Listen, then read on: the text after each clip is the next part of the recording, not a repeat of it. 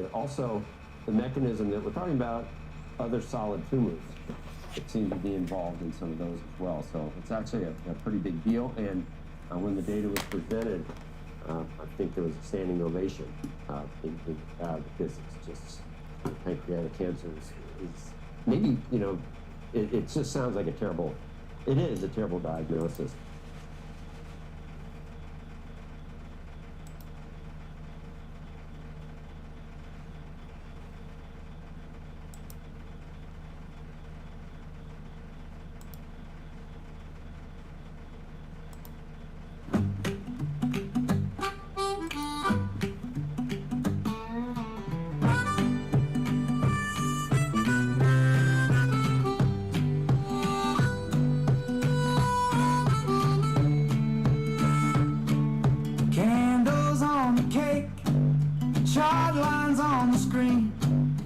Checking all your tickers, we're bringing in the cake and ice cream.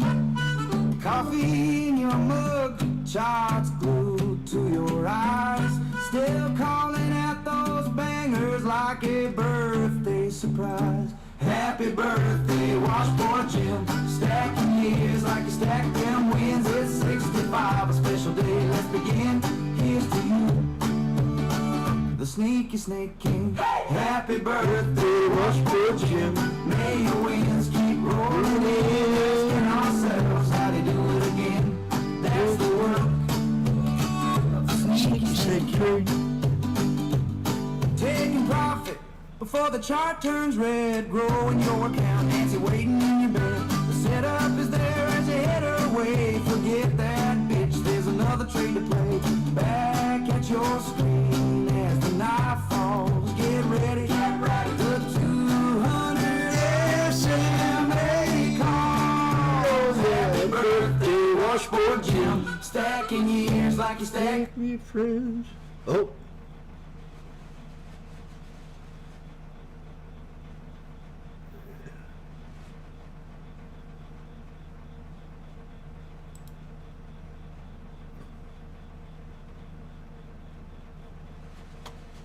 Oh, messed up.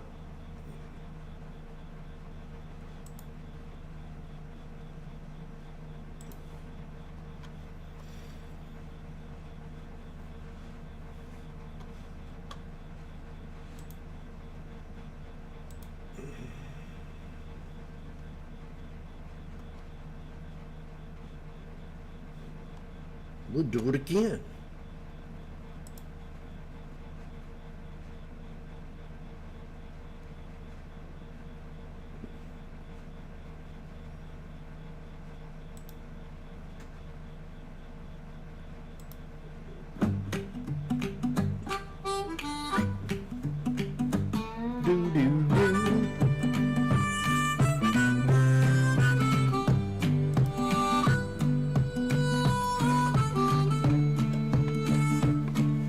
Candles on the cake, chart lines on the screen. You're checking all your tickers, we're bringing in the cake and ice cream.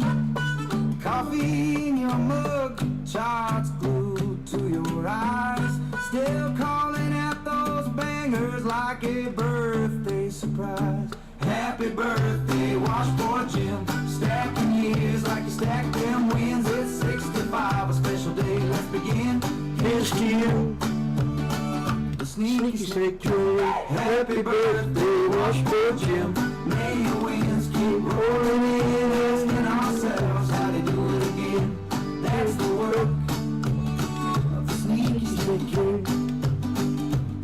Taking profit before the chart turns red. Growing your account, Nancy waiting in your bed. The setup is there as you head away. Forget that bitch, there's another trade to play. Back at your screen as the night falls. Get ready, the 200 SMA calls. Happy birthday, Washboardjim. Stacking years like you stack them wins. It's 65, special day, let's begin. Here's to you, the sneaky snake king. Happy birthday, Washboardjim. May your wins keep rolling in. Asking ourselves how to do it again. That's the work of sneaky snake trade. Life's our only chart that we wanna never end. So we cherish all the moments we have with our friends. Happy birthday, Washboardjim, the one and only sneaky snake trade.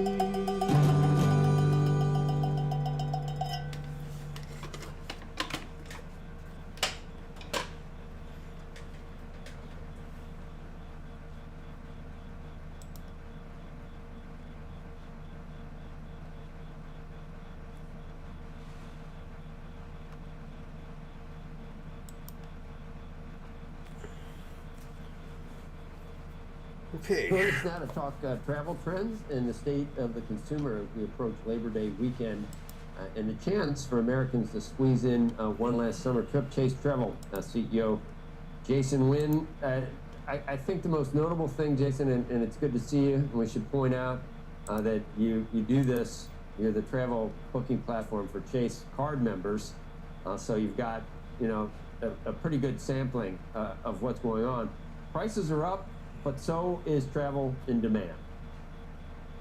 Yeah, that's absolutely right. And thanks for, of course, having me on the show. To your point, we have millions of customers coming through the Chase Travel platform.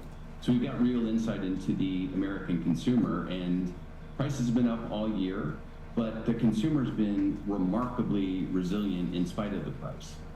For Labor Day, we have no we're up inflation. 17% in bookings, and that's with prices that are pretty high. I mean, the average hotel rate is over 500. The average air rate is over 1,000, which is Prices near double went up digit 4 or 5 for years both of ago. those Get it compared to the straight. year prior.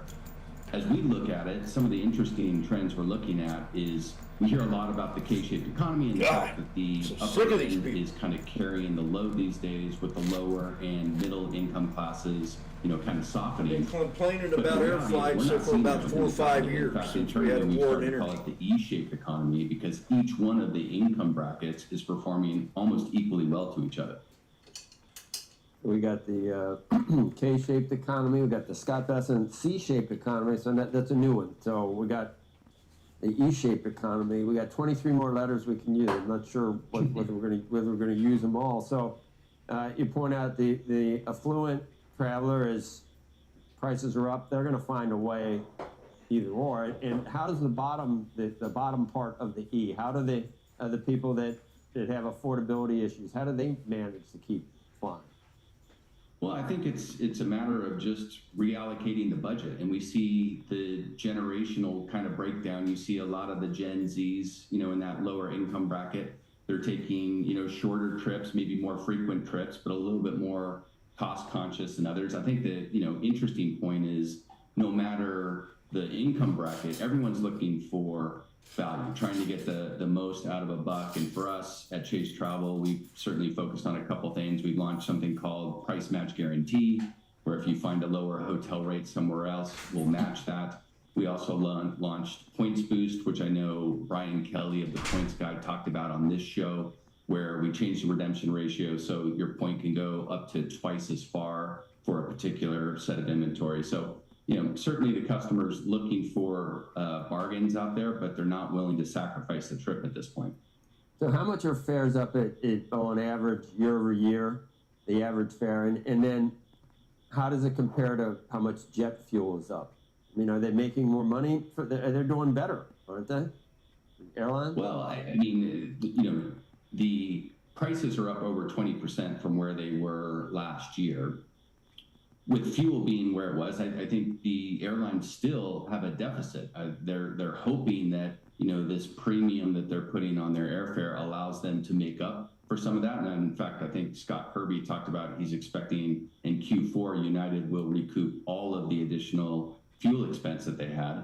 But the reality is that fuel is still having a big impact on their bottom line, and I don't anticipate that even if the fuel price comes down, that you're going to see much change in fares going into 27. The U.S. Open matters, I guess. Labor Day is always big. Yeah, Labor Day's always a big surge for us. New York is our top destination this year. I think you mentioned the U.S. Open, but you also had the Knicks run. We saw a bit of a surge there with folks wanting to come experience New York during the playoffs. The World Cup was a great win for us as we saw more and more, consumers want to go out and experience that. So, the top destinations tend to be the same these days, but a couple smaller ones are coming into the picture. In particular, internationally, we see Banff, Canada, Lisbon, Edinburgh as 3 new markets that weren't in our top 20 that now are. Jason, can we just talk trying to be like a points ninja, because I'm a news you can use junkie on this stuff, and I love a deal. I love a deal. So here's my question: when you travel using one of the Chase Sapphire cards, the other things, people do a host of things. Some people just go buy the airplane ticket on their card on a website independently of your site or something else. Others go do it through Chase Travel. I sometimes do that myself, but then oftentimes find that the fee for the plane ticket is actually higher than the plane ticket that I get on the website. And then the last piece is using points themselves, whether you're really better off just trying to transfer them out of the network onto one of the airlines, where I think you typically get a better deal, and trying to use the points on your own website. What do you think? Well, I think there's a little bit of misconception here. First of all, we have some great, point transfer partners and make that available to our card holders as part of the value proposition of the card. I mean, I'm biased, but I would argue that the value proposition of booking through Chase Travel or the other card-related travel platforms is the best bang for the buck. That is where you're going to get the most value. If you're paying with cash, for us, our Chase Sapphire Reserve customers get 8x. So they're buying their trip, but they're also earning towards their next trip. We have things like Points Boost, as I mentioned. And so I think there's, real value in there. Pricing is dynamic, right? And so we're always working and making sure that we're looking at all other channels and making sure we're working with our suppliers to remain competitive. But that's an ongoing, thing that we have to keep focused on. All right, we got to go. Jason, appreciate it. Thank you. Hey, really appreciate it. Thanks. Okay. It's 7 a.m. on the East Coast, just a little after right now. You're watching Squawk Box on CNBC. I'm Andrew Ross Sorkin along with Joe Kernan. Among today's top stories, the biggie, NVIDIA shares, they are jumping on what has turned out to be a blowout quarterly results, stronger revenue guidance. NVIDIA also reportedly buying AI platform Hugging Face. $12.9 billion is the price tag. We're going to speak with an analyst later this hour about it. The CIA Director John Ratcliffe's surprise trip to Moscow was reportedly to warn Russia not to attack NATO countries. That's according to the Wall Street Journal. U.S. officials are concerned Russia could launch an assault ranging from a cyber attack to a small-scale land incursion, likely on a Baltic nation.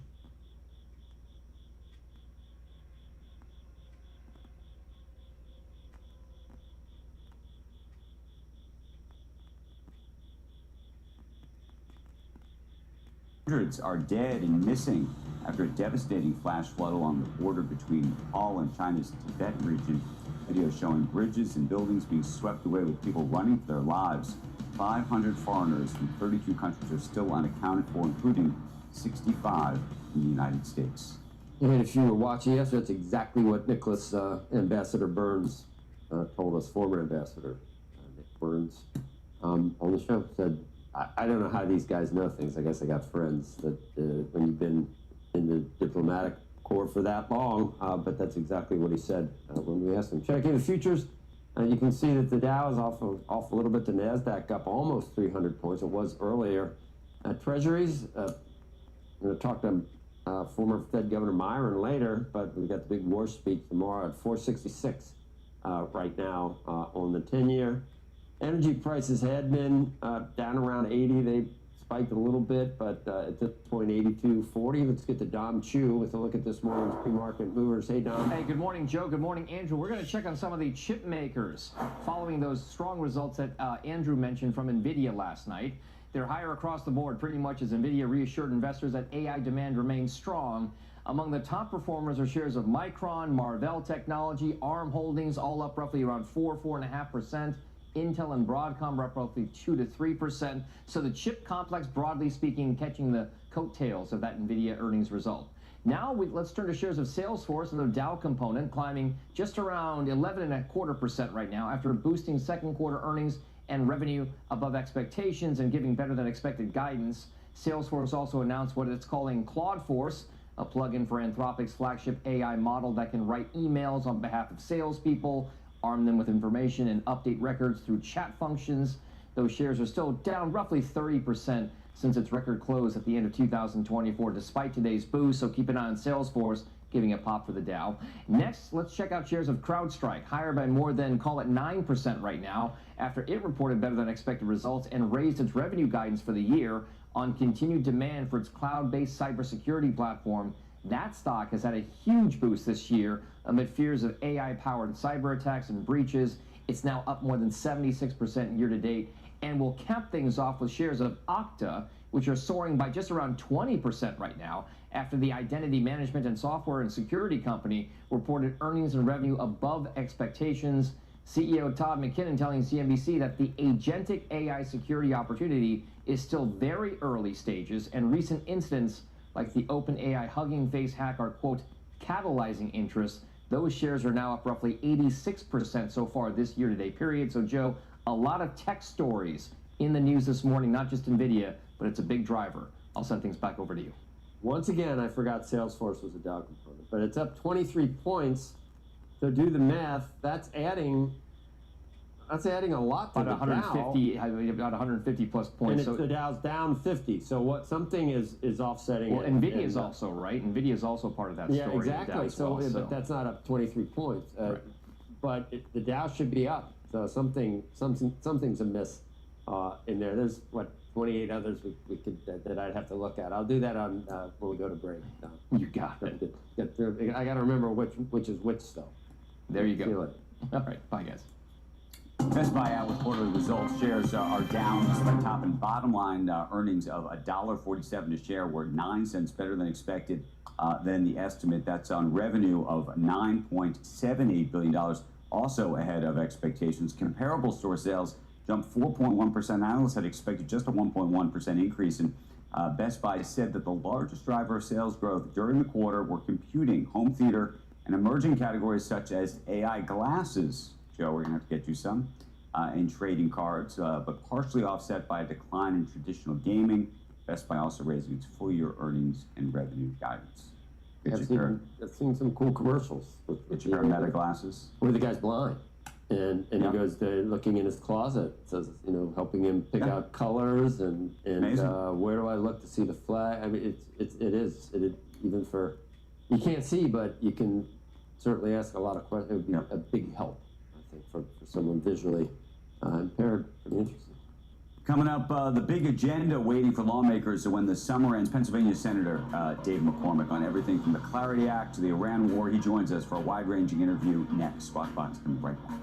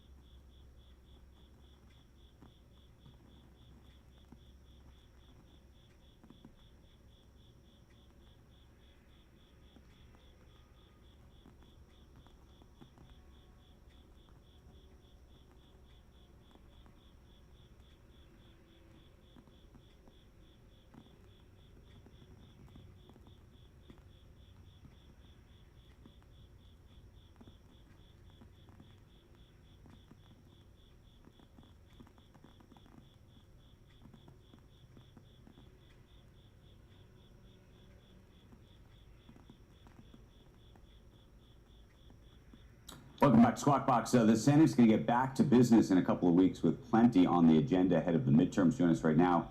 Get into all of the big issues facing lawmakers. Pennsylvania Senator Dave McCormick, and we should note he's a combat veteran of the first Gulf War. It's good to see you this morning.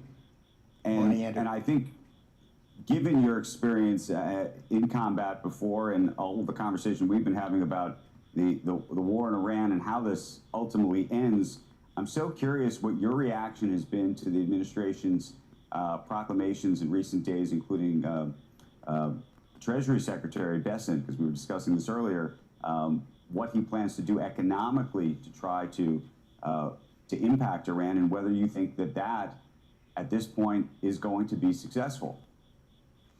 Well, I think from the very beginning, President Trump had said we were going to use all the tools available to us, both military and economic, to achieve two objectives. Number one, Iran simply can't have a nuclear weapon. There can be no path to a nuclear weapon. And secondarily, that the Strait of Hormuz has to be open and maintained. And so I see this as just more of that economic pressure. And make no mistake, the blockade and the economic pressure we have is working. So if you look at the numbers in Iran, I think the economy's down, has shrunk by 5-6% this year. Inflation's at 70%. The currency's depreciated by 30 or 40%. There's huge lines for fuel.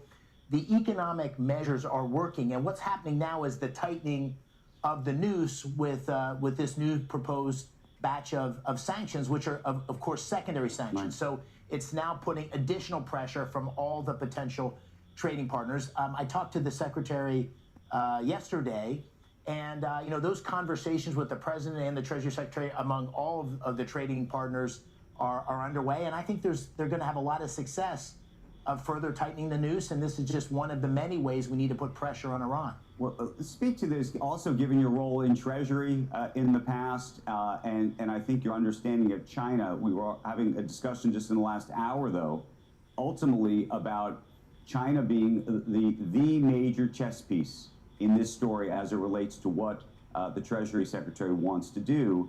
And there's a view that either it's going to be a bluff, or if he actually pushes forward with it in a meaningful way, that there could be some form of either economic or other retaliation from China. And are we prepared for that? And I'm curious what you tell your constituents about that. Well, I don't share that view that I heard earlier about it's one or the other. I think that, listen, the Chinese are always difficult to deal with, but what we have here is a lot of alignment of interest in terms of the Strait of Hormuz. 40 to 50% of the oil and natural gas that supports China goes through the Strait of Hormuz. They're the beneficiary of Iran's oil, which is part of the problem here.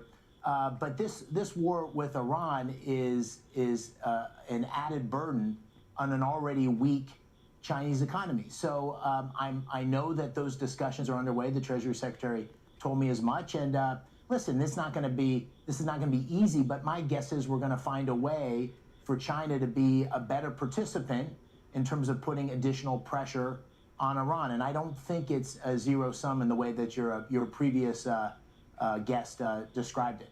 But maybe the bigger question, I think, is what do you tell your constituents just about the length of this war, how it ends, how quickly it ends? Clearly, the popularity of it is quite low, and we're going to get into a conversation about the midterms, but there's a big question about how it's going to affect, or how it is affecting the economy, but also how it may affect the midterms.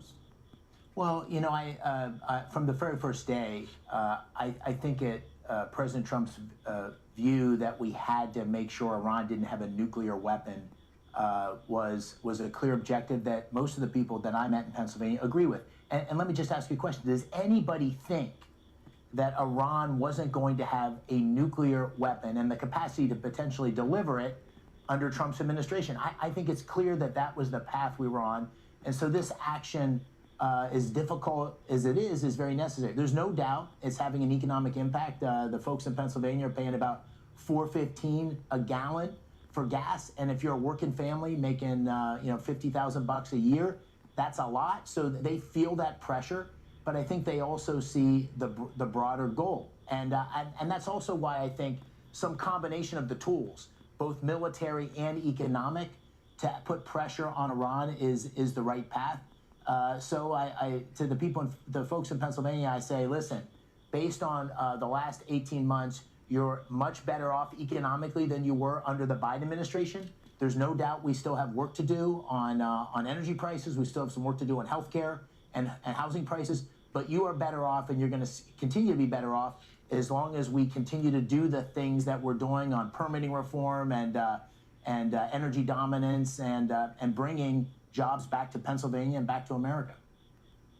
When you think about the midterms more broadly across the country, there seems to be, you're seeing the DSA on one side, and I can't tell whether that is actually going to be better for the Republicans on the other side, because people think that that's too far left on one end, or you think something else is happening. We were talking to Mick Mulvaney just last week, and I espoused that view, by the way, that this would actually be good for Republicans, and he said, not so fast. There was a period of time where people thought that actually President Trump's ascension, before he was the president, would actually be beneficial to Democrats, and clearly was not. Well, listen, first, I think we need to tell our story in terms of the great things that have happened over the last 18 months. I just mentioned some of them. Pennsylvanians and Americans have more money in their pocket based on the policies that we put in place. The Working Families Tax Cut Act has the accelerated depreciation for small businesses, the no tax on tips. So they are economically better off, even though we do have this uptick in inflation. They still have more money in their pocket than they did. That's number one. Two, I don't think we're reinforcing some of the incredible things that happened. I ran and I think won in part by saying we have to stop the flow of fentanyl into places like Pennsylvania, where we lost 4,000 people in Pennsylvania in the last year of the Biden administration, 1,600 in the first year of the Trump administration. This is a 60% decline. Did you know those numbers, Andrew? My guess is no. And so we need to go out and tell that story. Right. But there's also no doubt that we now have an emerging Democratic Party that's not an extreme. It's becoming the mainstream.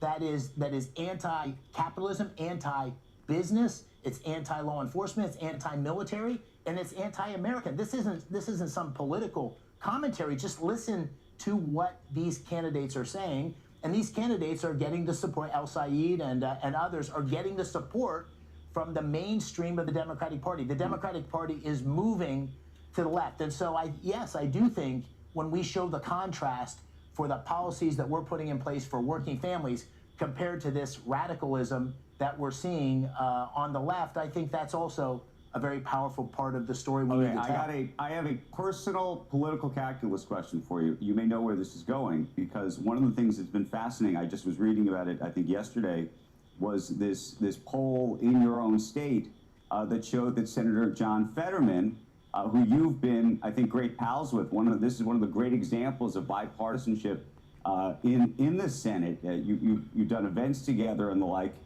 that now people in the state are saying that he's become so, he's now so popular, in some cases, he's now more popular and viewed more warmly than you are.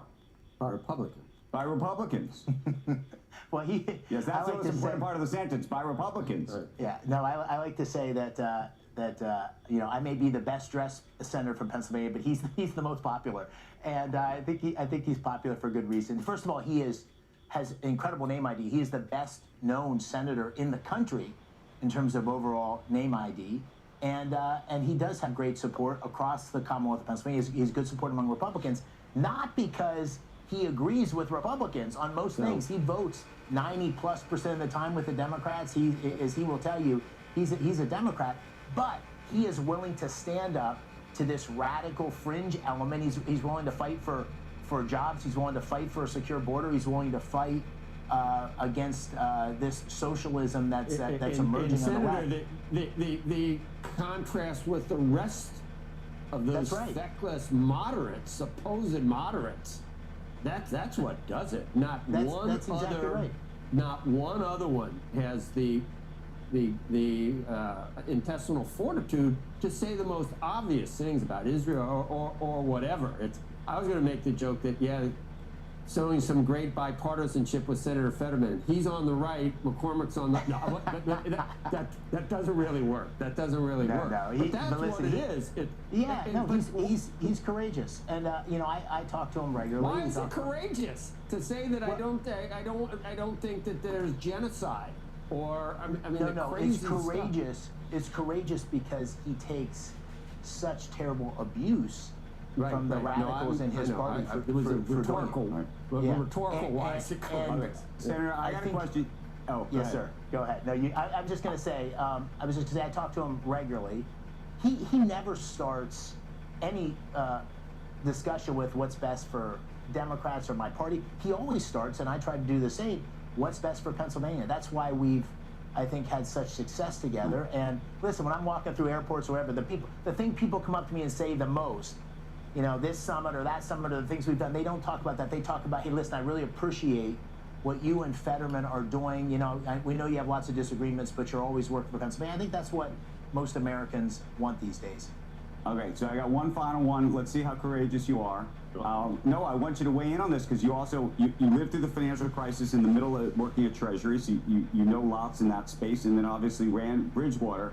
We've been talking all week about this Stan Druckenmiller op-ed, who was one of the mentors to Scott Bessent as it relates to this buyback plan that he's put in place. And at the same time that Kevin Warsh, who Stan also worked with, is going to be speaking in Jackson Hole tomorrow. So I want to know where you land on that move.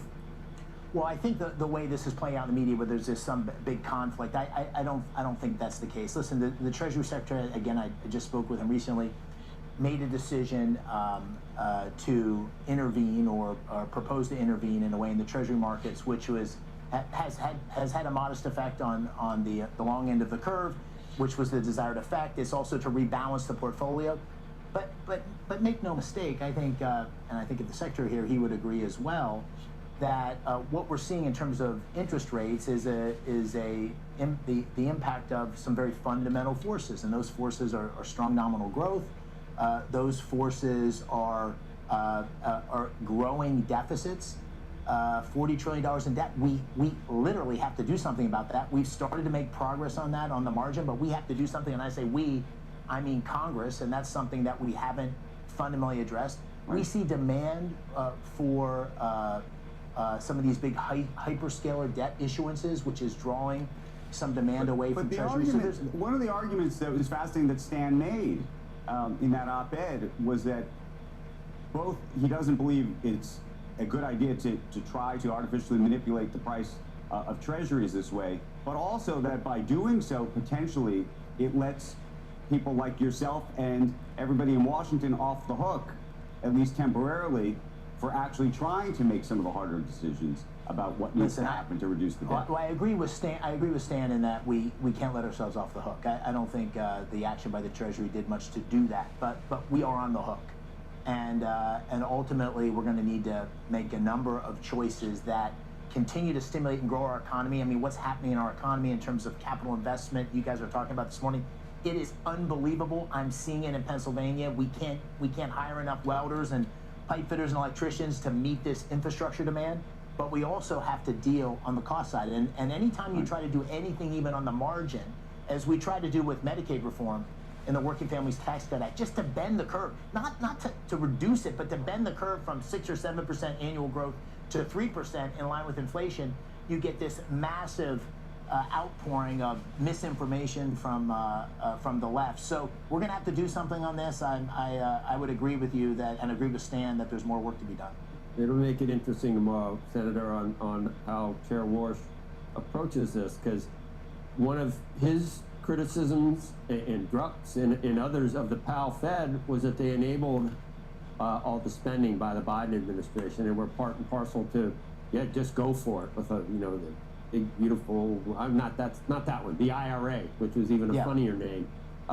And what does Kevin Warsh not allowing Congress or the government to go crazy, what does that look like? That looks like tighter money to me, which seems like it's very difficult for him to go with that as well. So I don't know how he contrasts himself with the action of the Powell Fed in this environment with a president, obviously, who wants lower rates. I would not want that job. That's a maybe I wouldn't say anything either in terms of guidance or what we're going to do. I might be pretty. I'd go back to the Greenspan strategic ambiguity. Well, he's he's got a tough hand to play, but he's the right guy to play it. There's no one more capable or prepared for this moment. But this moment has some unique dynamics. So the unique dynamics are this incredible investment, which is going to yield enormous impact on productivity, which is something he's got to factor in. We're in the middle of conflict in the Middle East and what we see in the energy markets, which he's going to have to factor in.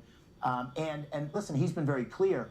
One of the things he said very clearly is that we have to stop the Fed's intervention through QE and be much less interventionist oriented. And so he's got a number of things he's going to have to factor in. I think the way he's set up these working groups and he's tried to give himself a little bit of room to build the consensus. And as he said, they're going to have family fights. They had family fights in the last meeting. I think there's going to be more of that. He's got a tough hand to play, but I think he'll play it well. And ultimately, he's made it very clear that price stability is the mandate of the Fed, and I think he'll deliver on his promises. Senator, I want to thank you as always, and send our best to your better half. Appreciate it. Yes, sir. Thank Good you. to see you. Squawk Box coming right back after this. Time now for today's Aflac trivia question. In what year was the NASDAQ 100 index launched? The answer when Squawk Box returns.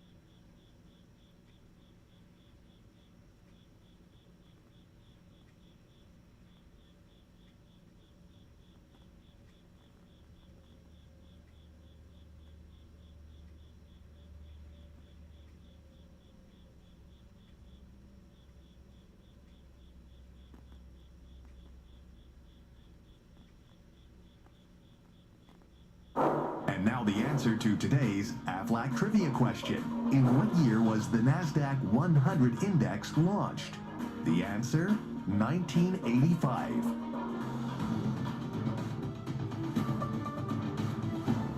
Kansas City Fed Economic Policy Symposium begins in Jackson Hole, and our senior economics reporter is there. He's had a chance to sit down with Kansas City Fed President Jeff Schmid, good morning. Good morning, Andrew. Yeah, I started out talking to Jeff Smith, the Kansas City Fed president, and our host here in Jackson Hole about yesterday's inflation report that came in, as you remember, a little hotter than expected. I think, boy, it's still stubborn and it's still sticky, and we've got to continue to find ways to break through. It's one data print, but it didn't allow us to really see anything clearly as far as trending, and so yeah, we're going to have our work cut out for us as we move into the FOMC cycle. So, if the Fed were to raise rates, do you think it would have an effect on the kind of inflation that we're having now? So the latter part of last year, I dissented a couple times, late last year, because I frankly think, I thought at the time, if we were restrictive, we were very modestly restrictive. So first of all, I don't know what we're restricting currently with the rate policy that we're at today. Saying that, I don't know the answer to your question, except I do know moving the rate does change behaviors in the market, in a macro level market. Do you think the Fed ought to be moving the policy rate here? So I think we need a little bit more information. What I'm trying to figure out is the demand side of what's driving both growth and inflation. So clearly there's a lot of data out there that says the technology boom, the AI element is creating demand, especially in things like commodity level prices.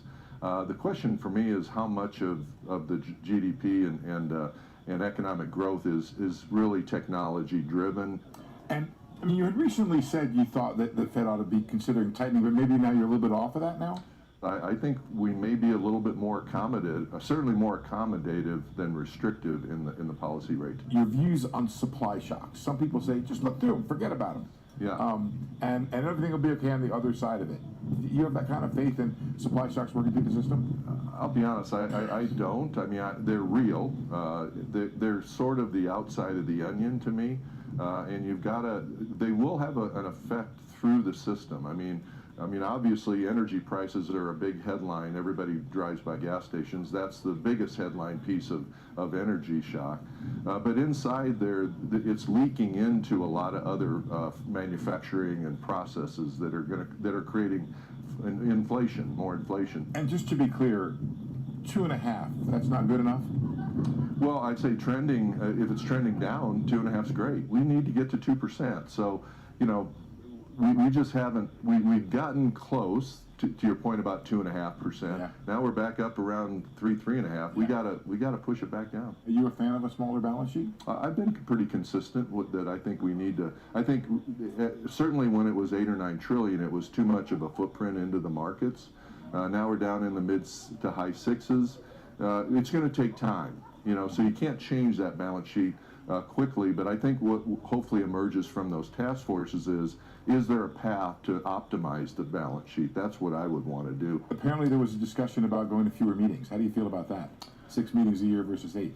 I think that there's some room to do that. I think, one, I think you get more and better data between meetings. 2, yeah, I think I'd be consistent with Chairman Warsh's thought process that, you know, the markets need to be the place where you risk manage what's happening. Tell me how changes in the payment system, the technology, can affect monetary policy. I think it's going to be completely transformative and I think potentially disruptive. I mean, you're hearing things like words like atomic settlement coming out of the market. What does that even mean? Well, what that means is every payment is going to go to absolutely instantaneous, not only instantly collected, but also instantly reconciled. I think the issue of liquidity in the future is going to be much more important than some of the other indicators that we have around payments.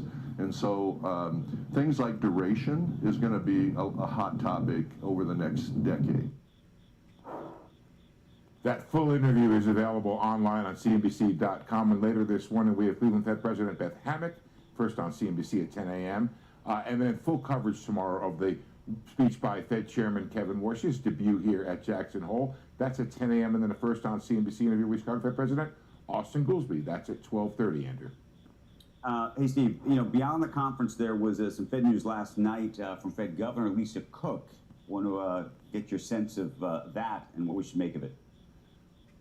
Well, it was a letter that was sent to the White House from Cook's attorney, where they deny that she's done anything wrong. Said whatever mistakes was made on the mortgage, it was inadvertent, and also saying that the bank knew about these mortgages. And what was interesting, it was a little combative, Andrew. They go through some of the published reports that have been out there that members of the administration have done the same thing they accuse Cook of. And here's a line from one of the one line from the letter. The president clearly recognizes that making such a mistake does not render a person, not himself nor the 5 members of his cabinet, unfit for office. So I don't know if their intention was this is sort of more public policy than it is trying to argue the case, but certainly they list in their published reports about the president having 2 primary mortgages and several members of his cabinet. Hey, Steve, just switching gears back to your talk with Governor Schmidt. So you're going with the 2.5 now. You came down from my 3. Why don't we do 3? You're doing, how about 2.5? That sounds okay. But the reason I'm thinking about it again, Steve, I'm thinking about it again. Let's do 3 or 2.5. We decided, didn't we, that none of the Fed's tools will necessarily work on the kind of inflation that we have right now. So why bother? Why bother? Why? But the bond market may tell you you better bother. But I'm just thinking, why add to higher mortgage? Why add to inflation with higher rates, higher, things get set higher, it costs more? Is there any way, if you're not going to do any good, where you just stay on? I think it gives cover to just stay where we are. If you can't fix the problem with it, then let the economy run. Joe, can I just caution a little humility that what we decide in our discussions here at Squawk Box are not necessarily those that are incorporated on the FOMC. Oh, they watch. I'll take that. They listen. They watch, but they don't necessarily agree.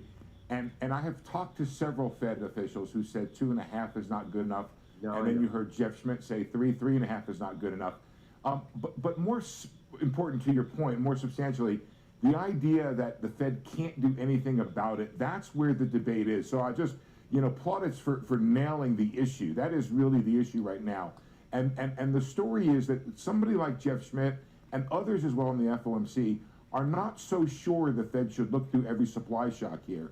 And the concern, and you heard Schmidt say this, and I've heard others say this, is that what happens as a supply shock ends up influencing manufacturing and other prices beneath it. And you looked at yesterday's inflation numbers and you say, you know what? There's other stuff going on. Maybe it's from the supply shock. We don't actually know the source of all of it. But look, the Fed has the one tool, Joe, and you're right about that, and it's reducing aggregate demand. And whether or not that would help, it's a good question. I think the Fed has to believe that it can pick its inflation rate. And that's one of the bottom lines of central banking. I made the other argument to Larry, and I yelled at him when he said 2.5 was okay. And I said, or 3. I go, do you know what 10 years of an additional half point or point makes the dollar look like 10 years from now? I mean, it's a significant difference. I'm told in the booth, I didn't understand him completely. I think they said you want to moon us or something. Oh, no, you want to show us the moon. That's. Oh, I wanted to show you the moon, but it looks like it's oh man, it was just great, and now it's not behind the clouds. But it was a cool full moon over the ridge line. If it comes back, you got to let us know, because that is not what we in want. all the years I've been here, we've never had the moon behind us on this early morning shot showing the ridge line, but our crew messed up and allowed the clouds to cover the moon, so they're pretty good, but not that good. You know who that would be good for, what just happened? The moon cussers. Moon cussers? Because they wouldn't, if they're smuggling things, the moon would be, right? That's the name of your band? You know it. You know, that was my old band, yeah. That was my old band, now yes. it's Stella Blues. Stella Blues now. Right. Okay. All right. Coming up, trade tensions between the U.S. and Canada showing no signs of cooling off. We're going to speak with Canada's former Deputy Prime Minister and Minister of Finance, Chrystia Freeland, about the ongoing trade war and the strained relations with our neighbors to the north. Squawk Box. Come right back.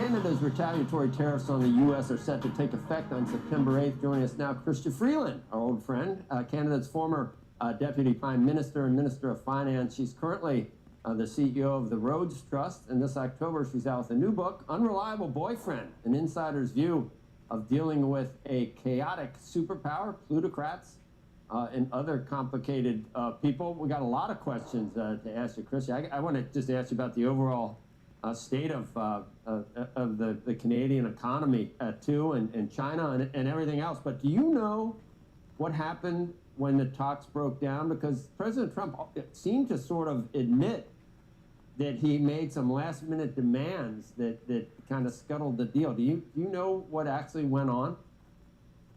I think, so great to be with you, Joe. And I think that Prime Minister Carney has been really clear about what happened. As he put it, the U.S. asked too much and gave too little. And he said that at the last minute, extreme demands emerged, touching on Canadian sovereignty, touching on cultural protection, which is important in general and particularly important for Quebec and for Francophone Canadians. So, and the thing I really want to say, Joe, is there are so many problems in the world. China is a real problem. I'm just back from Ukraine late last night. Russia is a huge problem. Iran is a huge problem. At a time when dictatorships are on the march, it is absolutely nuts for the United States to be picking a fight with a country that has always been its really good friend. And we currently have a trade deal that Canada negotiated. I was the lead negotiator with Donald Trump himself. I think this is the last thing America needs. It's the last thing the world needs. And I think it's a real shame. Well, it's really the last thing Canada needs more than anything, Chrystia. And I know that it's kind of a badge of honor that Carney over in Davos talked about cozying up with China and a new world order. I don't know how you do that with one of the most repressive regimes in terms of human rights in the world. Here's just look at this, and this is shocking to me.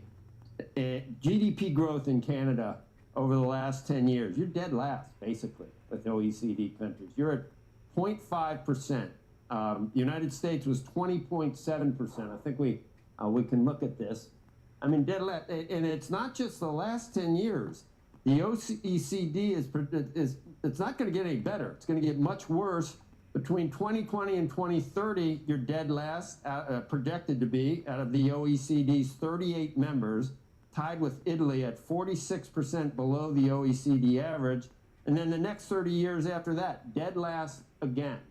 What went wrong? I mean, you know the inner workings of Canada. Is it, is it regulation? Is it permitting? Is it high taxes? Is it the Canadian people deserve to have a better standard of living? It shouldn't be going down over a 10-year period.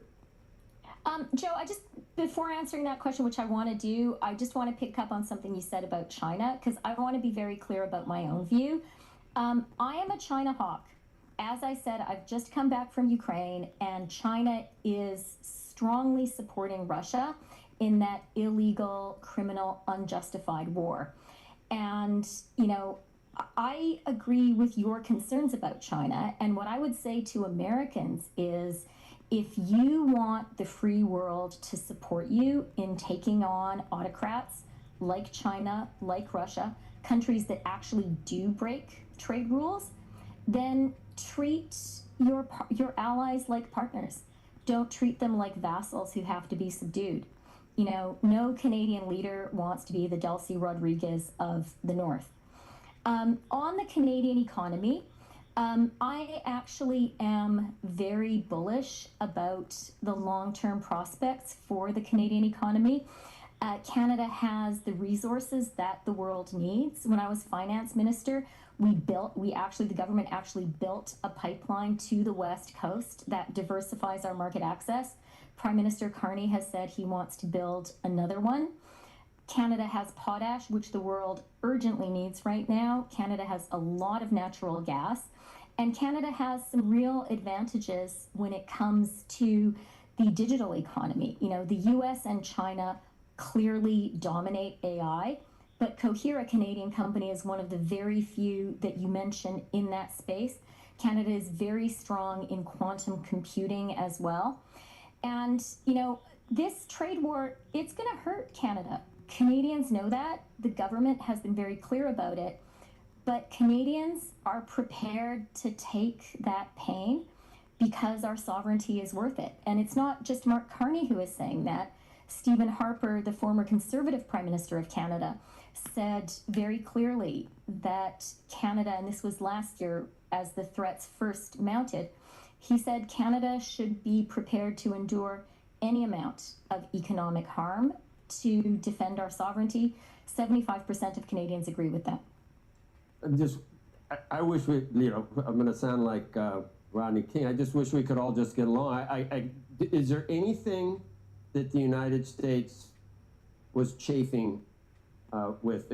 There's nothing in the Trump administration, none of the points that they're making about how the reciprocal relationship with Canada is being conducted right now. There's nothing that can be improved. It seems like we got close to getting some concessions from Canada. It's not all the United States. I just think it's in Canada's best interest. Also, I know you're a proud nation and sovereignty and all the things that you said, but this is the last thing you need with the way things have been going for the past decade and projected to go right now. I think a win-win economic relationship between Canada and the United States is absolutely possible.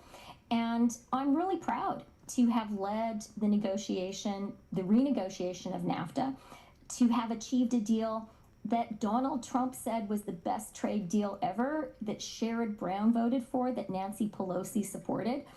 I think up until this fight, which the president began before he was even inaugurated on his second term, we had a great relationship, a great economic relationship. And I think it's one, of course, that could always be improved, that could always be expanded.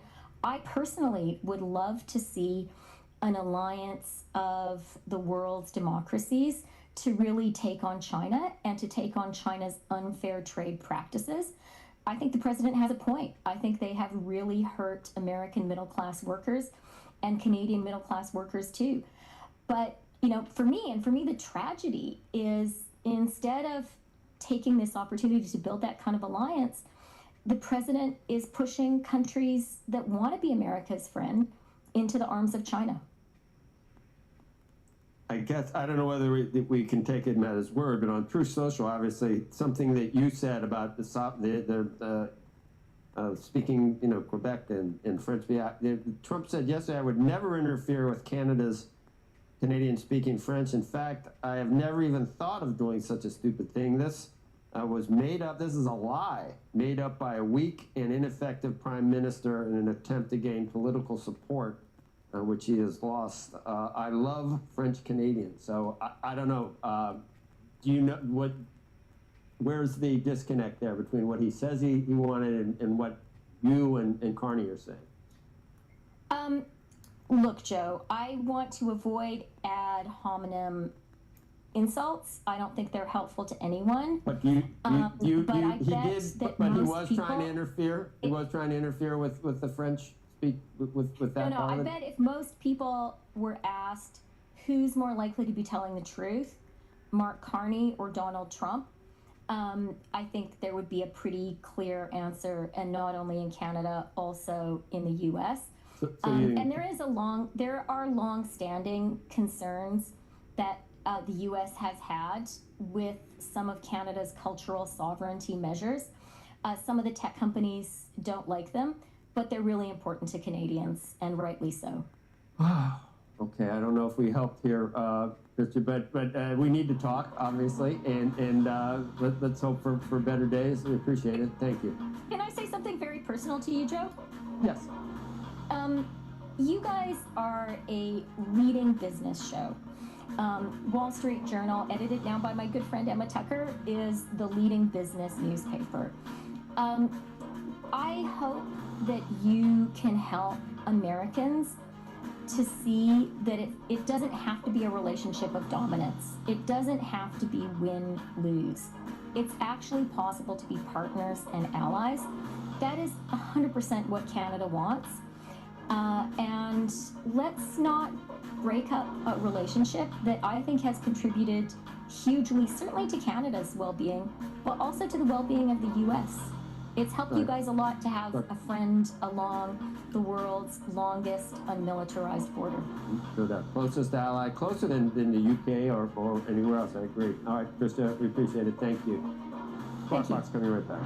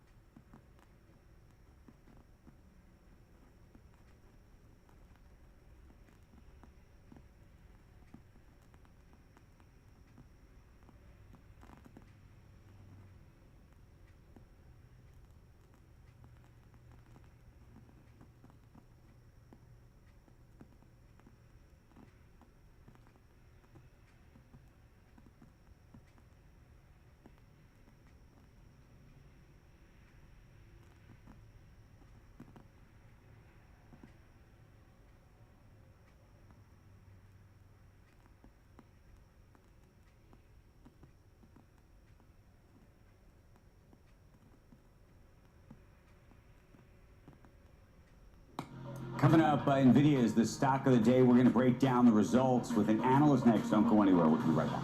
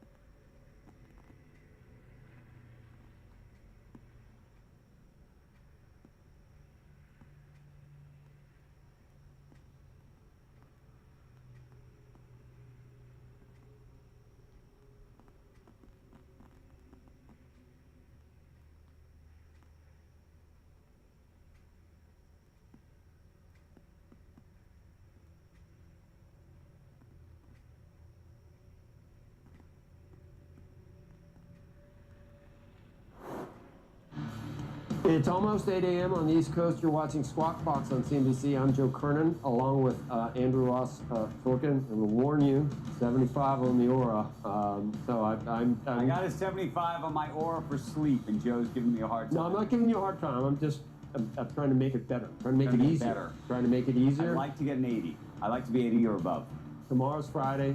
We love Fridays. We love Fridays. Go to bed tonight, if you are able. Among today's top stories, the CIA director's surprise visit to Moscow this week was aimed at warning Russia not to attack NATO, according to the Wall Street Journal. It was John Ratcliffe's first publicly known visit to Moscow, and the trip followed U.S. intelligence assessments that Russian President Vladimir Putin was likely or could test NATO's resolve in the coming years, potentially with a cyber attack or a limited military incursion against a Baltic country. And actually, as I said earlier, former Ambassador Nick Burns yesterday said exactly what was happening. He actually named the different countries in the region that have had just some, what looks like increasing tension and incidents with Russia as that country sort of seems to be sticking its toe, possibly in the water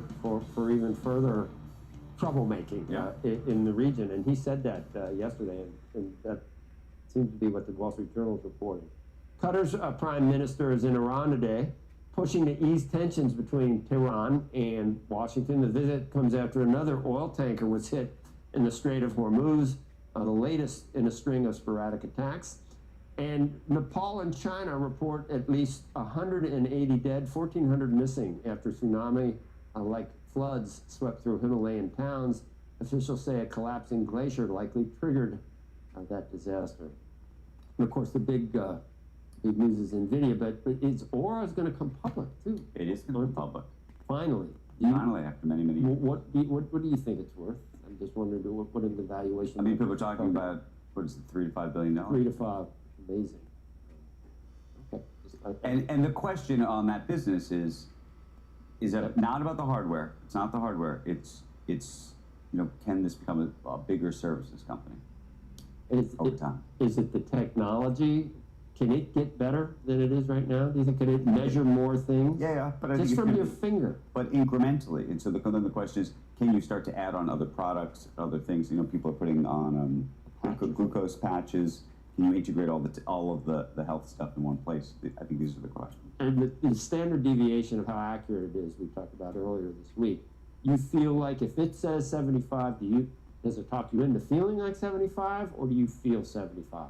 No, it's pretty. For me, I feel like it's relatively accurate. It's very rare. The biggest thing that I grapple with is sometimes if I were to take a nap, it doesn't count the nap, and then I get very sad.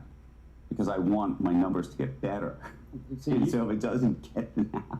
I think you could get even a better idea of whether it's working from, ask me, anecdotally. I just anecdotally ask you every day. Today I knew it was a 75 or lower. Or lower. I could tell. So we should, I've told you, I think you should wear one of these rings. Maybe I can wear one of these Maybe rings. I should. We could, by the way. Can you hook it up to my phone? I don't know. We could be multimodal and you could do a Whoop. I could do the Aura, so we could be, I want to know. brand agnostic. I want to be able to use the same thing, so I can compare apples to apples. But will you hook it up to my phone? I will hook it up to you. I don't know how to do that. I'll get you a credit card. There's a little slot in the back of the phone. You can put the card in there. That's where my charger goes. NVIDIA shares, they're moving higher after the company reported better than expected results in revenue guidance. Joining us right now to break down that report is John Finn. He is the KeyBank Capital Markets Equity Research Analyst. Good morning to you. Obviously, remarkable quarter. The question is, what part of Wall Street missed this? I think what was surprising to the upside for Wall Street, I would say, is the outlook for next year, right? NVIDIA has consistently solidly beat and raise expectations on the quarter and the guide. I don't think those results were generally pretty much in line. But the 70% revenue growth outlook for fiscal 28 was very impressive. Street was looking for up 45%. That was what was, I think, put NVIDIA over the top here. So when you start to think out about what this company could really be worth, we're sitting at 222. What do you think? What do you think it really should be worth? Yeah, I mean, our price target is $330. It's a pretty, I think, a conservative number. It's based on 20 times our numbers. I mean, NVIDIA yesterday said that they actually have demand for 100% growth next year, but they're actually supply constrained, and as a result is only currently able to grow 70%. So, you know, potentially there's upside to those numbers potentially. And so, we're all trying to figure out, you know, how long does this last? Is this last forever? What are you thinking?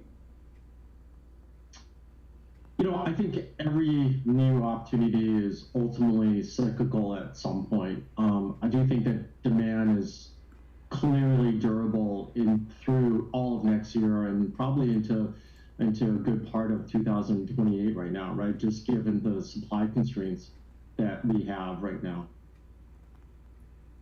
And therefore, when you think about the sort of larger question about this asset class idea, and when we start to see $500 billion of loans made into this space, does that make sense to you? I do. I feel that in this particular case, it's not your classic, you know, asset financing situation, because I think there is truly and real demand there, right? And it's not a situation that if NVIDIA wasn't going to provide financing for some of its customers, that they would go and buy another solution, right? There is no other merchant AI chip solution out there on the market that is a credible alternative to NVIDIA right now. And, you know, I think probably the most telling thing is they talked about how, you know, they're investing $50 billion into frontier AI companies such as like the OpenAIs of the world, but they're expecting those companies to generate over $160 billion in revenues next year. And these are multi-year agreements. So it's pretty clear that there is true demand for their solutions here, and they're just enabling that. Okay, John, we're going to leave it there. We've got a lot more stocks on the move to talk about next. Squawk Box coming right back after this.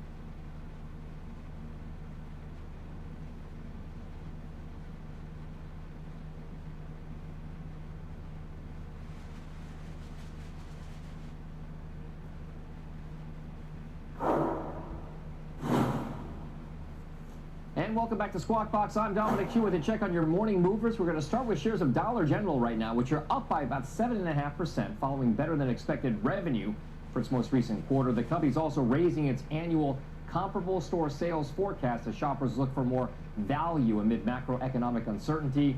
Those shares are roughly flat on the year so far, but still, Dollar General getting a nice bid in the pre-market trade. We'll stick with the retail side of things and shares of Best Buy, which are down by about 4.5% right now, despite a beat for its profits and revenues in its quarter. Best Buy said the largest driver of sales growth during the quarter was computing, home theater, and emerging categories like AI glasses and trading cards, but they said those were partially offset by a decline in traditional gaming. Those shares are still up more than 20% so far this year, despite the dip so far today, so we'll keep an eye on those. And we're going to cap things off with shares of Wendy's, which are sinking right now to the tune of about 14.5%. This is following a Reuters report that Nelson Peltz's Trian Fund Management has no current plans to make a bid for the company. That report goes on to say that Trian, which owns about 16% of the burger chain, has concerns about its performance and its current strategic direction. News of a possible take-private bid by Trian sent those shares up around 15% earlier this month, and this latest news pretty much wipes out that gain. Those shares are now down more than 65% from their record close going back to 2021. So Andrew, Wendy's right now a big mover to the downside. I'll send things back over to you guys. Okay, Dom, want to thank you for that. We'll talk to you soon. Coming up, the Problem Solvers Caucus tackles affordability. Co-chair Brian Fitzpatrick and caucus member Debbie Dingle after this.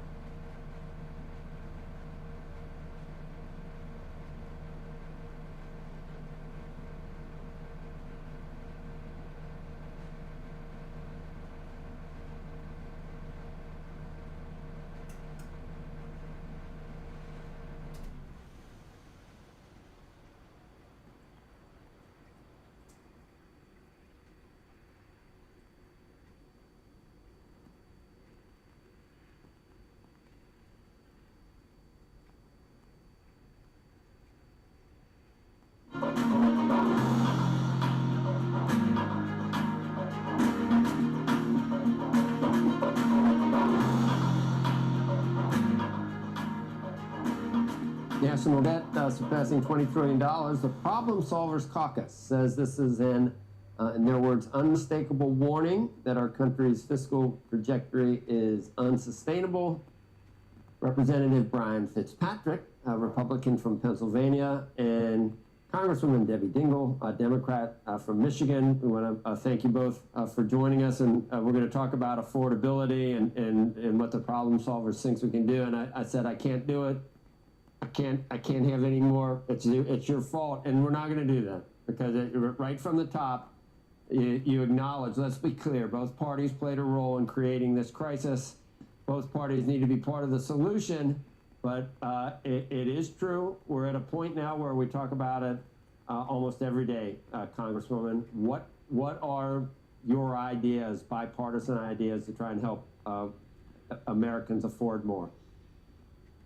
Well, Brian's actually the co-chair of the problem solvers, and the two of us are friends, and we talk all the time about how we can bring people together to address many of these issues. I mean, we need to, the cost of gasoline is going sky high because we have an inadequate domestic energy supply.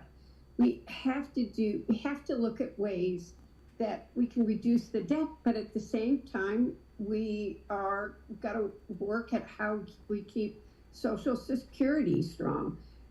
Look, we are not fighting with each other, but tariffs have raised a lot of the costs. We've got to figure out how we do that. We've got structural problems that are deeply broken in our healthcare system. People are hurting. They're hurting at the grocery store. They're hurting at the gas pump. They can't afford a house, and people aren't going to the doctor and getting the medicine they need. Yeah, Congressman, I don't know how you approach it, and we, we weren't going to talk about specific things for each party, but it's almost unavoidable. We heard about tariffs. Obviously, the war has raised some costs as well, but you go back and maybe some of the stuff in the last administration is responsible for the lion's share of the, what are we up about 28% in prices over the past 5 or 6 years. 23 was from that administration. So you can't help but point fingers. Well, it's Exhibit A of the brokenness of the two-party system. And I will remind all your viewers, when our country started 250 years ago at the Declaration, 239 years ago with the Constitution, there were no political parties. They were all Americans. So let's start there. But to answer your earlier question, what can be done?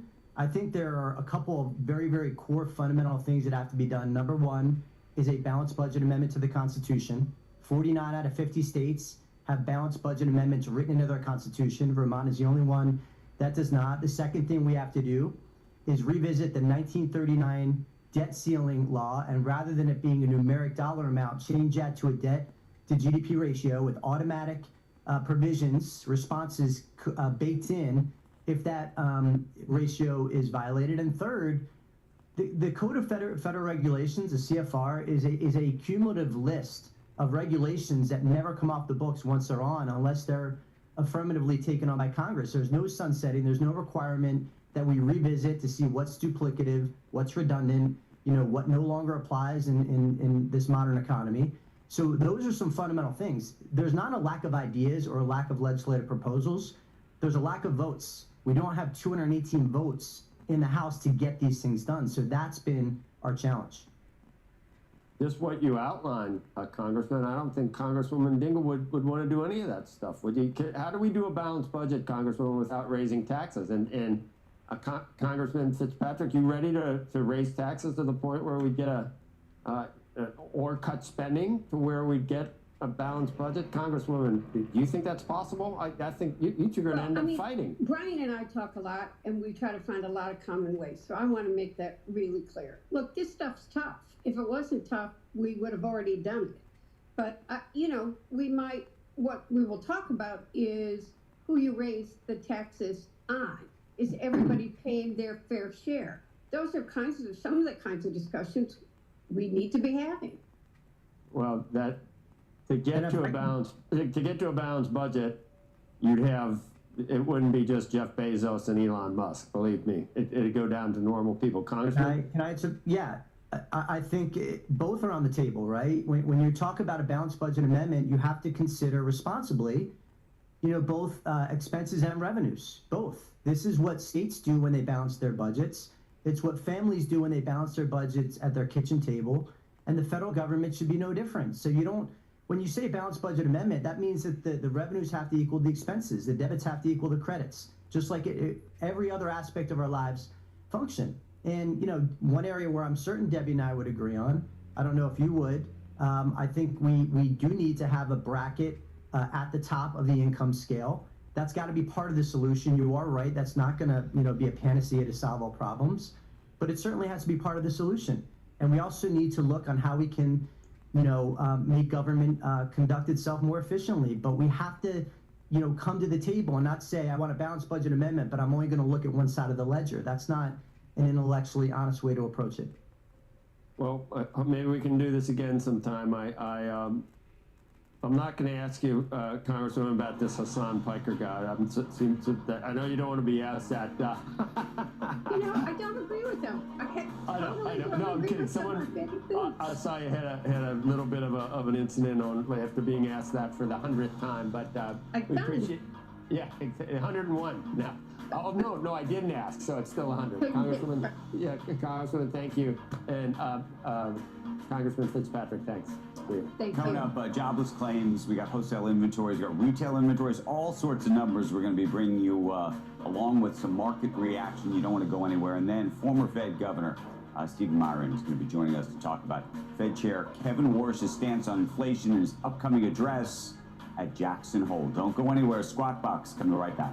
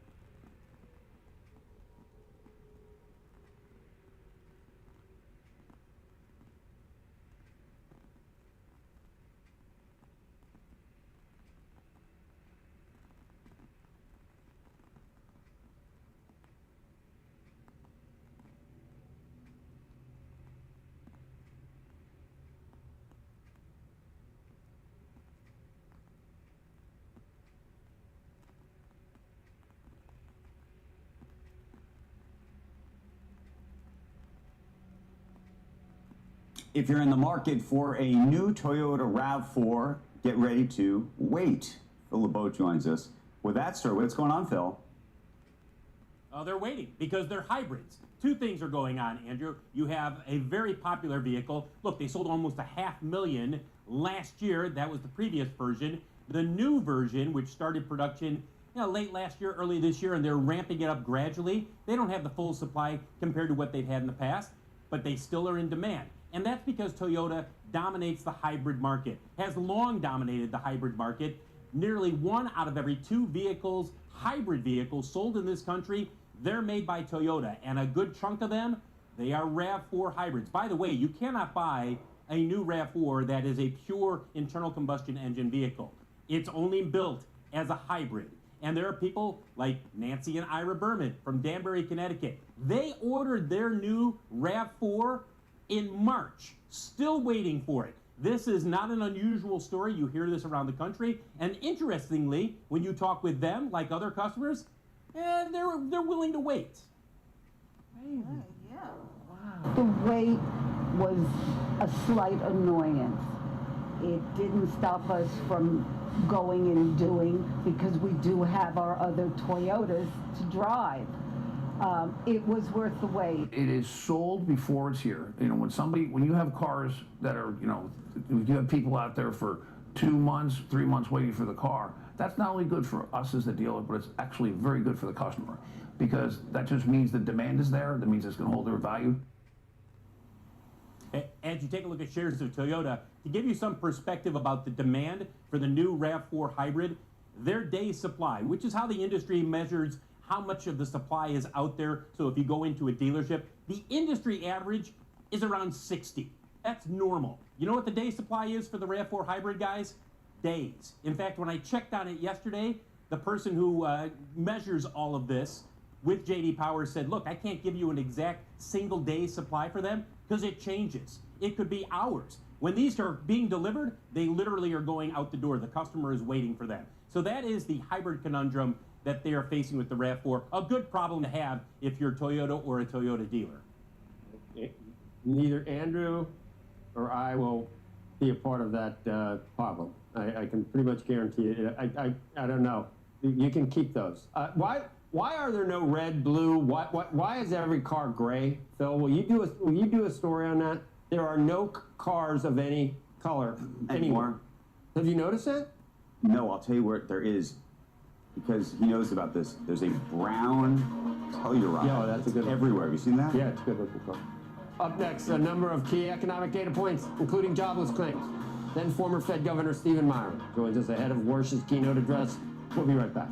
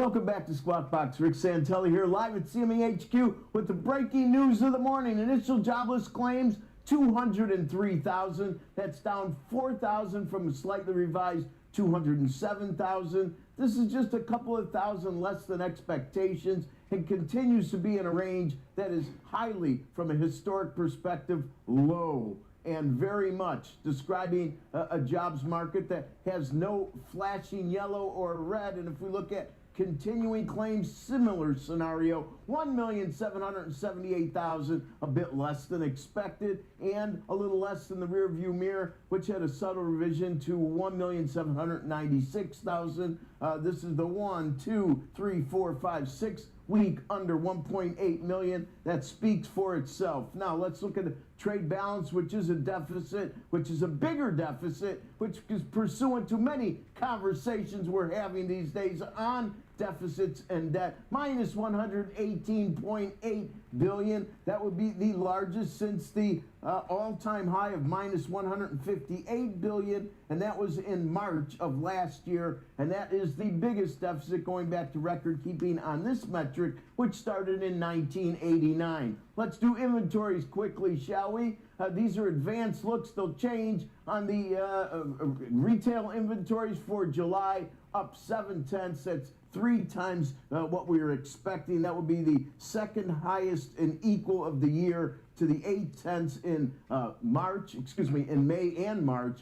So we've seen 0.8 and 0.7 on multiple occasions, which really shows us that the retail inventory build continues. Wholesale inventories skyrocketing, 1.3%. This is 5 times, 6 times what we were expecting in terms of the release, and this would be the biggest level going all the way back. I have to go back a ways on this. Well, it was 1.5, and that was in March, and that was the highest going back to 22. So as we see these inventories moving up, that means we are making more widgets. That is something to pay attention to if you're following the output of the U.S. economy. And we continue to see that the interest rate complex remains high, but aren't extending any of their high yield closes for this cycle. We are now at 466 in a 10-year. That's up 1 basis point. It's high yield close for the cycle, a whisker under 474. The last day of July, well before Treasury Secretary Besson's announcement on the 18th of August. Joe, back to you, and I love all the conversations about debt, deficits, 40 trillion. We know how to change it, come on. Take the baseline off automatic pilot and touch the third rail, meaning entitlements, and gee whiz, my guess is you can make a difference in our total debt and deficits in the big picture. Right? Right. Okay, Rick, thank you. We want to get over to Steve Leisman, who is doing a lot of great work out in Jackson Hole. Steve, what do you think? Thank you, Andrew. Yeah, I mean, the jobless claims numbers remain relatively muted. We don't seem to have a problem with firing. We've had muted hiring, and we'll see if that remains when we get that August employment number. That will be in the first week of September. The trade deficit is interesting to me. I think it's going to cause a little bit of decline in GDP forecasts. But as Rick pointed out, if we import more stuff, well, what are we doing with it? We're going to sell it. We're going to put it into apparently computers. I'm guessing that's where the big numbers are. We get a little bit higher oil price probably coming in there, but also all of this capital goods investment is really the key. On the issue of Jackson Hole, I want to show you, I think we have a full screen available. Tobias Adrian is a well-known economist, works for the IMF. He put out a report this morning, and he talked about forward guidance. Broader communication about reaction function remains essential as long as it's conditional, disciplined, and certainly aware. Risks should be clearly spelled out. Communication should emphasize the contingencies under which the path would change rather than a promise to deliver it. I'll translate that for those who aren't familiar with all of this Fed speak gobbledygook, is that they want Warsh to give us a little bit more. How much more? Well, we'll see what happens tomorrow morning. But the idea that he would say we're going to deliver price stability and not provide a path or a route for doing so, I wonder if that's going to fly again or create more skepticism in the market about the chairman's commitment to delivering it. I'll leave it there. Okay. Steve, we will leave it there. We're going to continue this conversation, though, right here at the table. A lot going on. You'll get nothing and like it. At least that's Caddyshack. And Spalding wanted fries and a milkshake and a cheeseburger, and you get nothing like it. I don't know. We'll see. Maybe Steve Myron knows. Joining us now, Hudson Bay Capital senior strategist, Stephen Myron. He had huge jobs. He still does, but he was recently a Fed governor and a CEA chair at the same time for a while. I think, were you, or did you have to give the CEA up immediately? How did that work? You had to give it up, I guess. Well, I wasn't performing the role of CEA. I was on leave from the White House. But you were playing it on TV. No, kidding. That's an old playing it back. So welcome, and it's good to see it. And I so many things that you're saying here, in some of your comments, would give us a way of not hiking, even though a lot of people think we do need to hike. And I think you need to explain why. You think that the core is actually 2.5, and that the PCE statistically isn't being calculated correctly because of too much stock market emphasis. So it's actually below. Look, let me put it this way. Core CPI is running about 2.5%. Right.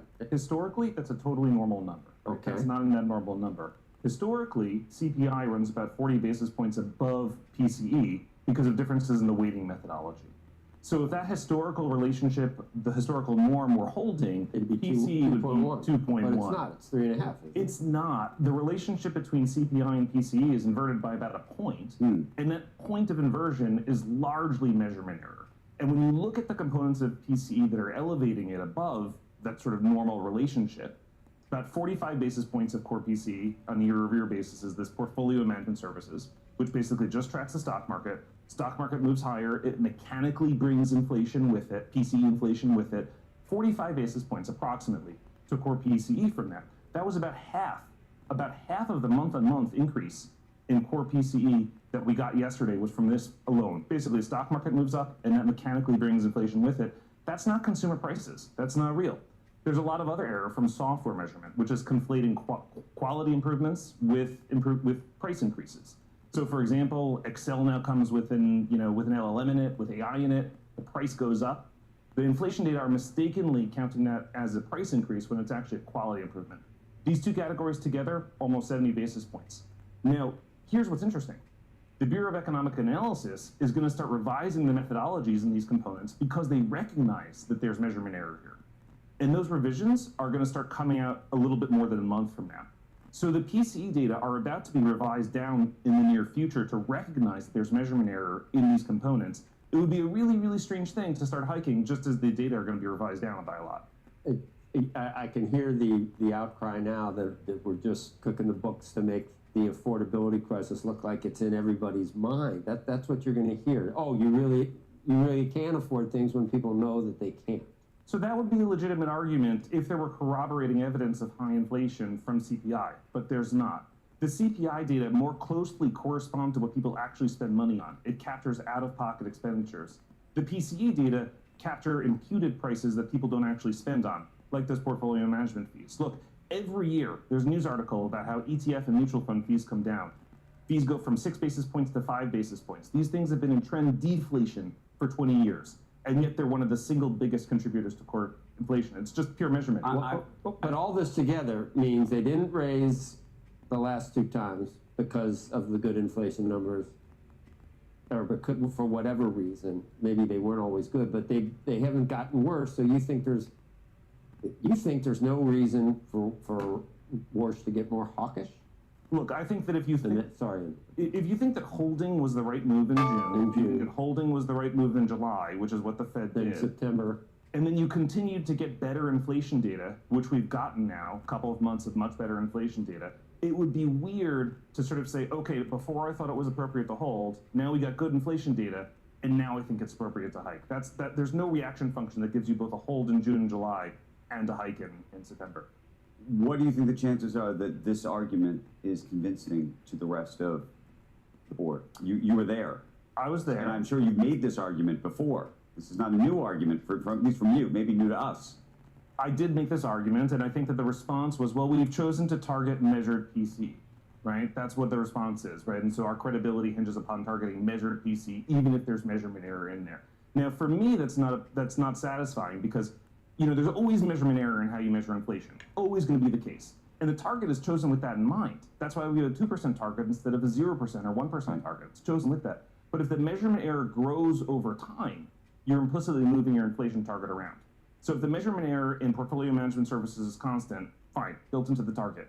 If it gets bigger, because the stock market doesn't go up by the historical 6%, it went up by 20%. Okay, so if you moved your target down to if you offset. were unsuccessful in persuading the board that this was the way to think about it, do you think that Kevin, A, agrees with you, and B, will have any better shot at changing this dynamic? So I don't know if Chairman Warsh agrees with me or not. However, what I will say is that BEA clearly recognizes there's measurement error here.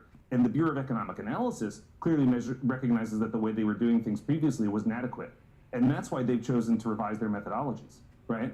And so we'll be getting those a little bit more than a month from now. So BEA recognizing there's a problem means that will feed through into the measured inflation data that we get.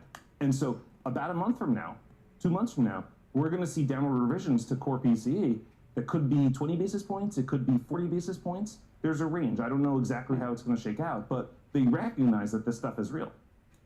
We also, and we'll go on from this, hiking rates to compensate for this noise, statistical noise, is effectively asking Americans to lose their jobs because of a measurement error. I don't think the Fed should have done that. My other point, and I've been making this recently, was if the Fed's tools are not of raising rates will not address what's causing this inflation, which you say isn't really as bad as it seems. But if let's say it is the war, let's say it is whatever one-off it is, if it's not going to solve that, then why try to do it and cause someone to lose their jobs when it isn't even going to be effective? And this is sort of playing into that argument. Well, here's what I'd say. The Fed's got two mandates, right? It's got maximum employment and it's got stable prices. It's got to weigh those off against. Warsh thinks there's a one mandate, it sounds like. Well, stable that's what he's emphasized recently, but the Federal Reserve Act gives them two. Now, the key thing about monetary policy is that it has lags. If you change interest rates today, it doesn't hit the economy for 12 to 18 months. So you've got to be forward-looking in where you set interest rates, right? And if we had inflation that was too high at the end of last year, right, that relates to interest rate cuts that we received at the end of 2024, not to recent policy. Policy right now has to be set for where you think inflation is going to be in the second half of 2027, not the second half of 2026, right?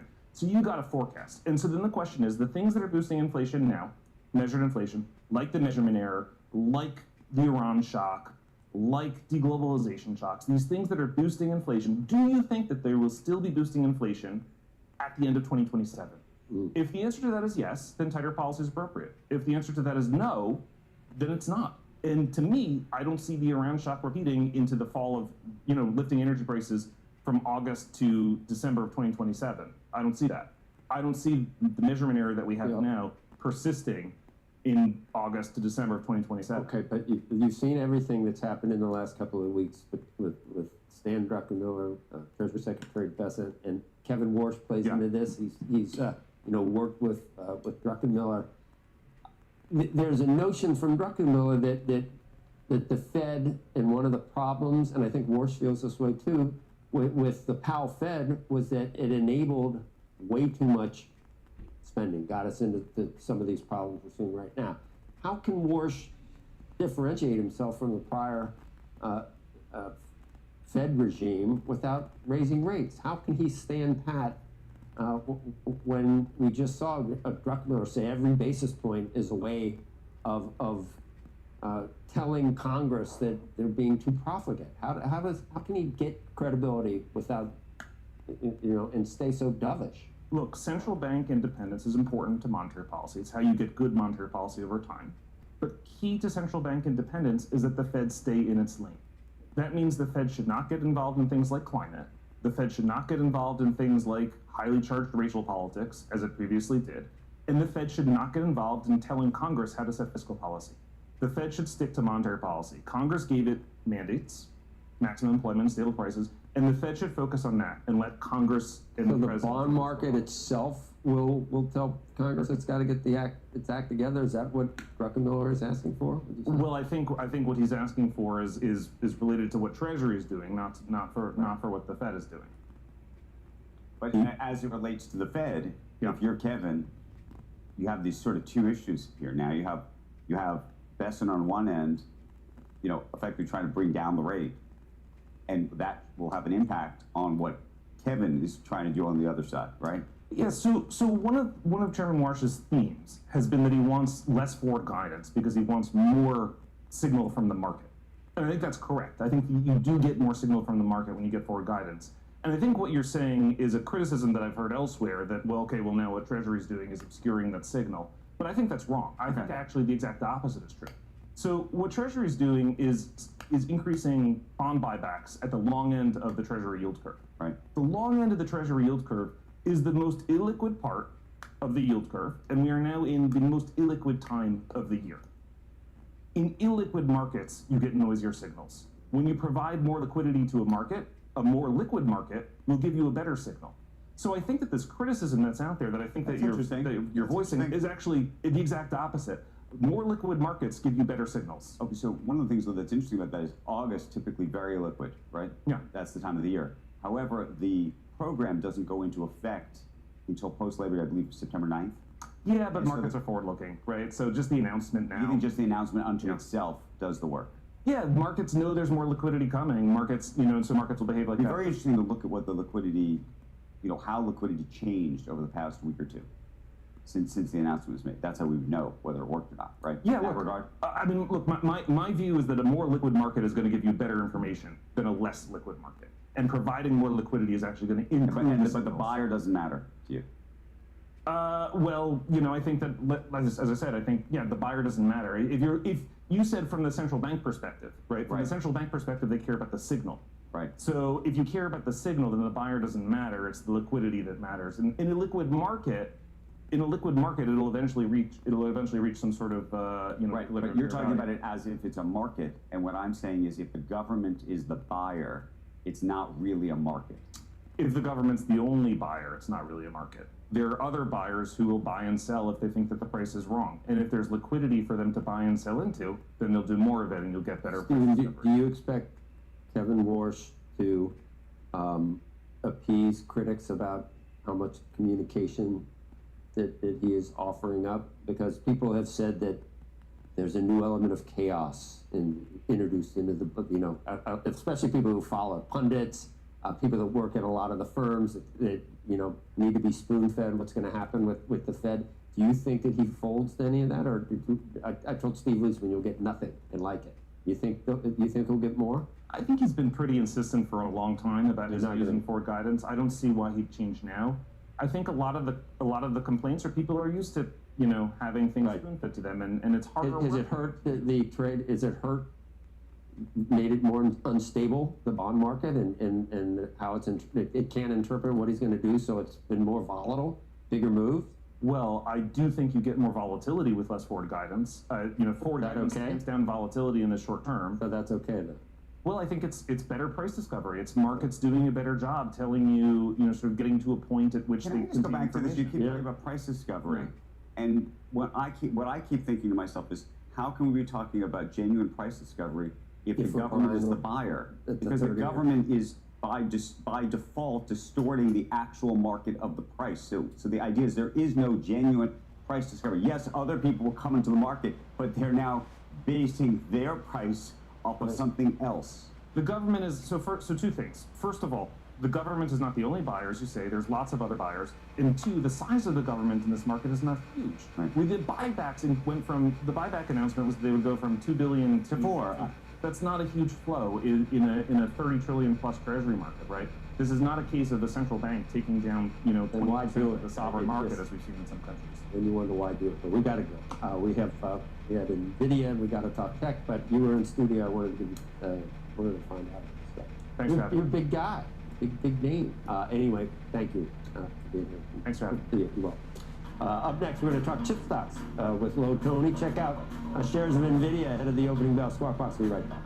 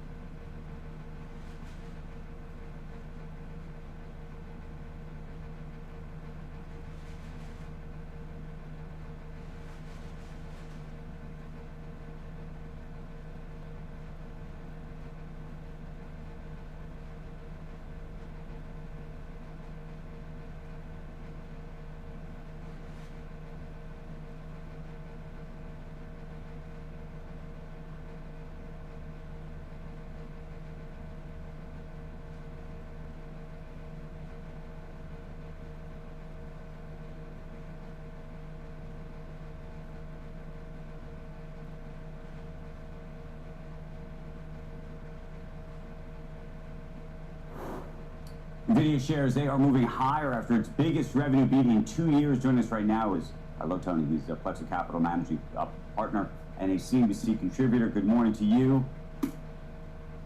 221. 221 is what it's worth right now. What do you think it should be worth? Well, clearly the market believes it finally should go higher, and I think that is definitely the case. I mean, this was a true beat and raise with the revenue that they provided. And so at this point, the money is real. NVIDIA is generating extraordinary revenue margins and cash flow, and its customers are spending real capital. And Andrew, I think there were some things that you pointed out this morning at the opening of the show that are true risks. One is this talk about compute becoming an asset class, and it gets financed faster than the profitable demand develops. So as these GPUs become collateral for hundreds of billions of dollars of investment, all of these different aspects come into play. Utilization, equipment life, residual value, and refinancing become just as important as chip performance. A second risk that you also raised that I want to drill in on is this commoditization at the model layer. Now, if leading models, and these are mainly the frontier models, begin to converge on similar capabilities, which is kind of the thesis of artificial general intelligence, AGI, model companies might be able or not be able to have that differentiation, and that leads to a decrease in pricing power, and that could weaken the lab's ability to support these enormous compute commitments. But commoditization for NVIDIA has the potential for the Jevons effect, right? As intelligence becomes cheaper, it might become more economical to embed into more applications at the edge, enterprise workflows, and agentic. So there's the ability for the decrease in the cost of tokens to be offset by the expansion of the Jevons effect. And then the question just is, does that happen quickly enough to justify? So, what that risk, to the extent that that risk exists, when do you think we would know that, or whether you think we would reach escape velocity, if you think there's ever such a thing? Right, and the way that we tend to look at this is through a lens of the increasing surface area that comes with each new generation of a model. And so what we want to watch for is the ability for the new generations of models to increase the ability to do things that were not able to be done with the prior model. Once we see that velocity begin to decrease, then that's when we need to start thinking about the potential for, okay, it's now time to shift to look to see if a result of these older generations being used more, and that's the Jevons effect, does that increase in usage offset the decline in this increase of surface area? And look, this is also, as a quick aside, the reason that a lot of these frontier models go up the stack into the application layer. Best example being Anthropic and Claude Code. Hey, Lo, we got to run. We appreciate your perspective this morning. Thank you. Thanks for having me. You bet. All right, up next, the NFL inking new gambling deals and putting an old partner on the bench. Details after the break.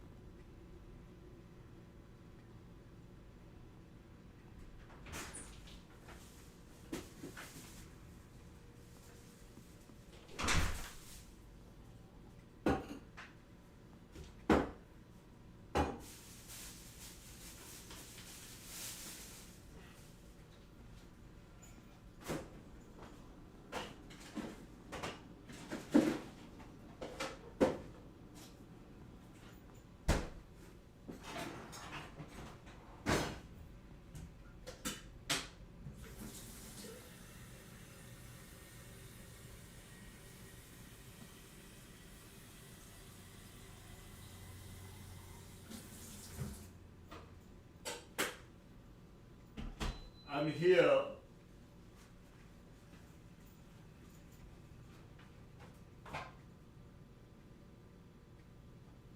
I'm here.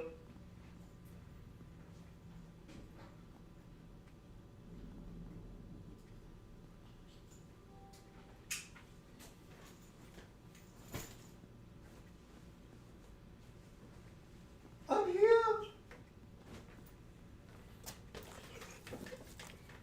$200 SMA. Extend to the right.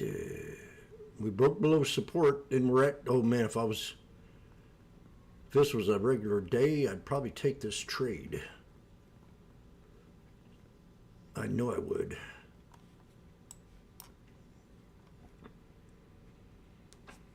Right to the pullback where it needs to be.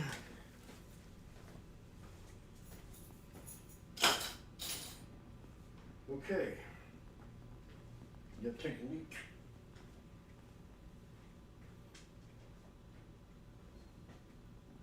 Breaking this morning on Squawk Box, jobless claims top 200,000. That was slightly below expectations.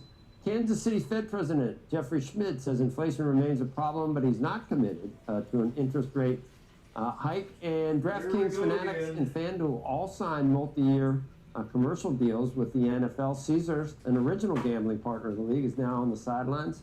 It's just going to be us two again tomorrow, and 50% of doing all this stuff is hard. Get some sleep. Get some sleep tonight. Get some sleep. I get sleep. I go to bed. I go to bed at 8. Make sure you join us tomorrow. Spark on the Street is back.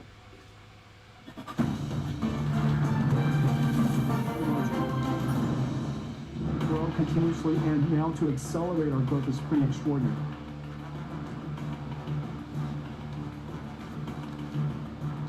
NVIDIA's Jensen Huang with Jim last night on Mad Money talking about demand acceleration and what is already the world's most valuable company. Good Thursday morning. Welcome to Squawk on the Street. I'm Carl Kingston here with Jim Cramer, David Faber at Post 9 of the New York Stock Exchange. NVIDIA's up 6% pre-market. That's going to help tech, along with some assists from Salesforce, CrowdStrike, Okta.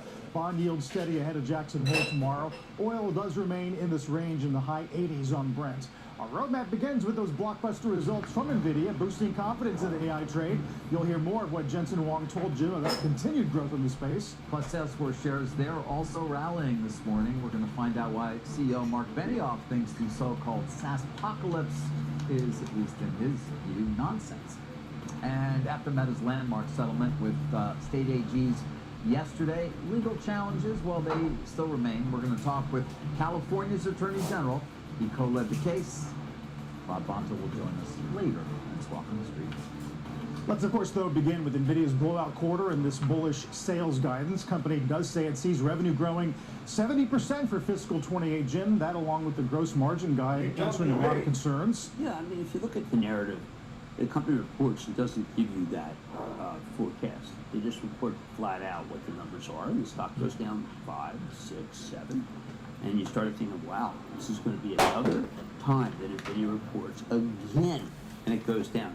And then suddenly they drop a ball, and the ball is, instead of 45% consensus growth estimate, they're going to do 70. And that just changed everything, because then suddenly you have a situation where you know that they have far more demand, you know that they're going to be able to make far more per GPU. Yes, yes, yes. You know what, whatever... And for months, we've heard you all bash NVIDIA on great earnings, great guidance, and you still called it a bear. For months. Don't back out. Admit it. I don't know about you, Kramer, but the other ones did. CapEx this, CapEx, oh God, they're doing too much spending.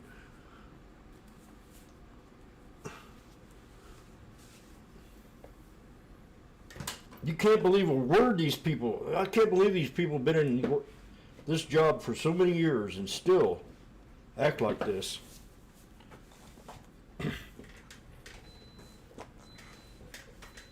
Yesterday we were going to pull back.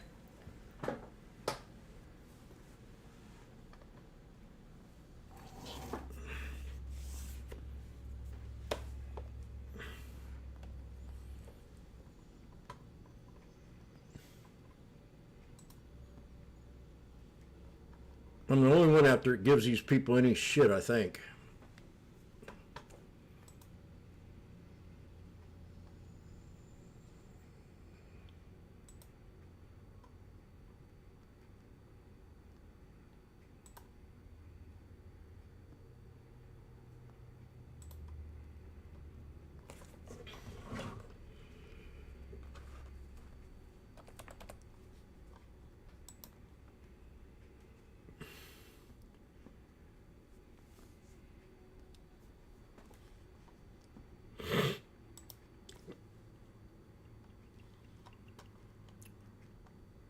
Blowout second quarter guidance.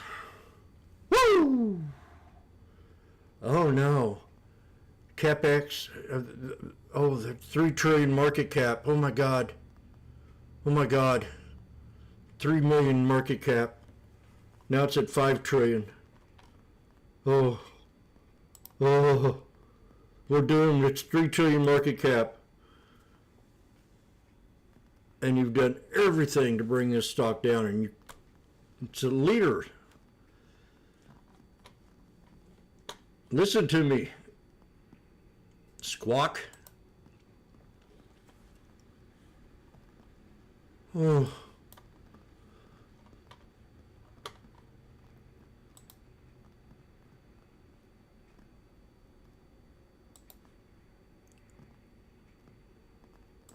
AI this, AI that.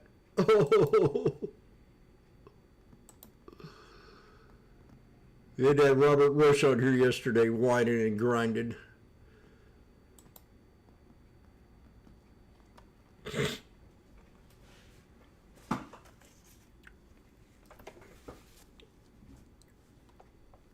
Okay, I got that out of the way.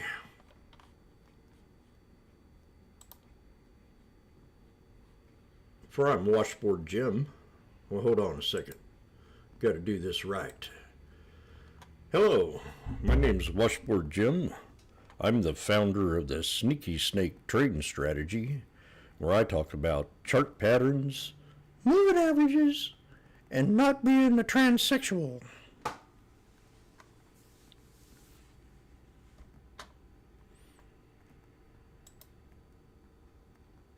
Misters at the orb.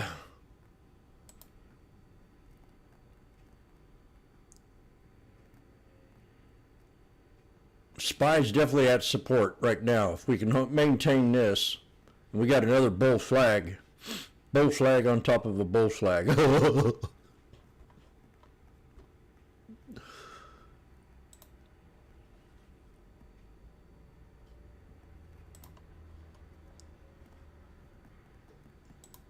Dadgummit, I wish the bell was ringing right now. This thing's going to be back up to the top before you know it.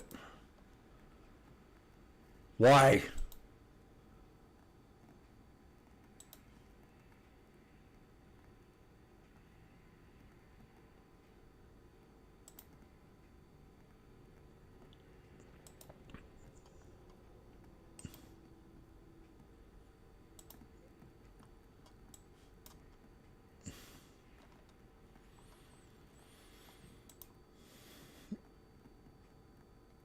SMA, bull flag on top of a bull flag on top of a bull flag, and then a boom. So this is called a bull flag. A 1'em, 2 bits, freebie, 1'em, 2'em, 3'em, 4. If you can count to 4, you might make a little bit more. If you can count to 4, you might make a little bit more. 1'em, 2'em, 3'em, 4'em. 1'em, 2'em, 3'em, 1'em, 2'em, 3'em, 4'em, 1'em, 2'em, 3'em.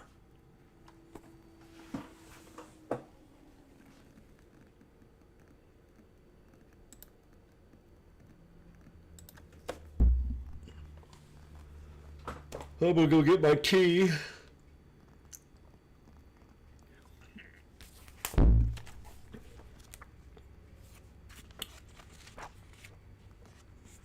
Lasers can move clouds. Scientists poop and learn. Scientists have experimented with using lasers to create tiny sparks in the sky that would trigger rain. The technology is not fully developed, but the idea is to control weather in small areas. And I think that's a big mistake. It is called cloud seeding, and I think that happened under the Biden administration, to tell you the truth. And it was already been done using airplanes, but lasers might be next. We had one year under the Biden watch where we had flood. We had more rain in 2 months than we had in a 2-year span. And I always wondered if the government had something to do with that. Because it seemed and they were pumping climate change. You can't trust any government. Finally got someone up there that's not in bed with all them other idiots.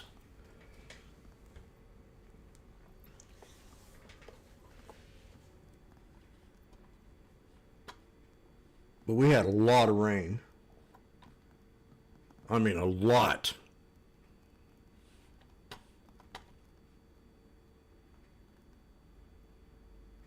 I think the biggest rainfall I ever saw, well, it was here, definitely. Had to pull over one time.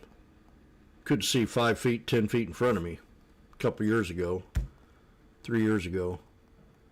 And what else? Hawaii, when I lived there, I had a pretty good, when it rained hard. And I lived in the lower part of Oahu, where it got a lot less rain than the other side of the island did.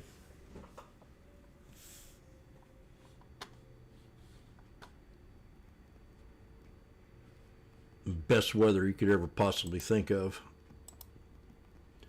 We got a flag here on IWM at open. Everything's kind of pulled back to support. Let's see if we can keep it there. Okay. Has anybody ever transitioned into a man or a woman yet? Let me know.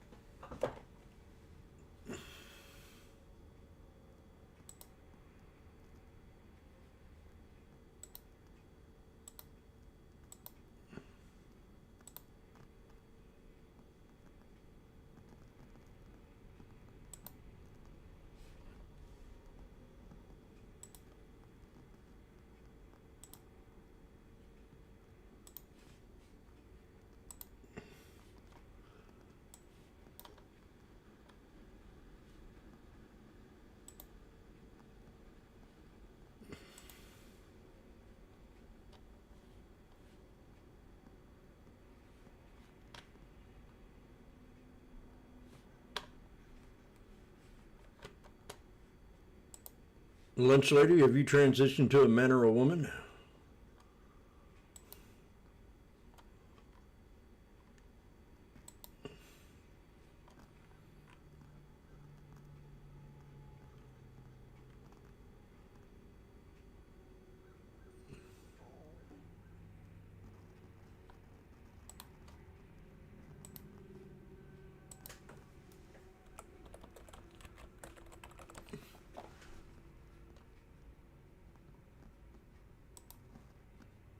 Good morning, YouTubers.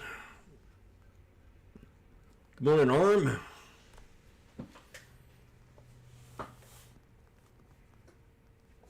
Did you see me have my mental breakdown a couple days ago?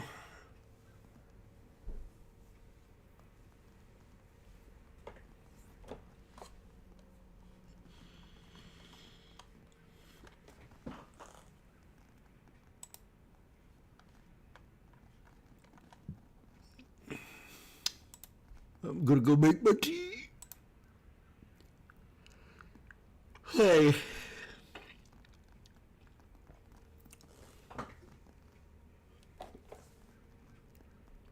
I think I'll turn the fan on a little bit, get some air circulation.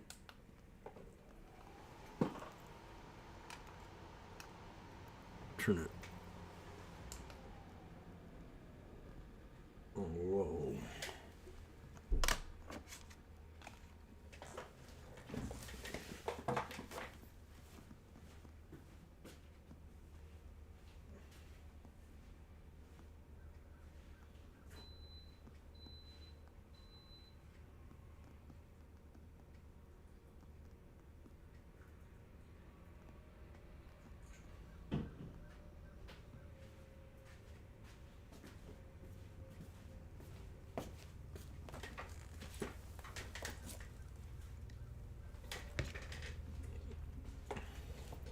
I used to like listen to these guys, but they're so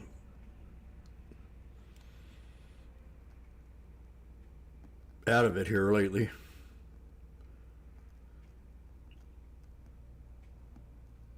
I really used to enjoy listening to them. They had Maria Bartolova on here, and she was hot.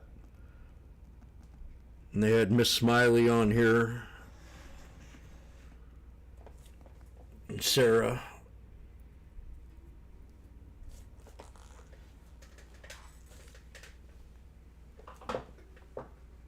These guys have been around forever.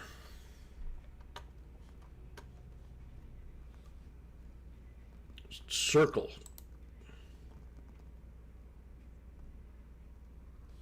We were comparing that to better than Coin. Walmart. I had another pullback on Walmart. CrowdStrike, and we had CRM and Intuit. INTU and CRM. Earnings were spectacular on all these stocks. They feed you so much full of shit about AI. They're scared to death of AI. I don't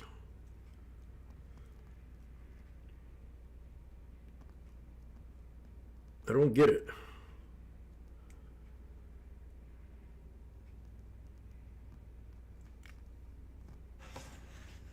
They weren't scared to death of the .com era.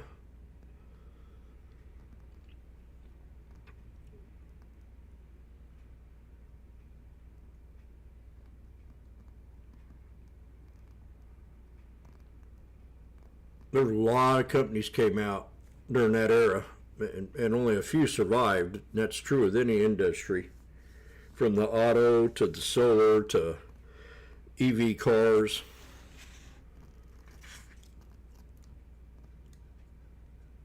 To cannabis companies, to Bitcoin. There's always something to put your money in. That's what I liked about Kramer, but he's I don't even know if he's a fundamental trader. But he's one of them kind where you just follow if you're following a stock and want to listen to the news and stuff, and you're in it, or you follow him and you buy the dip, wait for the pullback, but never buy it when he mentions it.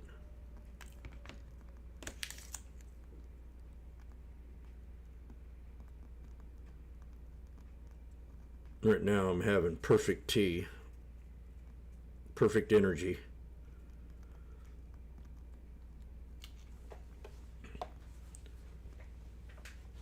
We got SanDisk had a run. I called that bottom on SanDisk yesterday.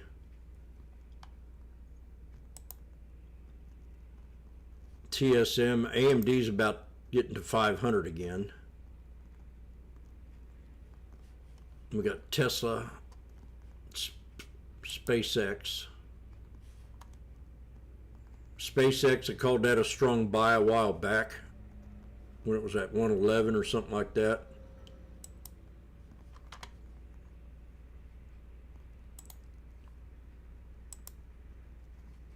$104.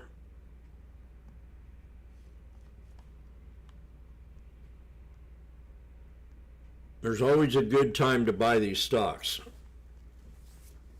This one's up almost 40 bucks. Now I wouldn't buy it now,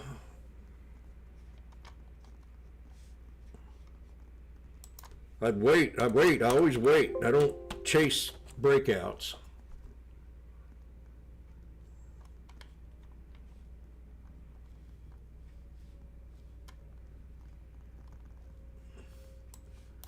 If I was trading Tesla, I'd pull up the hour time frame, and every time it hit the 200, I'd buy it. And we're there under the 200 now, so this could pull back and be a great opportunity.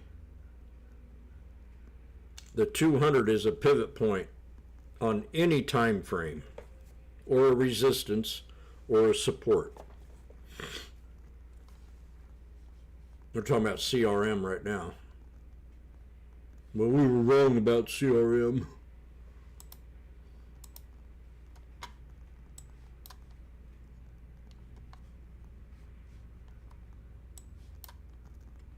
Man, look at that, right at the 200 last night. This ain't gonna pop up.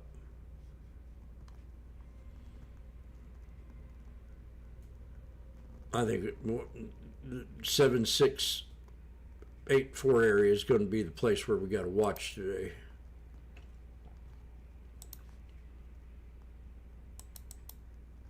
That's a pivot, double bottom pivot point.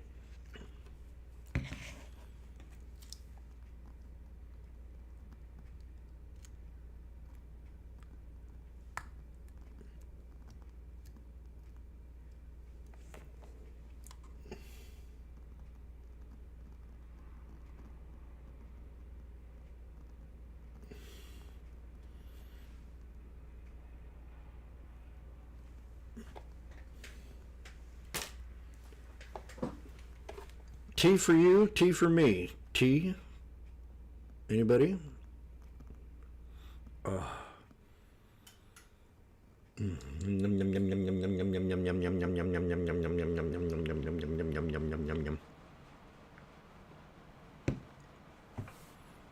So today we're going to do a tribute song.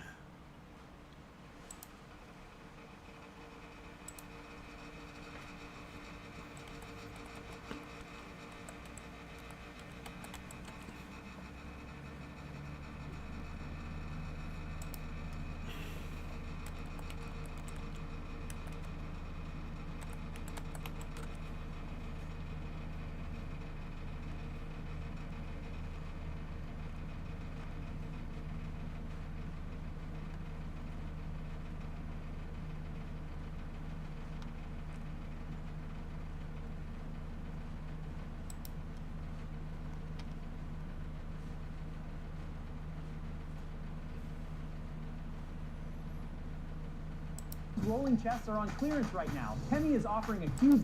I'd like to do a song for you now that I wrote. This is a song that I had out a few months back, and hope maybe you might enjoy this one. In everybody's life, there's a special person that you love more than you love anybody else. There's a song about that special person in my life.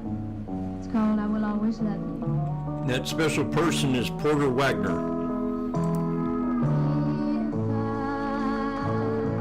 Should stay. Thank you. I would only be in your way, so I'll go. But I know I'll think of you each step of the way.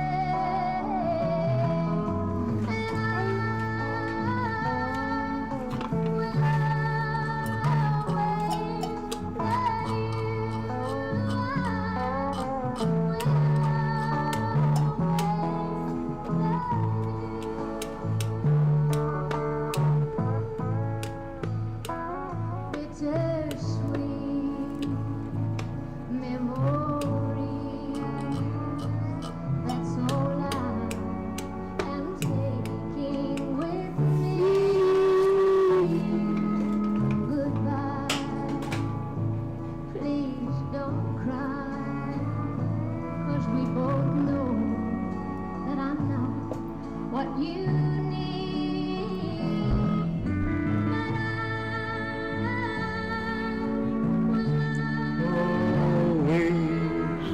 Love you.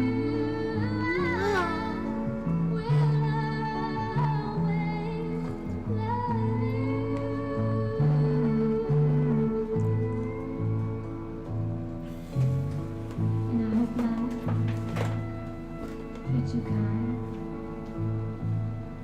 And I hope that you have all that you ever dreamed of. And I wish you joy. I wish you lots of happiness. Oh, but above all of this, I wish you love.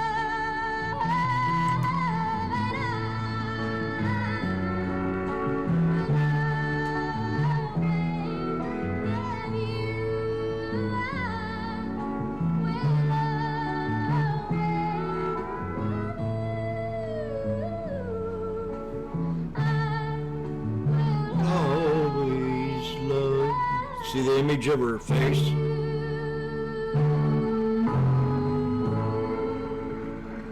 Thank you. I love you, Dolly. Thank you. Thank you so much. We'll be right back after this commercial. Thank you. Yummy, yummy. My name's Ryan. I'm out. So that picture I got here is a signed autograph from Dolly. She was one of my favorites.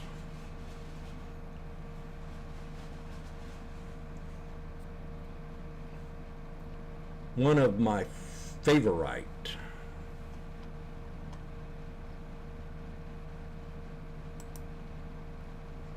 Just dadgum, you're gonna bounce before the market opens. We got 4 minutes. You cockroachy.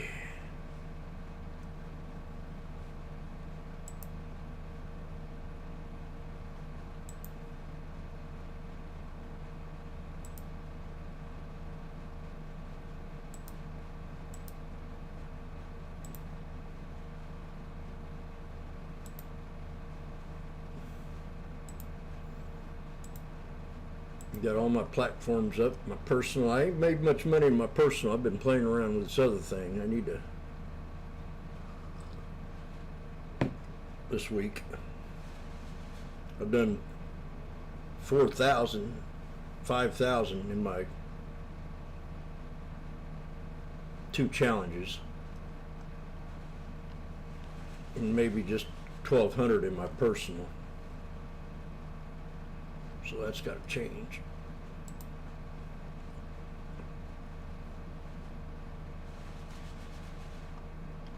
And I will always love you. And see if we can do the 220s today. Oh, that's Nvidia.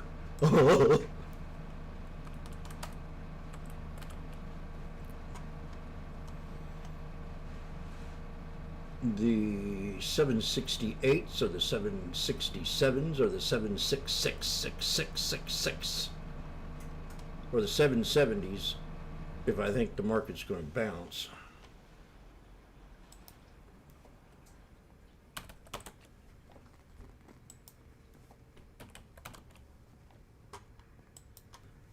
And then watch test Nvidia. You'll have your, what the fudge?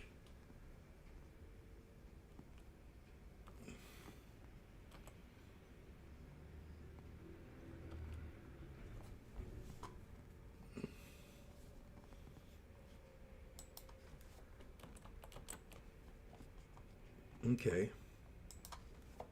That's what you're going to be about it. Be spy first.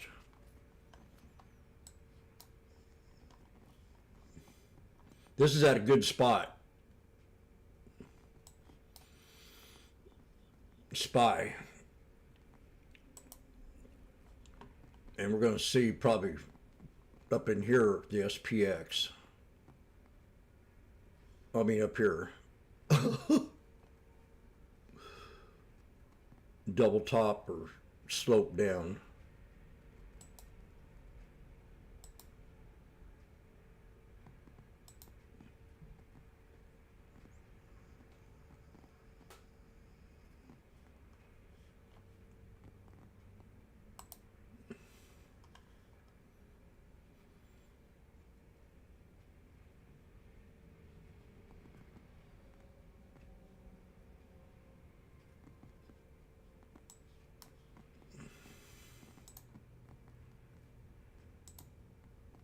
We have less than a minute.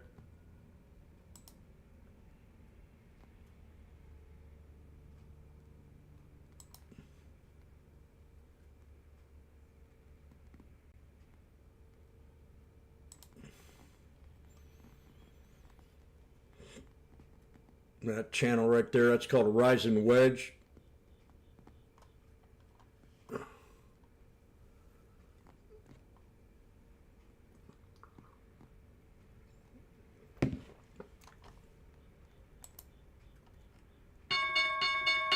And we're off to the races. And SPX.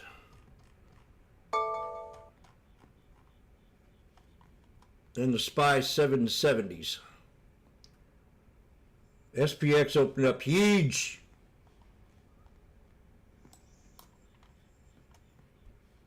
Probably pull back.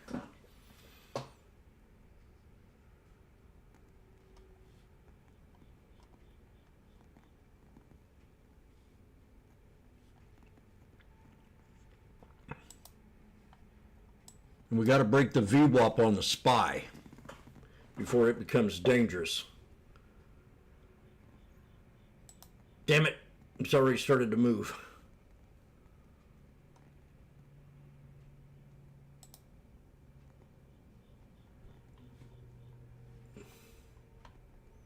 We got the 200 on the 2 minute. Oh, that's the 1 minute.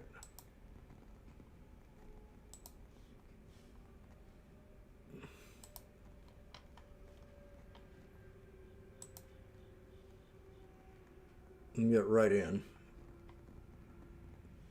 We're at the VWAP.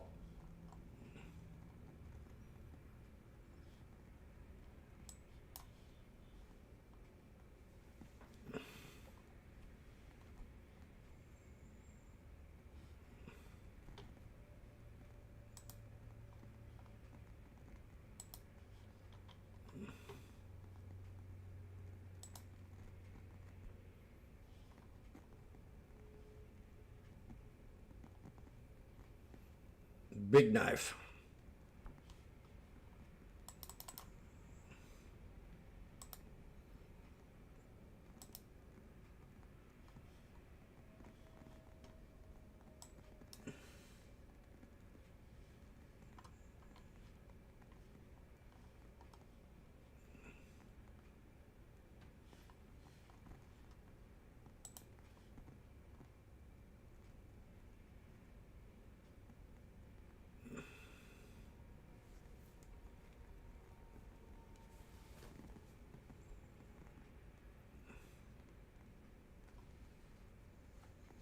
Is that called the shakeout?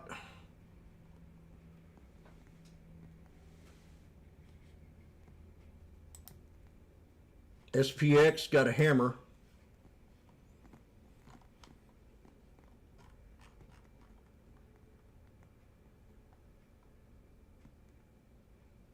And 7710s.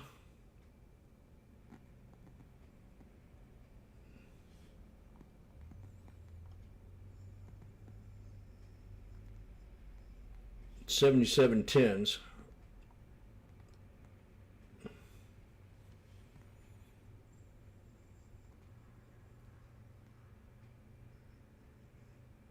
And we're just now hitting the 9 EMA. Boom, baby.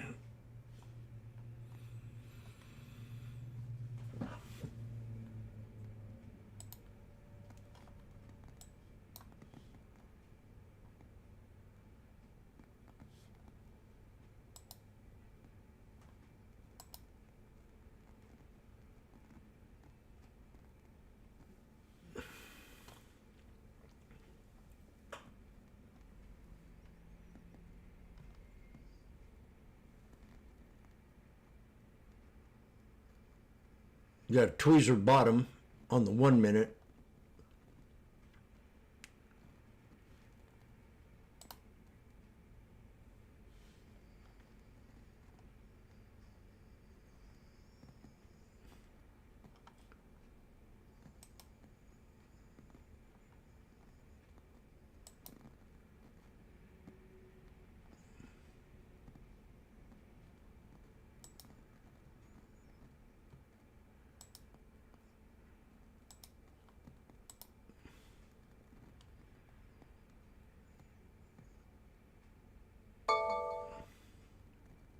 Something just triggered. SPX. Just hit my support.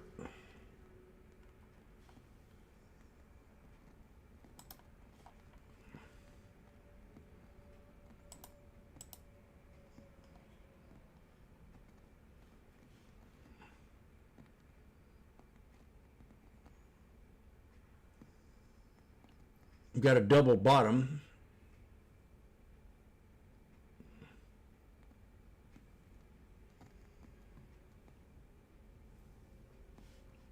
$77.10s are at $7.20.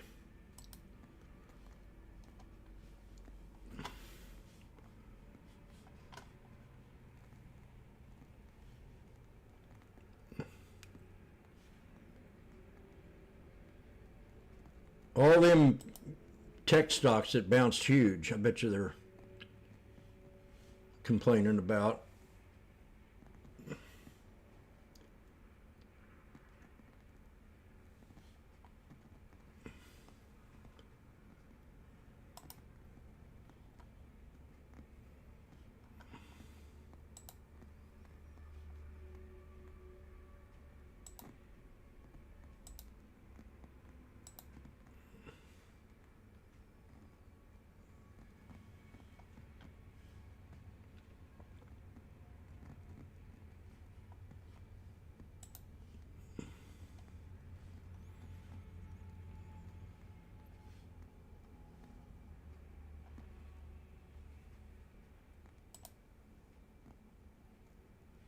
Got a flag here.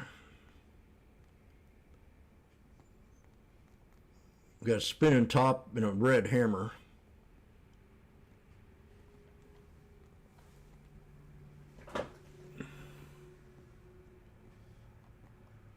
Then we're under a wall.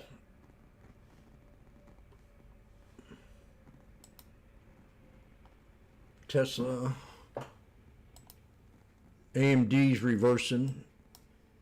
We had Meta pull back.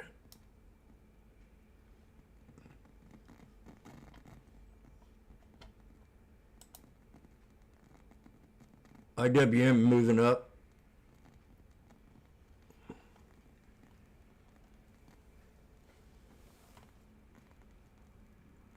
SPX at 710 again.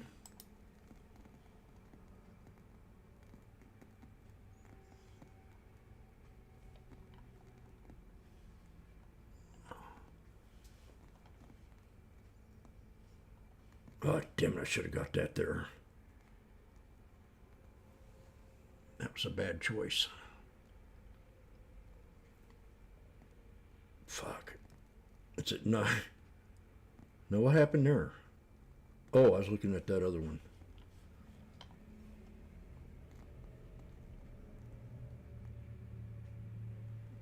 We got the 10 crossing the 20.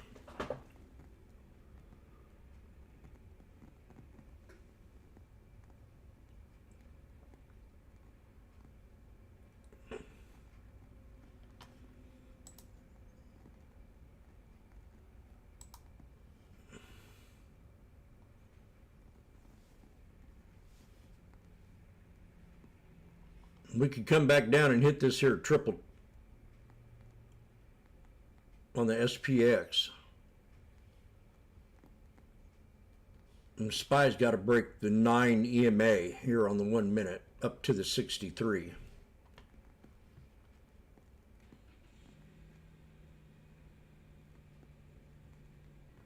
This is still looking a little bit bearish, but I'm going to probably jump in if we can get one more big fat candle.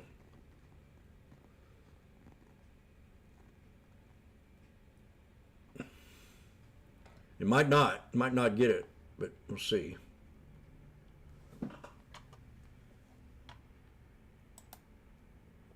SPY starting to break.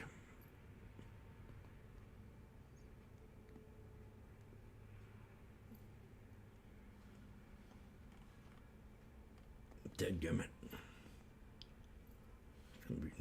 You ain't gonna make it that hard for me, are you?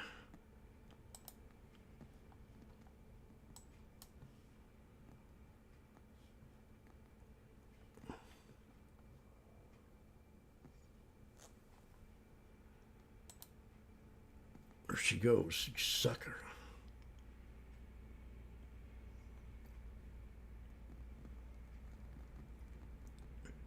Break to 63 and get to the 200. My dang it, she's up at 930.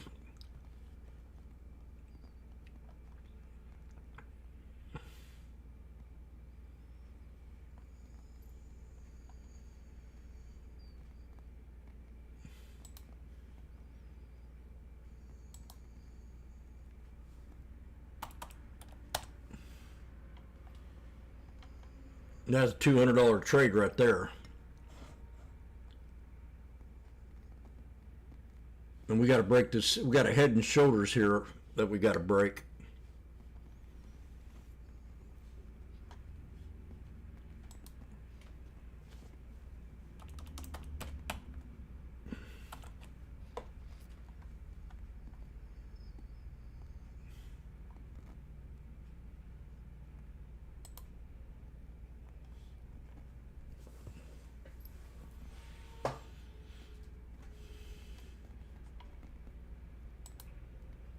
We're at the VWAP on the SPY.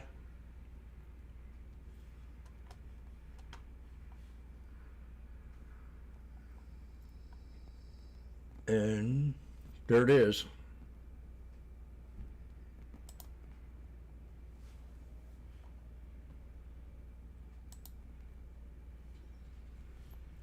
We're at the 200, time to exit.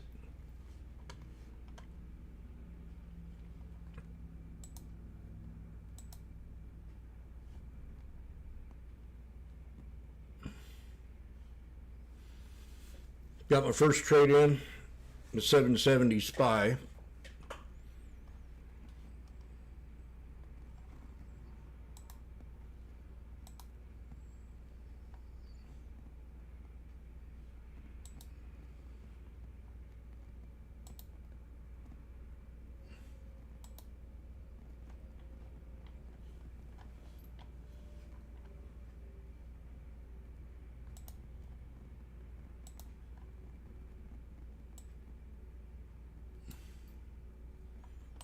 Now, if we start bouncing above and break the this red line, that's that flag, resistance, resistance, then we're going to shoot on up.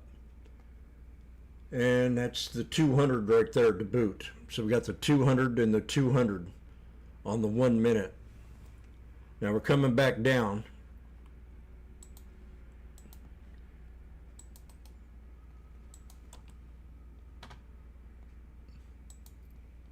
We could be breaking here.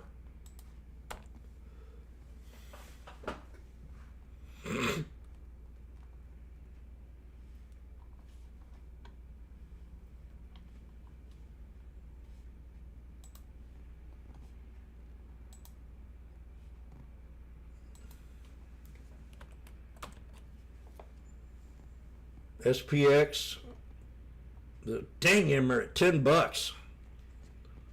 That's $400 right there. 720s. Looks like there's a bunch of people in the 725s. But I want to see if I can get this 7710 on a dip.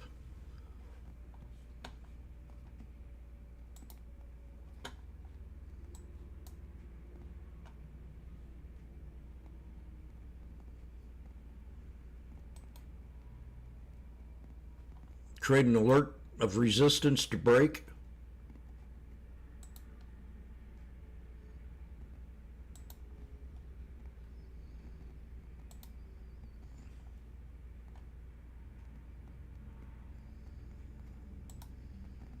Tesla's moving. AMD's at resistance. Meta just broke the 200. NVIDIA is in a channel. It's about to get a new high.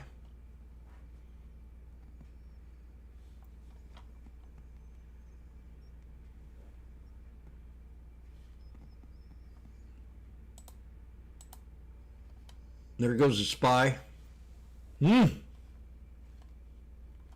Don't tell me how much this sucker is, because I'm going to beat somebody up. 92 cents. Dollar. Now 770s. There it is. Bam. That's on the 5 minute. We're at the 200 on the 5 minute.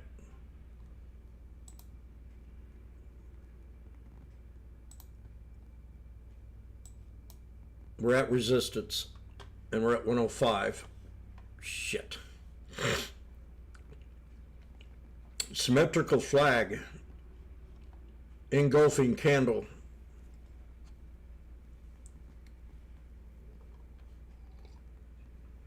$77.10s are almost doubled now, up 100%.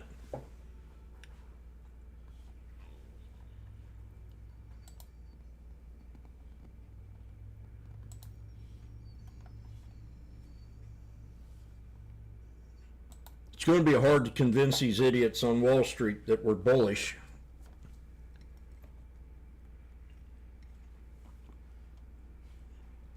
I want to chase. I'm getting that bad desperate right here.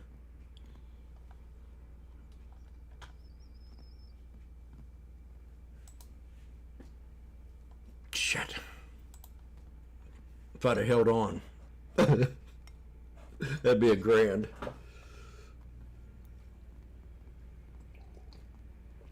$77.10s are at $15.20.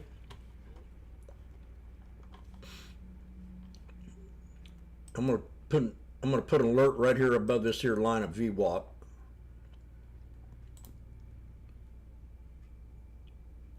On /ES.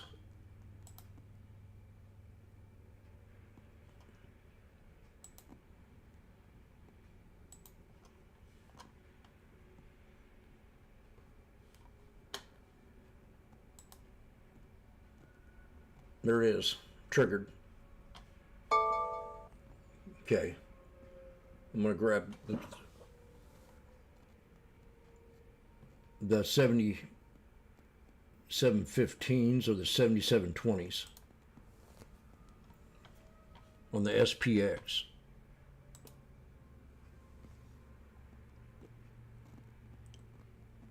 There's a major support right here.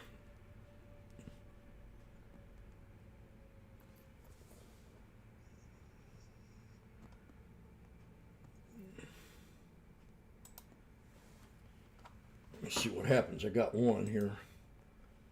I got these 77.20s at 6:30.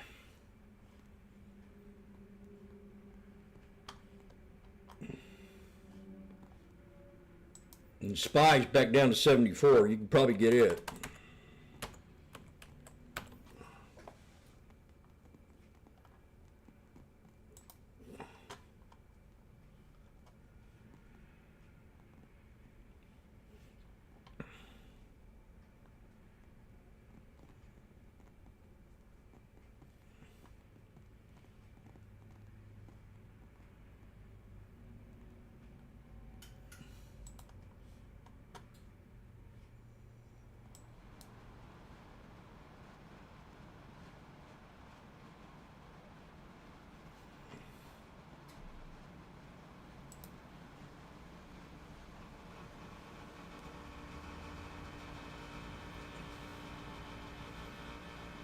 Be nice to hold this 10.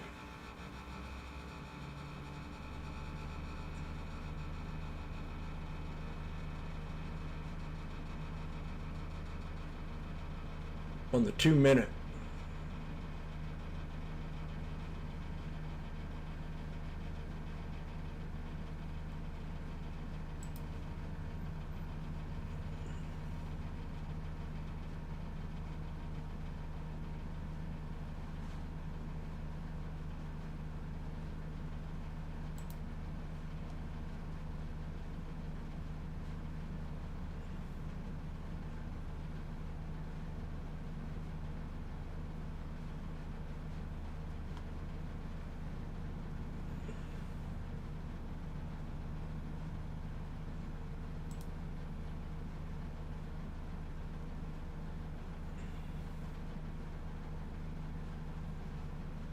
We're at a double bottom on the SPX.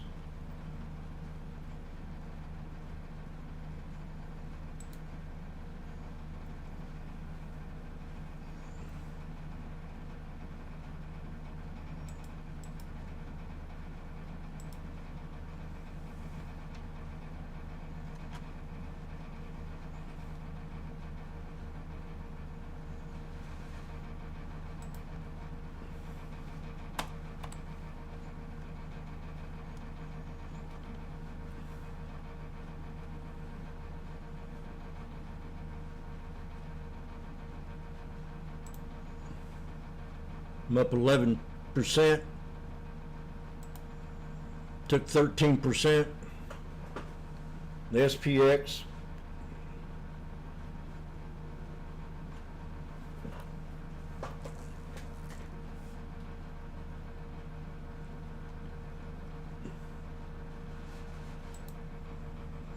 I'm up $345.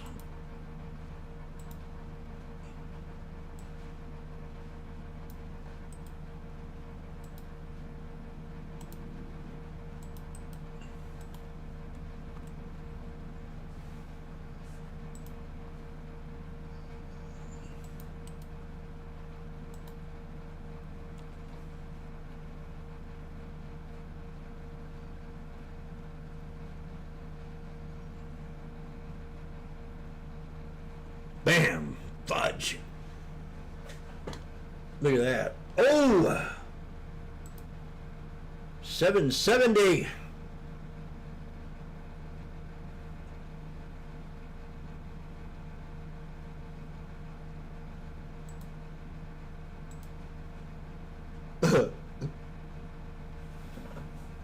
Like I said, I'm bullish.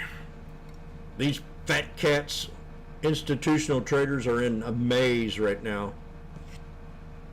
They don't understand.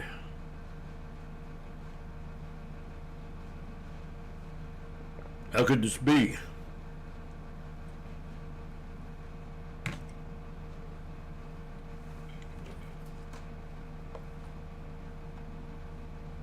How could it be? You know where I'm coming from. SPY was at 72 cents a bit ago. Where are we now?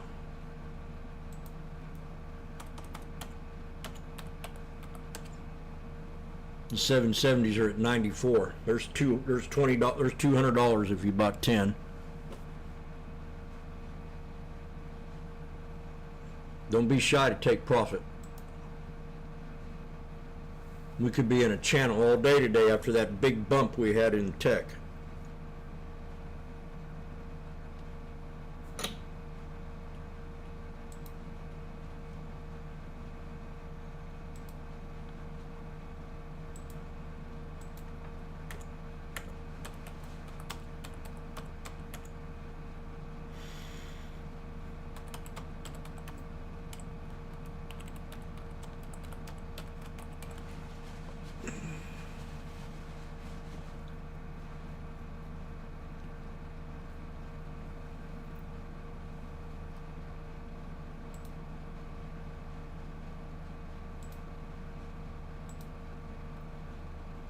$95.6. We're going to do a buck.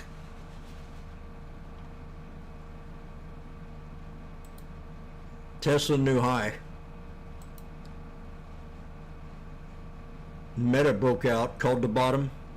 Snake breakout, pull back, double higher low, boom.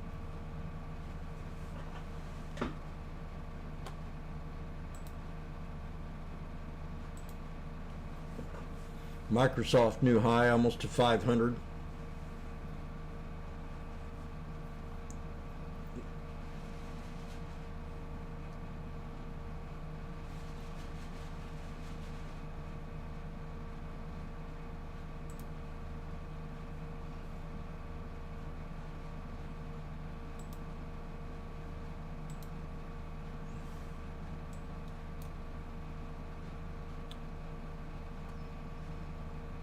The SPY got in at 88, added at 75 and 56, added 10, doubled down, out at 76.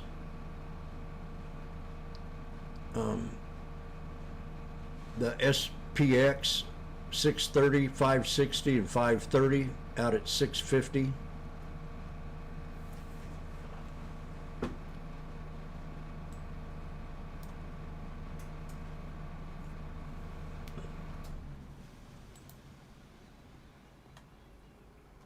Watching 7720 on SPX.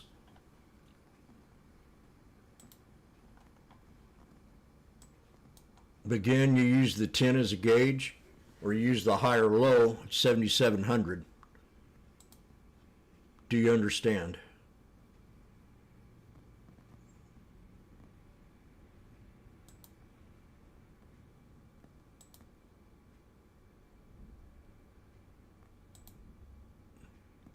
Now I got to turn on Beetlejuice.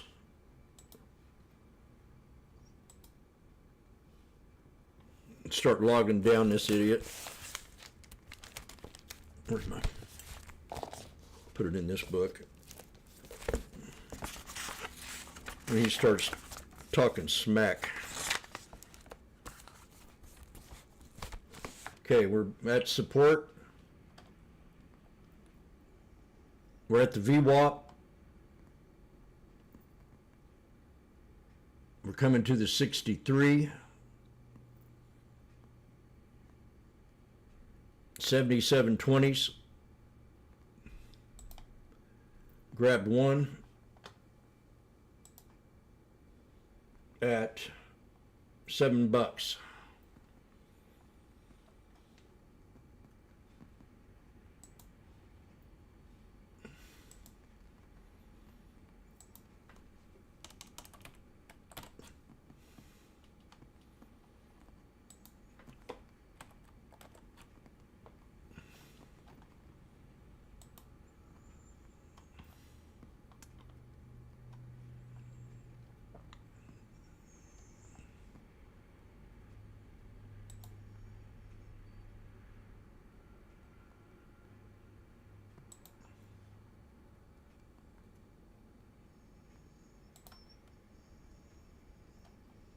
Three black crows.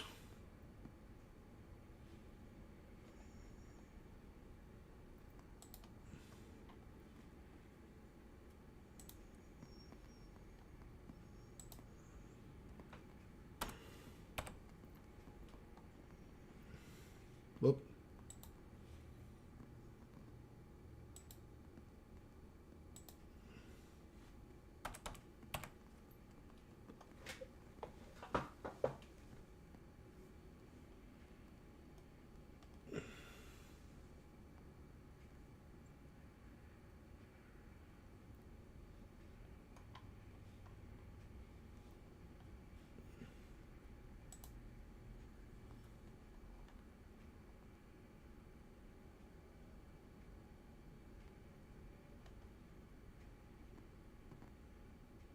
We're at the 20 right now.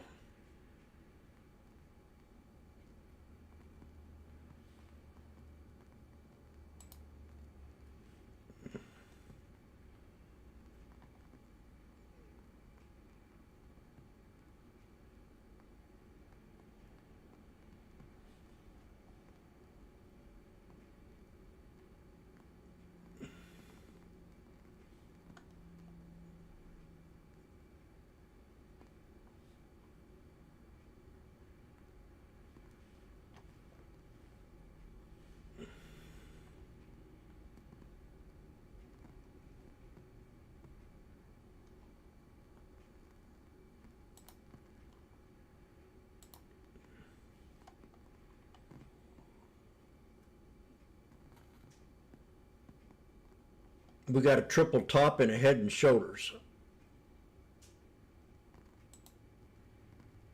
And the triple top's lower than the shoulder.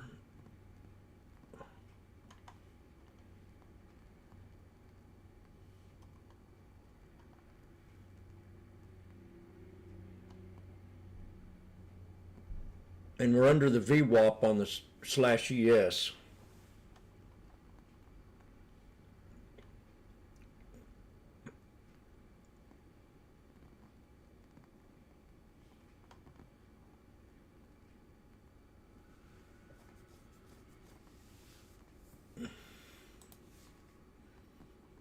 Now we're squeezing. We're in between the 20 and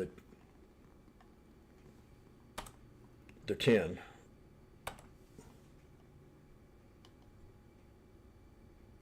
And we got resistance at the VWAP.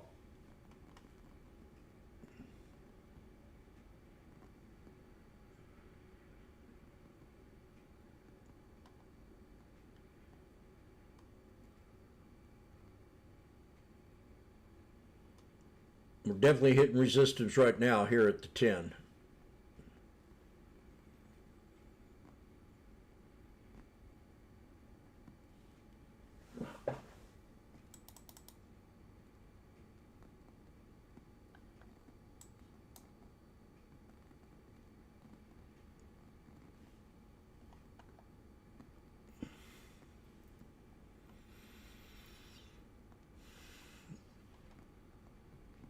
No wall there, I don't like that.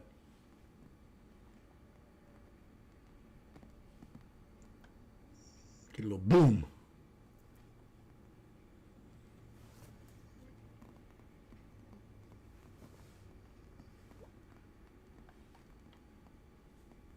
It's not yet. Sir, spinning top. If we can gain respect on this body to that one.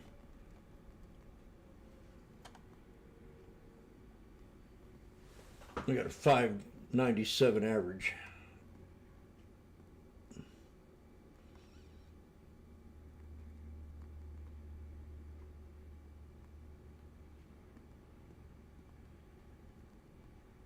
We're at the VWAP.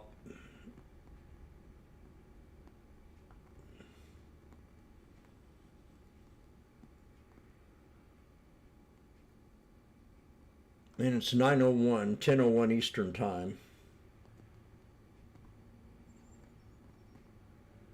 I don't know if it's got the guts to break or not.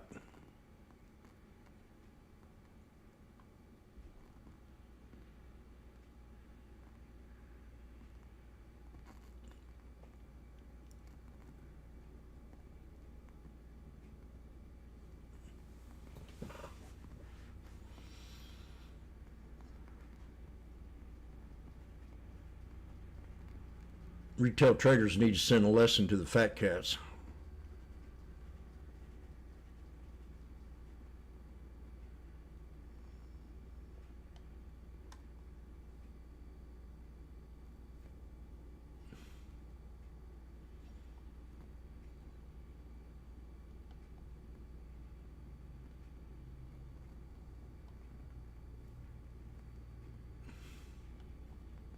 Break it. We got a dragonfly doji. No.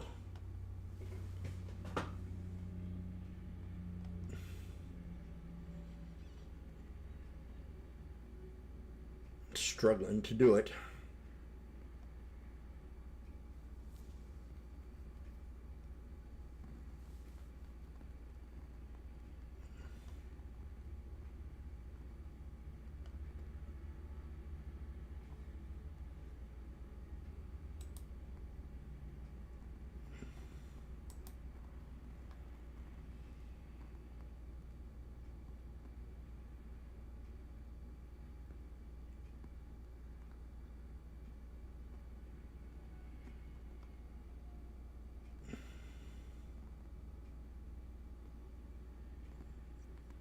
Oh, come on. Do it. Triple top on the candles.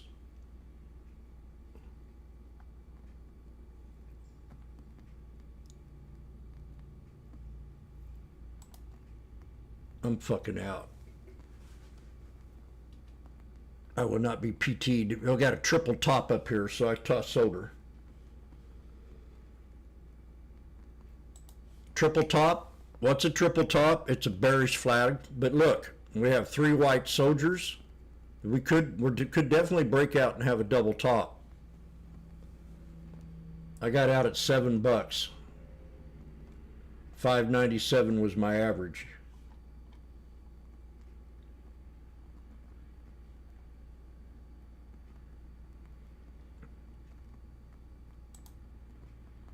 I'm up $651.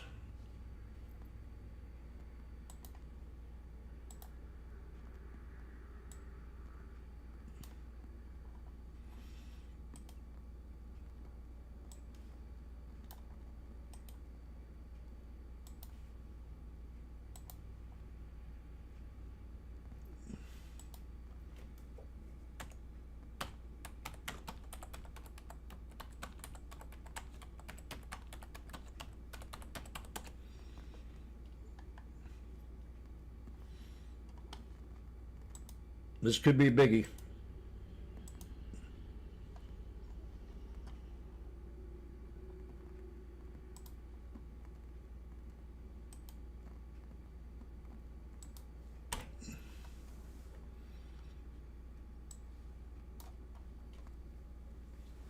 We're at the head and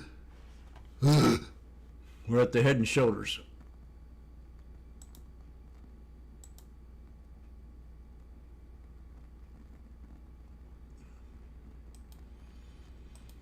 This thing's acting up today.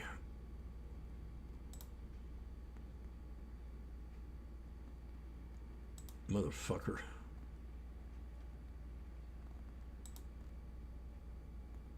Still didn't get right. The New York Times said that Meta has projected that they could spend up to $10 billion per year on Anthropic AI. Okay, that was at 9:06. And that's good news.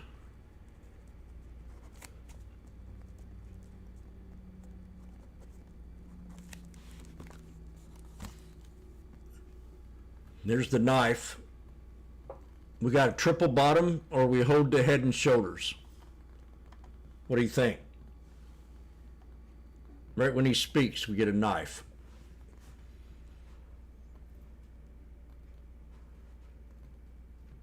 I think I'm going to grab one. If not, I'll just hurry up and get right back out. The 520. The 7720s at 520.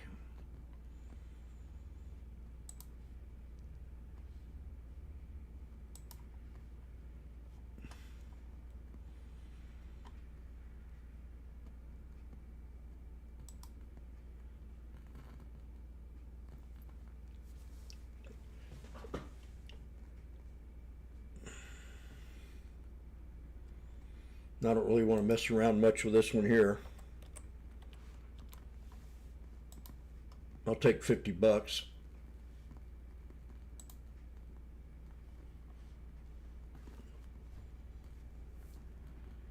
I'm out of it for right now.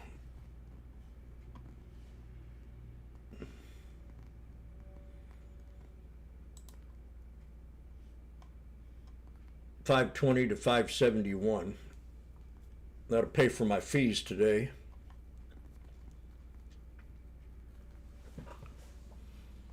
We have posted the New York Times article on the feed for those interested. I'm interested.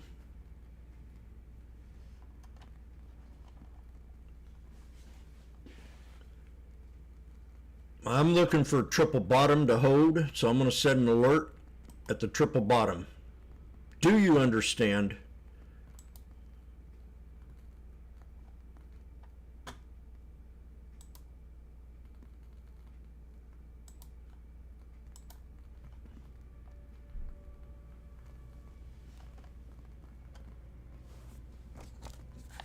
And he's spouting off news to 9:06 to 9:08.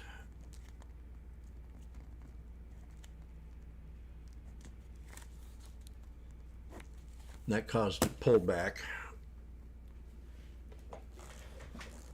I'm not saying this guy's a genius or nothing, but I just want to follow. I noticed yesterday when he spouted off Russia, man, the market tanked hard.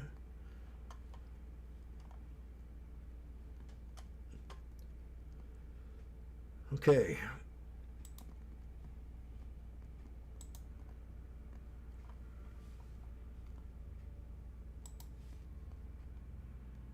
Four trades, 100%. Now, that's, some people would call this a day. This is what I want to average, maybe 1,000 a day in that challenge when I get it all According verified. to the ministry, Qatari PM meets with Iran's Parliament Speaker Galabaf in Tehran. Tehran.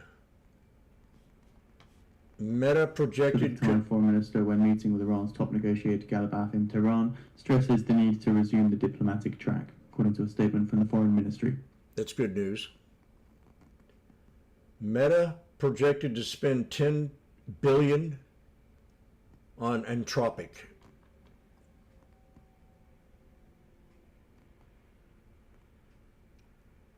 NVIDIA's bullish outlook reinforces confidence that AI investment boom has further to run. Damn, they're 670.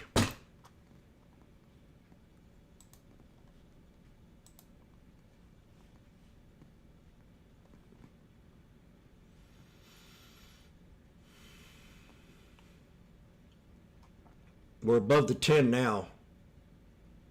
So I got to try to buy the dip.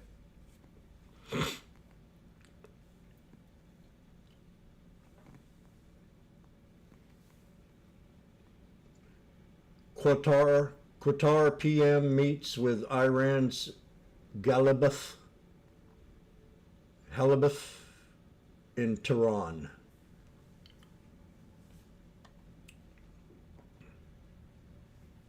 Today we'll be playing an Elvis song called Peace in the Valley. So California's Bonta says the Meta settlement wasn't about the money.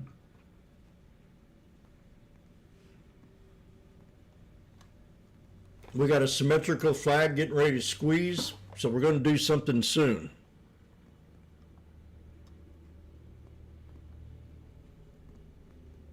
On the SPX. You can see by the tape how it's slowed down. They're thinking about what they want.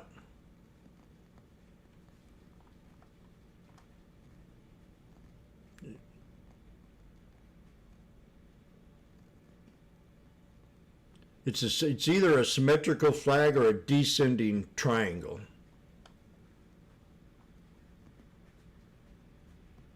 So I'm waiting. I'm going to be patient. If it starts to break out, I'll jump in. California's Attorney General Bonta says we're very interested in Snap and YouTube as well. Oh, we are? I don't really care.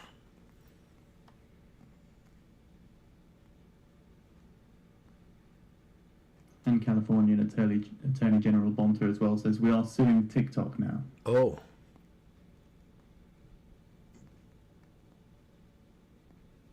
This is ridiculous. People no longer have personal responsibility for themselves. They want to blame something else. And they're winning.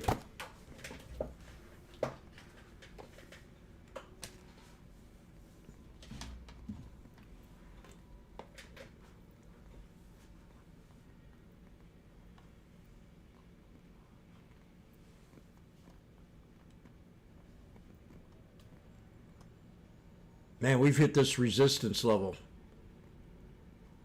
for the longest period of time. It's going to do something.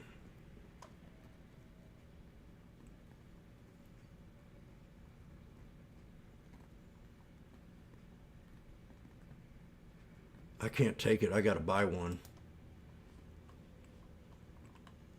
Probably got too much. Paid too much for it. $6.50.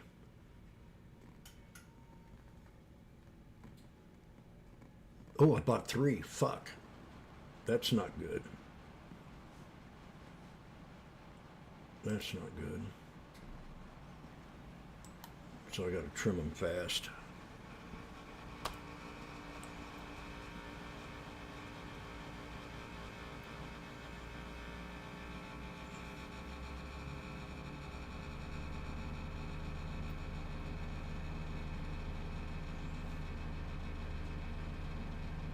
Why'd I do 3? I don't know.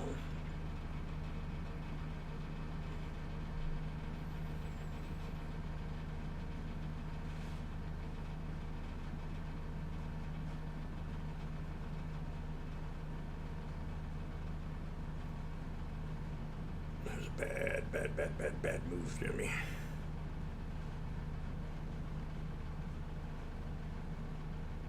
Bad move.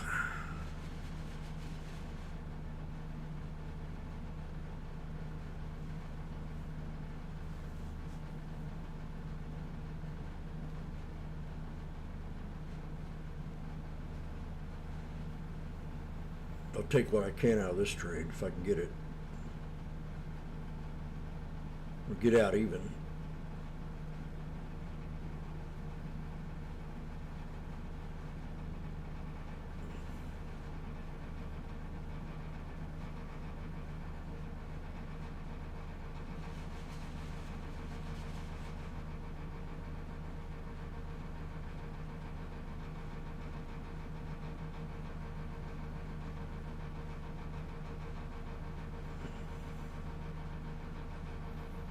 Should have grabbed 3 more while I was down like 15%.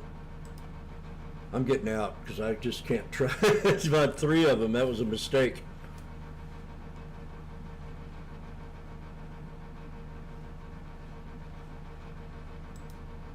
And I don't. So I made $60. Well, hello everybody, this is Dono J Truck. You're behind the markets. If you're a real day trader, go real time. NaturalJuice.com/purchase and save 67% on a subscription. I might subscribe because you're making me win money. So this one, I made a mistake. I didn't look how many quantity I had. I had 3. And I didn't want to take that risk with 3 of them, so I was down like 15%, and I should have added 3 more. But when you make a mistake, you don't want to try to. It's a message.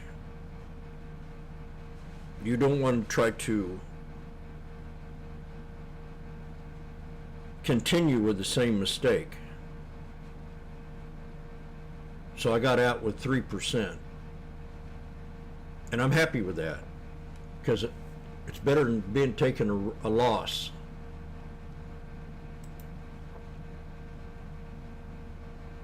So I'm going to go right in here and correct that mistake.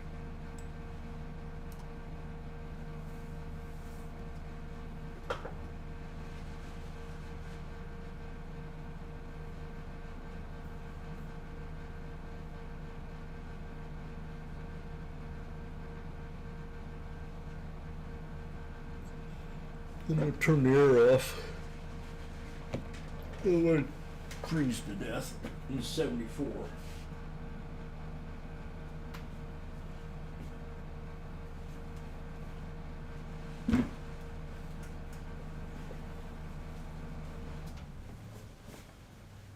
Measure twice, cut once. Measure twice, cut once.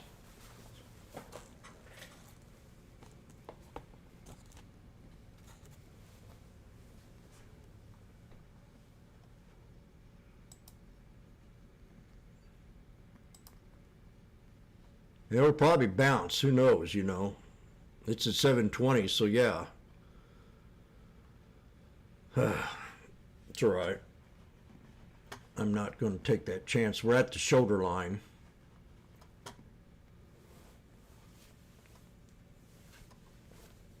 They're at the greed, they're showing the greed sign. Historical values, greed at 71. Yesterday was at 74. Now it says 65, but budge.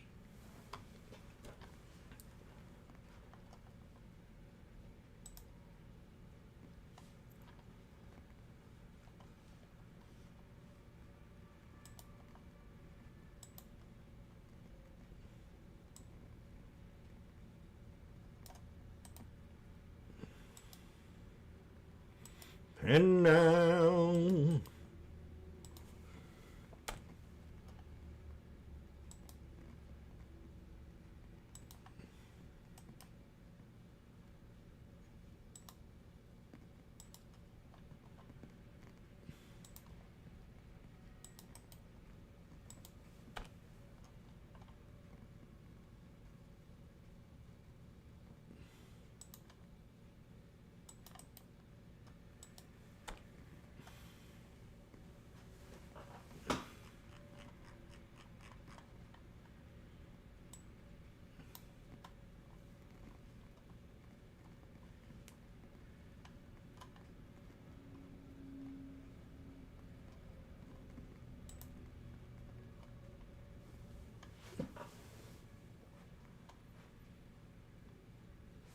bullish. We're at the head and shoulders.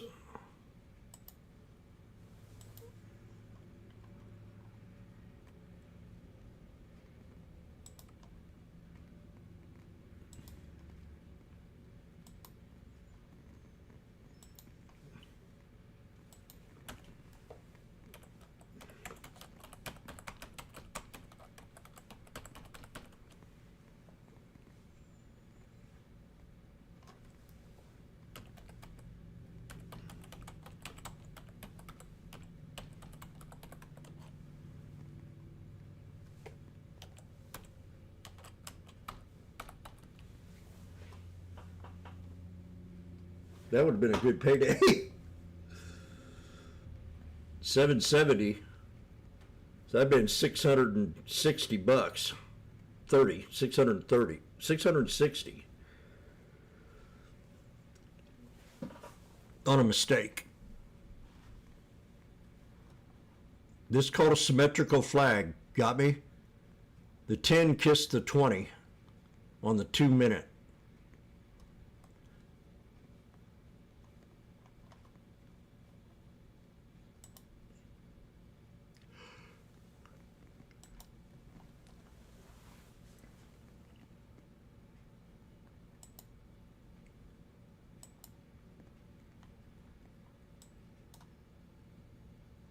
IWM, snake, breakout, pullback.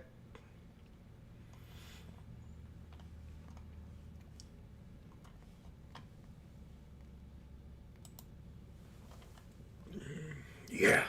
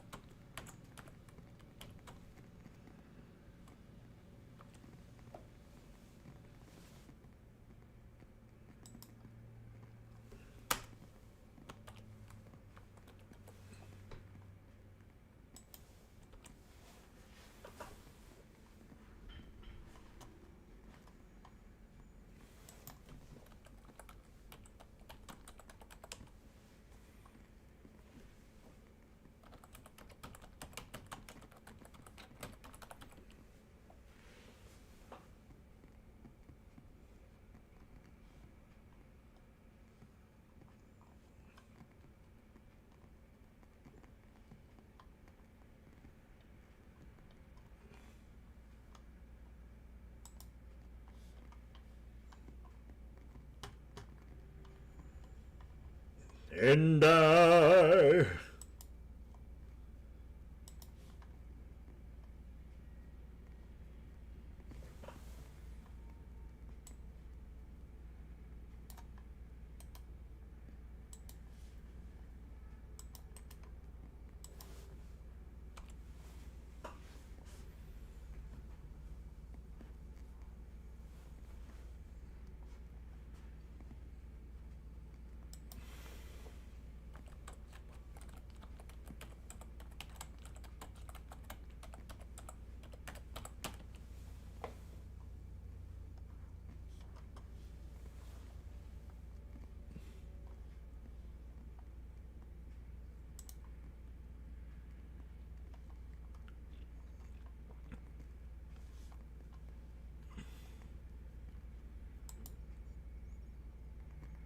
they're in Jackson Hole.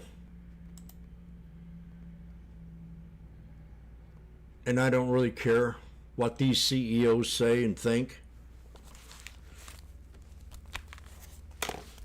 They're a little different. They're a little bit better to listen to than the analyst. I'll tell you that.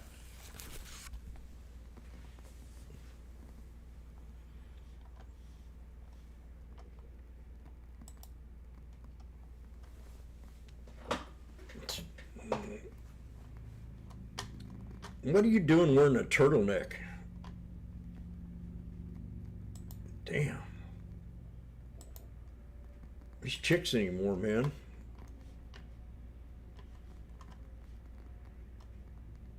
I had my first car accident with a couple chicks walking down the street wearing tube tops.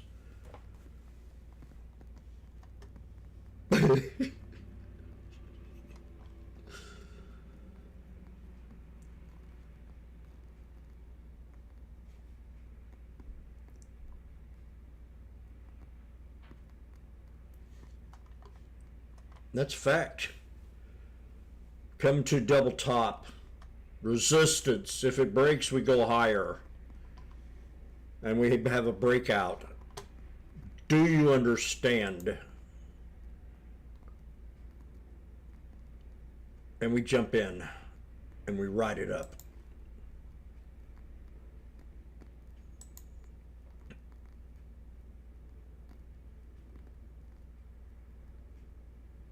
Double top. 77.14.28. 77.14.28's got to break. Oh, Lordy. Lordy. He called it.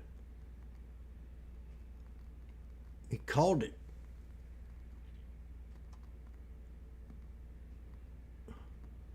Come on, bro. Don't be running off yet.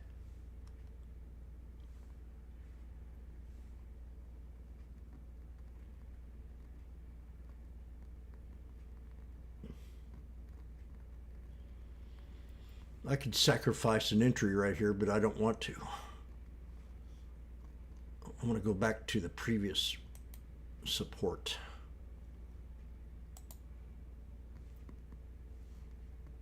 And it's going to be too late.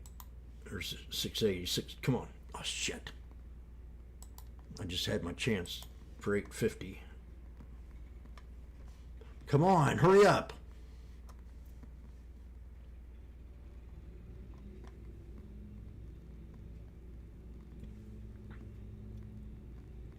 No.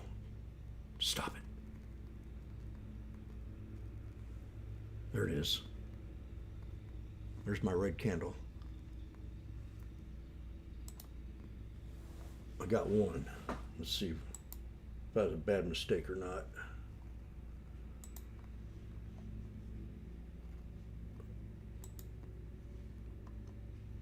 Yes, it was.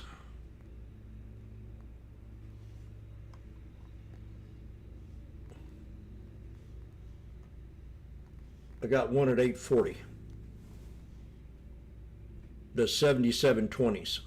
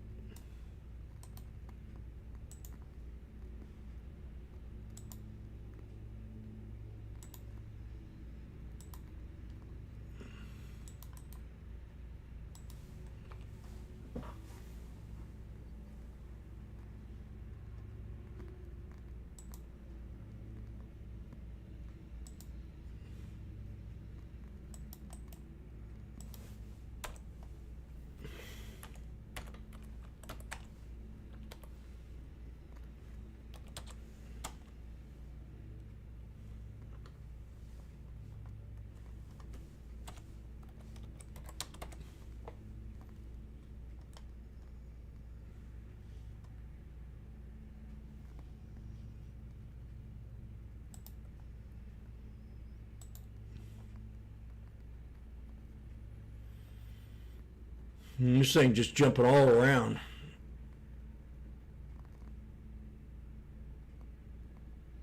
I mean, really jumping around. Ah.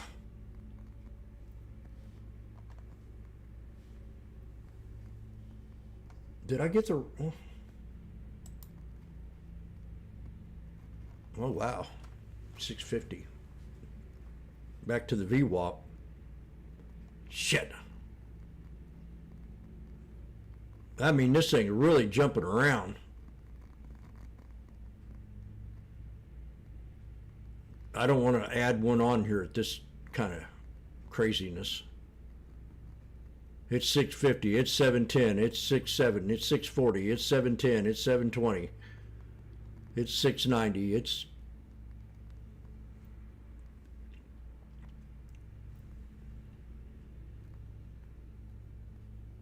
But I do need to figure out if I want to cut it or not with all this volatility. Keep it above the keep it above the 10. And we can easily come down and hit the 63.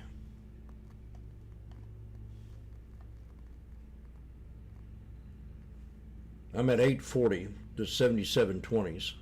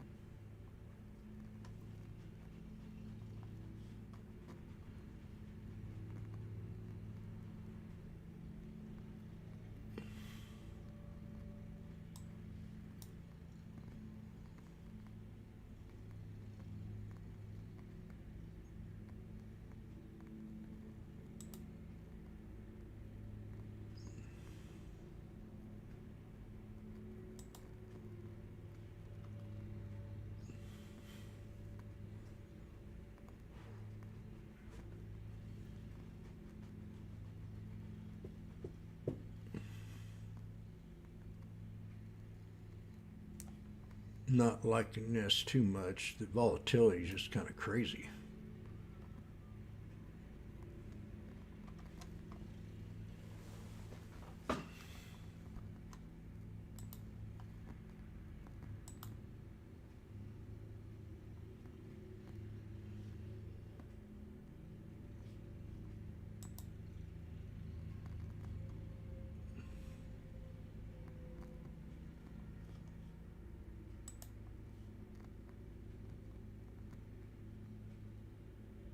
Jesus Christ.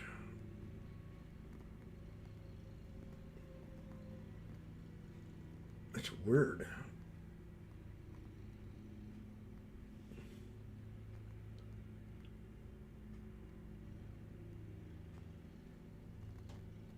Man, I tell you, I'm freaking out on the volatility of this thing.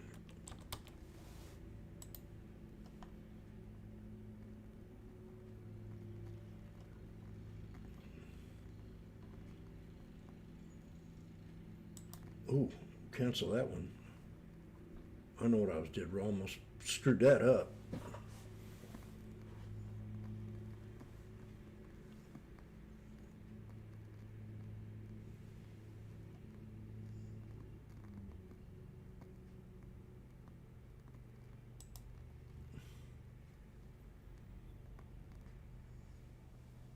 I don't know if it's got the courage to do this.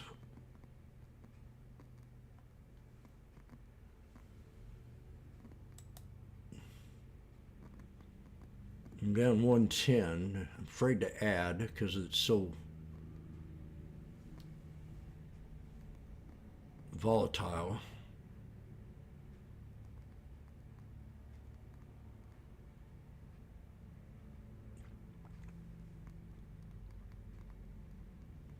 I think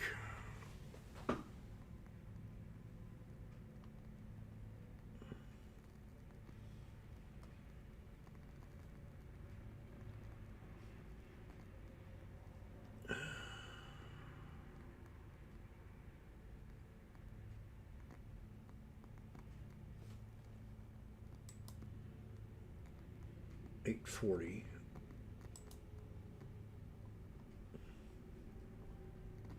Could just get right back out of it.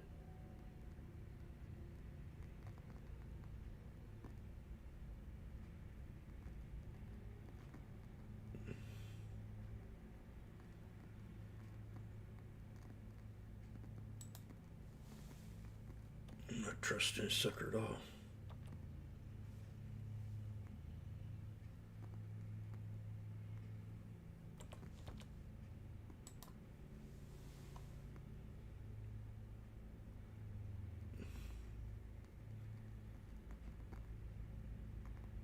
Give it to me. Come on. There, I got it. I just couldn't deal with it, so I got out. 870.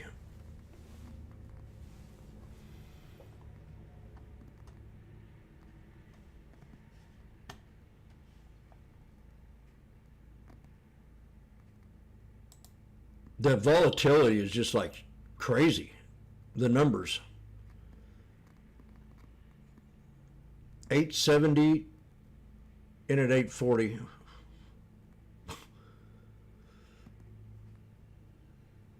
Yeah, I just the spread up and down, up and down. I mean, $100 within seconds.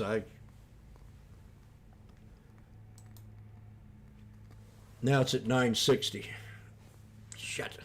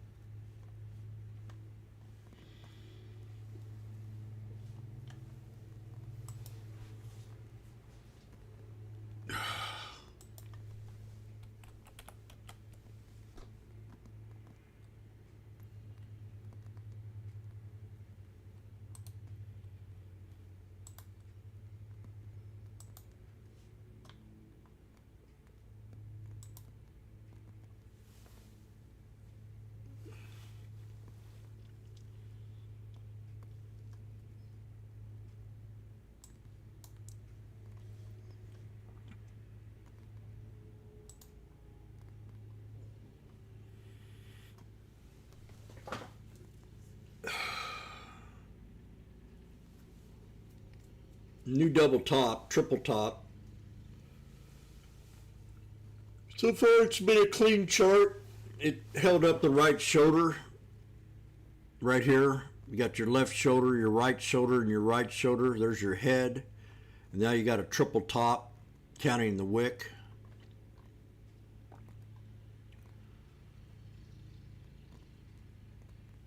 So if it held right here, this would extend to a new high.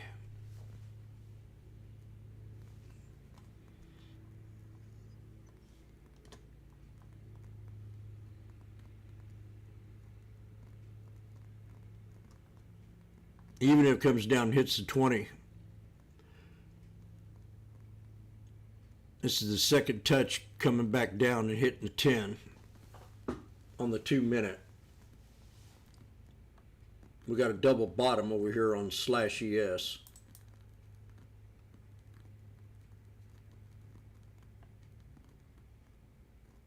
Got a yin yang. We're back at support again. Jim, should you buy it? You freaked out on all the volatility earlier.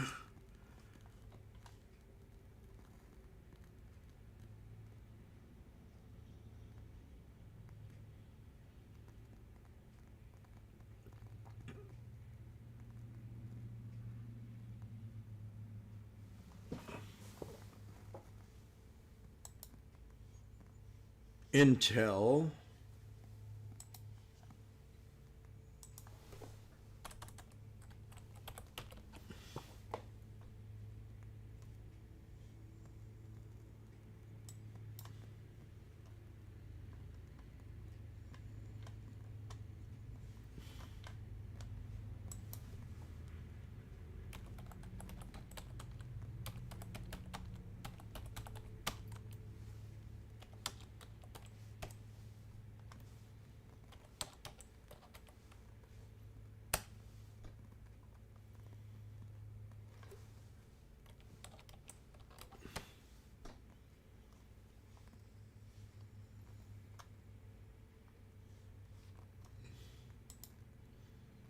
Mr. Coin, Riot, and Circle are all up.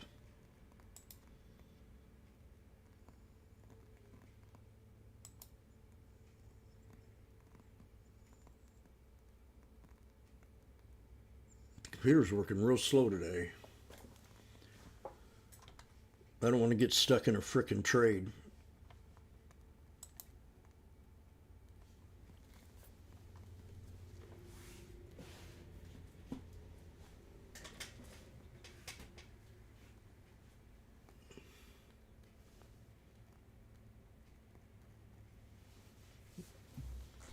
I'm going to go start my lunch.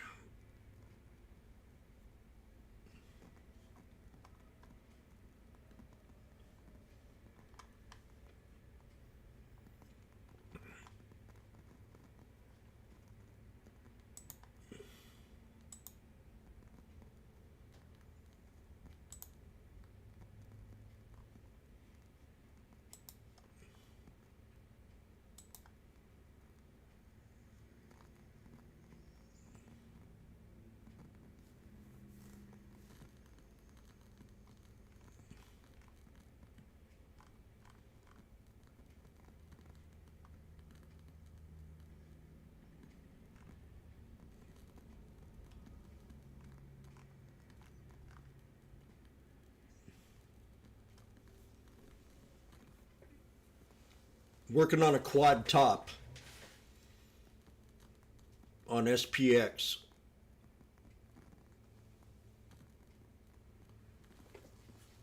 I think we've had a good enough breakout.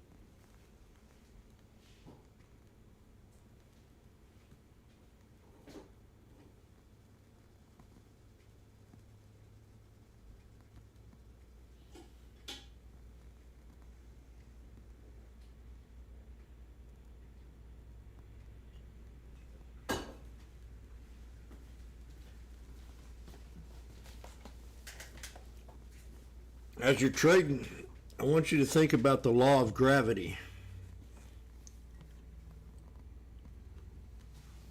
When the bell rings, you have a lot of volatility. And after you go through that volatility, you have what you call consolidation. You throw up a basketball and it bounces. And then when it bounces a second time, it's not as high. Third time, it gets lower and lower to finally where it just kind of poops out. We got to think of this as the law of gravity.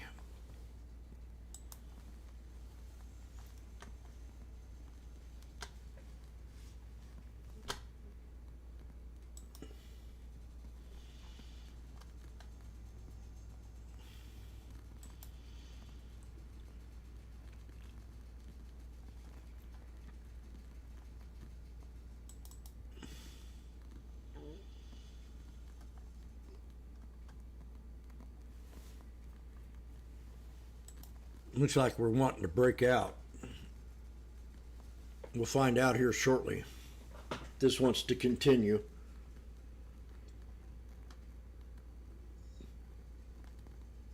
Real shortly.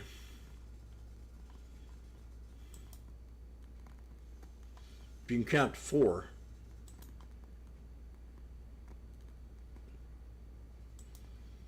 That or we have a pretty good correction off some crackhead news.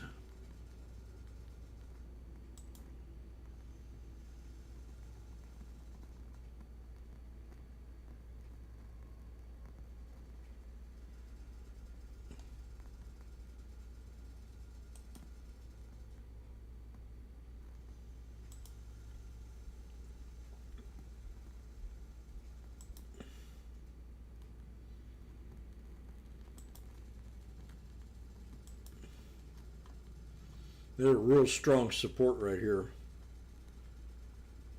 Now this is going to be do or die. Right now, do or die.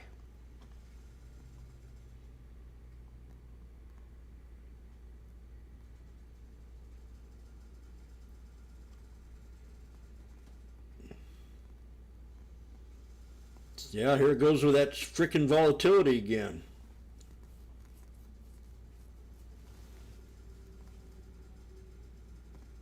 I've never seen a tape act so frickin' weird.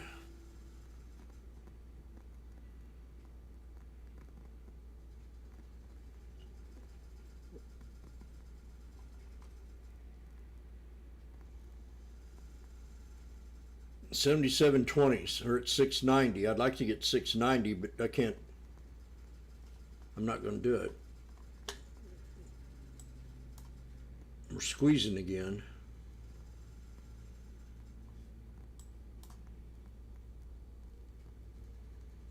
Jesus.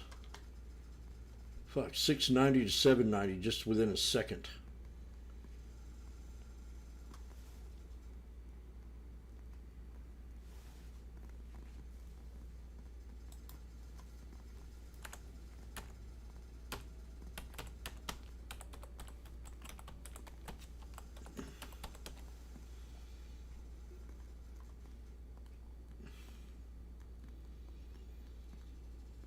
You dog.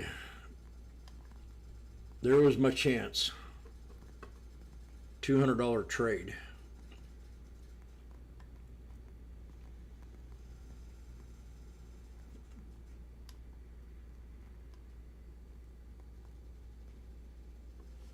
I missed it. Fucking missed it.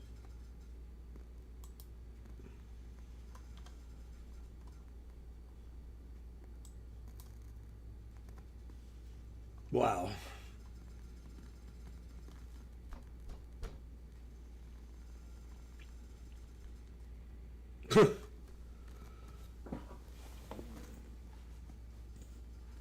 $400 contract. That one candle's $400.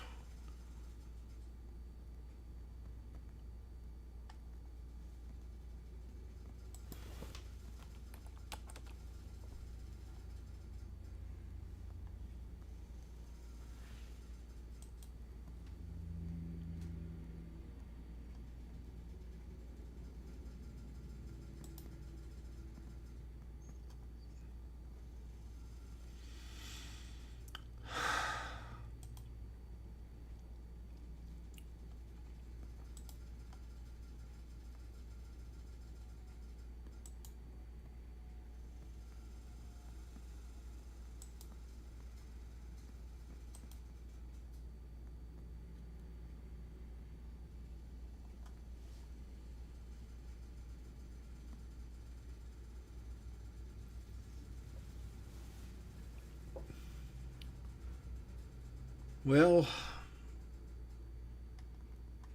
I missed a good trade there. Been very good chart. I mean, it's been strong.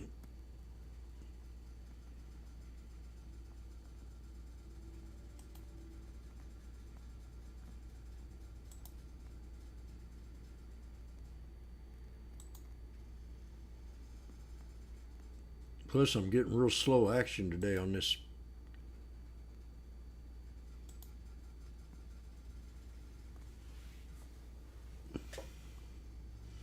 Not got a real big spread on the 10 or the 20 either, like down here.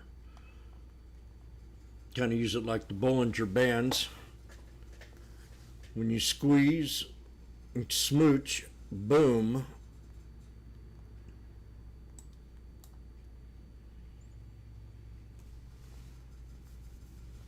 Yeah, that would have been a good trade there.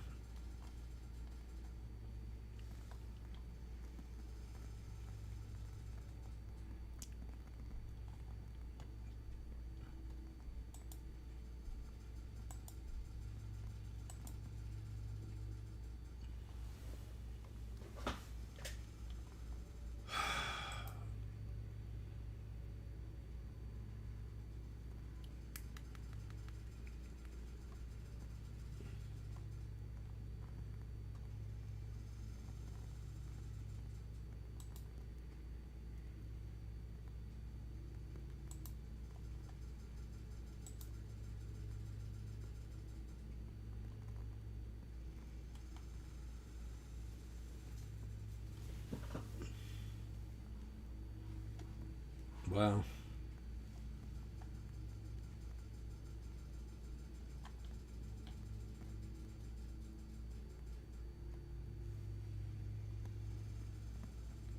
There's a lot of volatility today.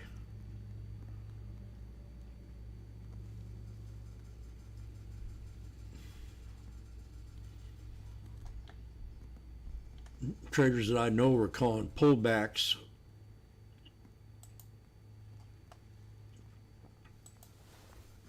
Because of the huge breakout, they instantly think we're going to pull back.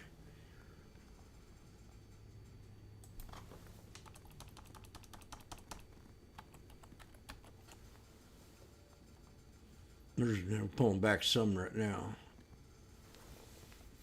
Come on, NVIDIA. Double top. That thing's working real slow.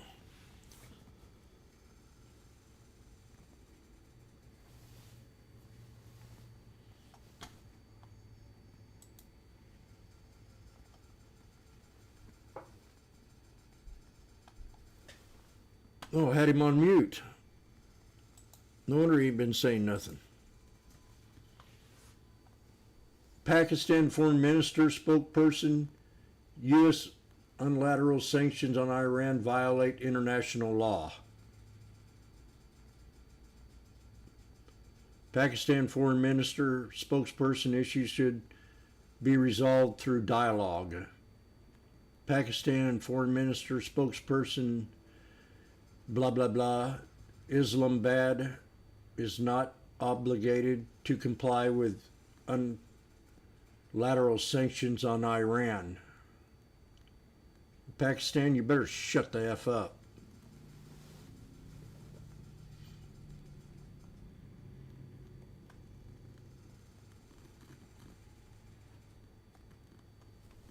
You're just as bad as Syria. It's been 5 minutes time now. At the top of the hour, we see the release of the Kansas City Fed Composite Index, forecast 10 on the prior 9, manufacturing prior 17.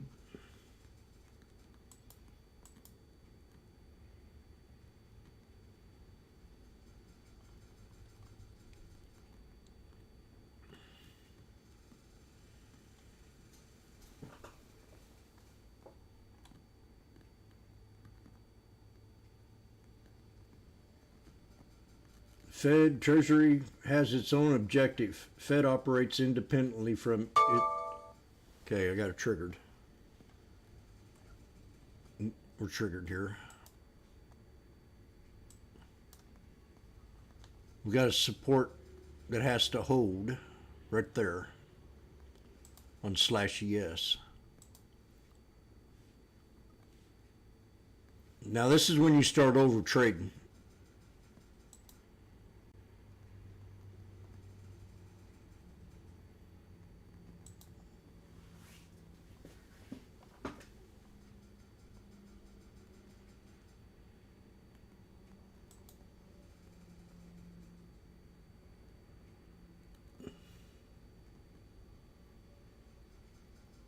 Yeah, I'm having real bad operation problems today.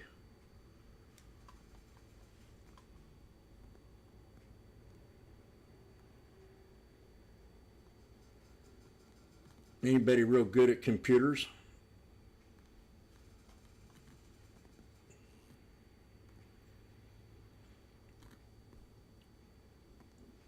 We're pulled back to the 10, so this could be a buying opportunity. But I'm going to wait for this, see what happens if we get a 5, a nosedive.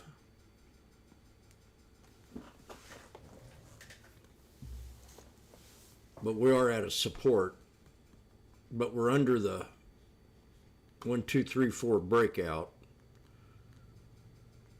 There it goes. Could have got $100 on that one.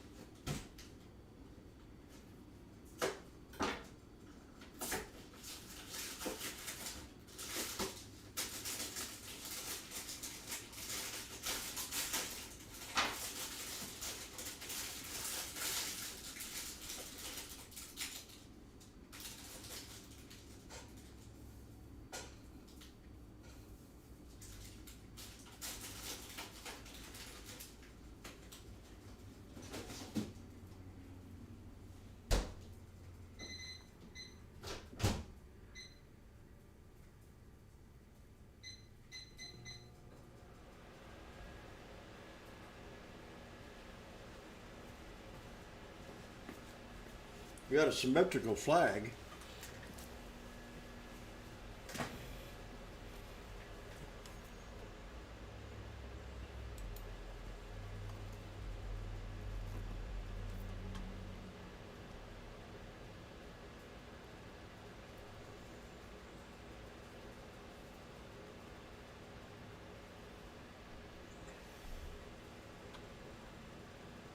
Yeah, I turned it on mute. I'm sorry about that. Would have got all that news sooner. So shortly expects new Kansas City Fed data. I'm going to triple top on /ES.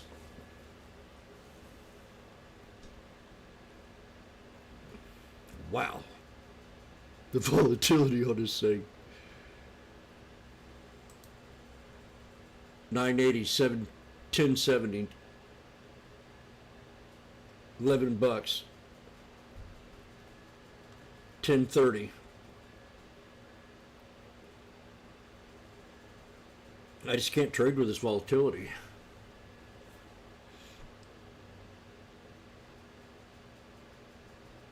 I'm a tape reader. 10 seconds. 10 seconds for what?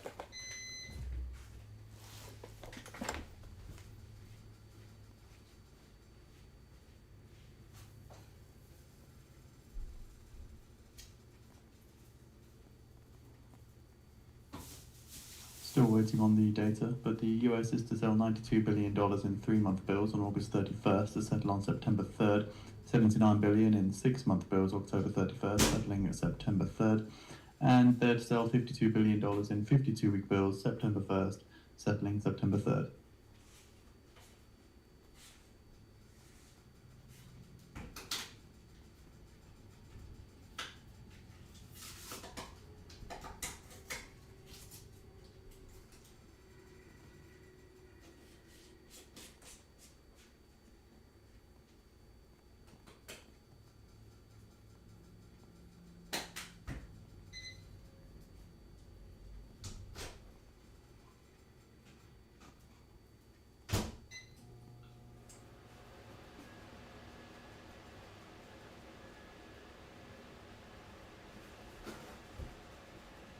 The Kansas City Fed Composite coming in at 10, which is a higher than forecast 9.5.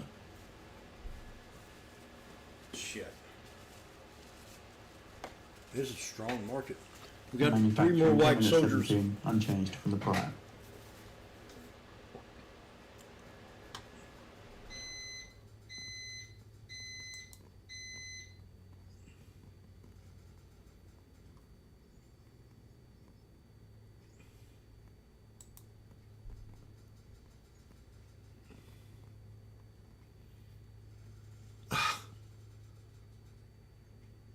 What the?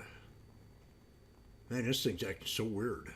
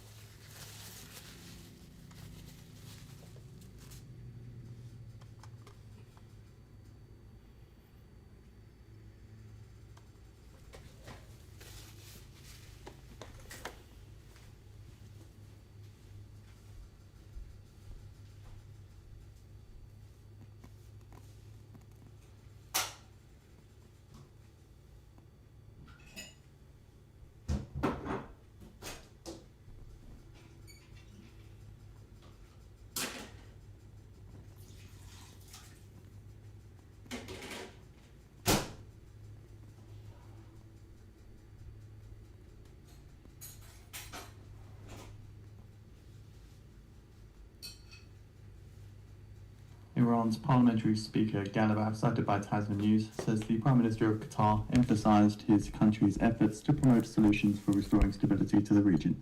Yay! Screw what Pakistan says.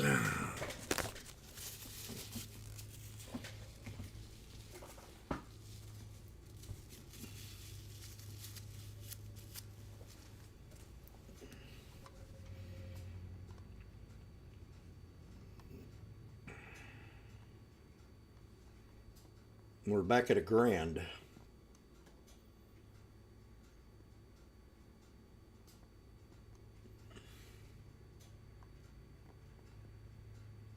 Just like that. 1,000 to 1140. 1160. Jeez, didn't pull the trigger.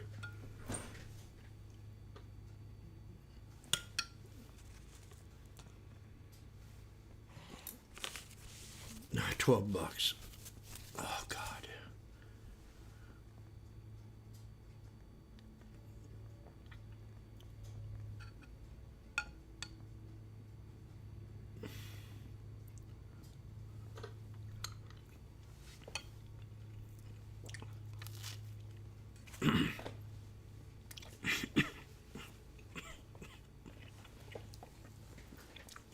This will be the last one.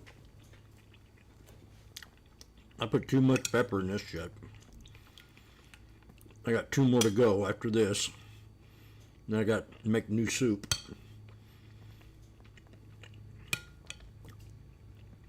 I don't eat canned soup. I make it fresh.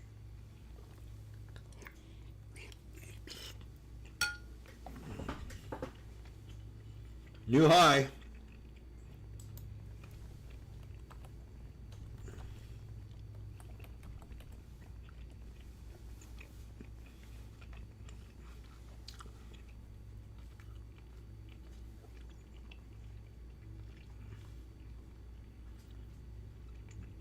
Another new high.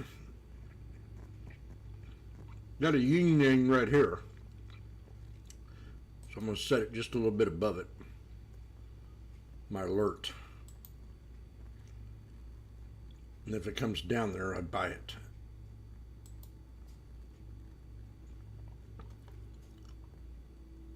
See how slow this thing's working today? Real slow. I feel like I want to shut it down. 5, 6. 1, 2, 3. 3-second delay. Sucks.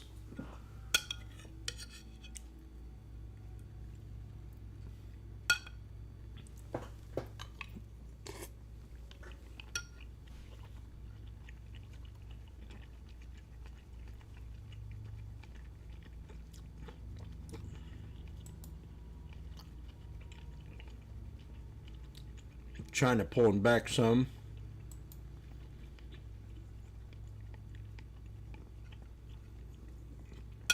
Bill Gates came out and warned us about AI. Just like he warned us about climate change, and that never happened. He backed out on that. Warned us about overpopulation. Well, he got his way with that.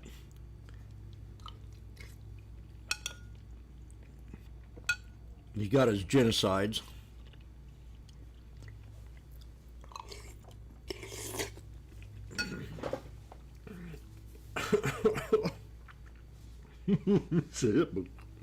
That's some hot stuff.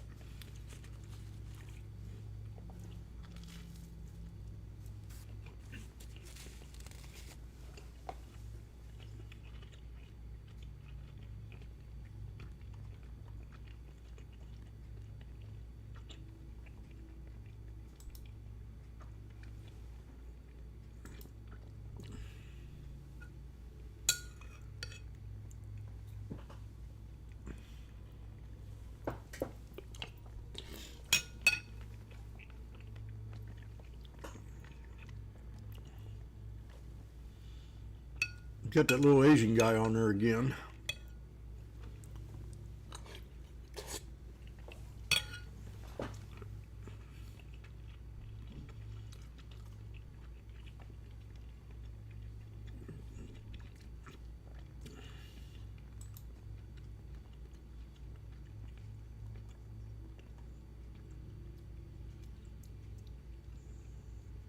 I've also got a little triple top. I should have seen that. Head and shoulders right there.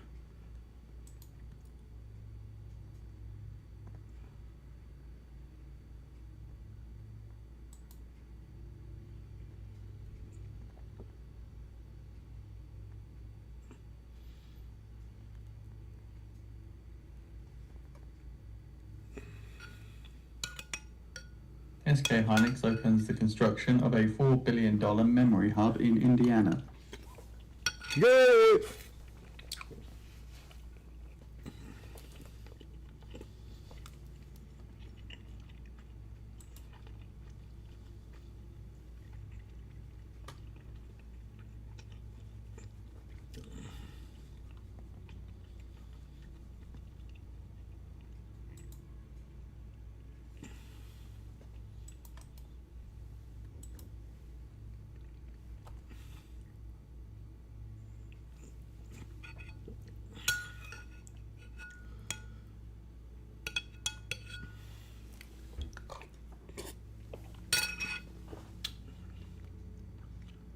Getting ready to break out again.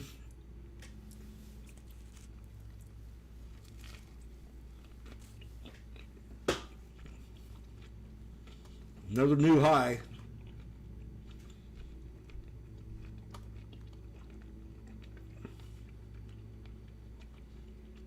We'll find out shortly. 1, 2, 3, 4, 5, 11 minutes trying to break resistance.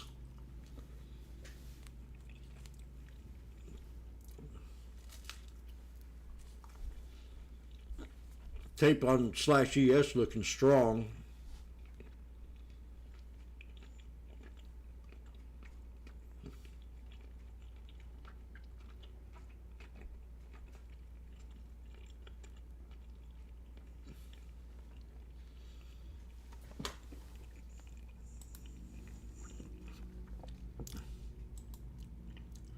SNX X is at 1270.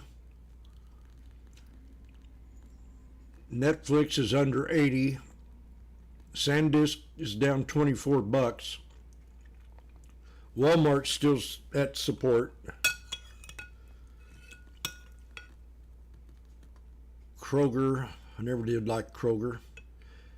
Amazon down 3 bucks. Meta down 4. Cat down 5, 4.50. AMD down 2 bucks. New high.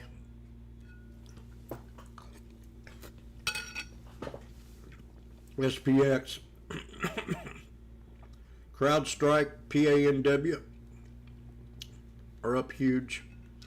Mister's up 13%.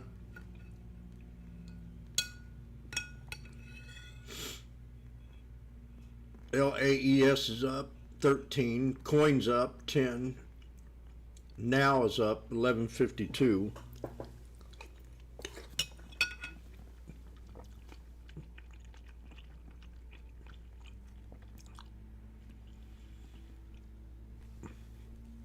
HIMS is back up above 30 again.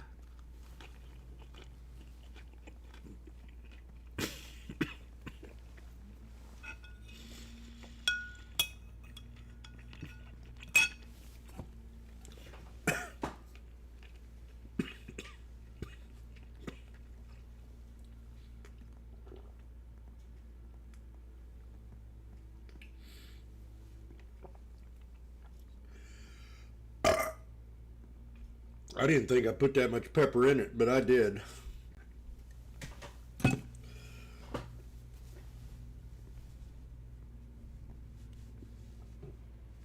hardly ever do that. I've never done that.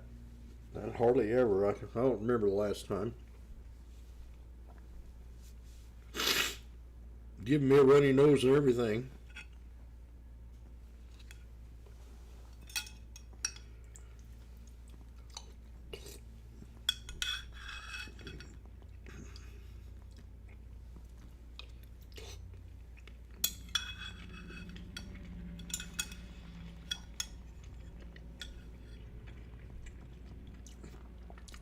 Wake up, kidneys. I'm sending you some pepper.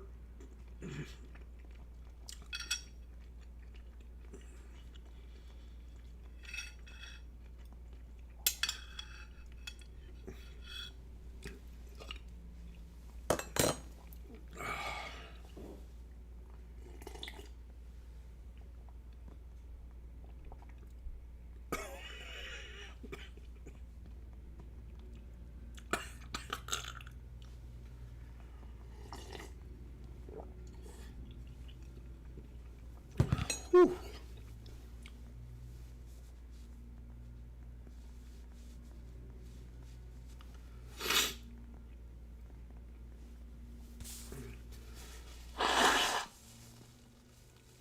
Snot.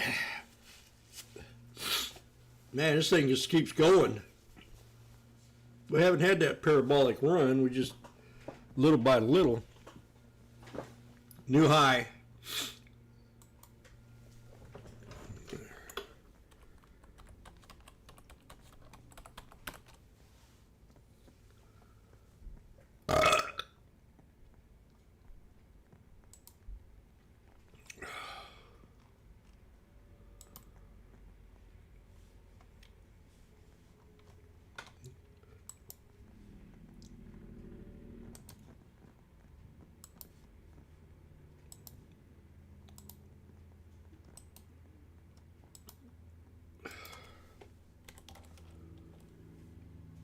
Ah, darn, there you go.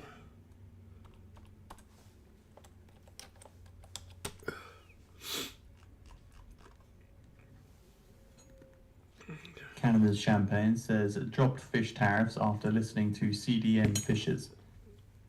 That's why you're going up, ain't it?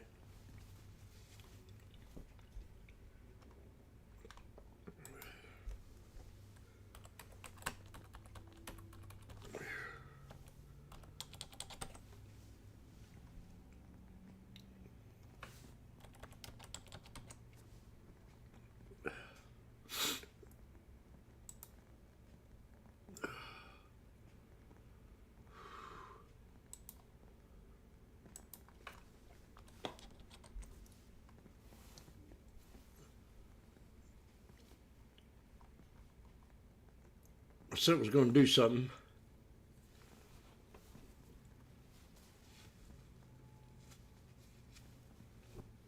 Randy.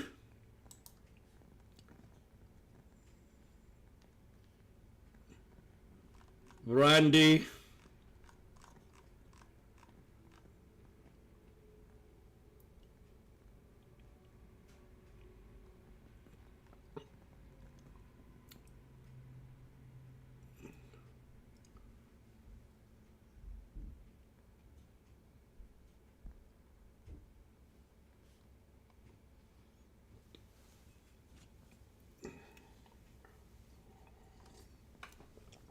CapEx this, CapEx that. Earnings are excellent. Wow, wow, wow.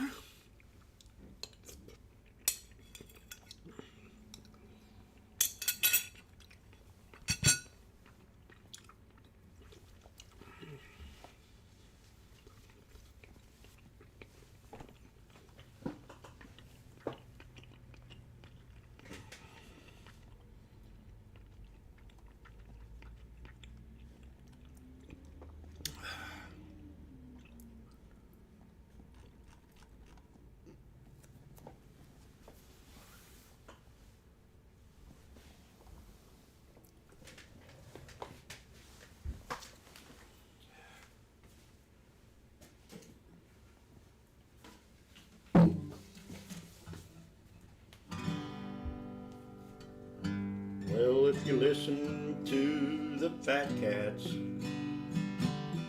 they'll try to scare you. If you listen to Uncle Zimmy, he'll tell you what to do. Fat cats try to steer you wrong, so I wrote it in a song. We're gonna get new highs real soon.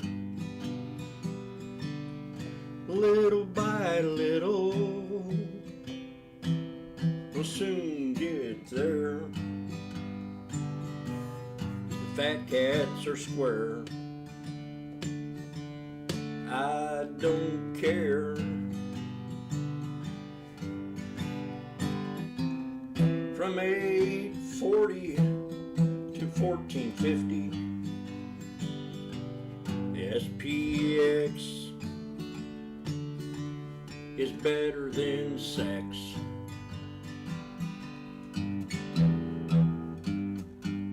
I get an adrenaline rush when I'm right, when I'm wrong. That adrenaline still responds.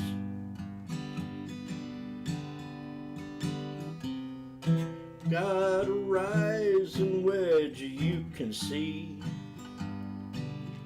I'm playing this song for you and me. I don't feel sorry for the fat cats. They're wrong most of the time. Listen to Jimmy if you don't mind. Take me there. Gotta beware. I'm harping on the fat cats. Don't do me wrong. Jim's almost time for the birds to close their market. Fat cats are ready to go home, but today doesn't matter. We'll gap up and the squeeze is on. I've got a romance I think I might spawn. Sorry for the fat cats, they try to scare you. I'm about done, nothing else to do.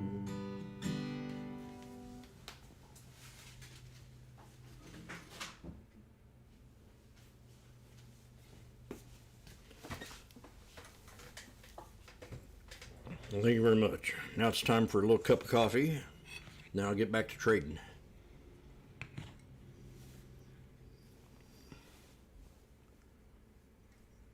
Oh.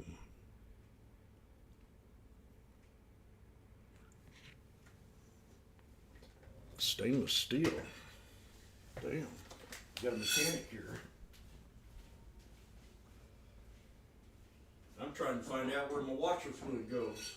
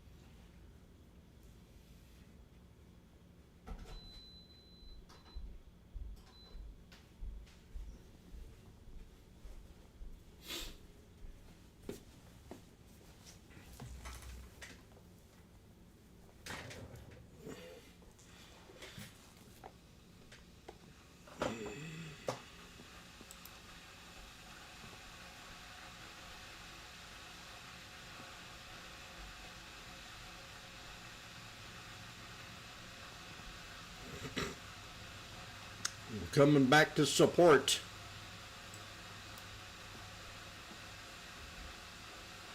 I've had my lunch and I'm waiting for my coffee. We got 3 Black Crows off the 10. I'm going to bring this down to 77.25. I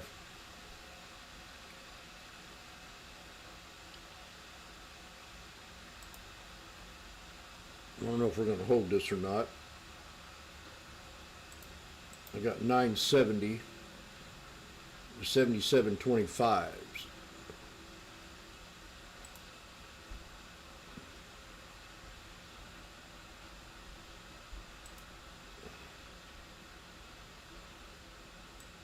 Now we're at 10:30.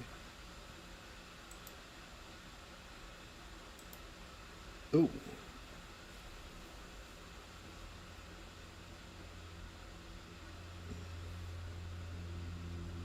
Having a hard time deciding now, wouldn't you know?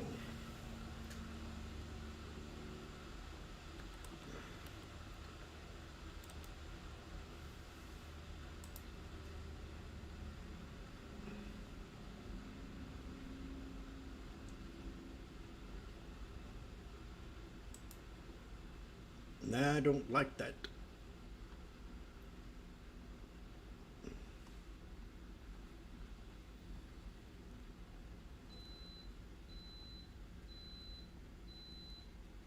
I don't like it. I don't like that.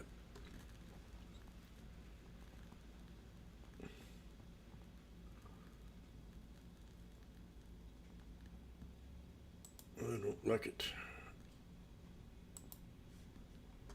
It's kind of slowing down now. Ooh, I don't like that at all.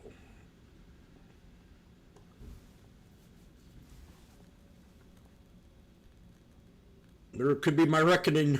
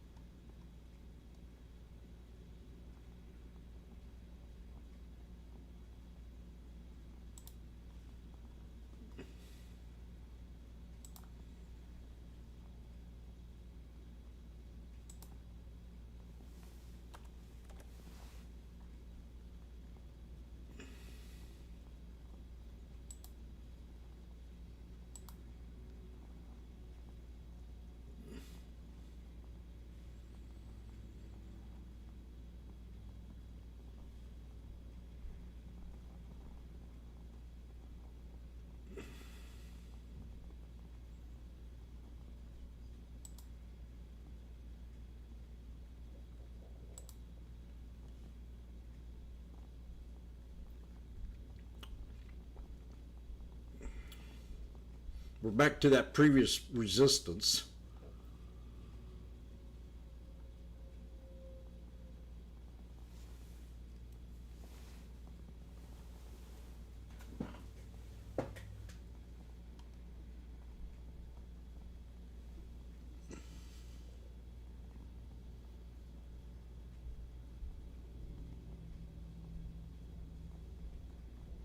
Fat Cat's heard me singing.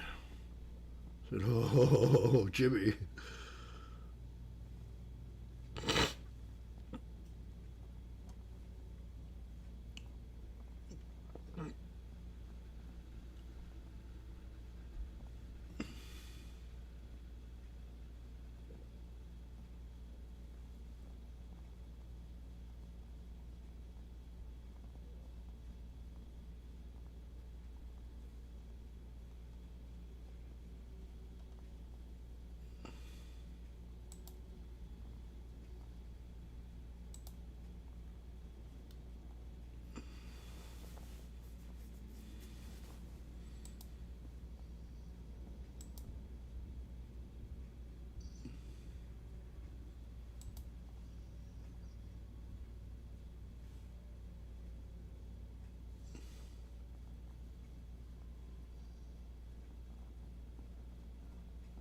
Whoa.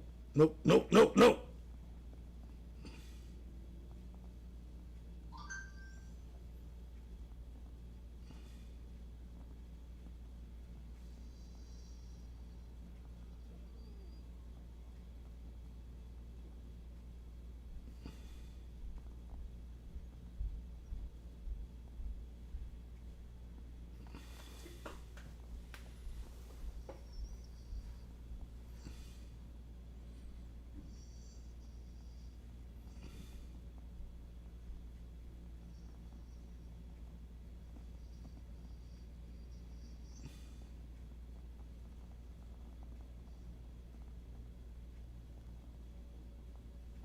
Seems like they're going to try to bring it down now.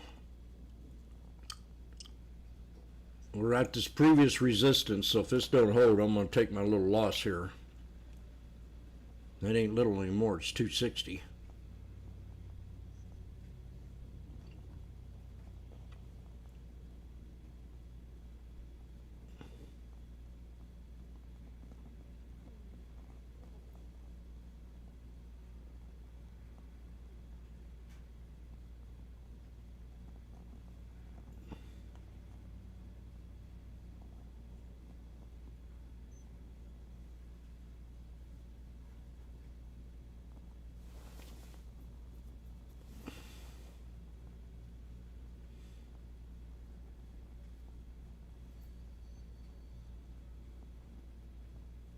We're at the 63.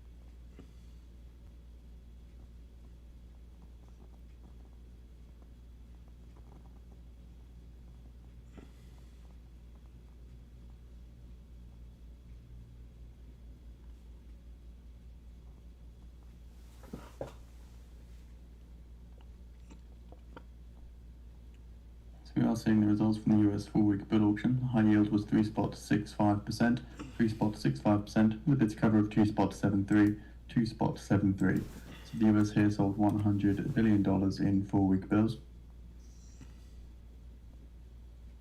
and awarded 93.57% allotted at high. They're trying to bring it down, I think.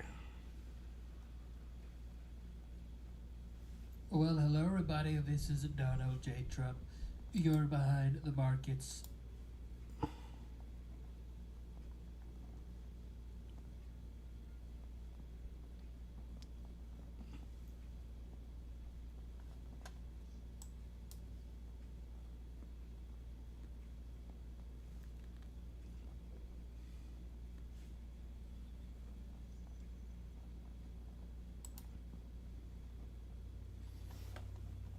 I couldn't take it.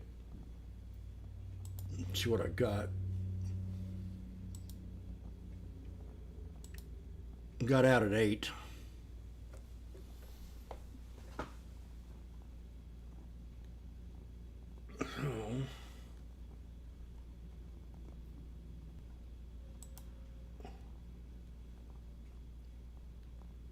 Something ain't making sense.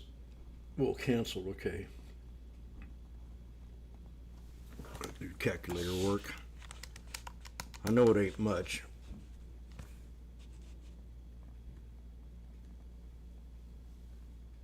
About at 8, probably $40.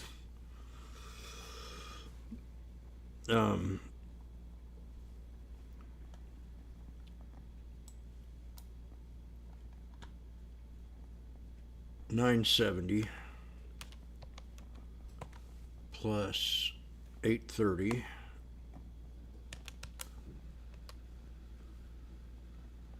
plus 660 plus 660 equals, divided by 4, 780. I made $80. 780.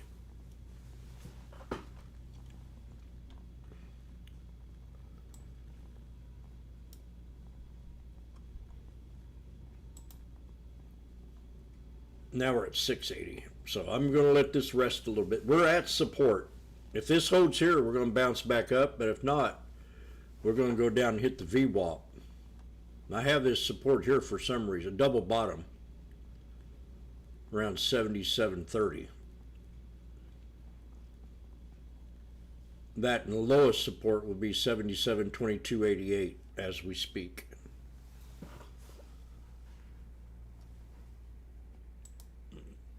I'm at $861.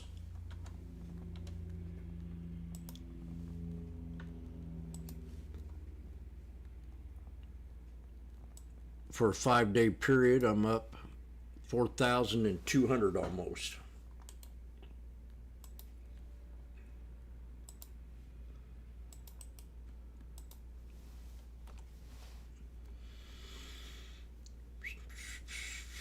We're below the 10 now.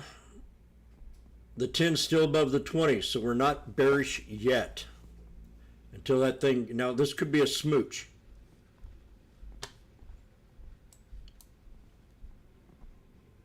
This could be a smooch or a put to the VWAP. Trade it, Jimmy. No. If I do, I get 1.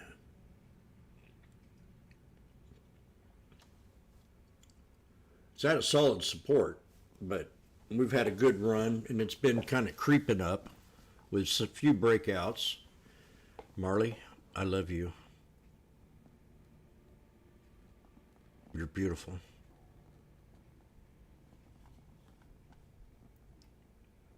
You don't understand.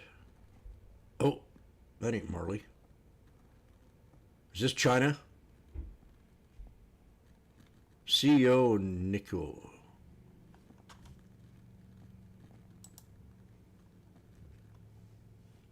We're now at 580.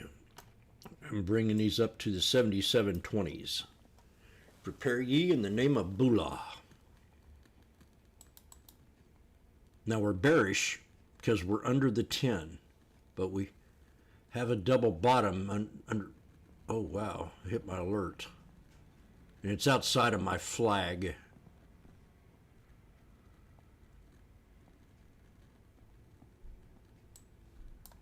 The 9 is trying to cross over the 63 EMA.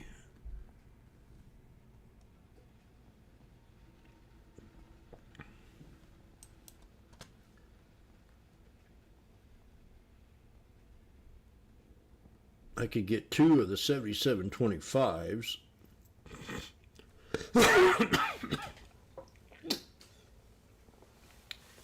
I'm going to go, well,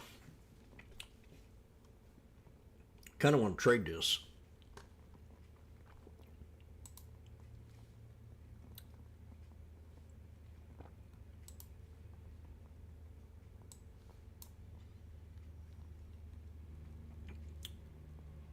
Last Friday, 637.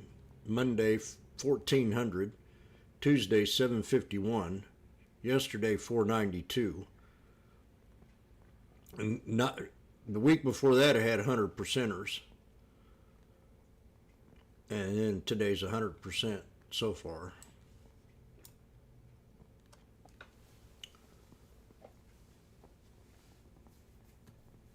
I'd like to get another good I could make a $2,000 day today.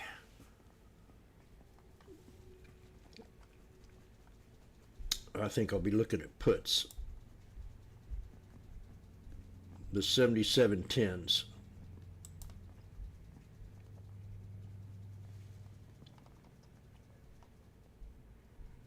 We got a double bottom.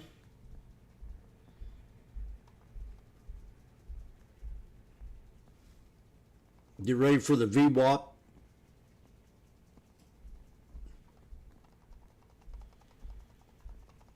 I think that's double bottom coming up. We broke it.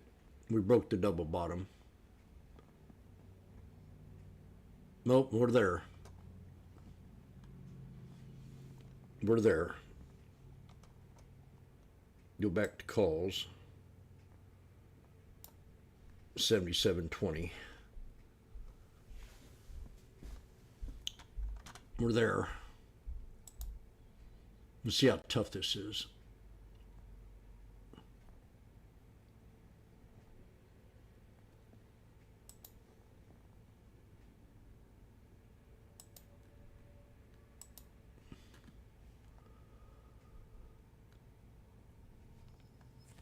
$77.29.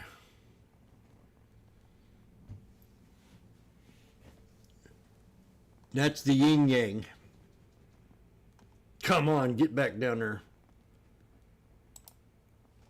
Well, let's see. I got one. I got a 77.20 at 760.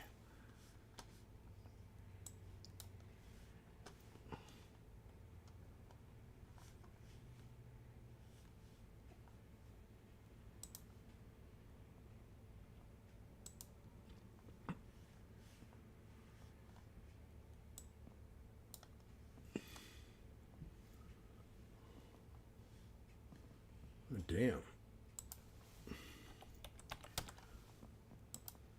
I'm out. Yeah.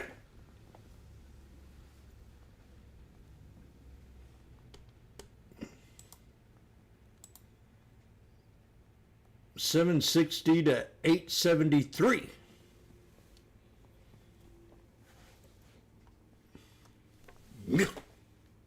Now we're at $9. Double bottom, yin yang. Oh, $9.50. Man, I'm hitting on the ball today.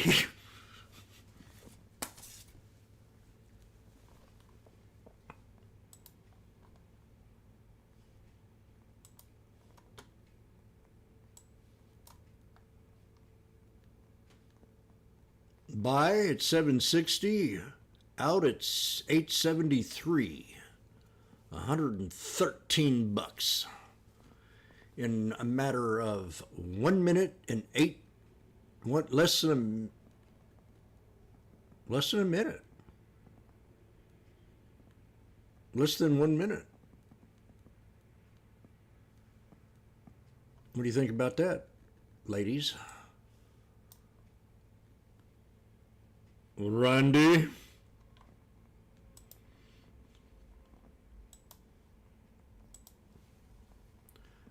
I'm up $972.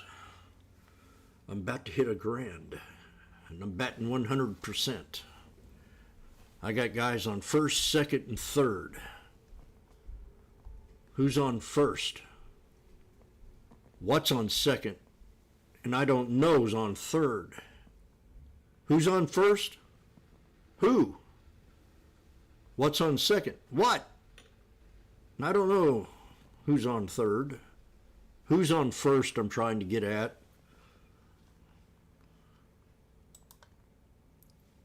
That's Washboardjim on first place.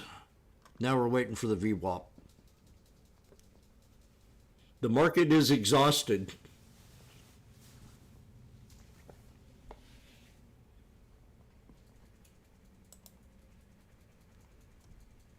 They're now at 720. Could be a triple bottom. we've got a megaphone going down. I'm saying VWAP. And we got 3 black crows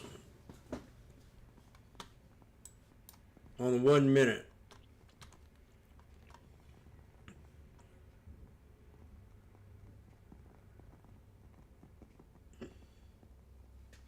Oh, I got that guy on mute again.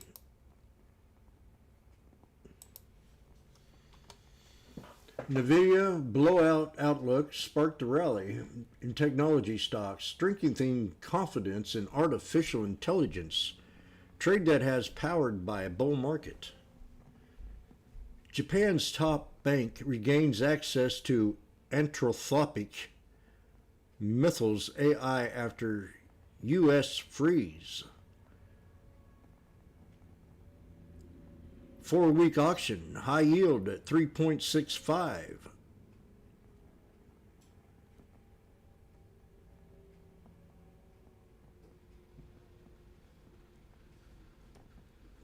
Get ready. Prepare for the VWAP. And I'm moving them up to 15 so I can get a higher priced one. God darn. Oh, there we go. Let's get one more red candle, please.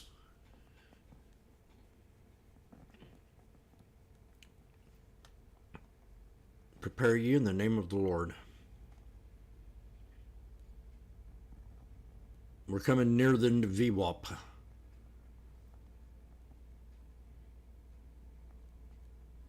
I should start a position right now.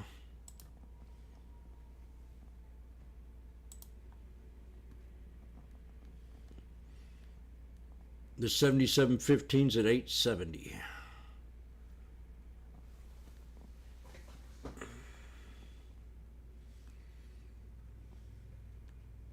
$77.15's at 870.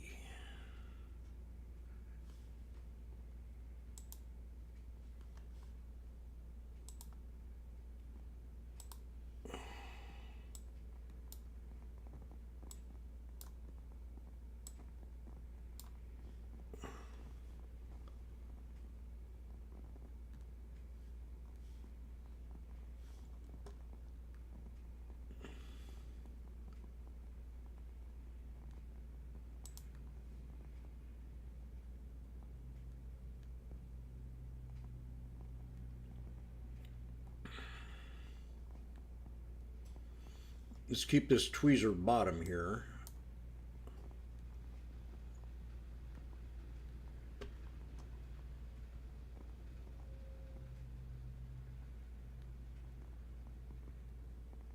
Oh. Uh-oh. Oh. Uh-oh.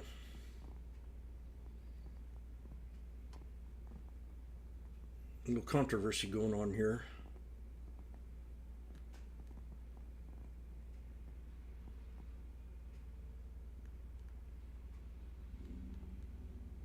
It says I don't know yet. We're definitely bearish, so I can't really take a lot of risk.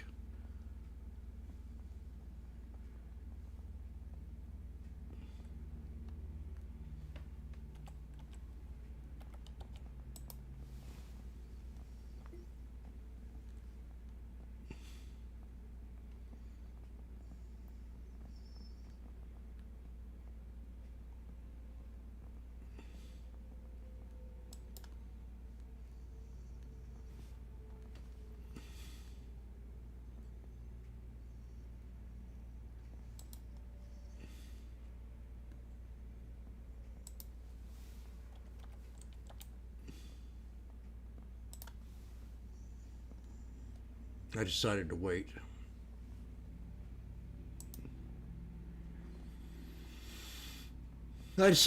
Got out at 9. I'll wait for the VWAP. Because we're under the 10. I don't want to keep doing this foolish mistake where I jump in these trades and I'm under the 10. I'll scalp it for 30, 50, $100 fast. Unless we break the 9 on the /ES.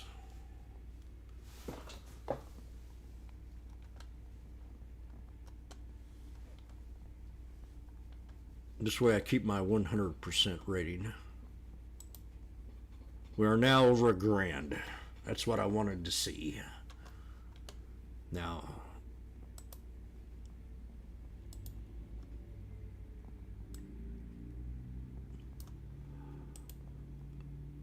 there we go, over $1,000.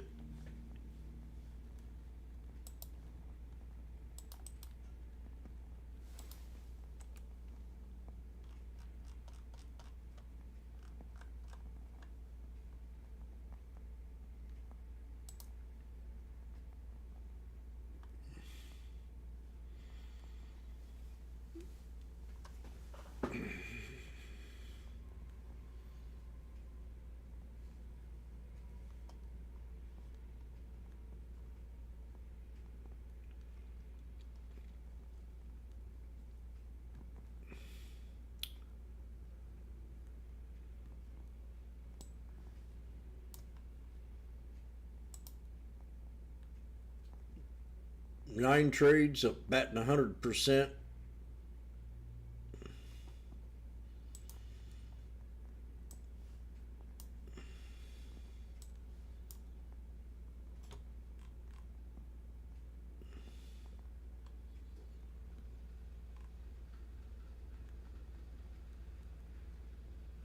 The 1 to 2 minute trades are leading. 2 to 5 are in second place. 5 to 10 are in third place. 1 hour to 2 hours are in fourth place. Win rate 86%.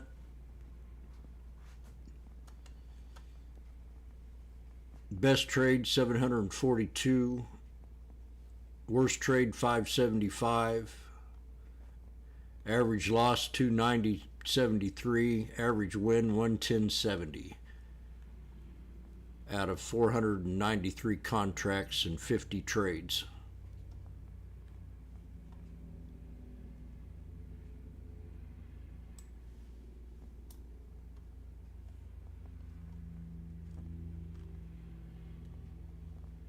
Bam, man, shit.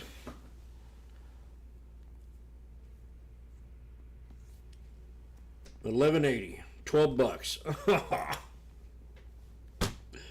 I left 300 on the table. Well, I waited for the VWAP, but I think I got a little greedy, selfish. We landed right on that double bottom.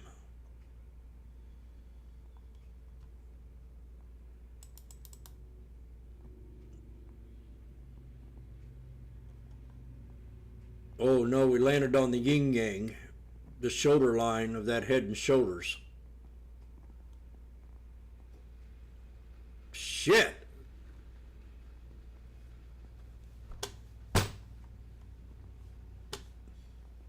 Time for coffee. Man, that would have been sweet.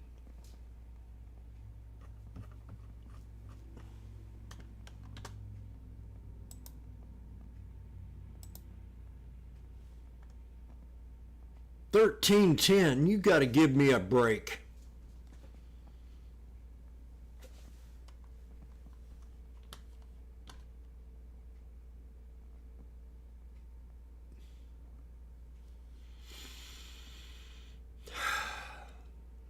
$14.50.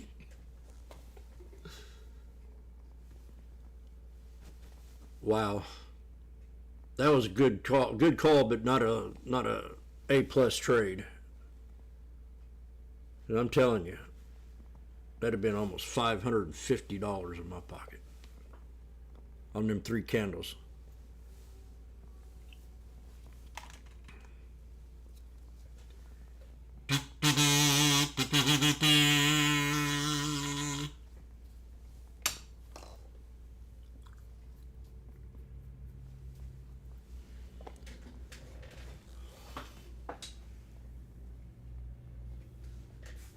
How much I leave on the table yesterday? 75 grand.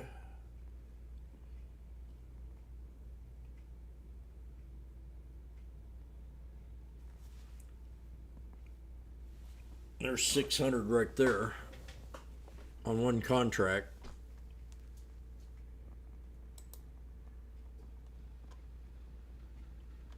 Chart patterns, moving averages. Now, I'm going to say something here. I'm going to give Yankee a compliment. I want you to look at that picture. You know when I know a man's learning?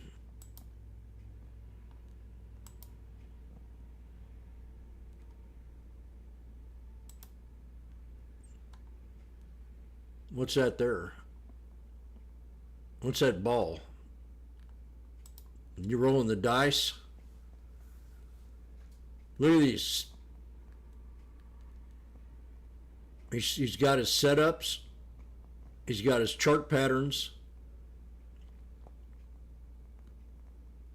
You want to be a good trader. You got a little cheat sheet. Mine's all memorized. But you can see you got the buy signals over here, a harmony. You've got a hammer, a doji,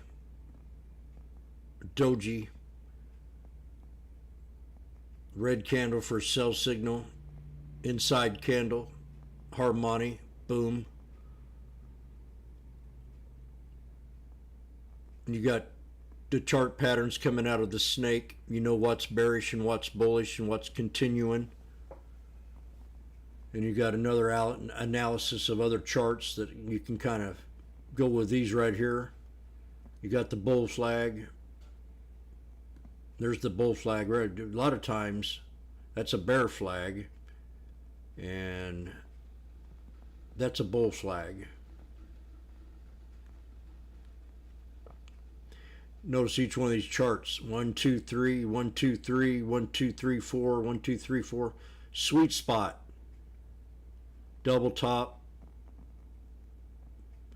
So when I see something like this, this tells me that this guy really wants to excel. And he probably puts his whole mind to it. He's eager to get up and trade. He knows he can do it. It builds confidence having that crap in front of you.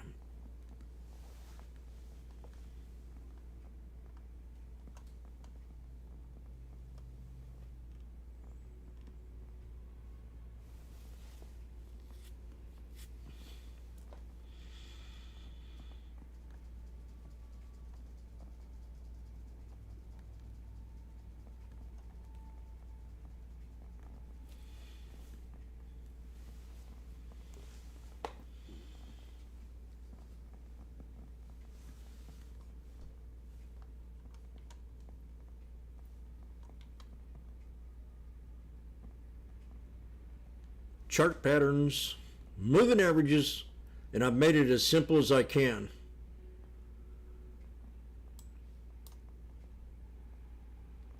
So we had a rising wedge.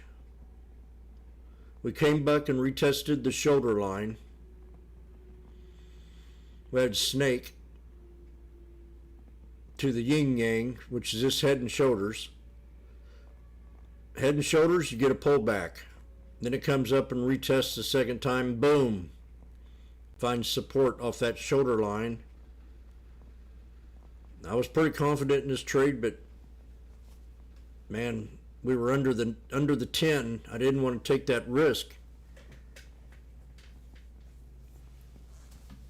The old Jimmy would have probably took the trade.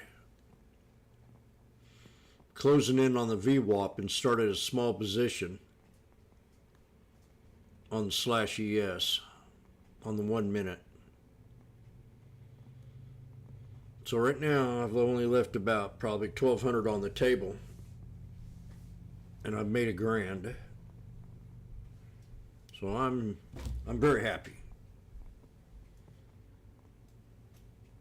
When I get this count verified, it's my average every single day for the last year and a half, 2 years, a year and a half. and it took 10 trades.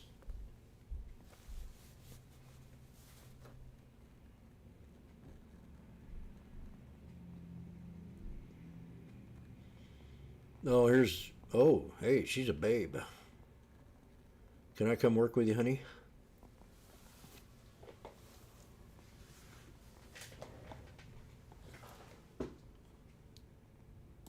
Magnificent, you still with us?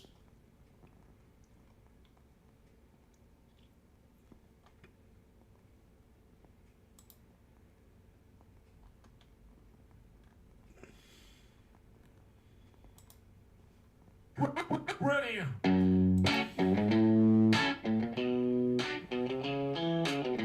Oh wow, oh wow.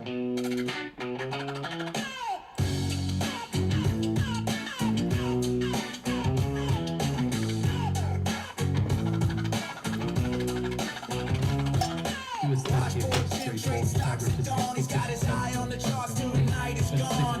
Patterns dance like a wild old song. Breakouts rip and dips of gold. He's got the secrets the wise ones hold. 3 black holes in the morning light. Bull flags waving like they're gonna take flight. Washboardjim, yeah, he do it all right. How does he do it? How does he do it? Moving averages, they paint the tail up and down like a shipping gale. Catching the wind, he sets the sail. Rain candles climb, the bears retreat. Jim's got rhythm, the market's beat. 3 black holes in the morning light. Bull flags waving like they're gonna take flight. Washboardjim, yeah, he do it all right. How does he do it? How does he do it?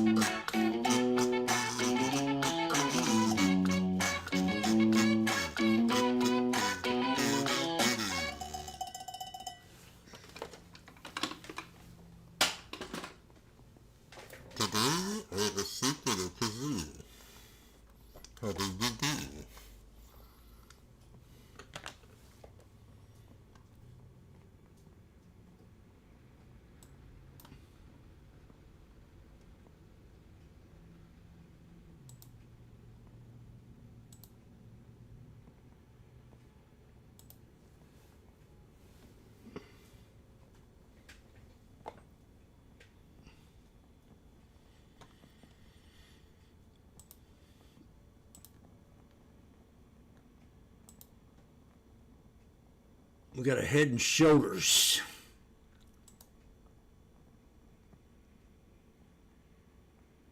What happens when you get a Head and Shoulders? You get a pullback.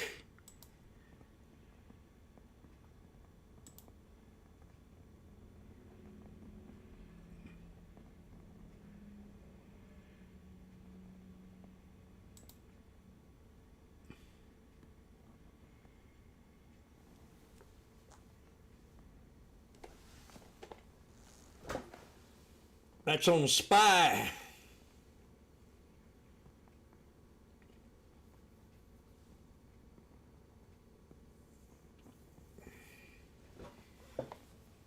If this breaks out, it's going to be an explosive one.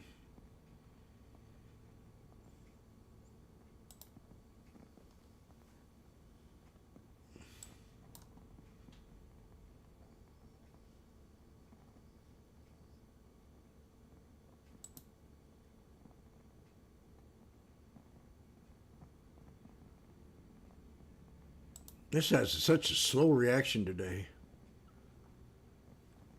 And I cleaned out all the 1620. Prepare ye in the name of the Lord.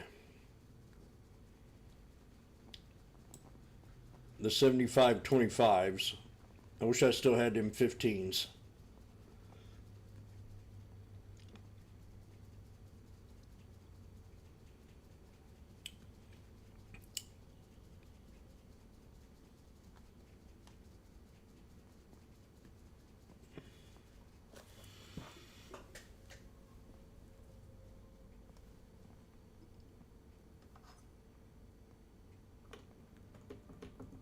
The 10s made it to 2,000.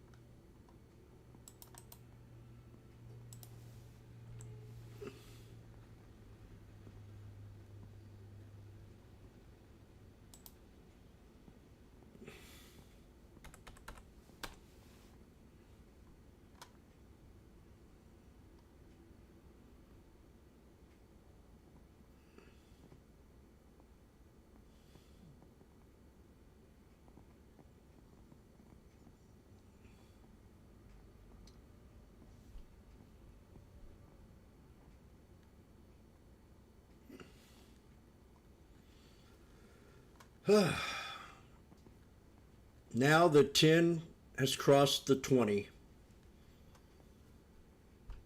Head and shoulders, what happens? You have some kind of delay.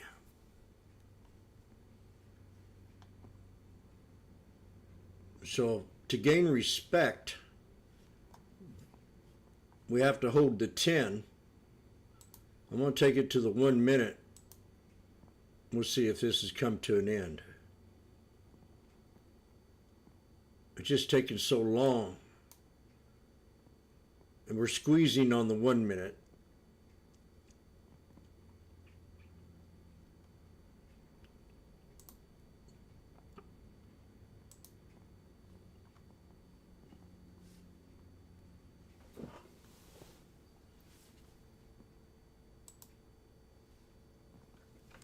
And the video blowout, I've already heard that.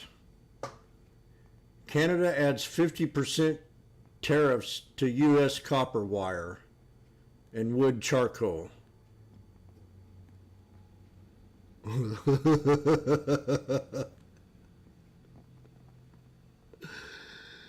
Oh boy.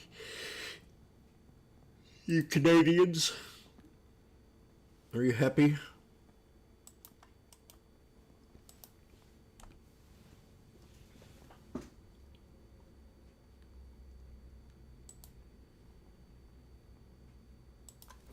No.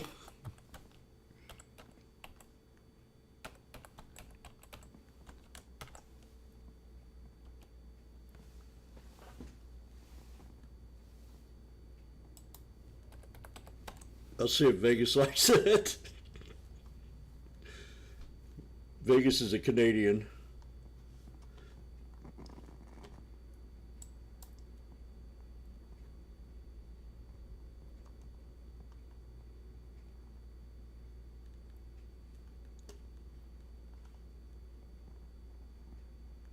How dare you?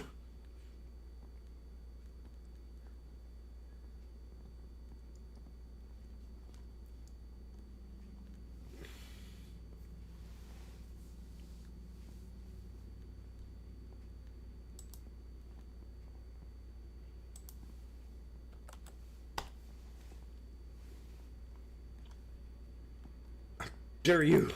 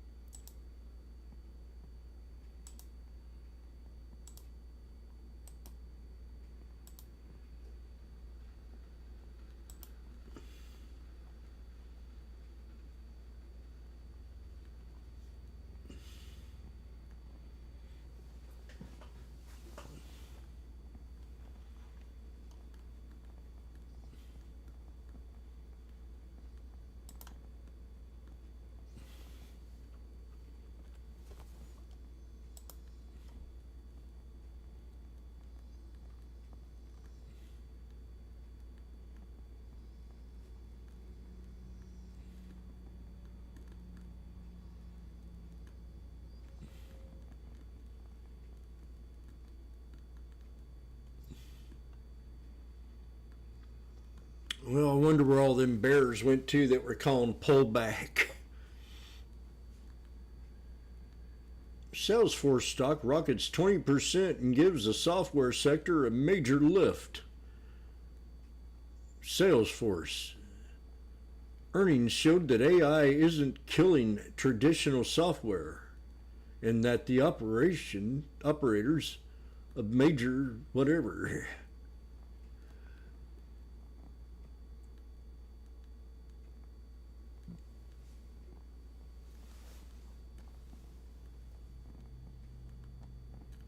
The 10 is kissing the 20. Are we going to continue down?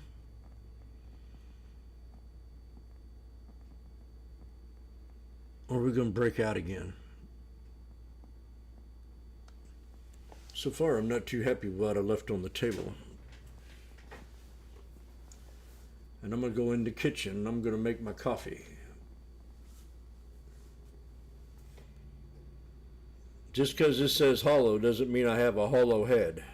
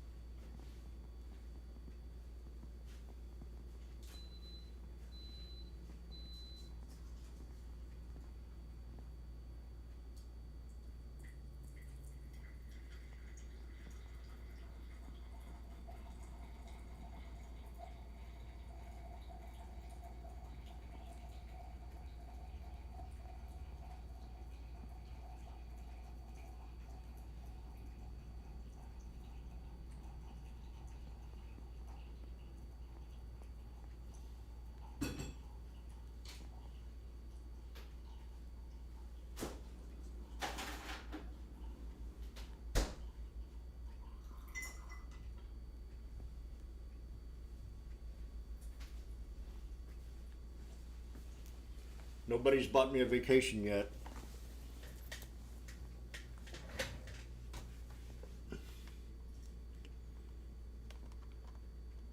I'm waiting for my vacation.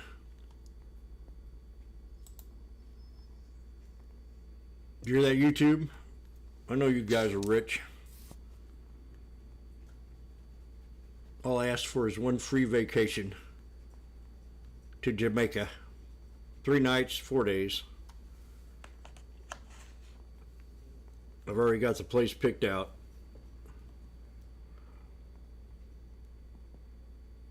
One of these days I'll get a pop-up on my message board and says, Jim, you've been such a good teacher. I think it's time that I showed you my appreciation of your foundation, which has gave me a certain sensation.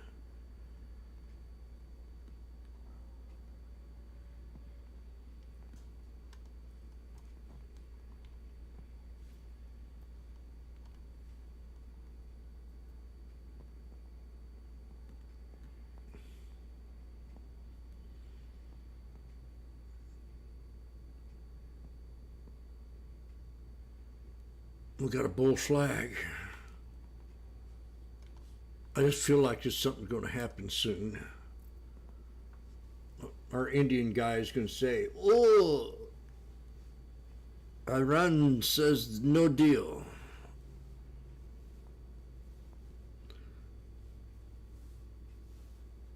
If I was doing the negotiations with Iran, I'd say it like this.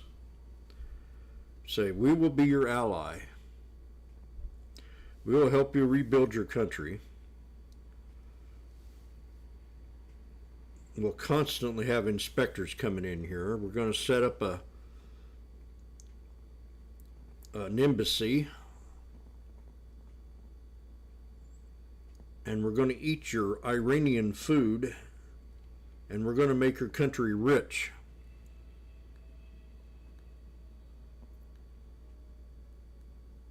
That's all you got. Administration executive order for new AI regulator stalls, according to the information. Oh.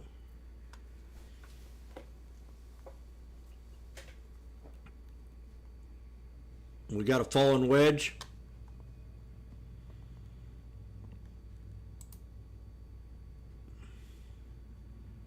The information piece is on the feed now for those interested.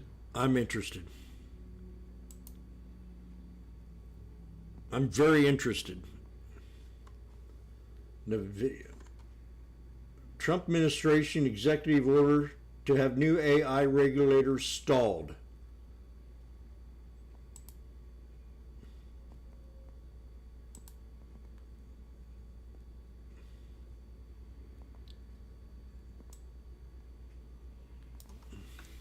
Good news.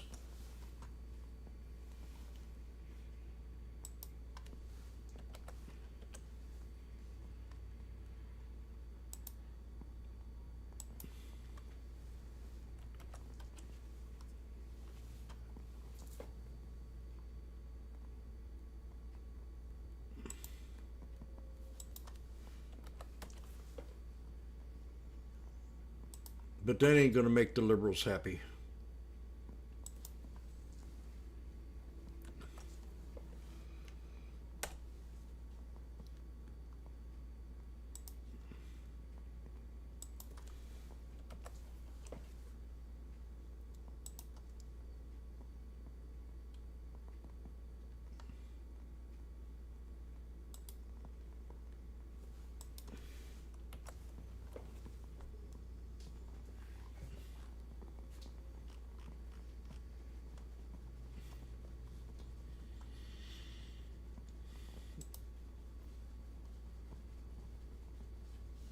That makes sense.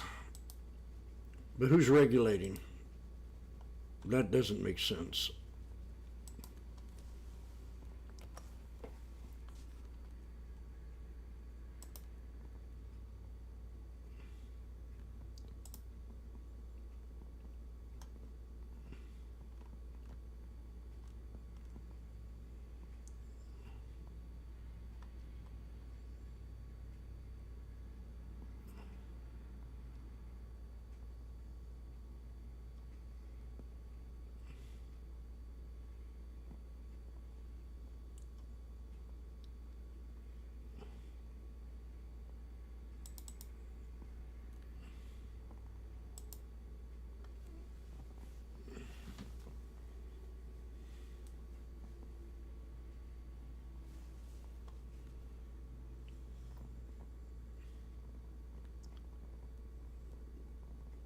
Been clean market so far.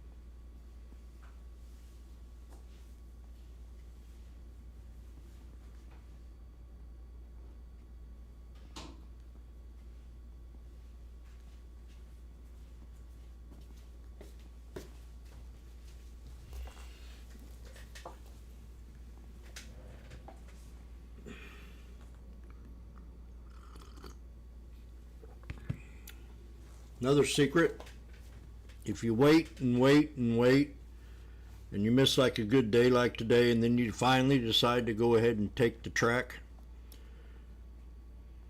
sometimes you just might get burnt because you waited way too long and it sizzled out.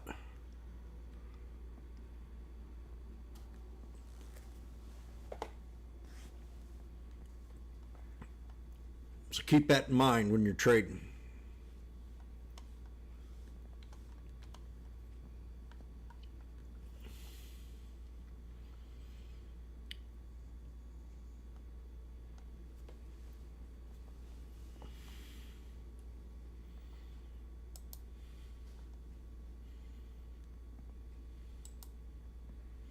SK Hynix CEO says we expect a memory shortage to continue through the end of 2030. Hell, I've had one for the last 5 years. Not seeing significant signals of a memory downturn. I have bad memory. That's why I read Poop and Learn. 3D printing builds organs. Scientists are using 3D printers to create... You're behind the markets. If you're a real day trader, go real time at financialjuice.com. How dare you? Did you know I was reading? 3D printing builds organs. Scientists are using 3D printers to create human body parts like ears and skin. In some labs, researchers are even printing cells that could grow into organs. The goal is to one day print replacement parts for people using their own DNA. It sounds like science fiction, but it is happening right now. 3D printing builds organs.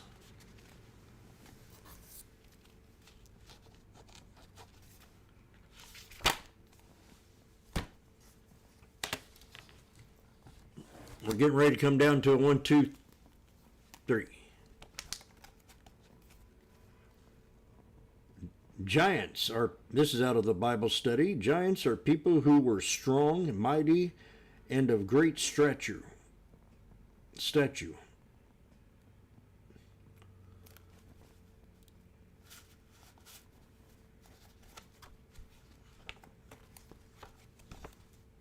Nazareth, a town in Galilee located 70 miles north of Jerusalem.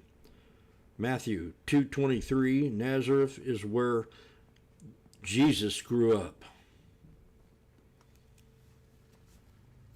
Needs, use as a phrase, must needs.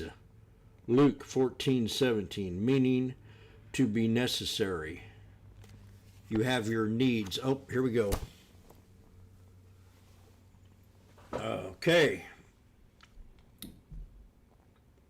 Is this about over with, as I said, sizzled out? Are we going to come down and hit the shoulder line of this Head and Shoulders? Or is that the shoulder line right there? I'm going for one contract.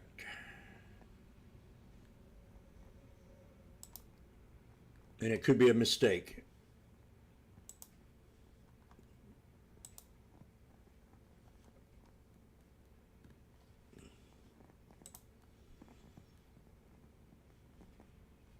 Which one did I get? Shit.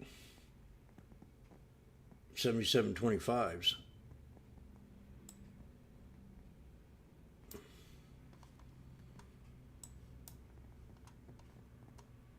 We're under the 10, Jimmy.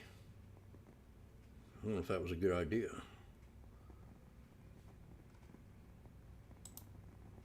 $7.20.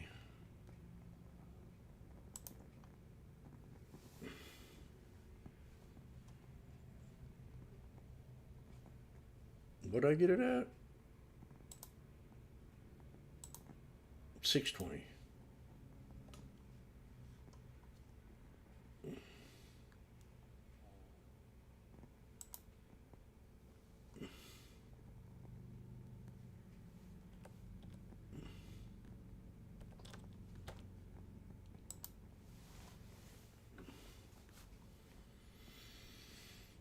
Okay.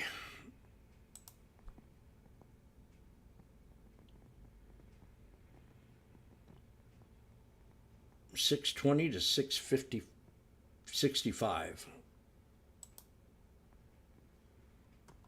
I'm out.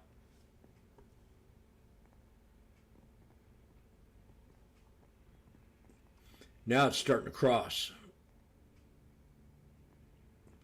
When the 10 is under the 20, I'm not taking a lot of risk.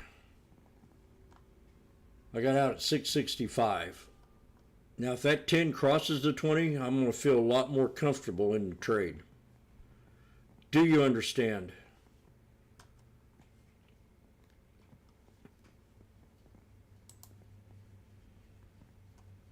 I'm up $1,070. And I'm betting 100%.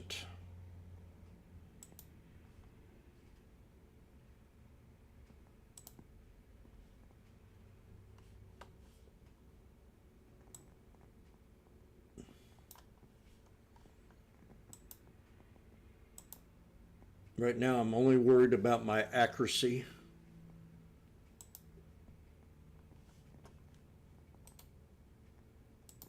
Every little bit adds up.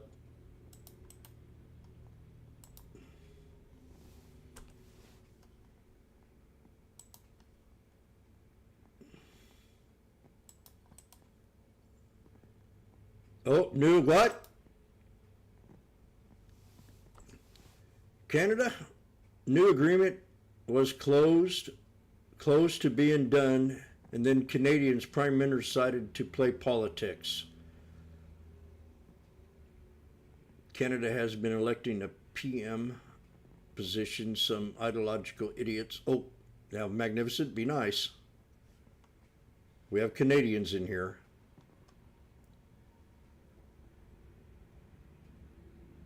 No fighting.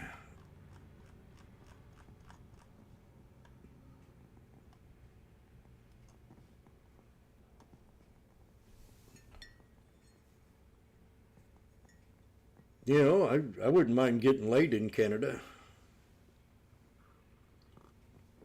I've kissed a girl in almost every state of the United States, all but Maine, and I don't know if I want to kiss any girls from Maine, unless I want herpes.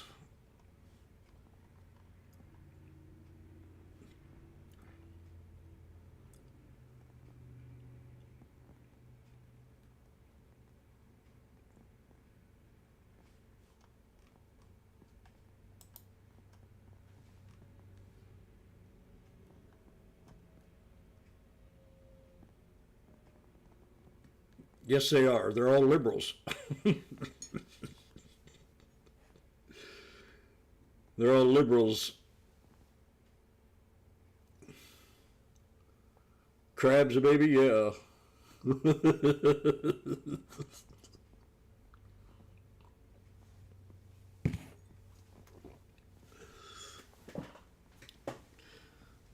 I bet you Magnificent's from Maine. I don't think they allow Jews in Maine.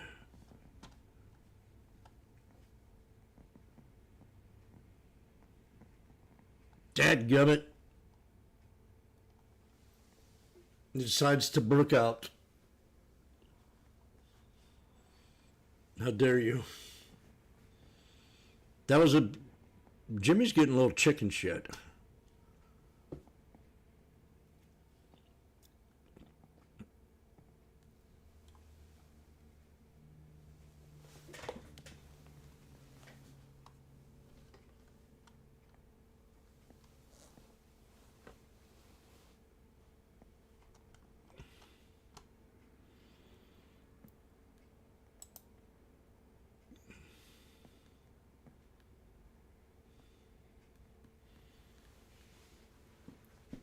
They got a tranny in there, didn't they? Was it a tranny? I think it was a tranny, wasn't it?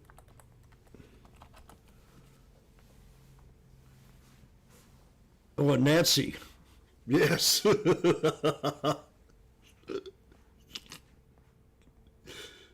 Woo! $8.40. Come on, Jim.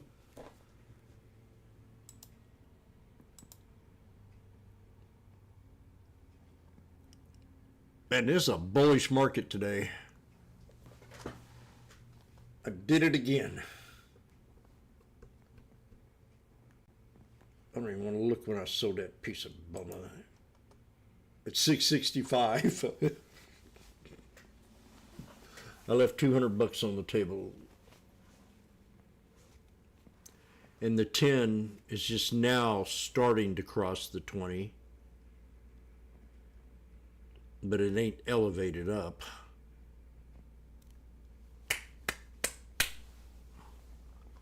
Let's look at a couple of stocks. Oh man, look at that Nvidia. Look at Nvidia. Nvidia's at resistance. Nvidia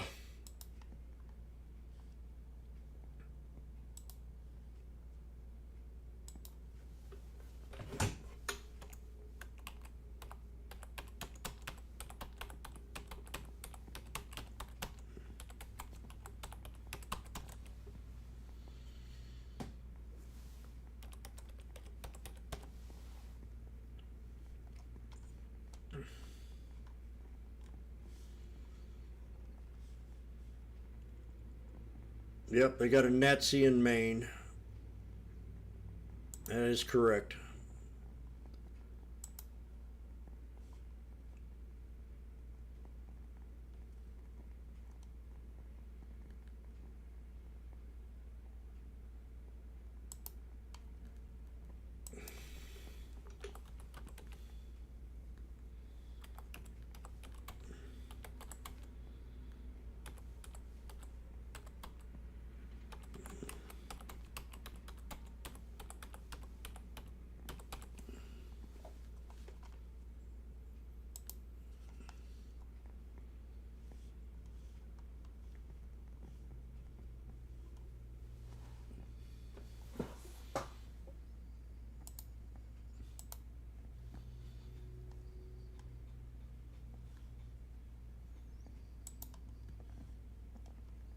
Mr. NVIDIA new highs. I just put that down there at NVIDIA. Mannequin, it's good to see you again, Mannequin. Where you been?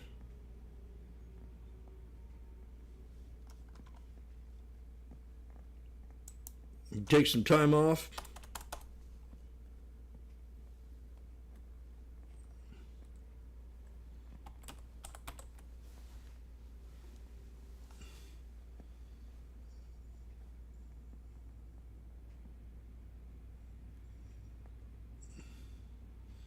Mister's been on a run.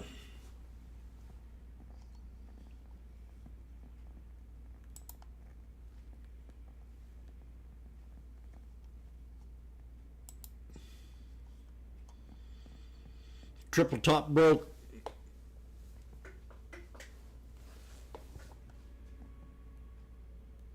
It's just a very small megaphone pattern.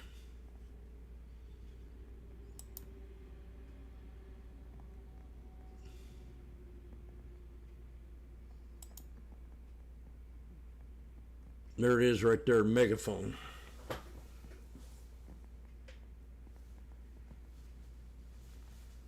Means we could pull back, but the 10's breaking out from the 20.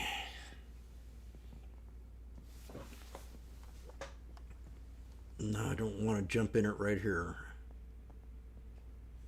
Set the alert back here off this previous peak. Oh, God.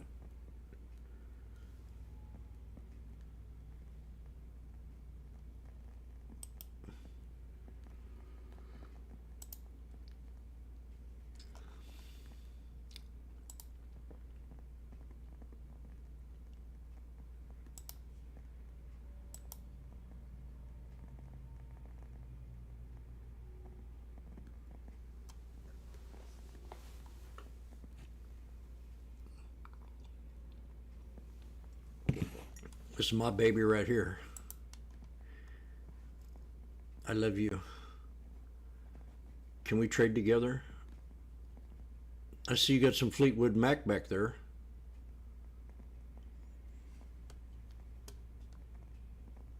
You like her? Huh?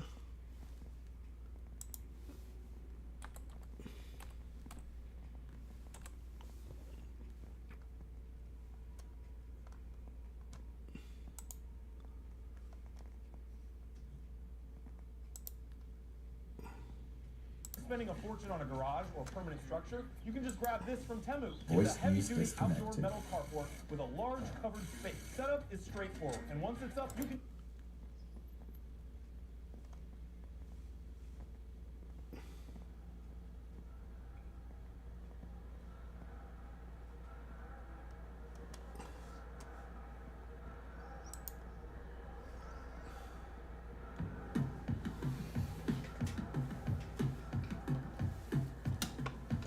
Getting ready to break out again.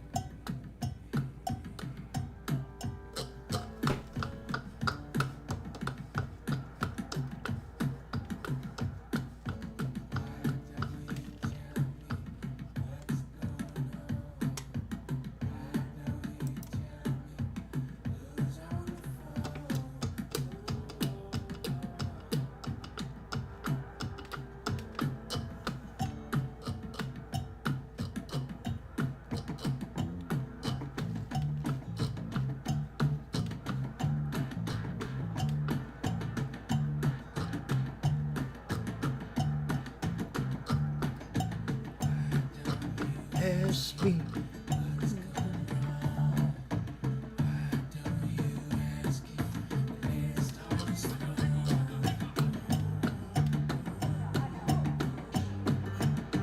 Don't say that you love me.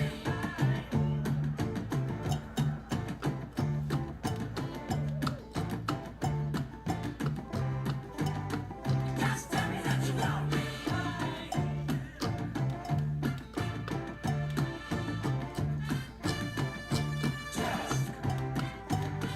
Just say that you love me.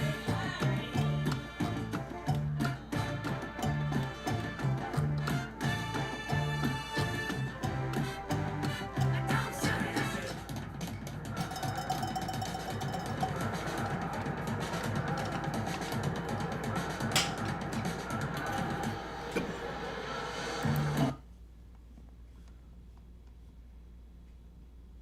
Jim's resistance here. Have you ever thought about buying it? Oh God, I missed another breakout. How did I do that? I knew it was there. 1 'em, 2 'em, 3 'em, and a wick makes it Forbes. And it could have been, oh, 1 'em, 2 'em, 3 'em, 4 'em.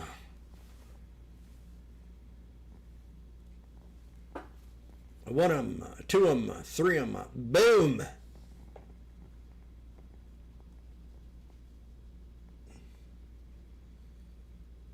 Shit.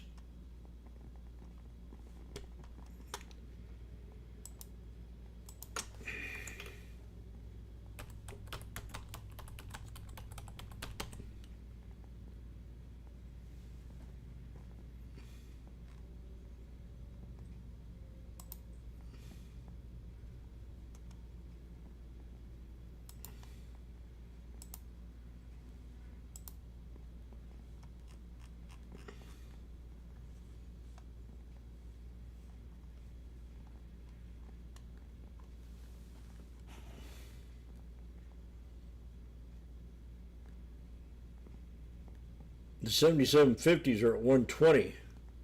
If you get a pullback from here, that's enough coffee for me. I'm feeling the caffeine effect. Is this girl froze? No?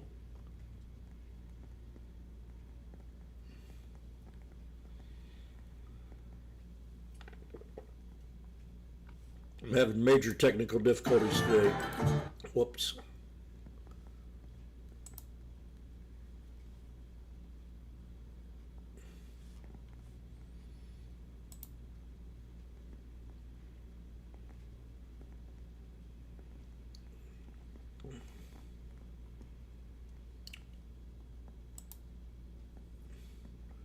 We got a curl kind of going sideways on Mister and going down on Coin a little bit. Circle. And we definitely riots at a double bottom. Shit. This is a bull market today.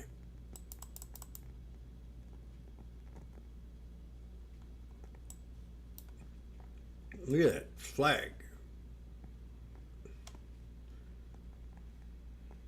That was a double top breakout. I should have zoomed out on that. Time to clean up. Although every one of these lines means something.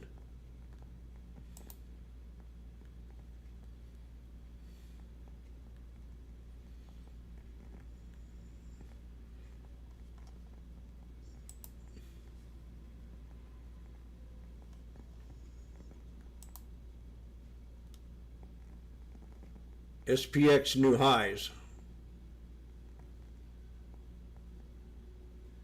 There's another trade that I regret getting out of early. I had the perfect spot.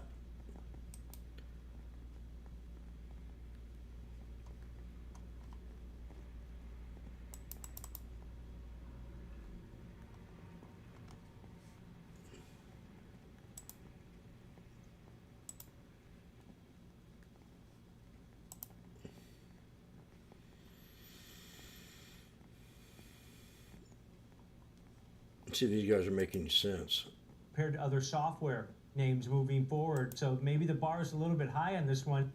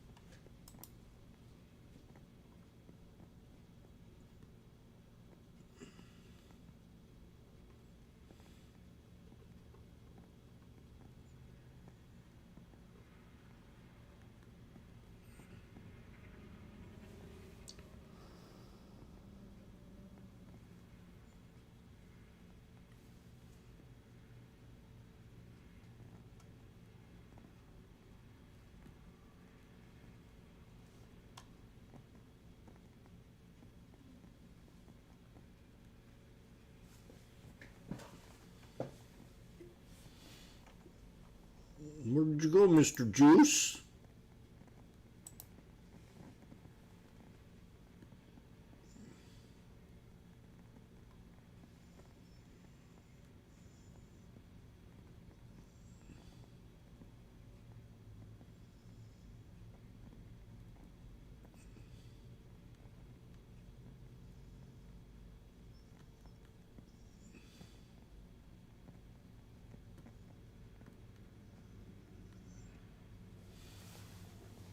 Wow.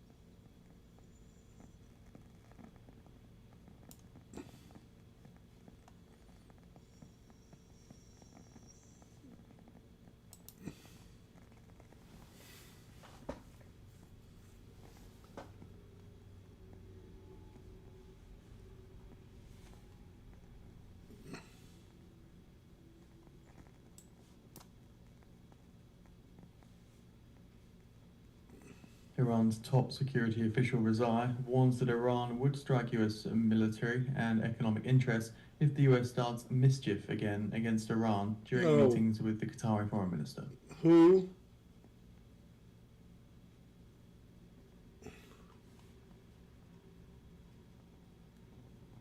Really tough guys, aren't you?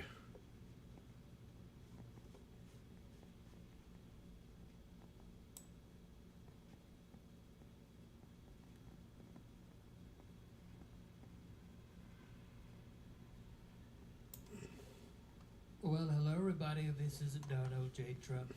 You're behind the markets. If you're a real day trader, go real time at financial...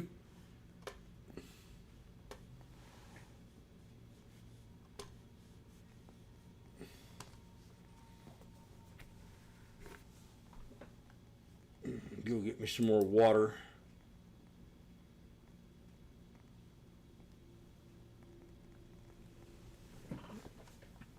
It's a badass market.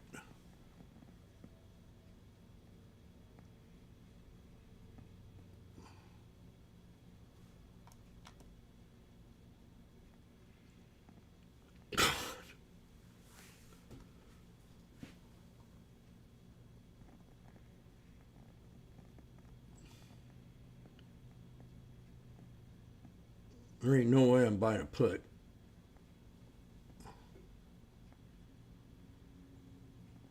Jesus. I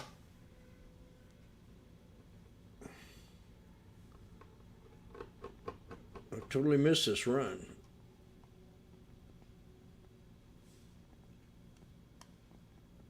That's $700 in one contract.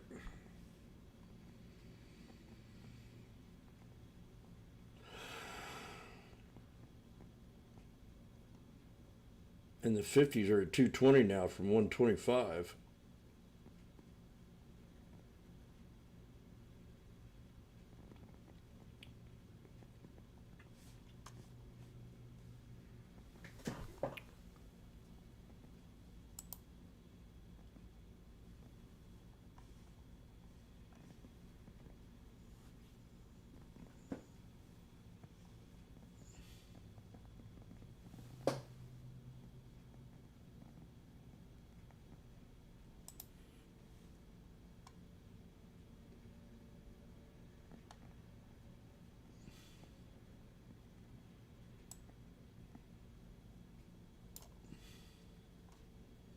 I'm going to raise my alert above the 20. Every time it goes up, I get a little bit leery. We're down $200 on this now. The 77.25s.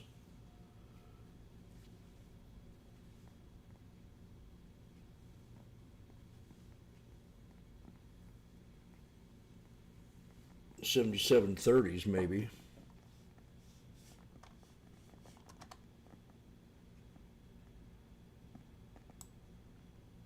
Or the 77.35s.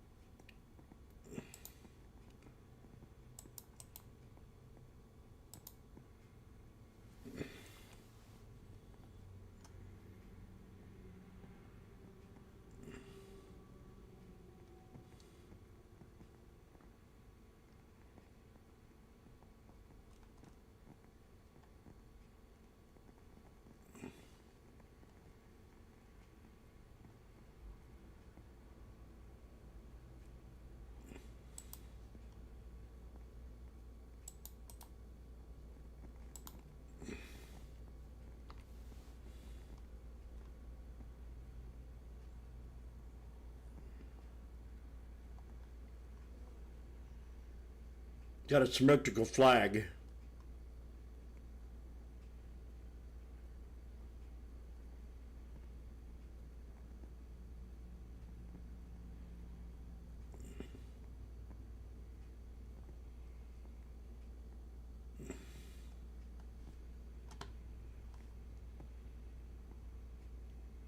Is it gonna die? 9 minutes before lunch. Or are we gonna, I mean, let's put the Fibonacci on this latest run.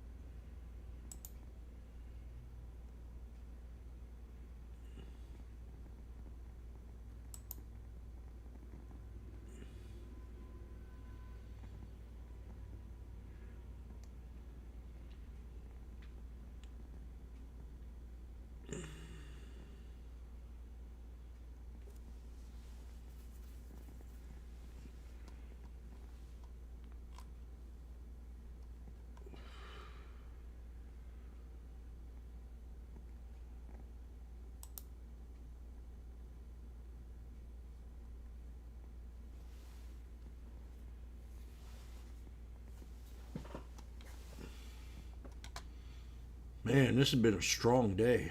There's no giving up.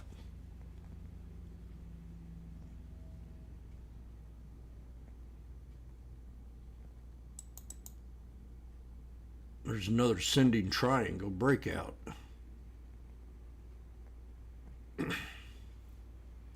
We'll just hit resistance to break.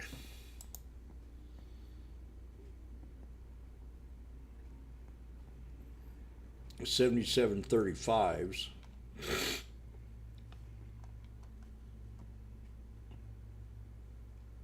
Not no mood to buy a put yet, that's for sure.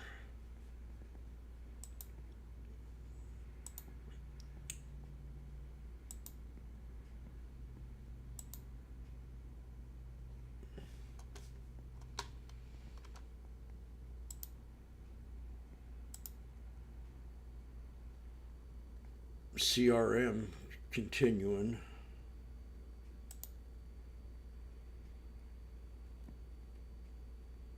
What was that?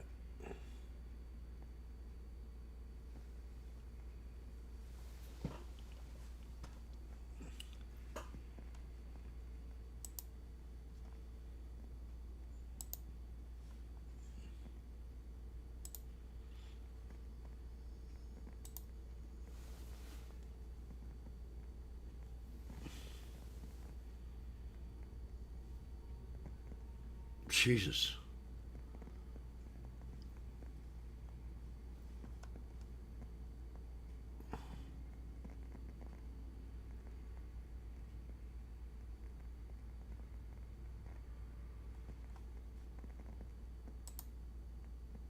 That's the 1 minute bouncing off the 1 minute. I bet you the 2 minute has a bigger, higher spread.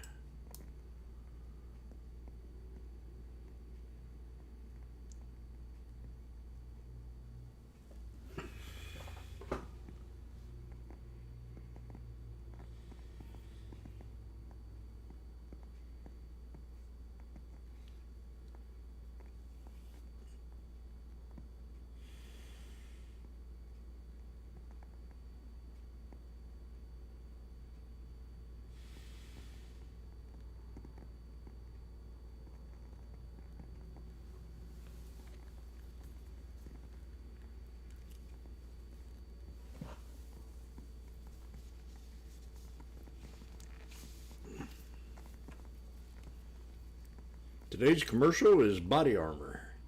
0 sugar, watermelon, strawberry.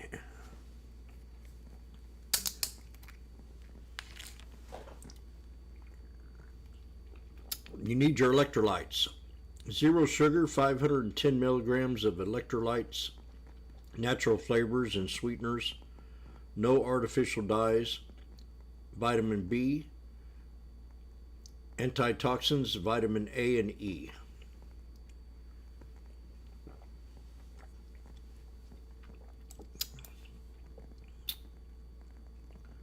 Back to support.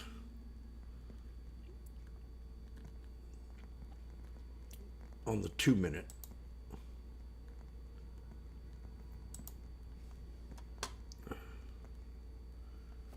I hate to have my first red trade because we're up here so high. And we're at the 20 right now. We finally broke below the 10. So this is going to tell us if we're going to stay here or not.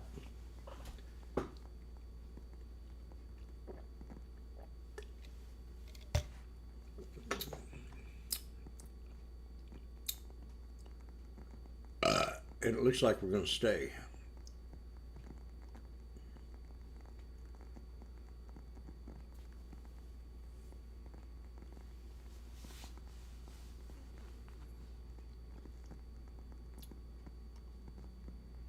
You got some very sophisticated, rich scalpers out there today.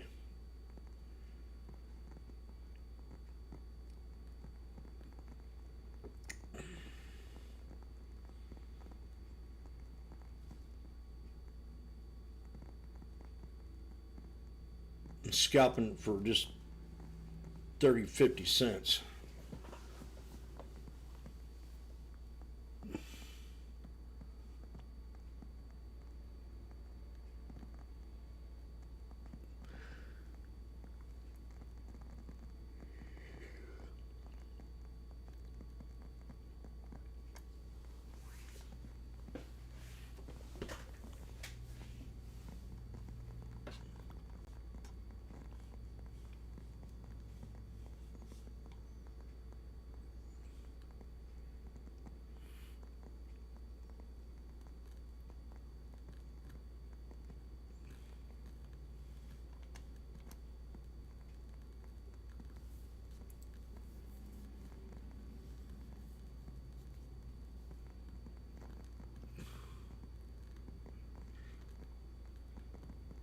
We're getting ready to do something.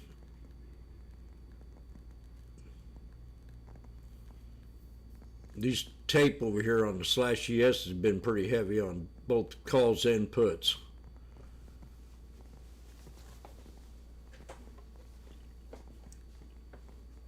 Big wands.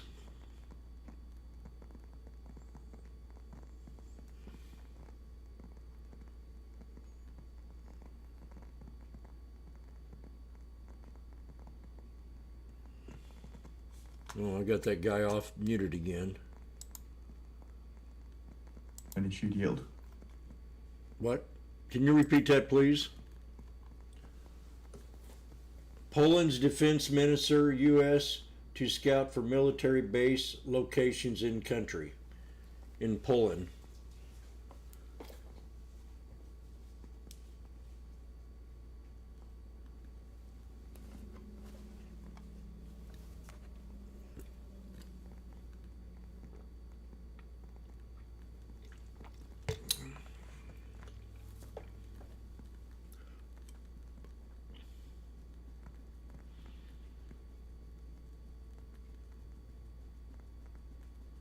Oh.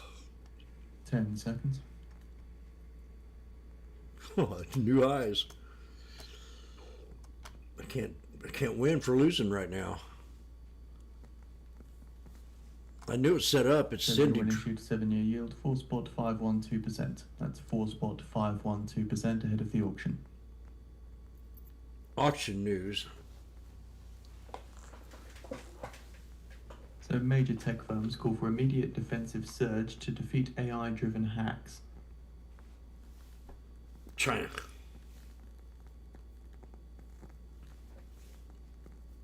So major tech companies, including OpenAI, Anthropic, Microsoft, Alphabet, and Amazon. You're behind the markets. If you're a real day trader, go real time.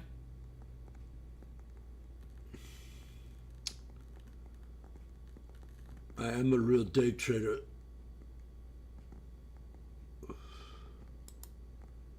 said that there was a limited amount of time to make our digital world much more secure ahead of the AI onslaught. 77.25s or where? $15.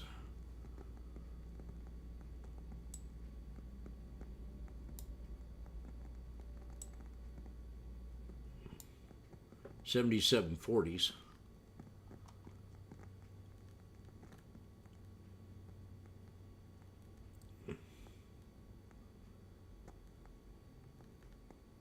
So we're now shortly expecting the results of the 7-year note auction. I'll lead with the high rate.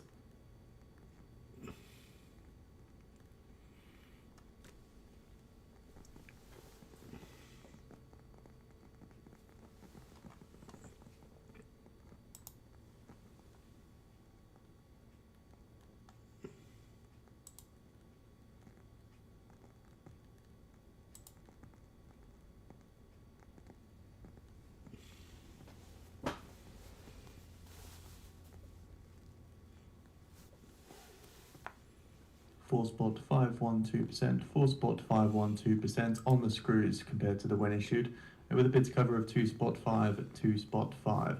So again, the US sold. The US sold $44 billion in 7-year notes and awarded 97.63% of bids at high. 7 Prime year. dealers taking 12.26%, direct 26.96%, and indirect 60.78%.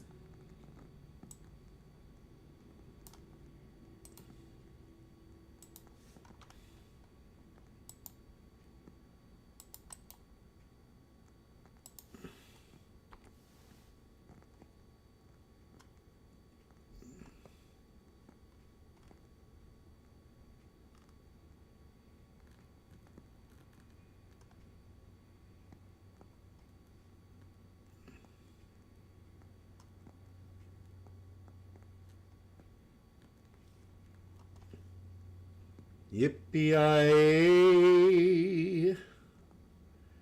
Yippee-yi-oh.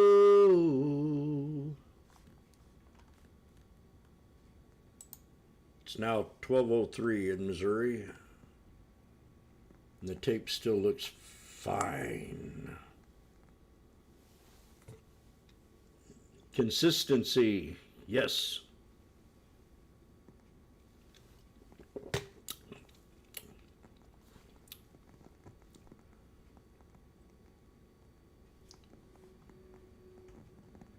I usually have red days. I mean green days.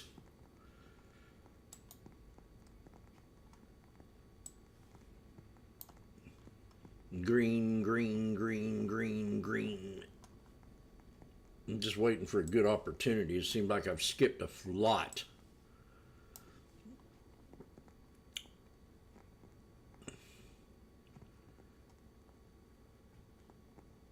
He's a little bearish.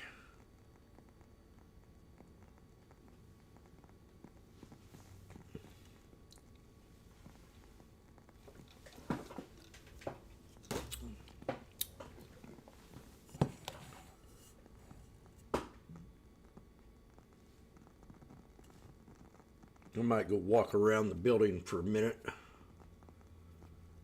get some blood circulating.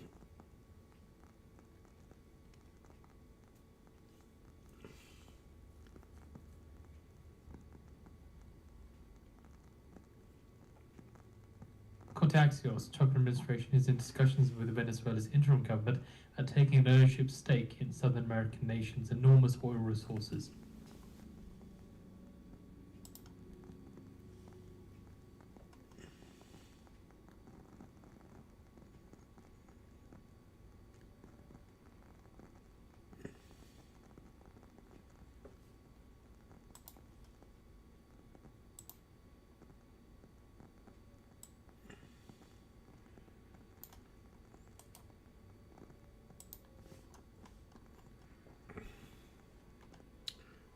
$77.40s are getting cheap now.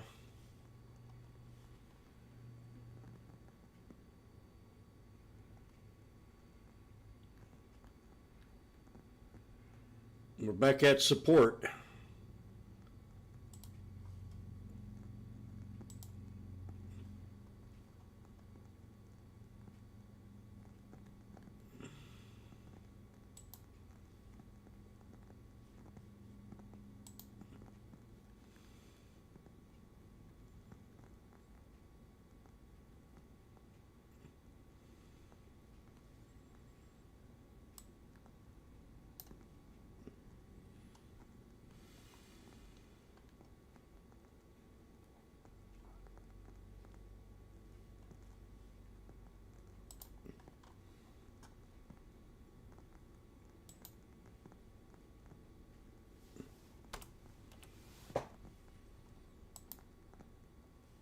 Microsoft and Humane report long-term pact.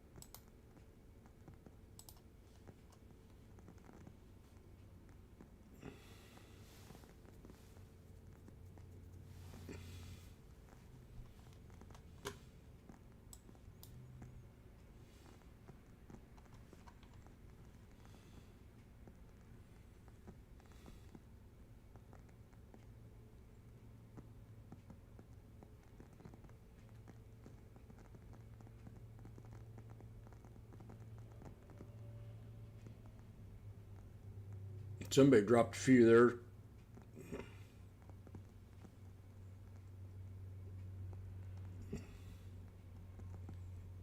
Boom.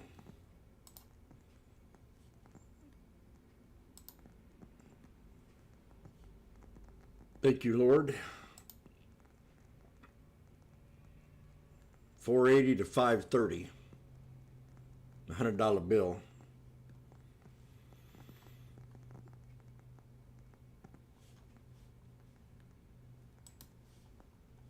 Now they're at 620.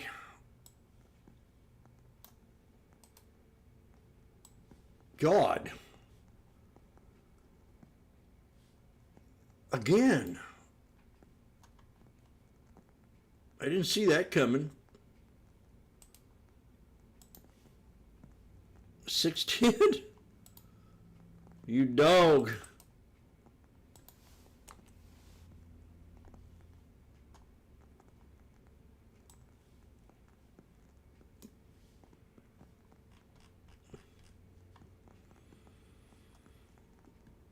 Well, at least I got something here. I've been sitting like a rock on a freaking log, not doing nothing.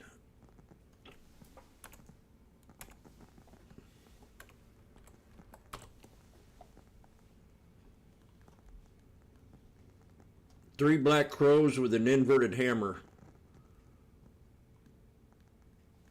These things are at 660. I got 530. Jeez.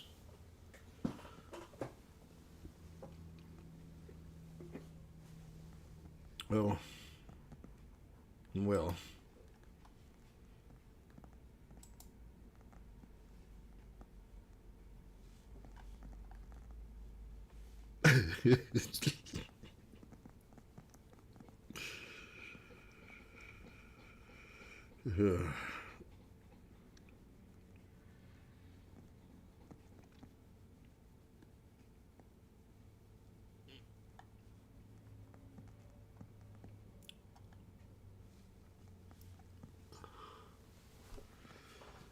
Hike.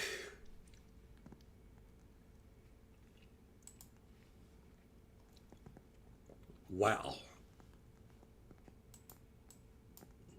I was a little nervous on that trade. Now they're at 710, 20.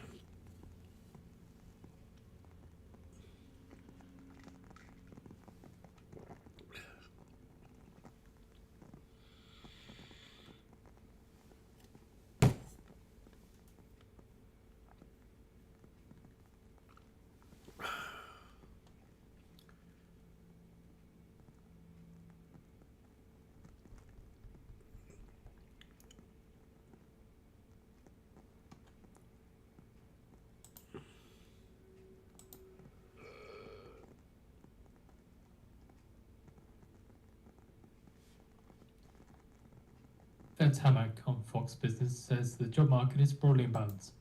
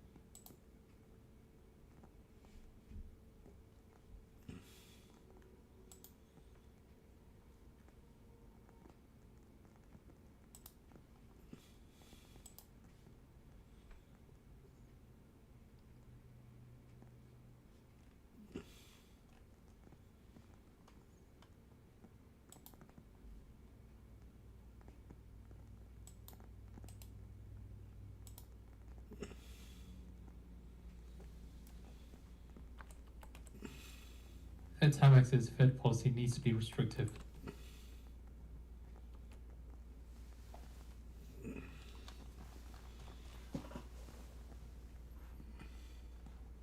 And it's time to act, and we need restrictive in policy.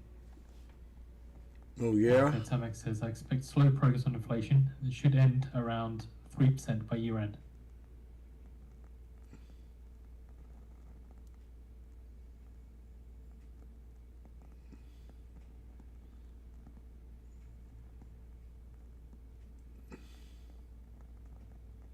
Trump administration is in talks with Venezuela interim government about taking an ownership stake in South America's country enormous oil resources.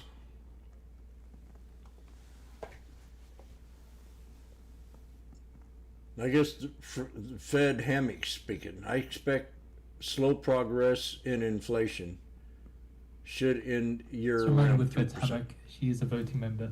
Fed Hammock says next year inflation might ease to around 2.5% at the best. Okay, this is my opinion. They're trying to get 2%. It's always been the norm. It's always been the norm. But after that huge inflation crisis we had under Biden-Harris, we here in Missouri suffered 21 to 31% inflation overnight because of all the spending they did. $14 trillion over budget in 4 years, double what Obama did in 8.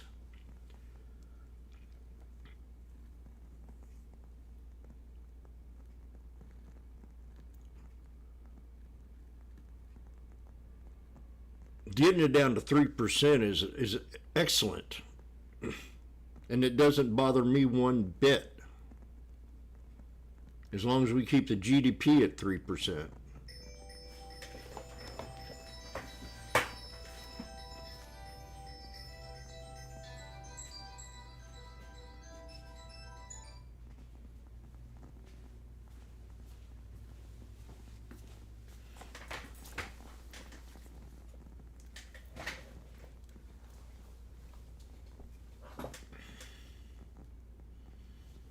We're back at support again.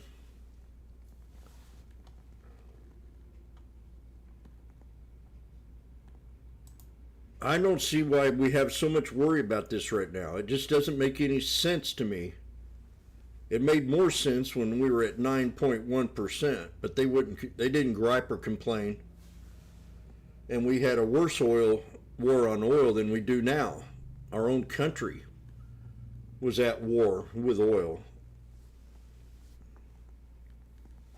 Into our own country.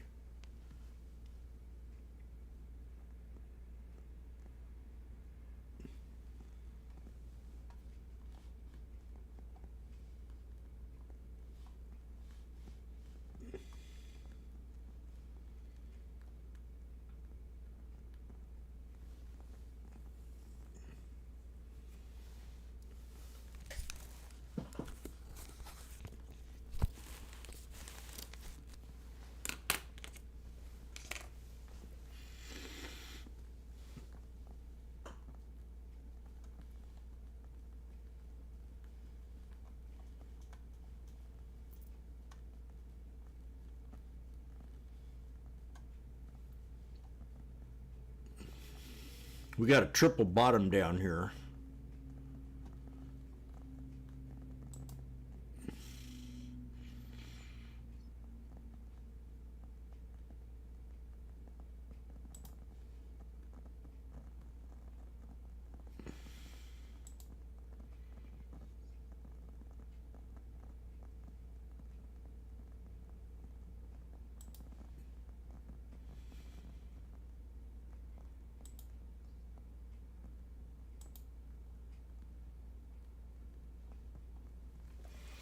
So it either holds here or it drops down to the triple bottom, and I've been patient for a long time. I'm going to be more patient.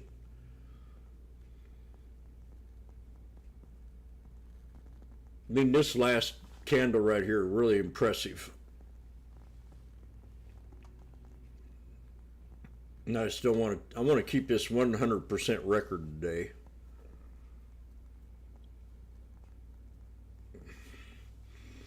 So I'm only going to let my body tell me when to trade. My emotions. I'm going to go pee. I've been drinking a lot of fluids.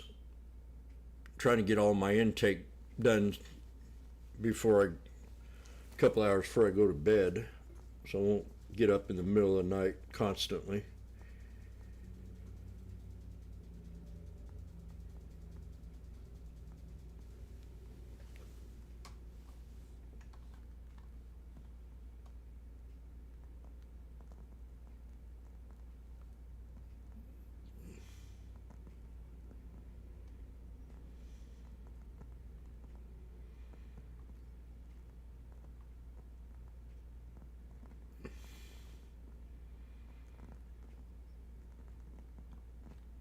Uh-oh, Yankee.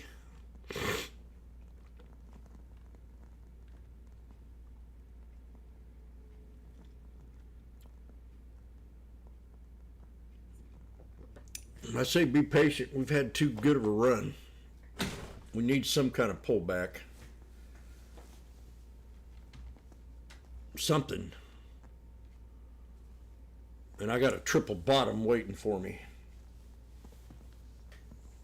And I mean, it's been very well behaved. There's 570 to 610.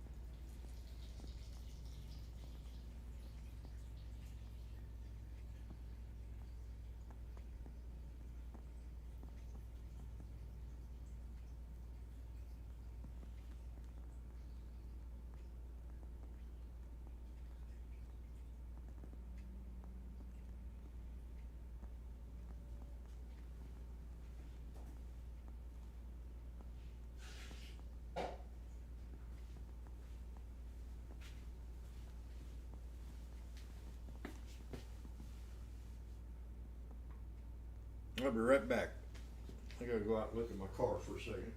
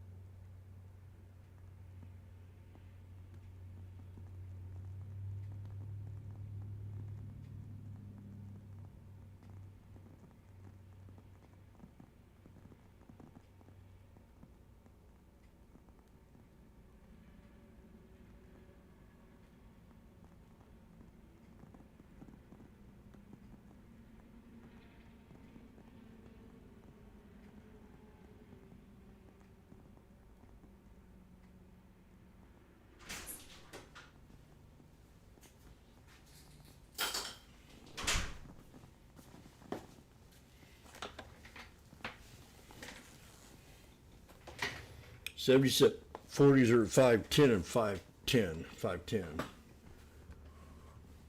So we got a triple bottom. We're squeezing again on the 1 minute. Ah!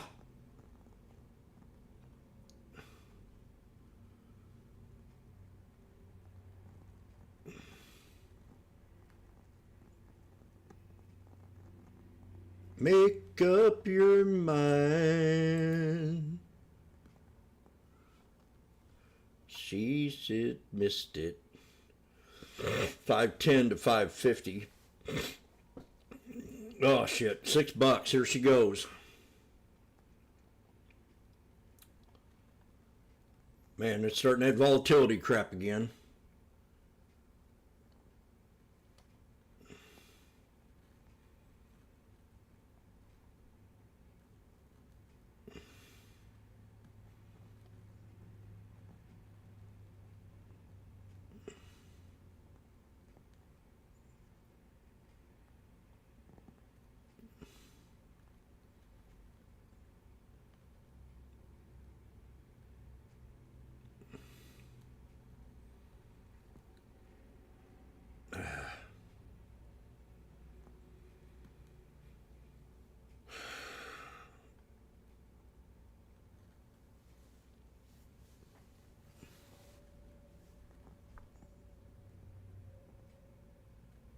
Probably need to go and, you know, it wouldn't hurt for me to go walk the treadmill a little bit.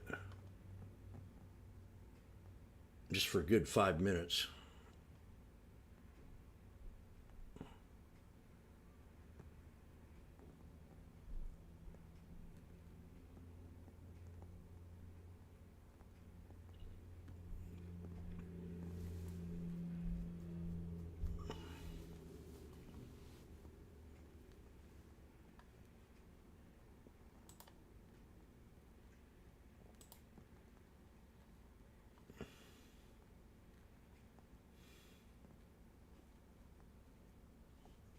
And Trump is reiterating his rhetoric, or negative rhetoric against Canada, saying that they've been ripping us off for a long time. Been ripping us off for a long time. That's right.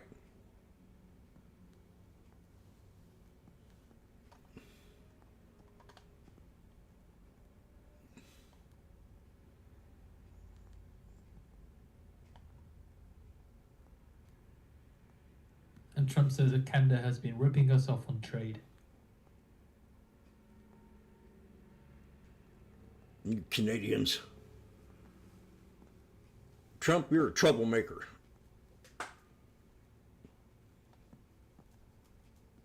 Don't you stop it.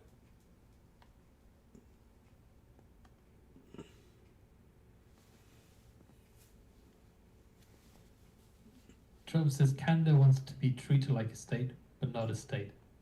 We don't want Canada to make cars for the US. Oh, God. Lord help me.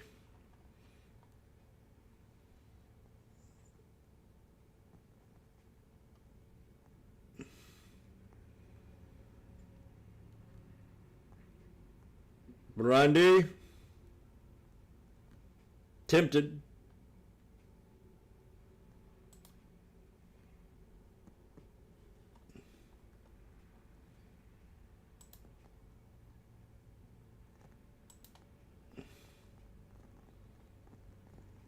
Did it. This could be my losing trade of the day.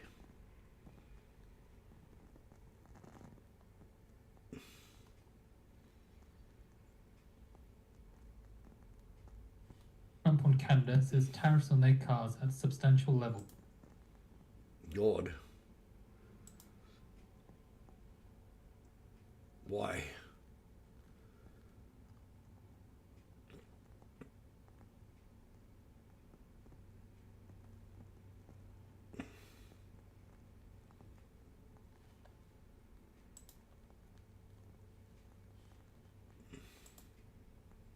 Right now you're down 15%, Jim. You got 3 black crows.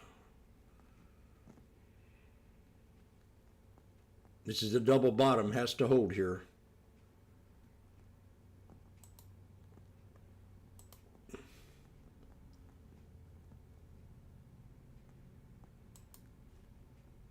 Trump says Canada is the worst to deal with on trade.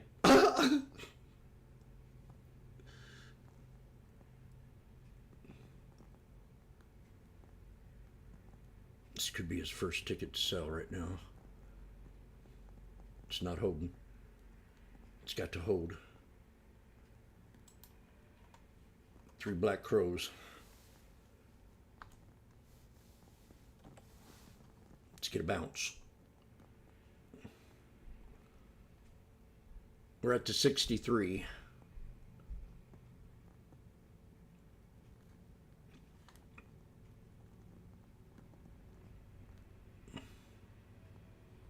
Jim, you're down $40. Have you ever thought about selling? No. You're down 70 now. Trump just reiterating what he said to Axios, that Putin will not attack NATO territory. Oh. Trump on Canadian tariffs says it's going to be good for us.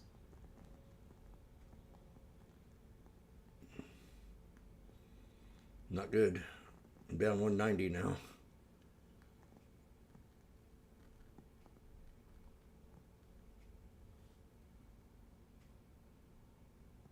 Trump says that I've had good talks with Putin.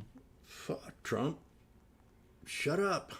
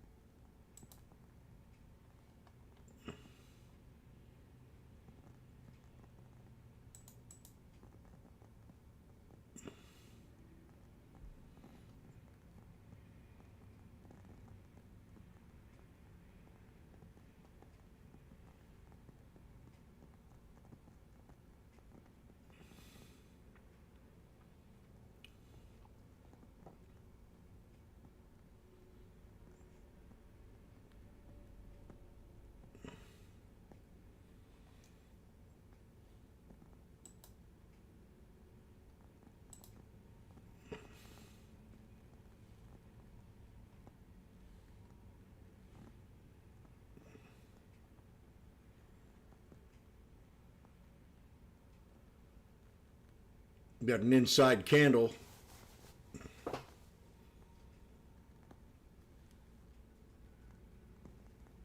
We're bearish right now.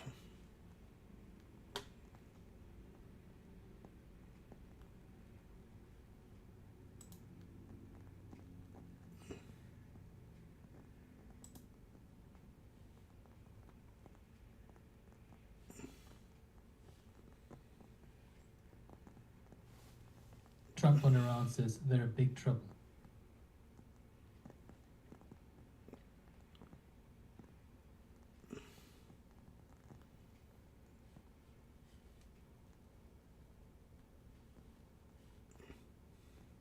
Trump says that Russia has behaved quite well to do with the Strait of Hormuz.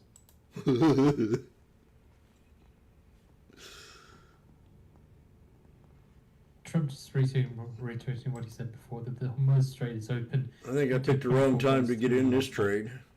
His mouth running.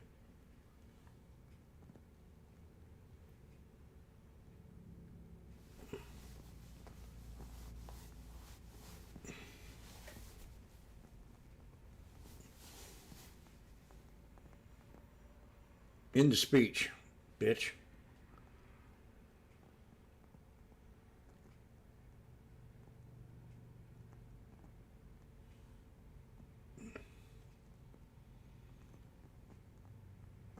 Back at resistance here.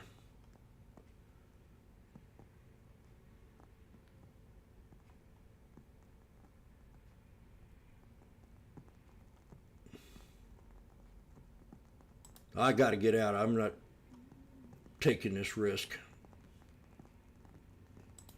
I'll keep my 100%. What I get out at. Probably too damn early again. 4:30. I'm okay with that. I'm okay with that.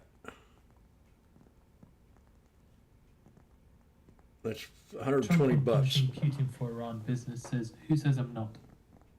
Oh, shut up.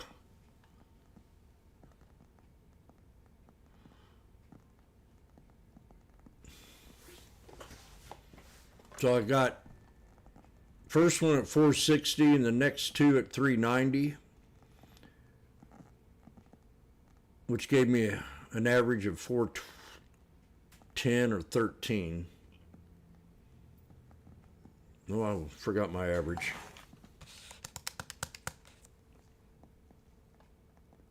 That concludes comments from Trump. Oh yeah, now it concludes it and the thing will run.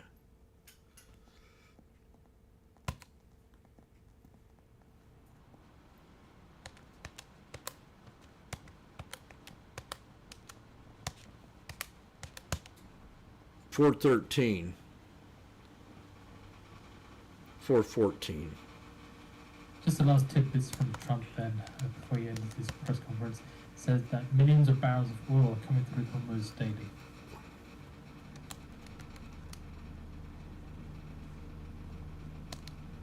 $16 times 3, not as much as I thought.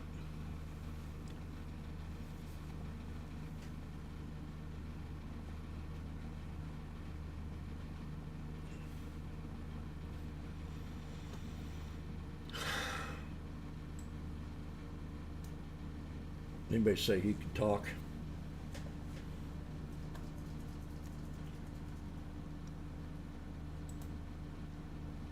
I'm at $1,211, $210.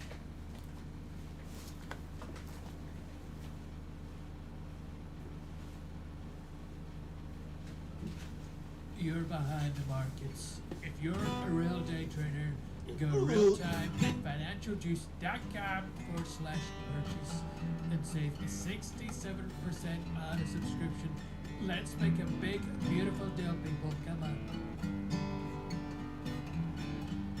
Hey Donald, do you ever talk too much?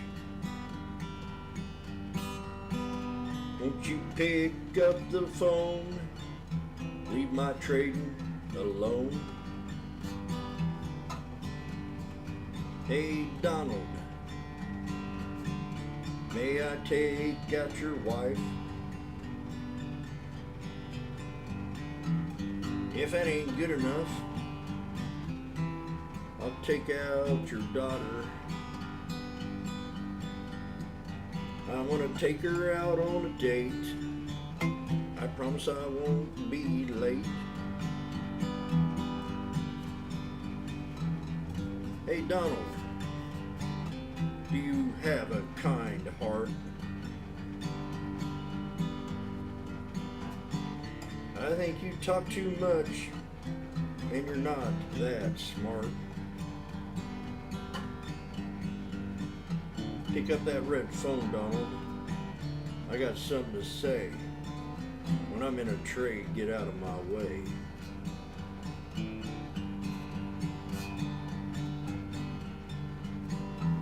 Best time I ever had, Donald, was at one of your show-ups. And I never forget not yelling at them liberals.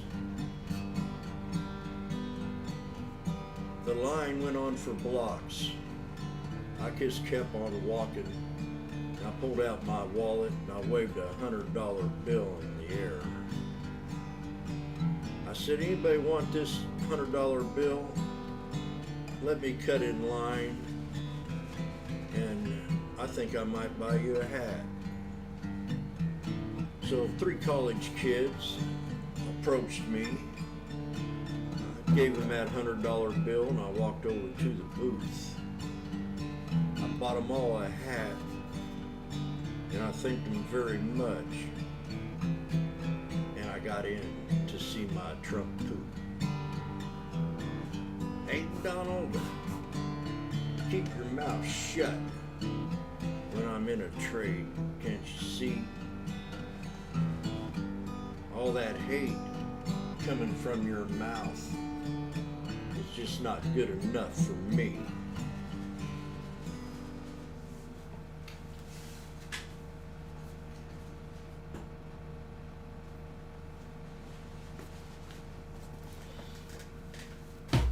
Another hit record.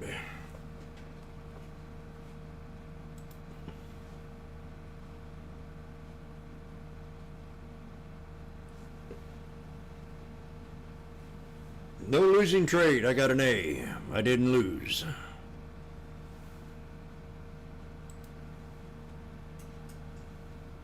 No lose.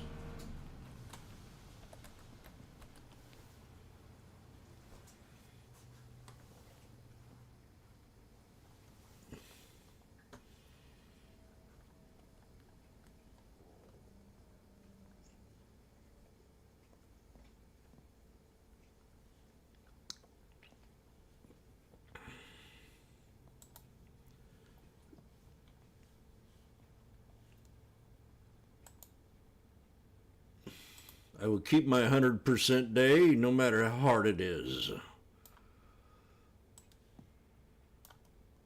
And I've got 2 good green trades in my personal account. So I'm batting 100 with a triple bottom here, and we're bearish.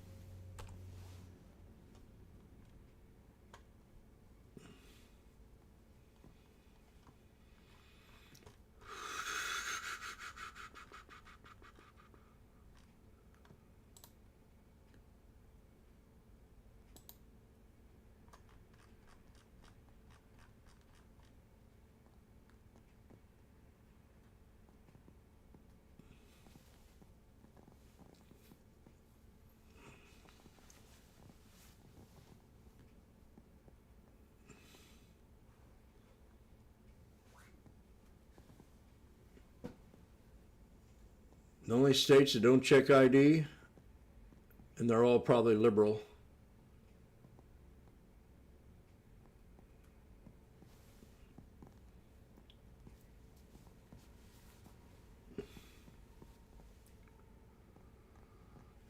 We got 3 black crows, and we're at 340.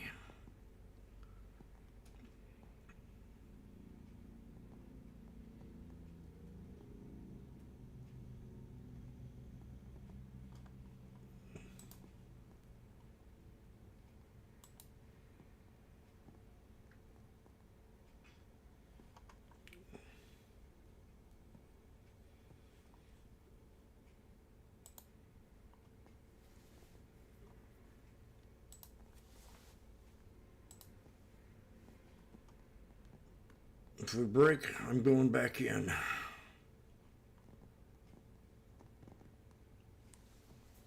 Right now we're bearish, we're under the 10, so I don't really want to take this trade right now.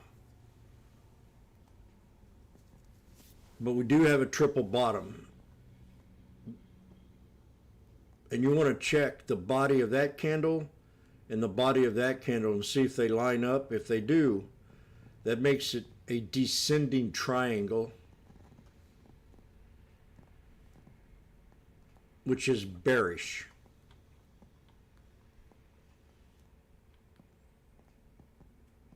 But sometimes it's not always the case.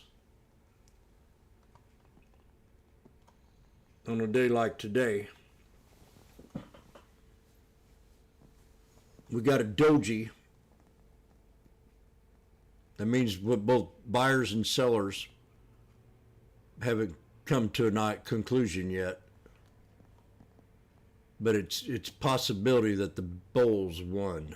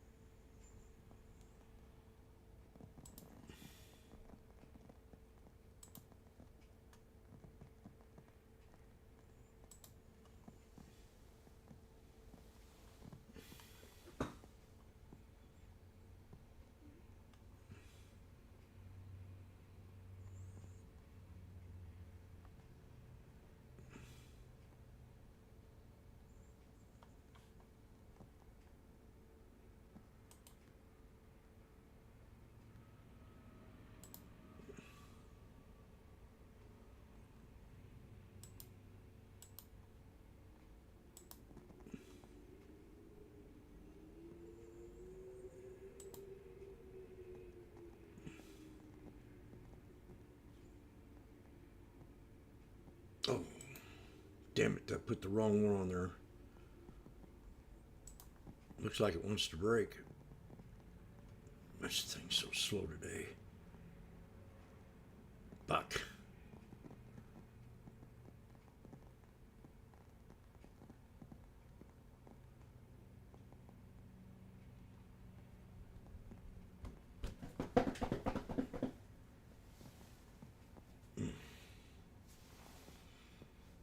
That could have been 120 bucks if I got 3 of them. 320. The 10's curling down. I'm just not ready yet.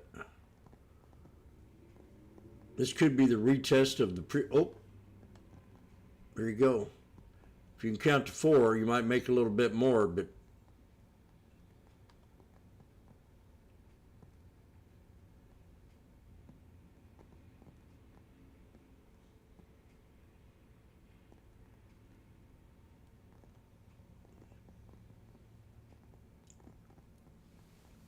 still bearish.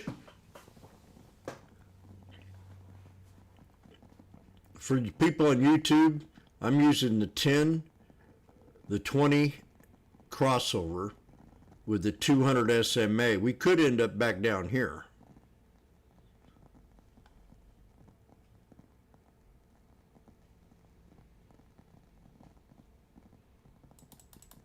I'm going to zoom out. So that's really nothing in here to hold this up. All the way back down to this here. Wall Street Journal, White House spurns a return to June deal with Iran. Oh, God.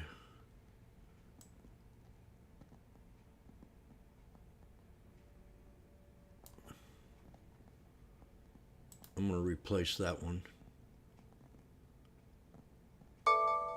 Triggered. Further detail into the Wall Street Journal piece, Trump administration has reportedly told mediators it has no interest in going back to the terms of the memorandum of understanding reached with Iran in June, complicating this week's flurry of efforts to restart diplomatic process, according to people familiar with the matter said. Oh, God. He's speaking. Further from this, then the prelim deal that Trump signed at the Palace of Versailles and with VP Vance helped negotiate aimed to reopen Strait of Hormuz, kickstart talks on Iran's nuclear program, giving Tehran access to its frozen cash around the world. But it fell apart within weeks after Iran started attacking ships to assert its control over the vital waterway. The article is out on the feed as well. Got a 50% pullback or the 63.8. With his mouth running, we could end up back here at this triple top breakout. That'd be right around that. Just keep an eye on oil prices, just seeing a little bit of movement towards the upside. Off the back of the Wall Street Journal piece, and again, the White House spurns a return to June deal with Iran.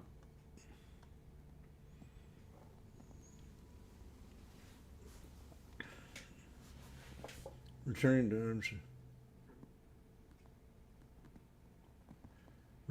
to the terms of its June memorandum of understanding with Iran, complicating this week's fury of diplomatic efforts to restart the process, according to the people familiar with the matter.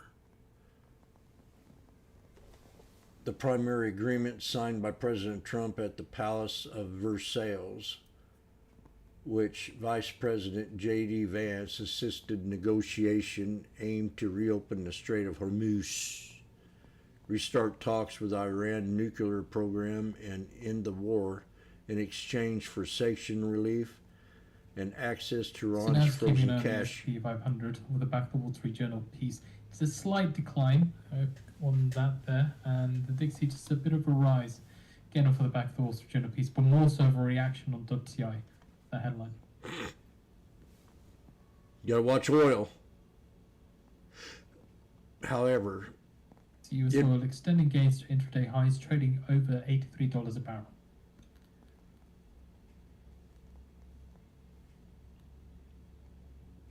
we're coming to the first support.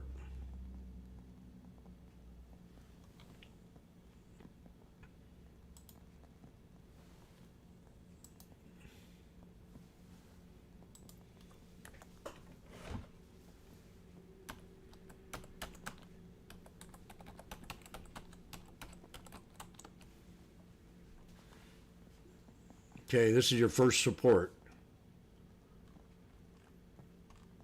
What happened to? Where did it all go?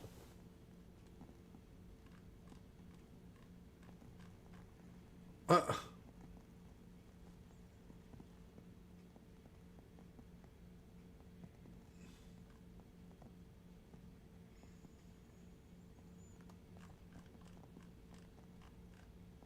didn't get a copy and paste it.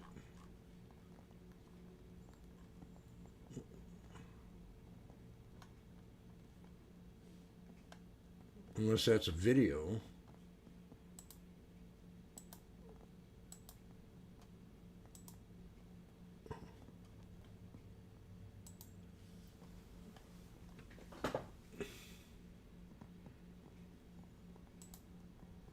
We're at $2.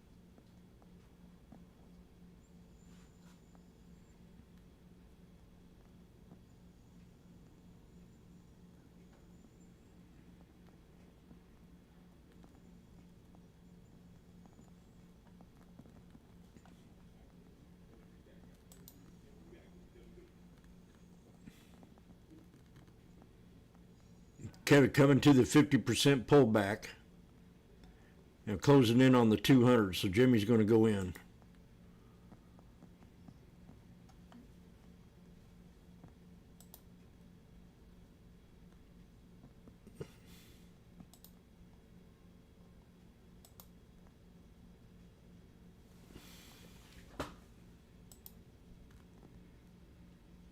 At 175.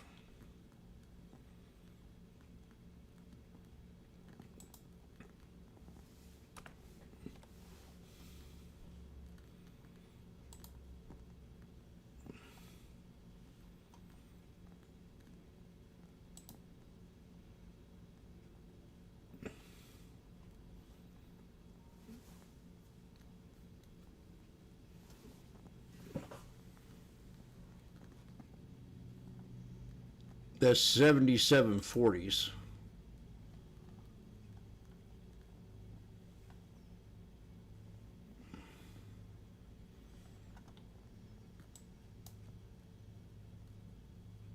Not a good idea.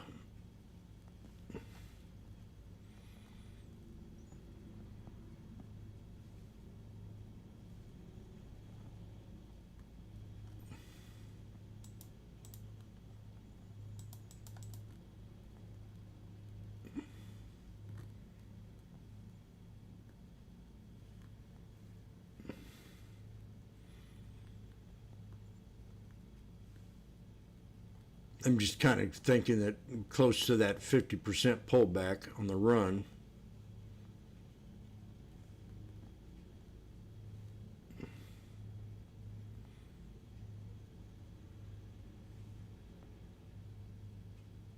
And we could come down and hit the 200.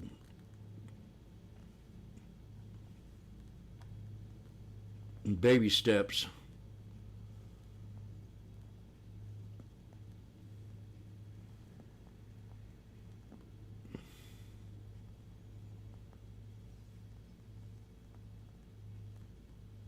See, that ain't right.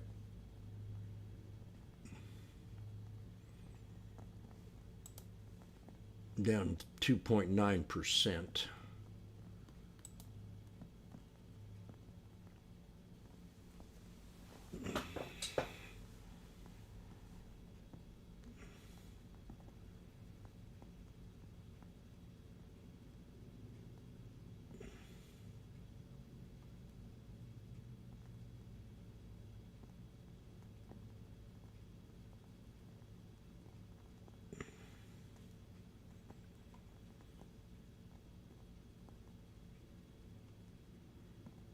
$2.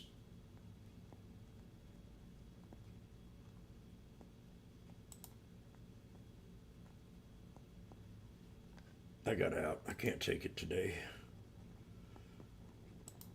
I got to keep that 100% going. Out at 190. Oh!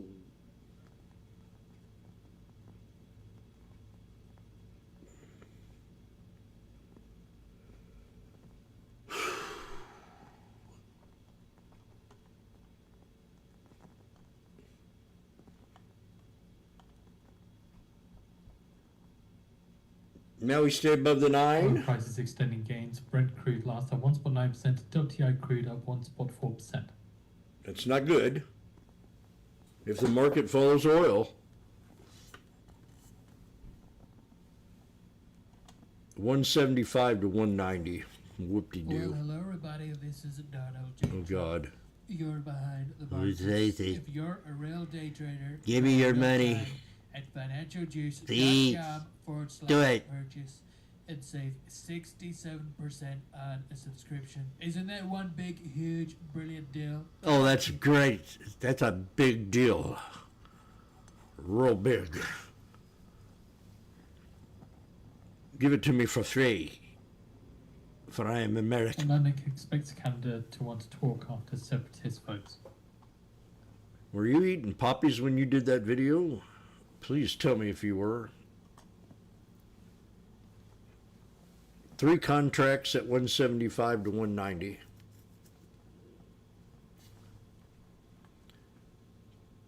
Today I've spent $13,000 to trade.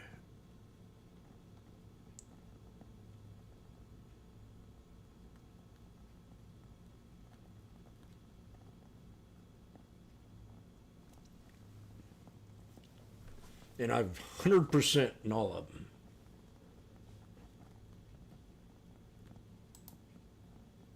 We're now at $1,250. There's my big win. Not yet. It's starting to show a little bit of something.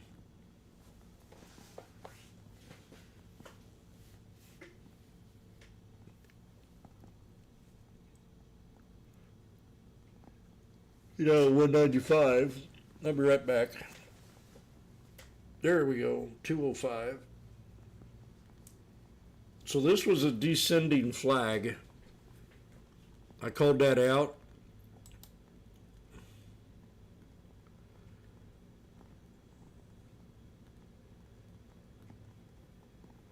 That's descending.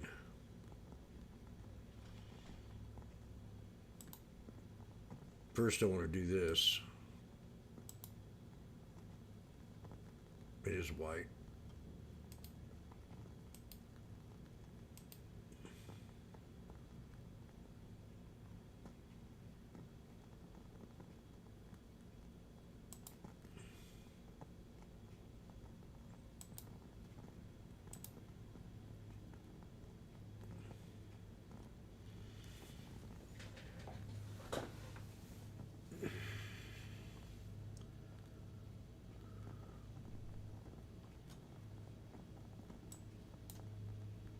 Very good move, Jimmy. Excellent. Triggered at the 200. Oh, do I still got a contract? No.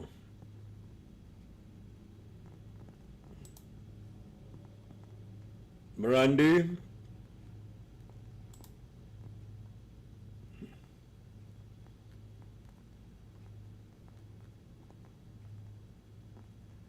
What time is it? It's 1 o'clock. No, Jim, don't trade. Go pee. Don't get stuck in a trade.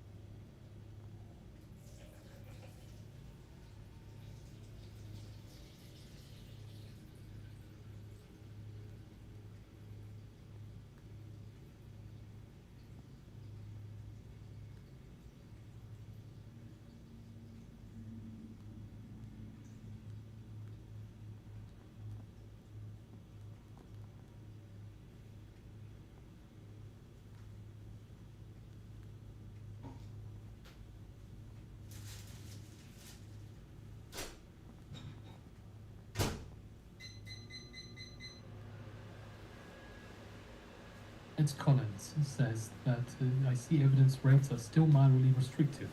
Holding rates hinges on continued inflation progress. Latest inflation data is consistent with expectations, and Fed's credibility is still strong. So $40. That trade right there is $40 contract. 50% pullback.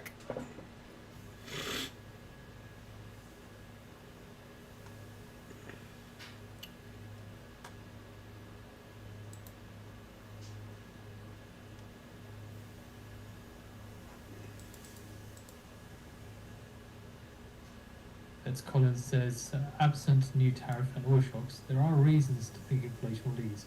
Recent increase in bond yields is still consistent with price stability, and it's not a sign that inflation expectations are increasing.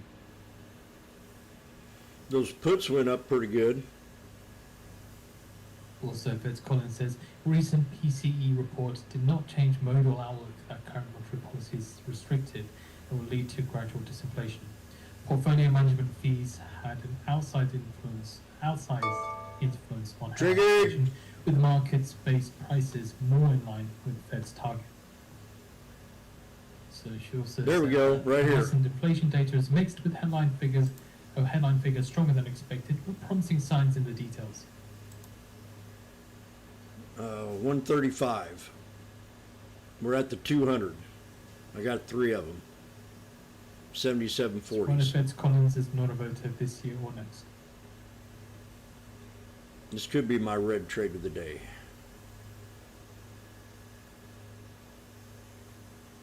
Oh, God. That hurt.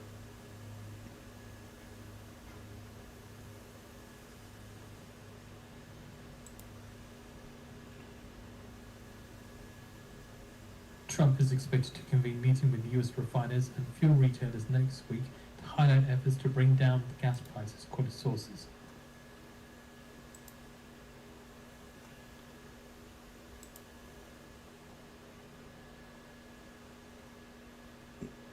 Man, inputs are up good now.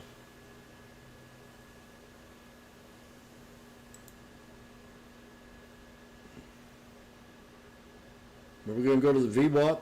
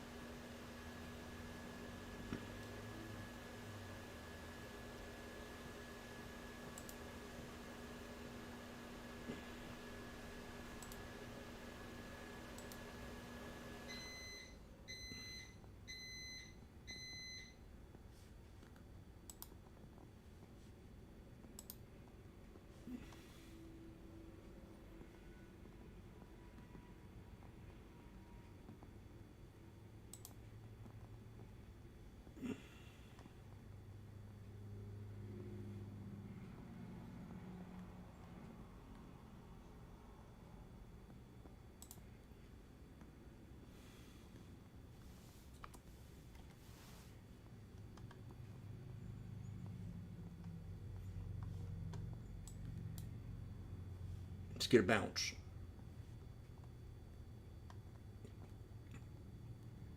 I got a 118 average of 77.40 calls.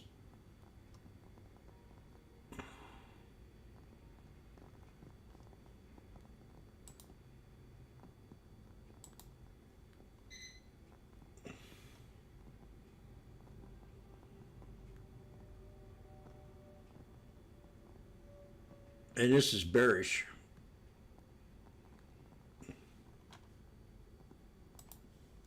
Now I got 10 of them.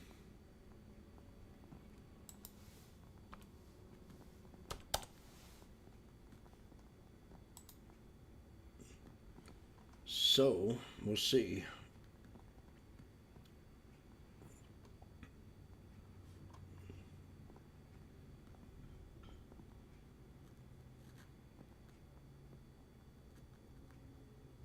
I have to make a decision soon.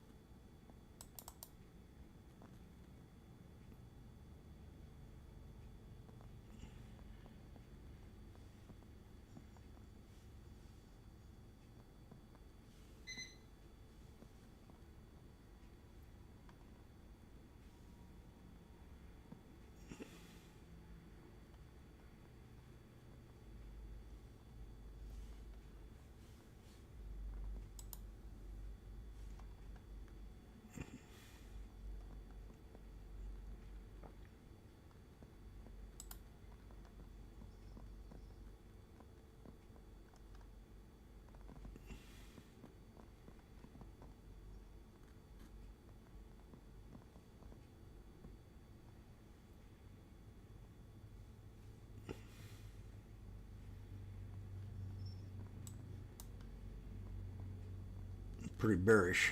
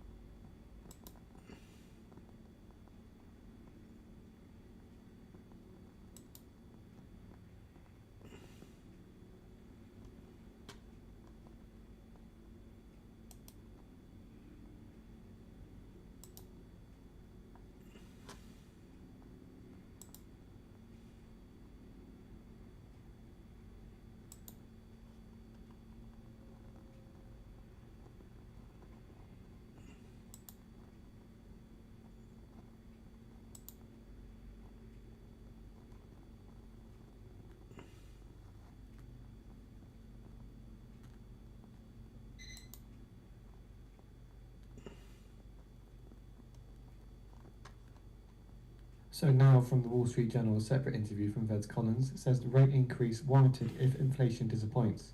We have posted the piece on the feed for those interested.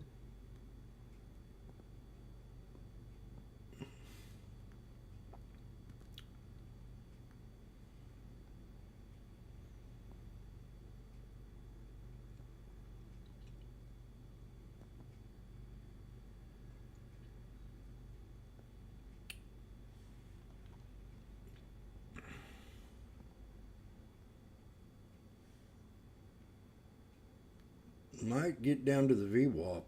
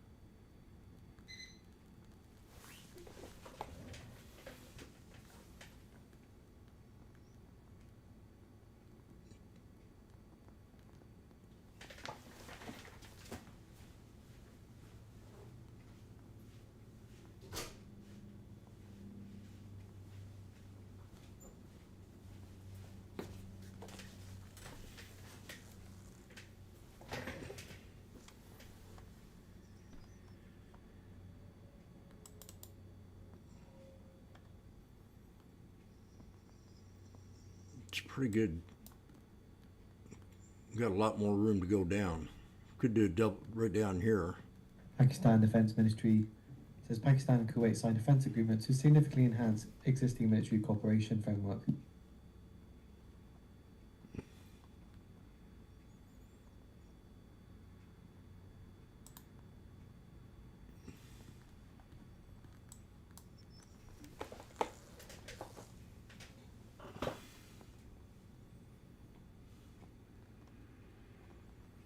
$77 30s.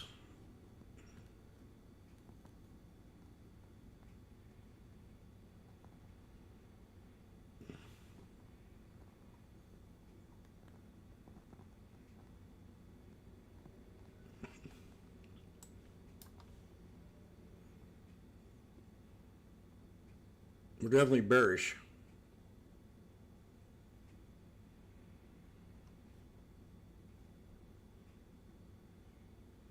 Dadgummit.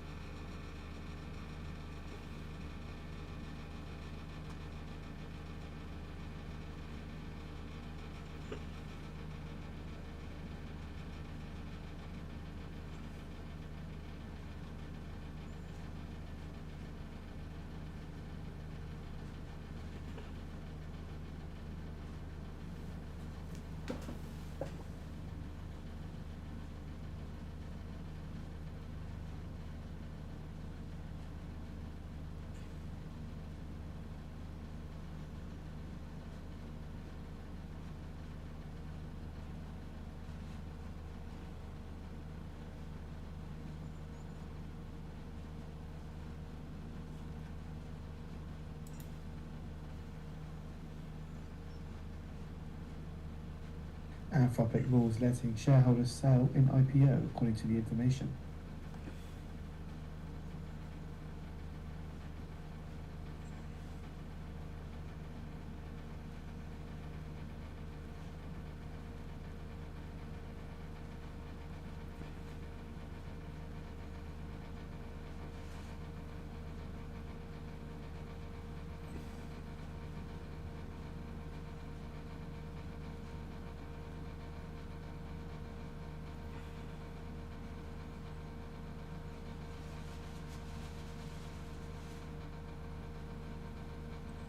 According to the information, Anthropic is also running a longer lockup period to manage volatility after upcoming listing.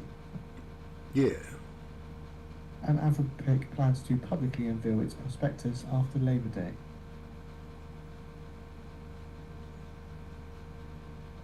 Getting to the VWAP.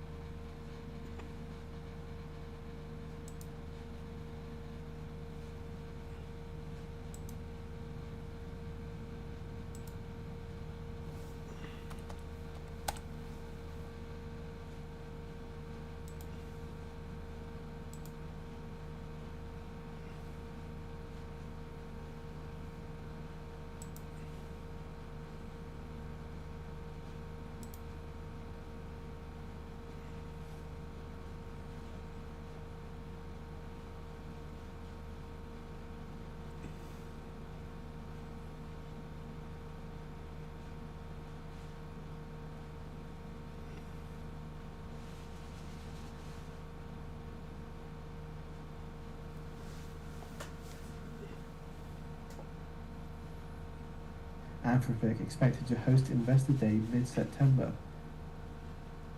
An Anthropic IPO likely in late September, early October.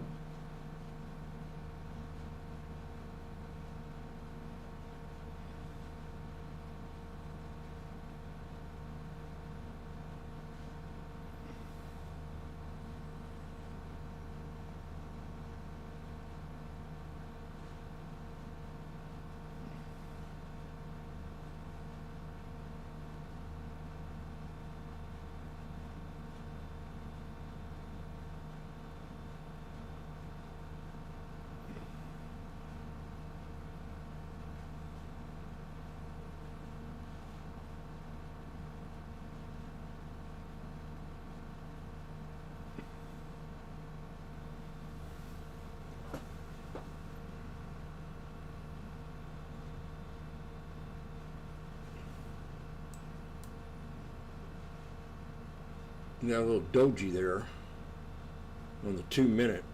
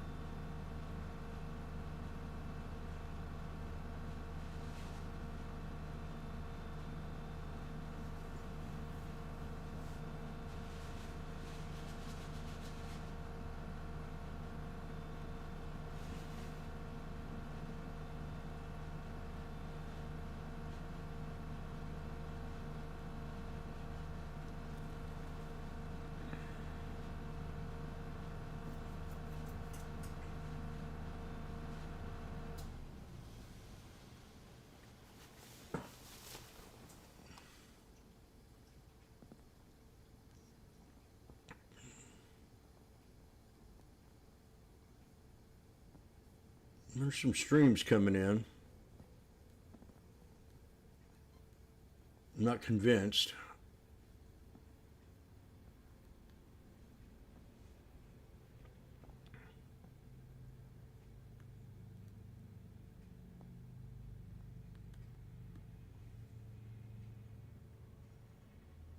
You got a spinning top and a dragonfly doji.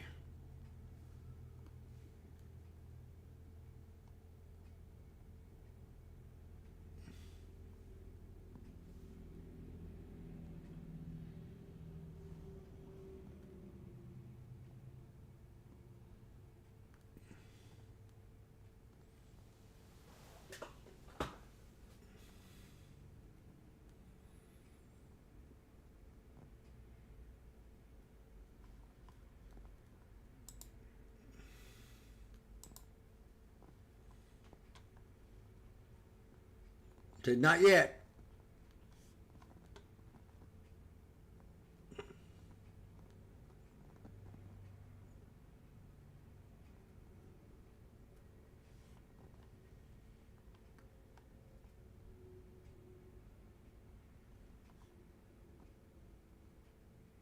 That's a first sign.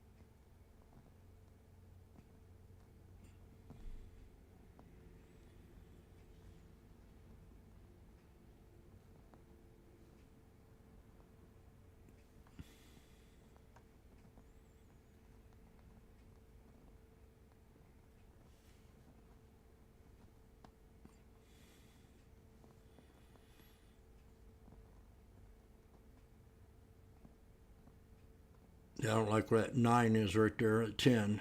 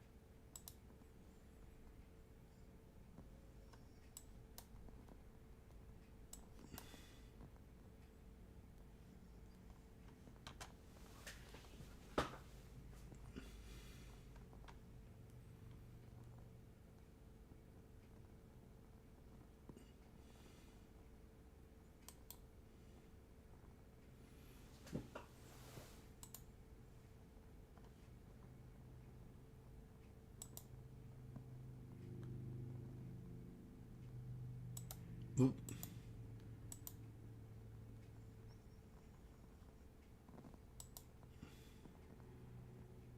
Man, this thing moves so slow today.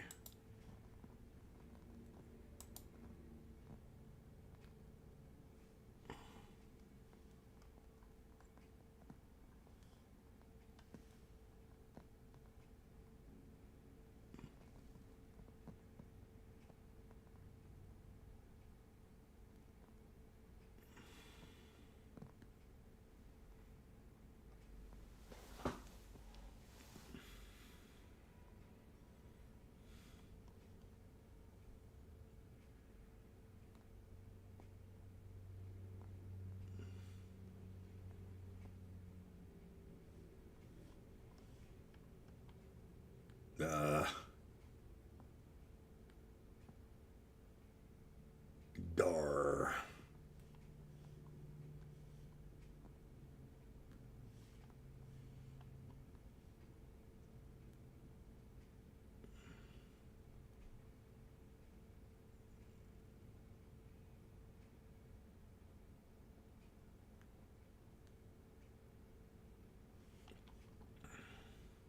The Nasdaq 100 pairs gained to 1% from as much as 1.3%.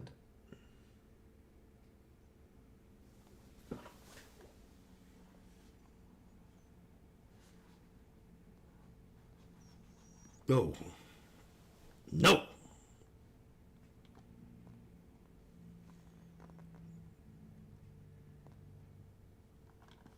snake breakout.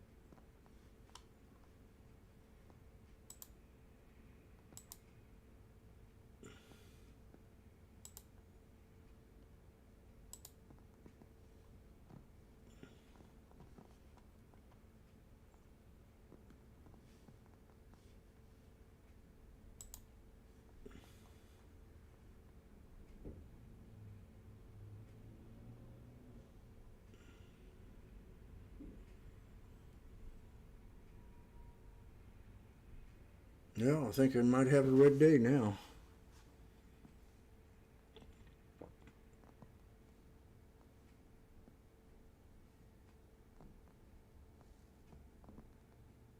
We're at the VWAP.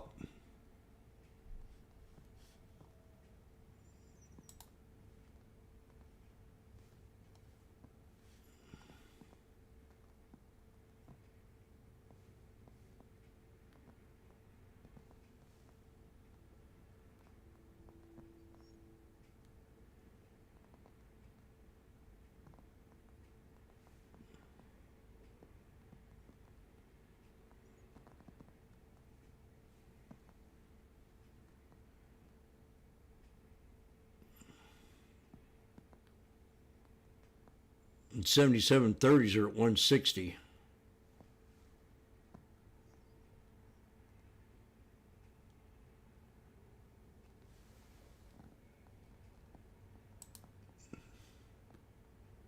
Spies at the VWAP.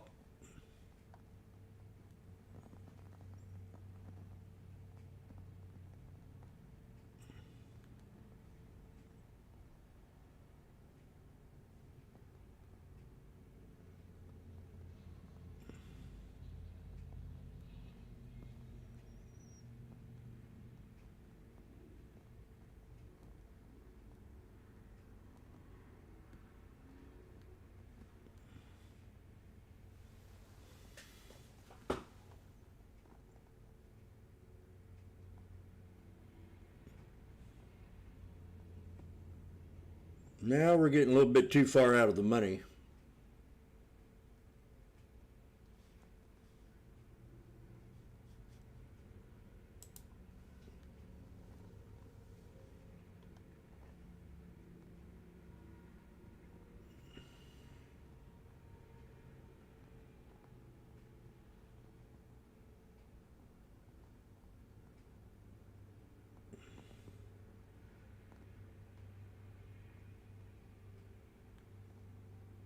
No sign of reversal either.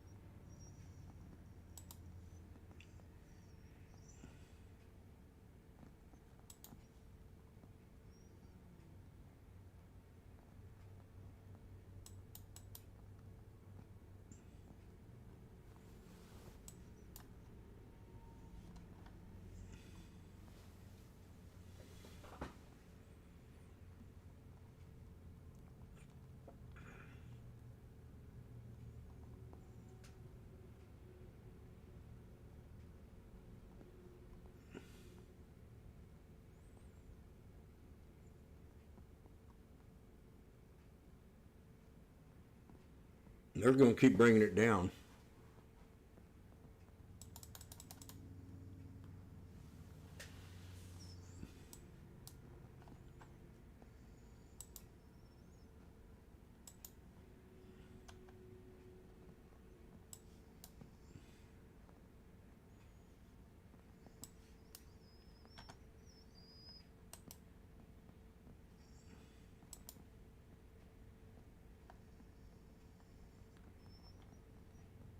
I'm afraid to shut this down. It would take me forever for it to get it back up.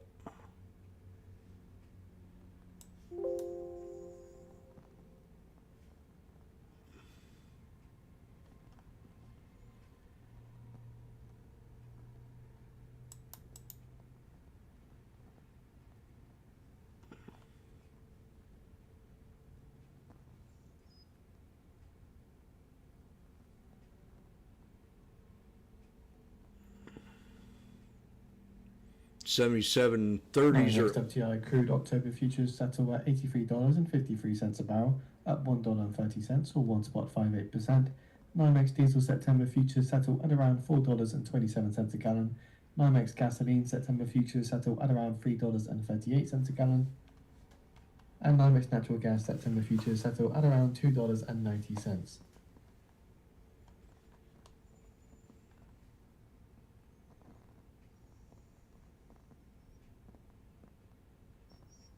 We got a pivot point right here.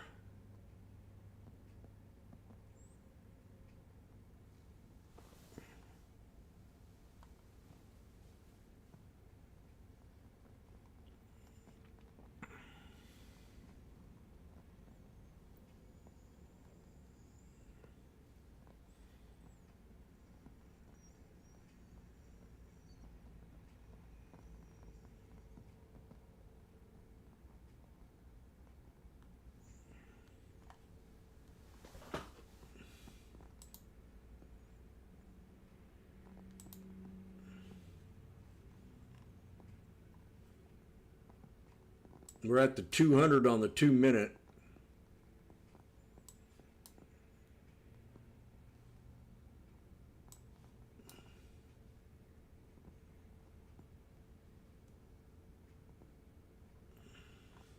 So Trump on Truth Social saying that Micron just announced a massive $10 billion investment in new research labs right here in America.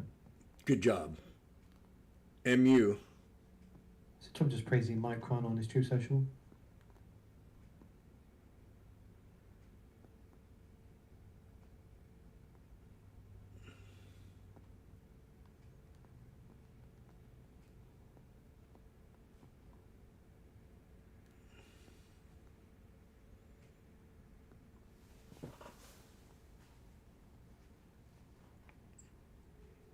Resistance, resistance, resistance.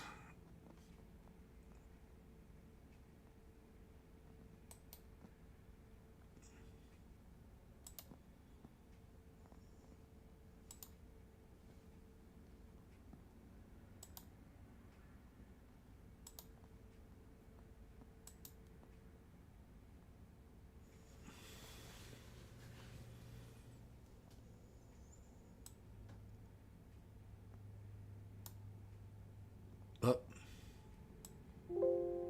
Yeah, that'll be good.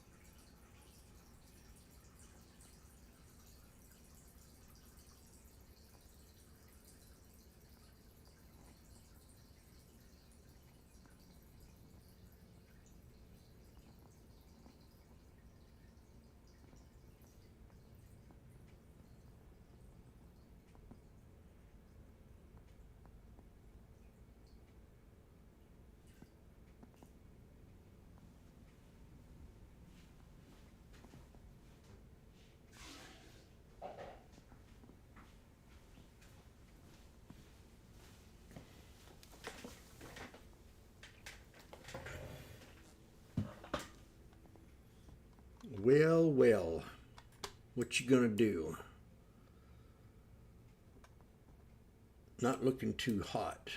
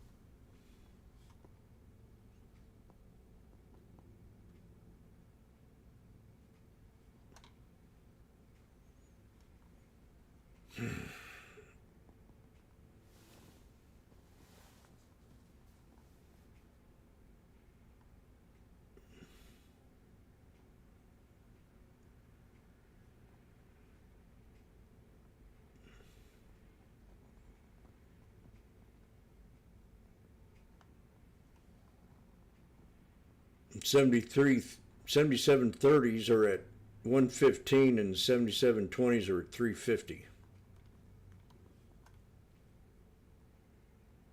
And we're not moving. We're still bearish because we're under the VWAP.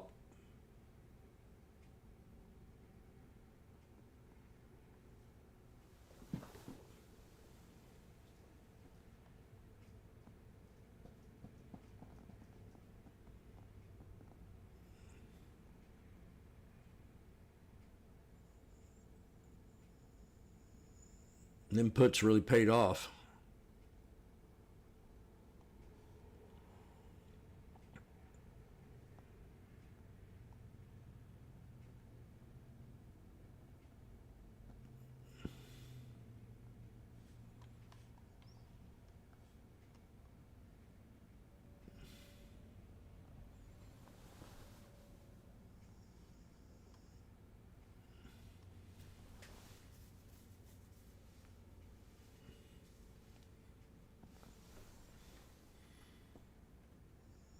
We're between the 9 and the VWAP right now, so something's going to happen here.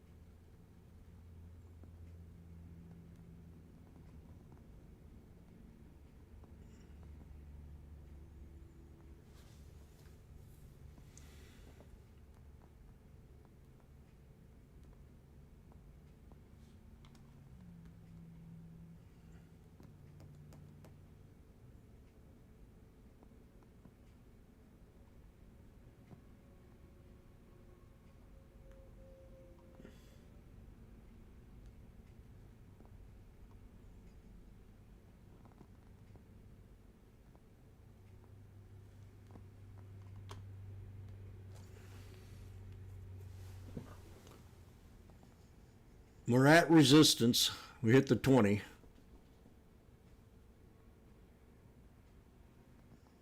If we break the 20, it's good. If not, 3 white soldiers, but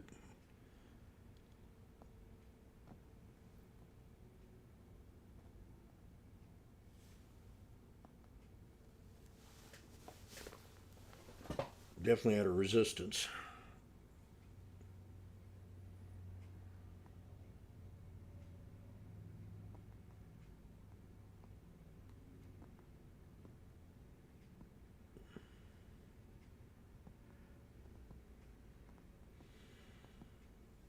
Ding!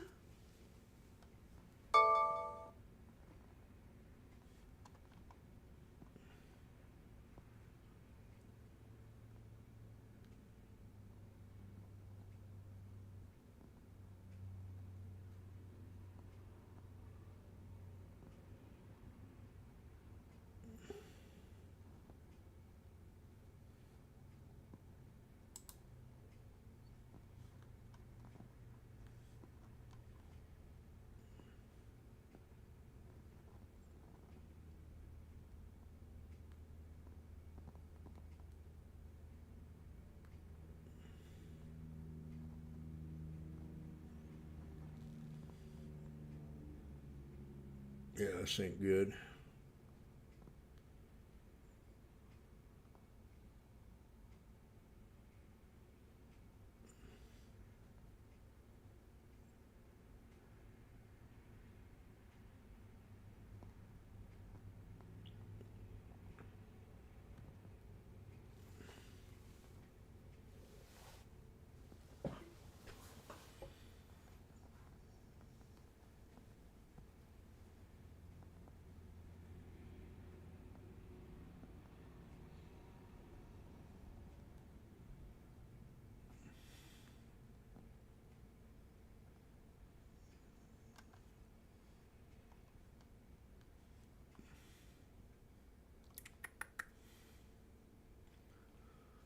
Well, what to do?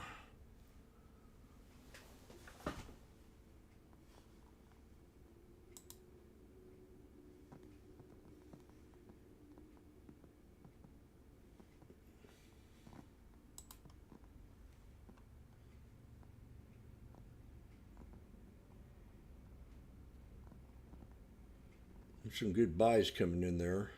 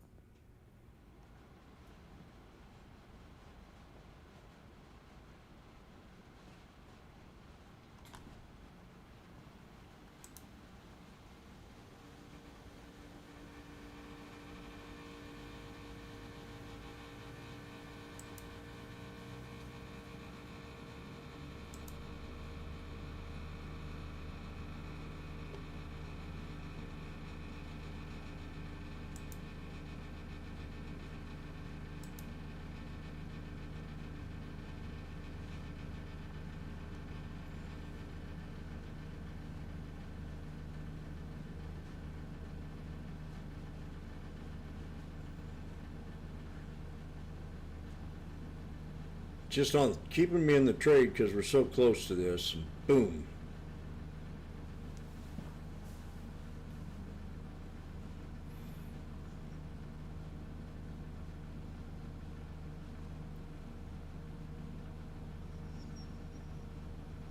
There's still a few bears out there.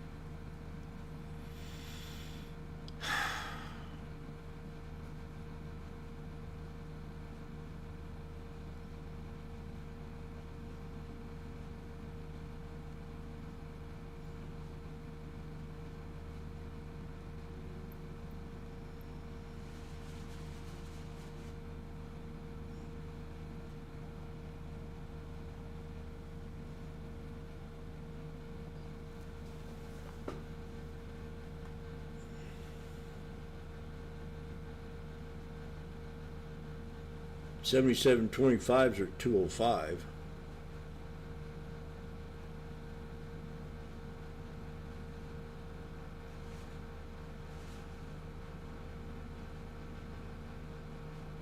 We're getting into power hour too. Okay. Well, I'm going to have to cut it.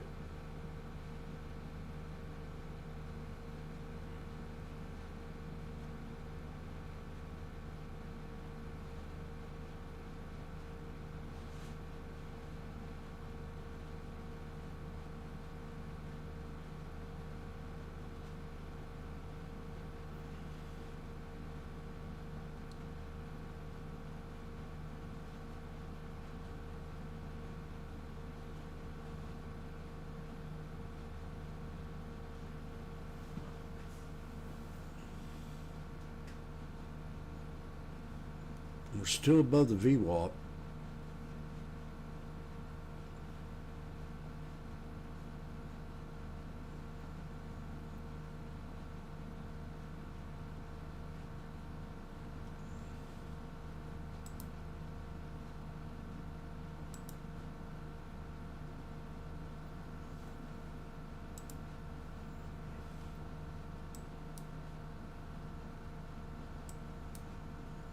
In 1 minute looks halfway.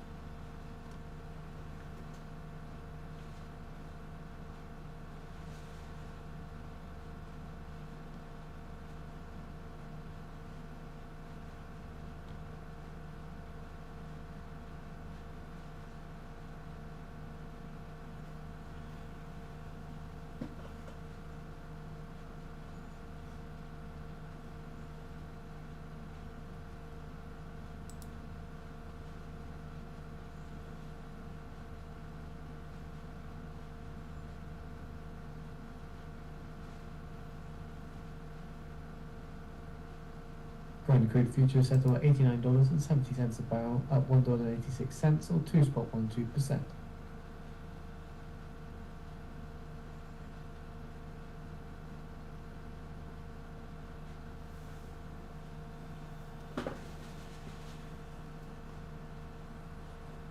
Snake breakout pullback.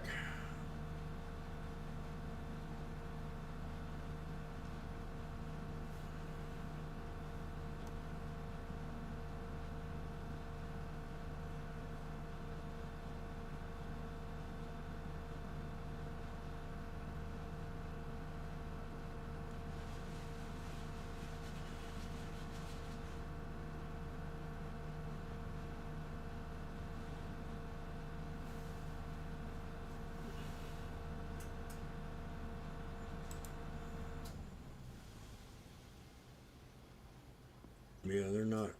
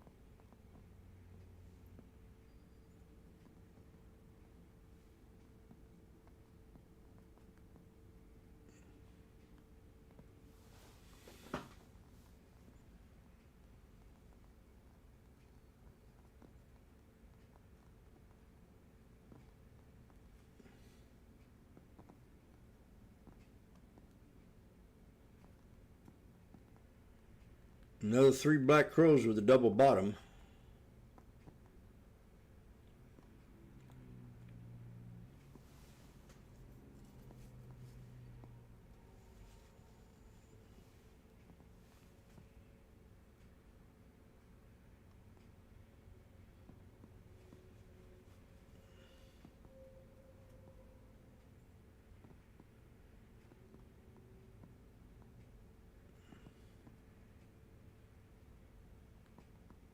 Well, what to do, Jimmy?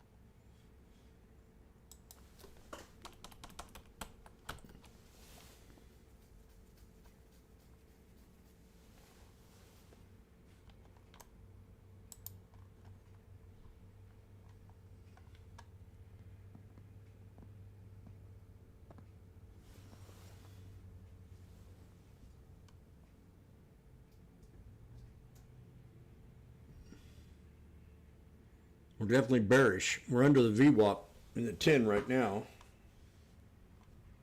And I'm debating. Oh.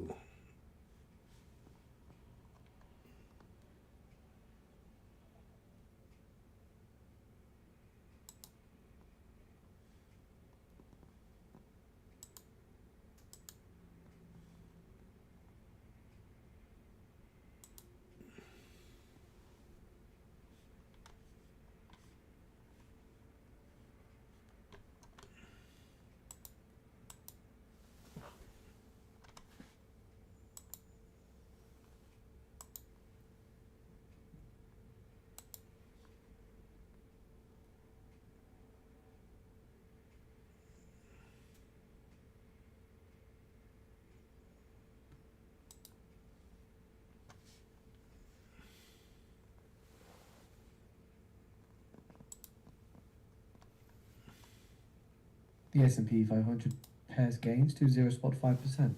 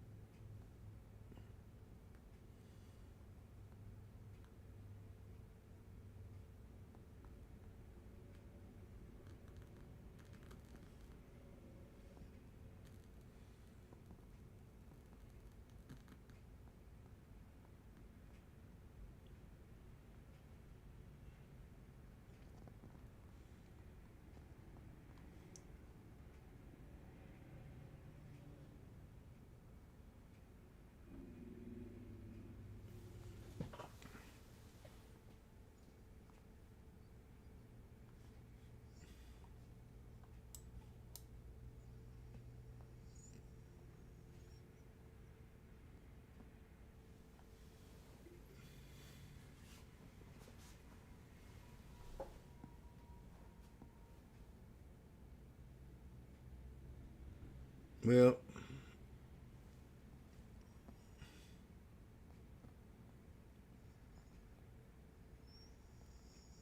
the alligator's starting to close his mouth.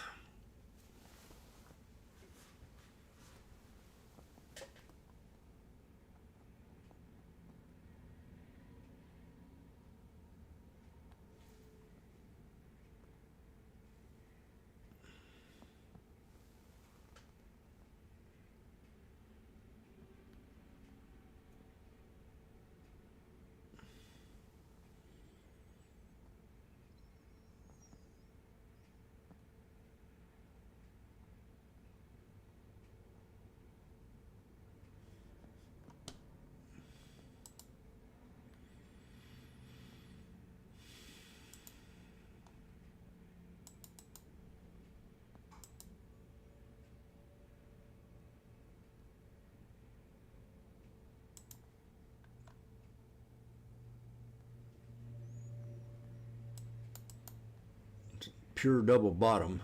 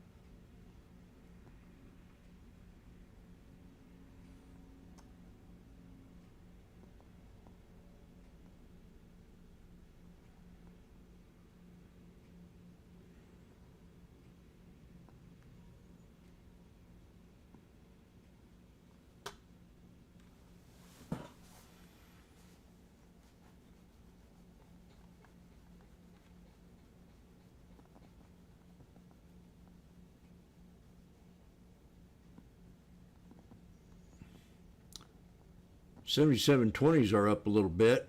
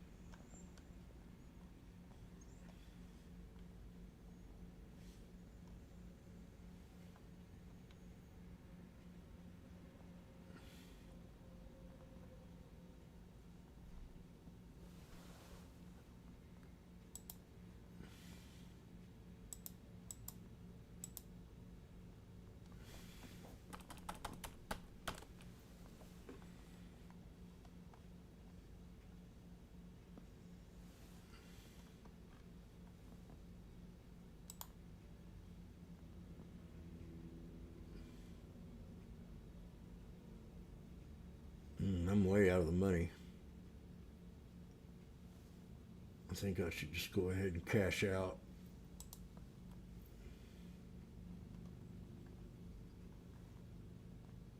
Take this loss. We're squeezing right now, so we'll know something real shortly.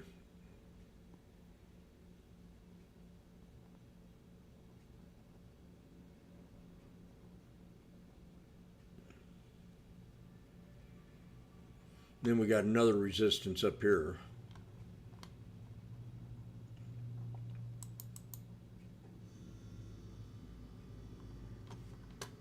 $77.20s are up about $1.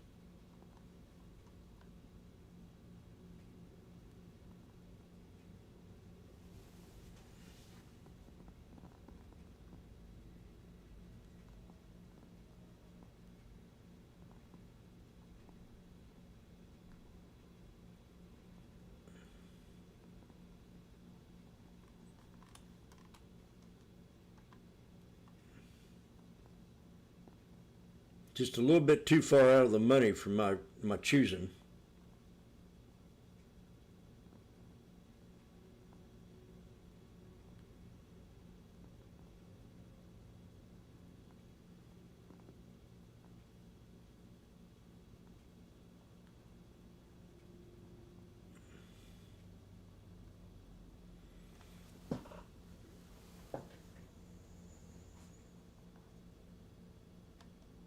And the Bears are in charge.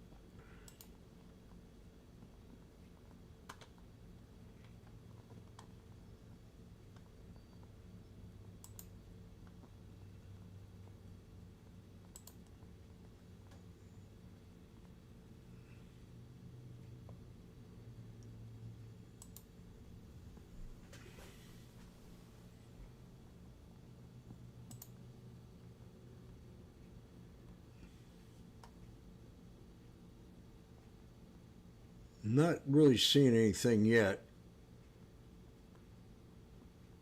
except this triple top. That's going to be bearish.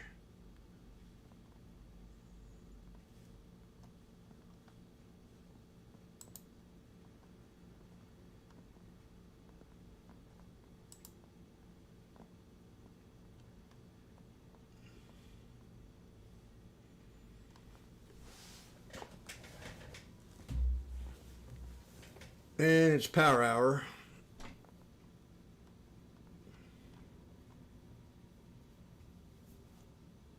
And we're at the 63 on /ES, another resistance.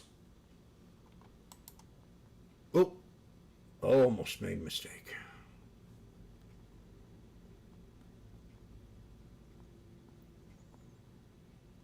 Triple top. The 7720s are at 370.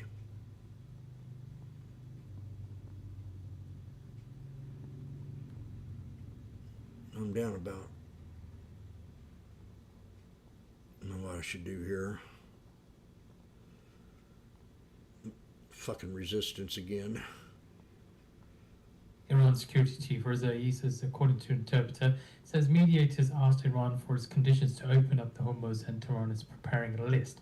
That's in an interview with Al-Manar TV. Say it in English. Oh, God.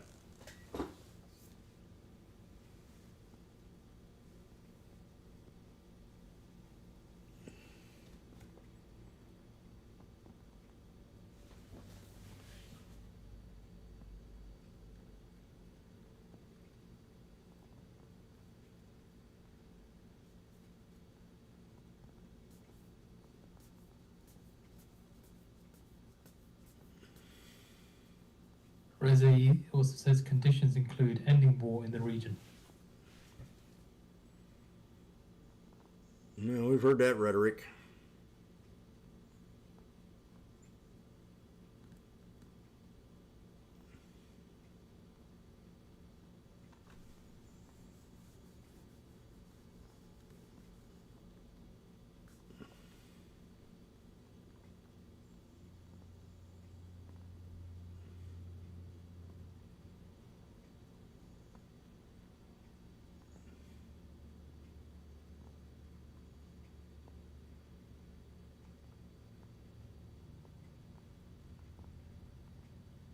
The 7720s are fun to watch.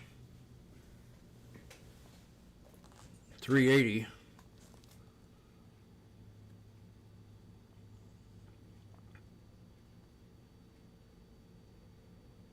Come on, break it. We're at the 63 again. Rezai adds that we have agreed to a corridor with Oman and part of it lies in Omani waters and some in Iranian waters. Yeah. Come on, just give me a little bit more.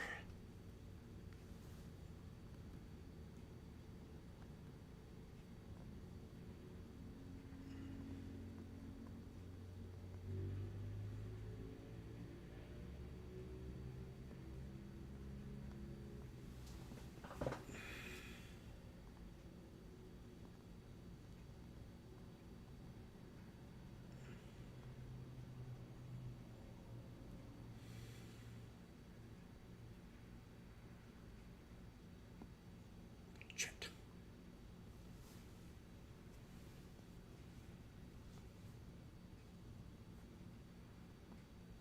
This is a toughie.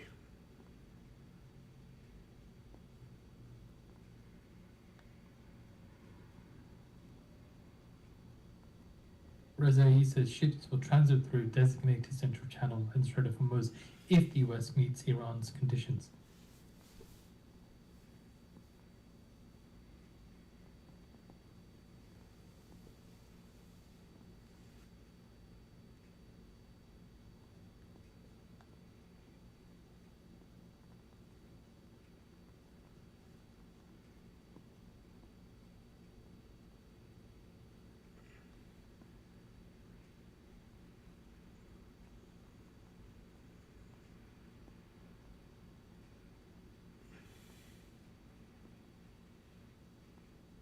A lot of Iran talk today.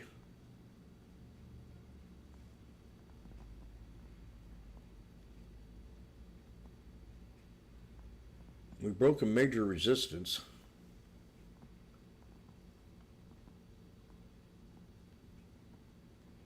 Oh shit, the 7720s are now at 450.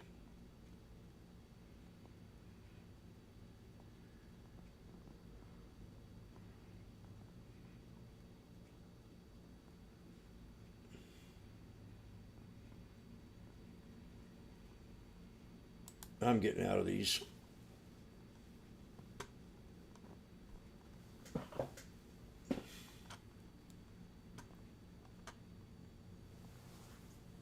That really helped me out.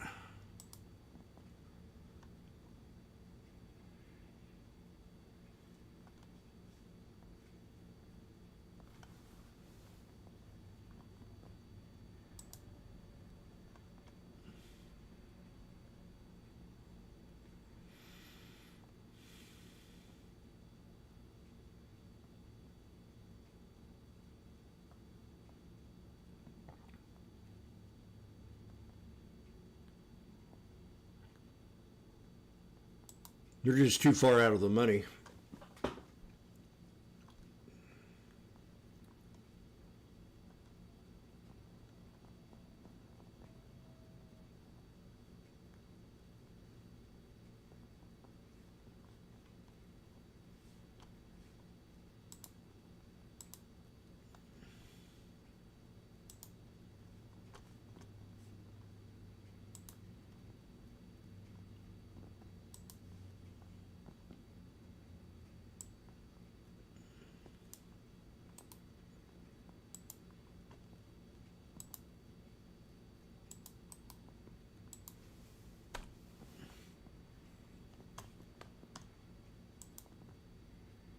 I was in the 7740s.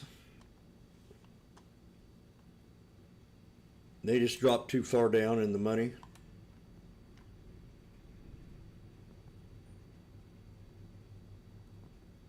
In 7720s I traded and made almost $1,000 in my personal.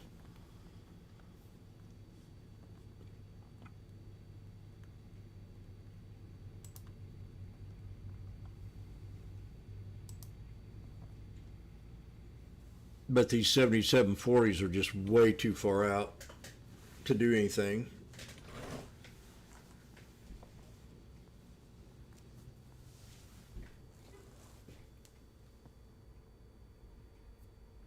Also from Iran's Razai, he says that Iran exported 80 million barrels of oil during the ceasefire.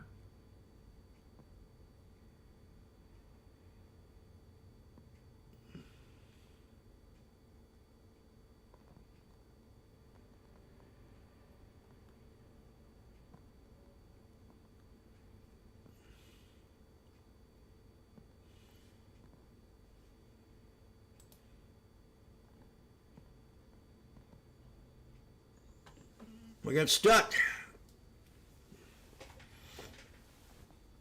Trump opened his mouth.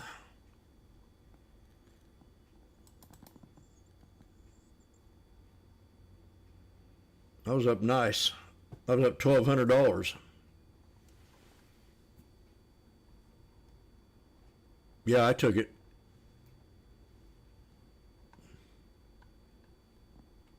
I'm still up 21.49.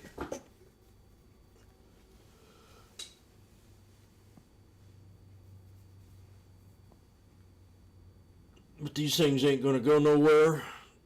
They're too far out. They're about ready to go to zero.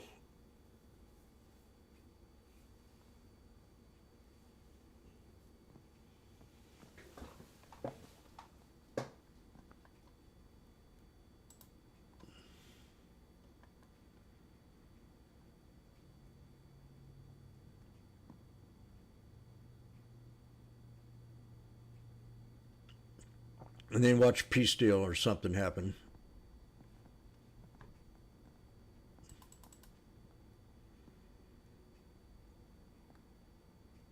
US money market fund assets rose to $7.93 trillion at ICI.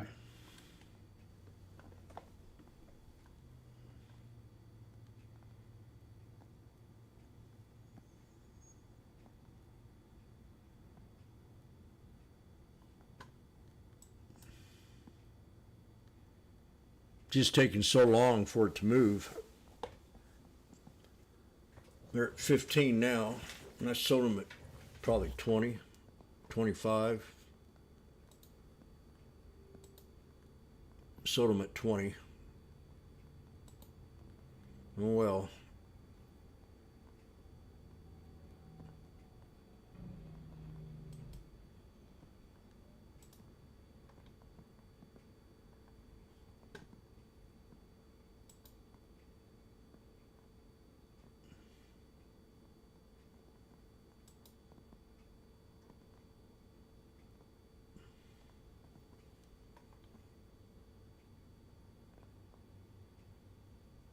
This time of the day, I need to be right in the money or right out of the money by at least 1 or 2 notches.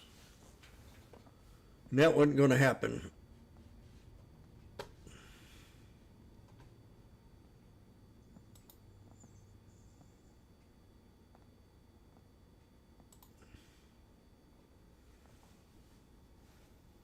No, the 77.20s are at 330 again.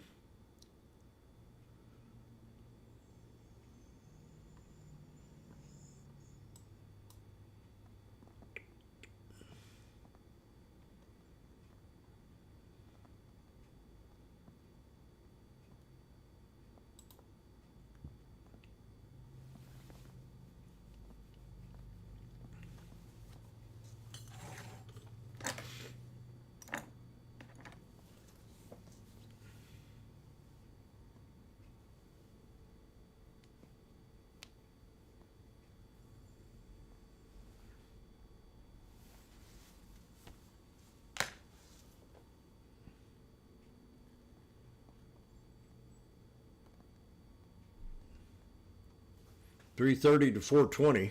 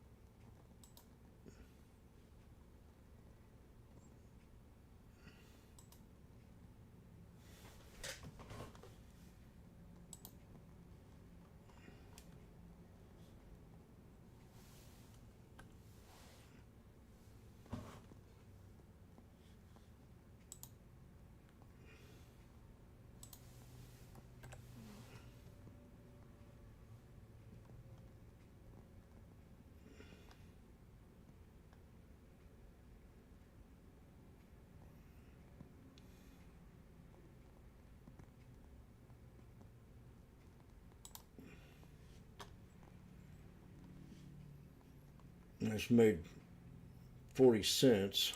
Intel shares dropping volume spike. Shares last down 3%. 30 cents. 150 of it back.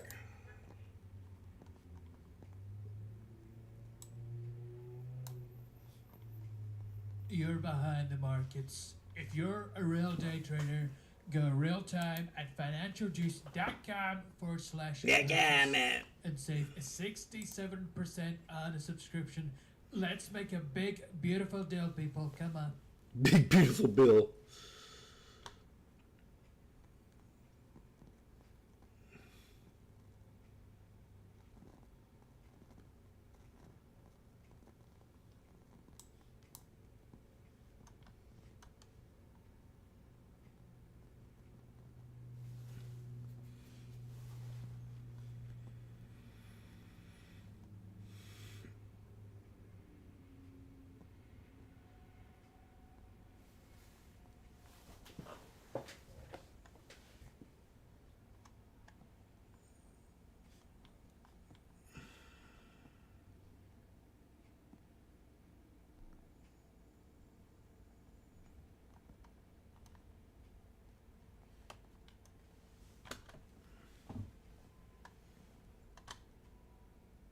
Yeah, that last one hurt.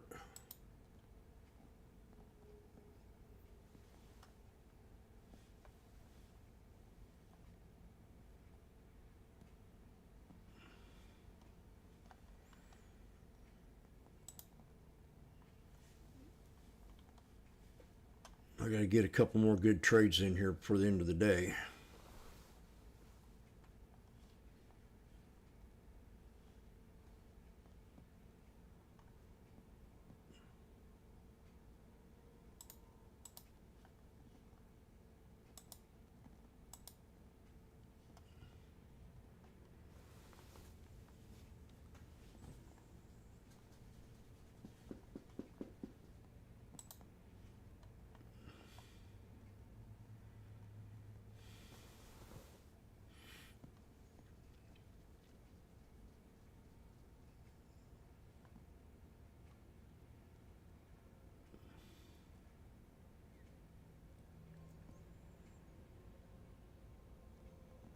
Yeah, the 40s are at 10 cents now.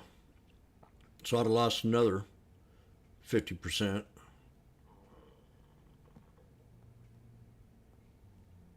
These suckers are at 410 now.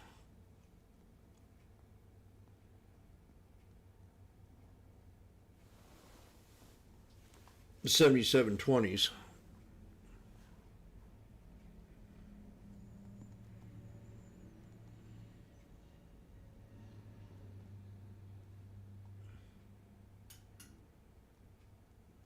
Let's make a big, beautiful deal here. Save 67% today. Come on, if you're a trader.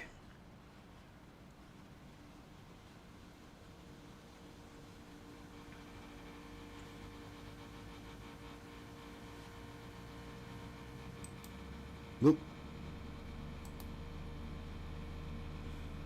Oh no, shit.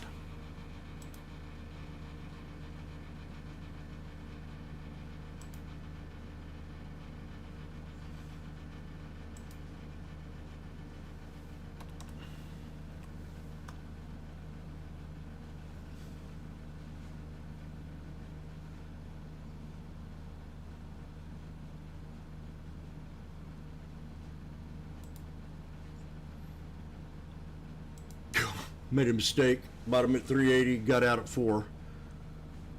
Another $100.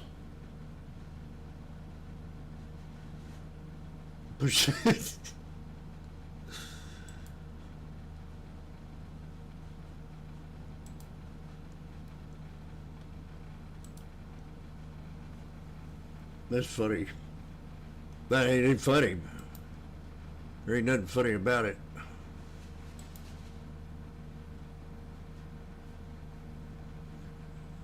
Shook up. I got a couple more trades to make. 150 and $100. 250 back.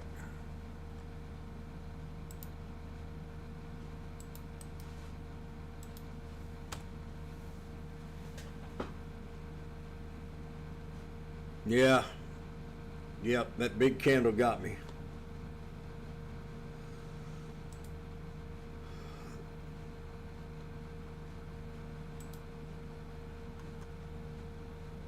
I looked out on that last trade. Now we're back here again.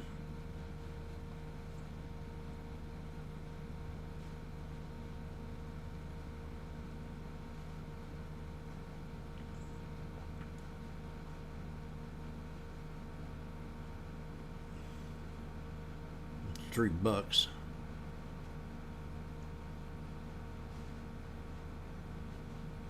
It's 225.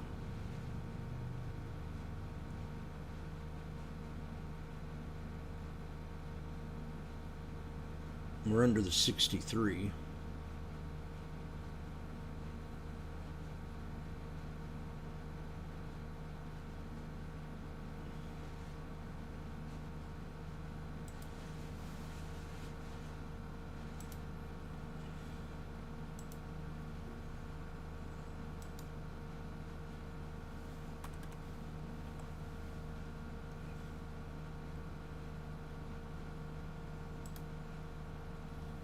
I'm out. I think I am.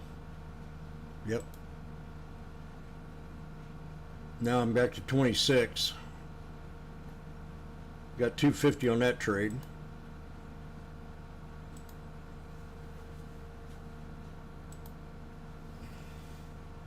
$245 to $290, 5 contracts. 45 times 5.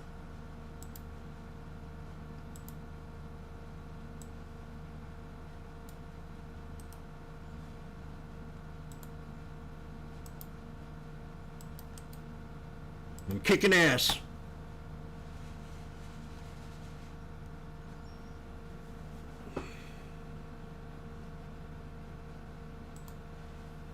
Can I get one more in?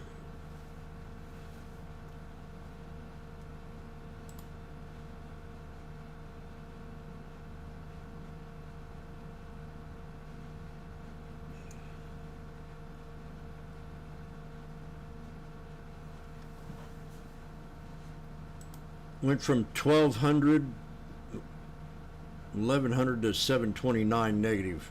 I can deal with that.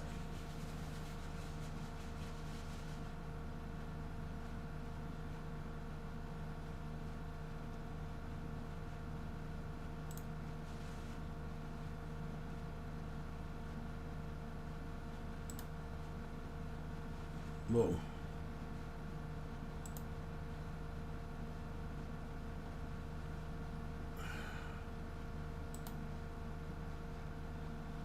$11.18 to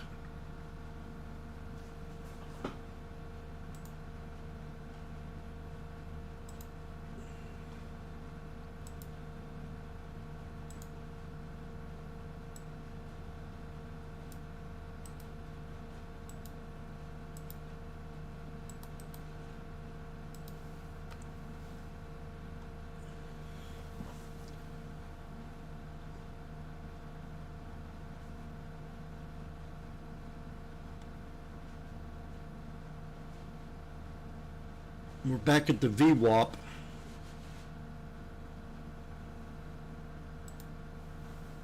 It's 260.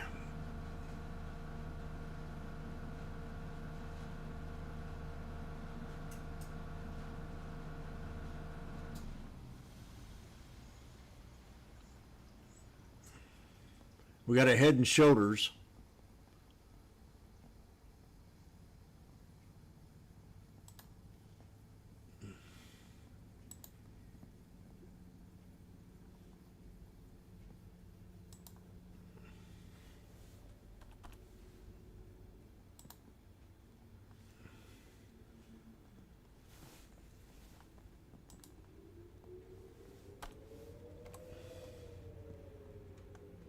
Iran's General Razi says the Daya region and Beirut are red lines, and no one has the right to move towards Beirut and the Daya.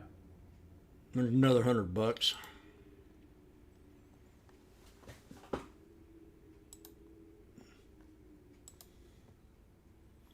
No, it was $50. I thought I had 70. 250 to 260.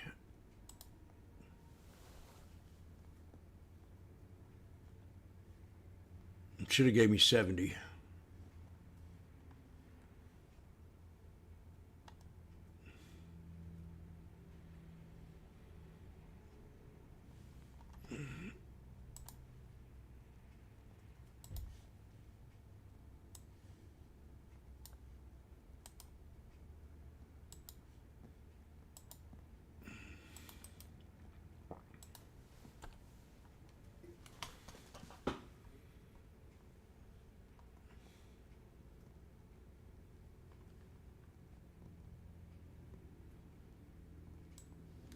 Seen a miracle happen.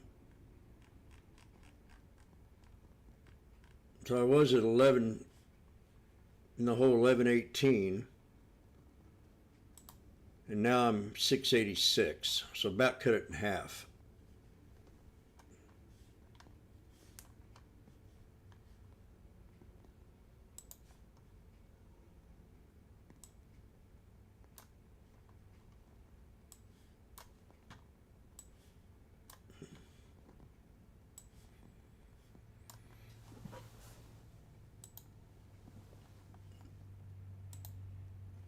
Or 290. If we break the 9, I'll jump back in. I mean the 10.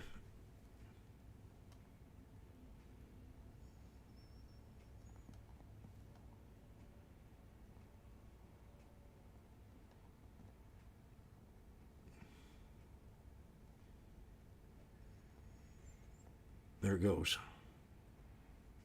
It's trying. Shit.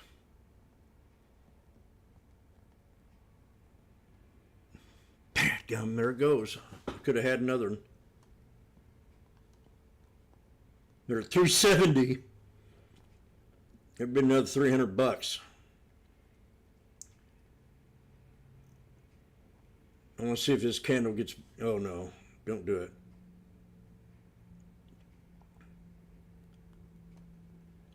Fuck, that'd have been a good one. $350.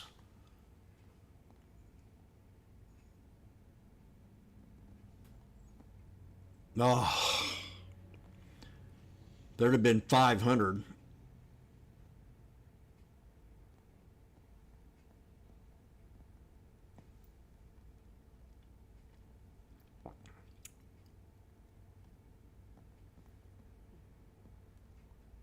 That would have been a good trade. I've been very proud of that one.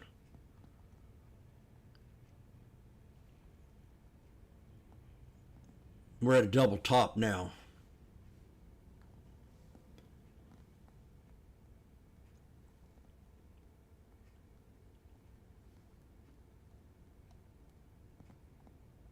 That would have been a good one. I should have took it because it called the shoulder line out. Should have held on to that one. 250. Oh yeah, that would have been a great one. That'd be $200 contract, $1,000.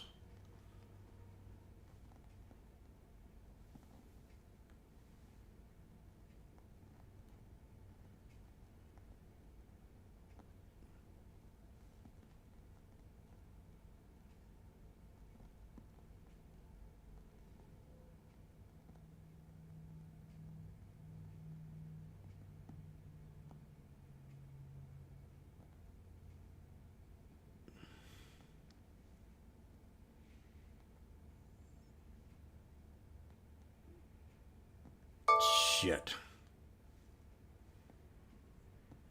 It's a slap in the face. The 7740s are still dead, but the 7720s I'm making money on. They're just too far out, you know. After you get 7 notches out of the money, you're toast.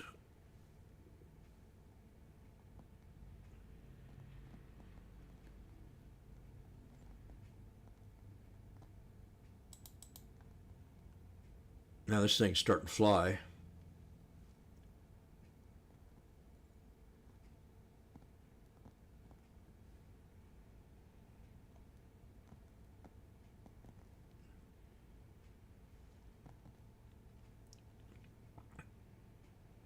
That would have made it back. Plus, I'd be up about $600.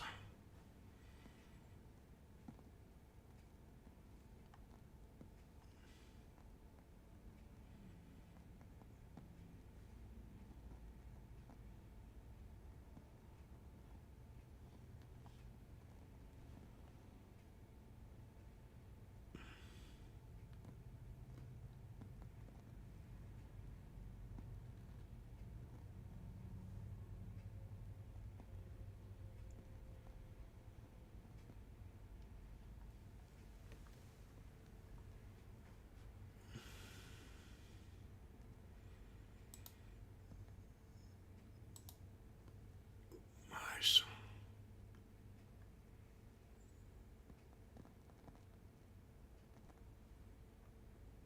Well, they're taking it away.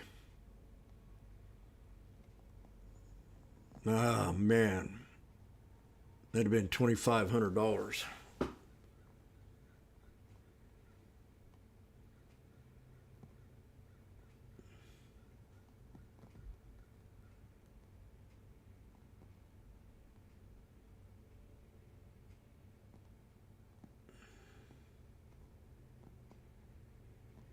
They're at 570.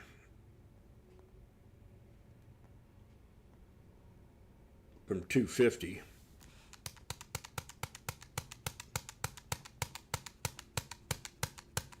They're actually cheaper than that, I think, when I first bought them.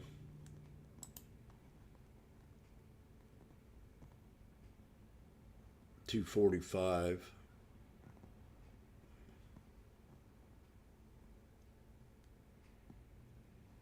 First bought them at $310, and then bought them at $250, $245.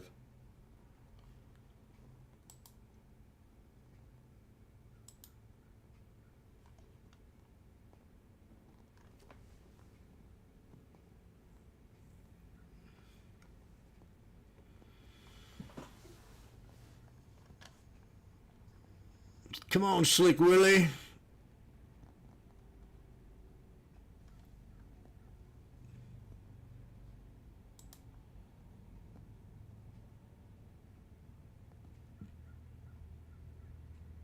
Well, I didn't give up, and I made 50% of it back.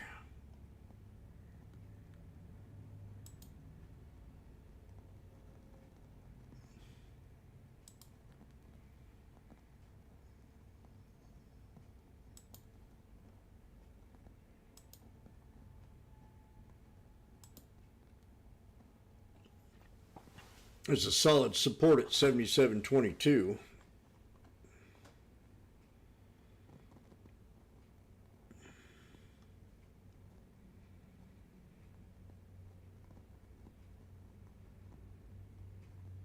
She wants to break out again, does she?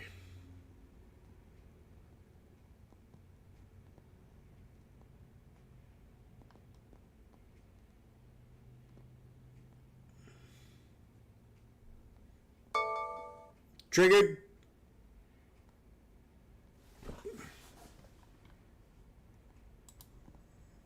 Slash ES.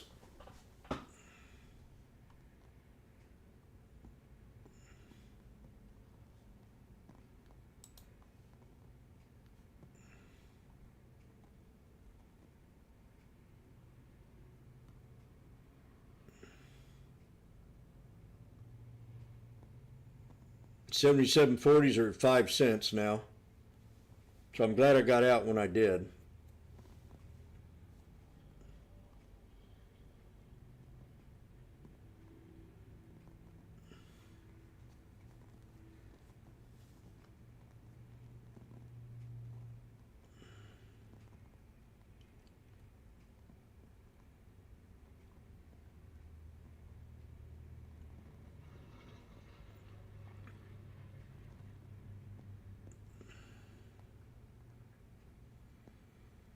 The 77.25s are at 250.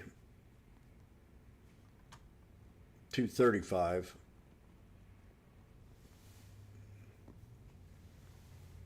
It kind of acts like it wants to break out again.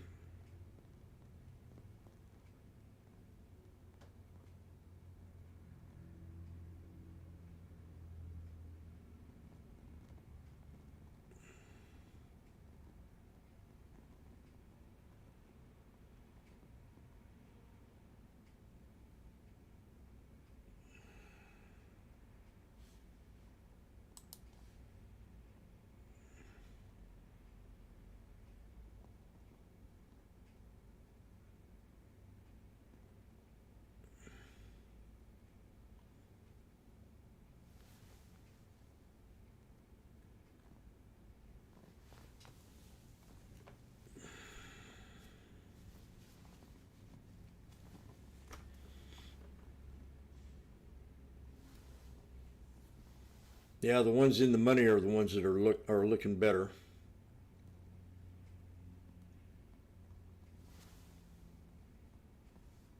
They were close to the 200. See, I don't want to take too much of a risk now. Unless I can get these at 450 or 4. Another breakout.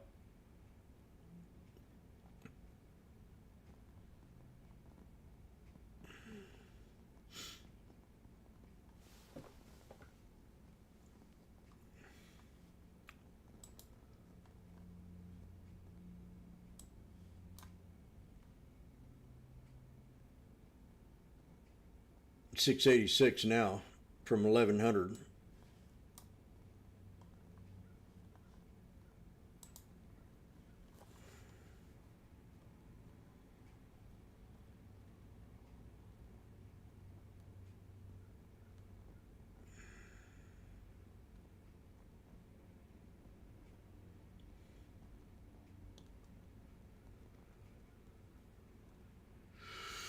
Shit.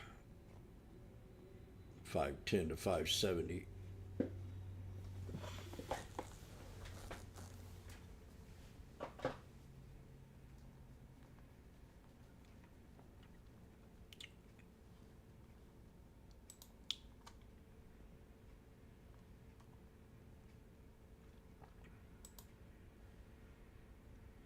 Be nice to get a couple more $100.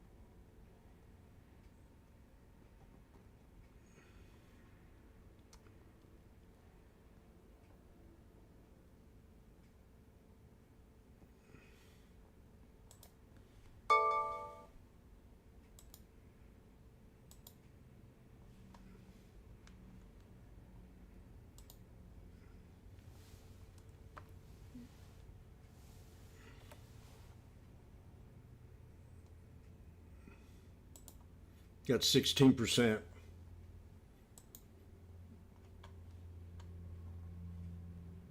Just got 16%, 420 to 490.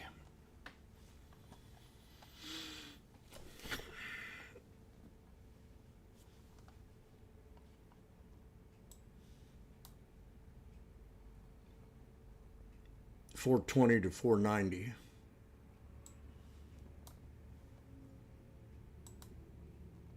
They're at 5 1/4.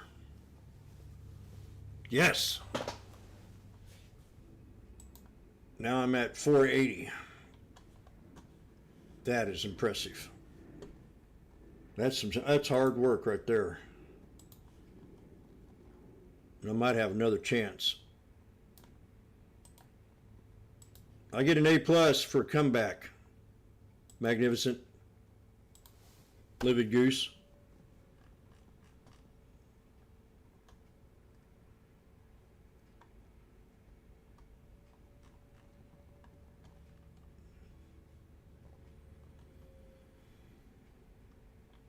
That is, you know, I'll settle with 480 in the hole and be very happy.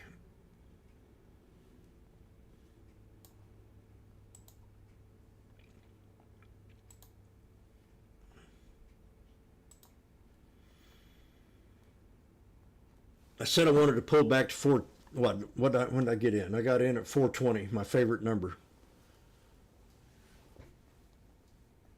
I said I'd take 450. Now I feel like if I jump in, I'd be making a huge mistake.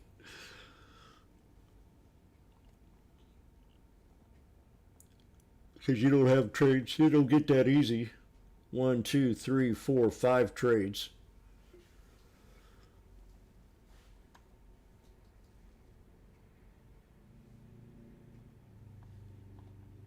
Right when that hit that previous resistance, that's when I took that trade. Then when that candle got bigger, I just sold it. I don't think, how long was I in it? I was in it for 18 seconds. No, yeah, 18 seconds. Now look at it. I'd be even right now.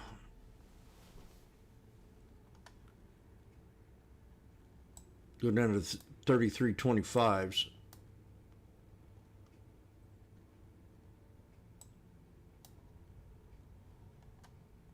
Change it to 5.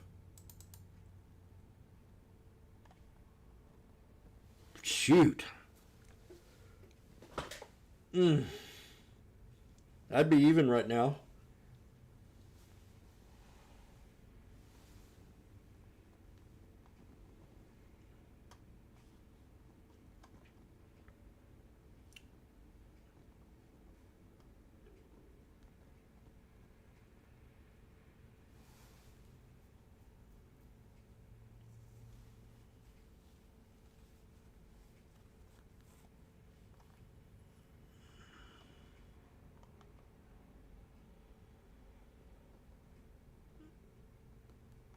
They went to 670.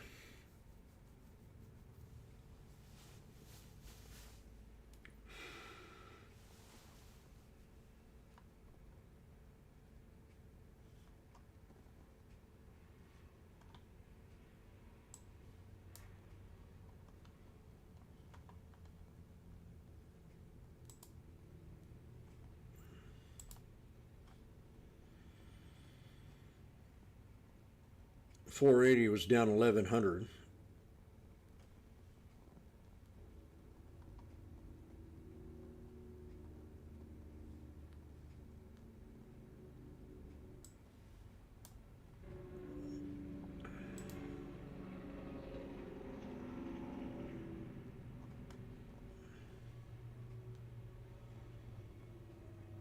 See, now you're at the 200 over here. You don't want to take too much risk. Unless you break the 200 on the /ES. Now these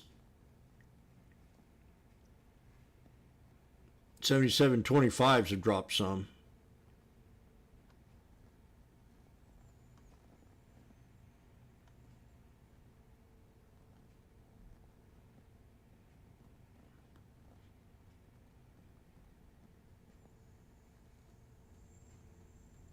Break the 200, I'm jumping. Well, I only got 12 minutes. I think it's time to call it a day.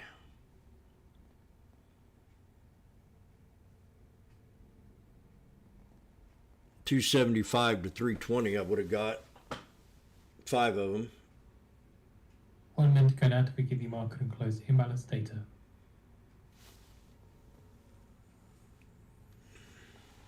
This breaks, I'm getting in them.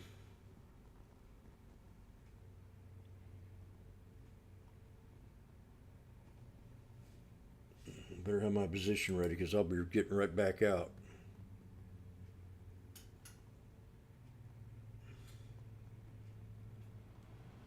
Tape's green.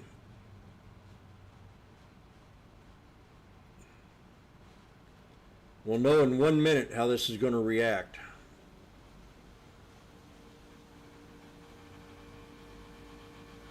At 10 till.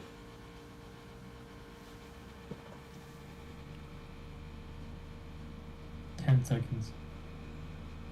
10 seconds.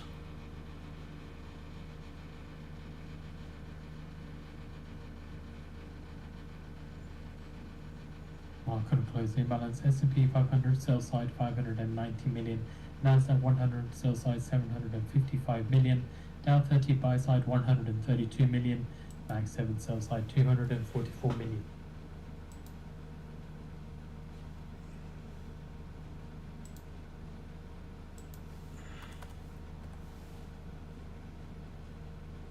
I got 10%, 17%, I think. Everybody, this isn't Donald J. Trump.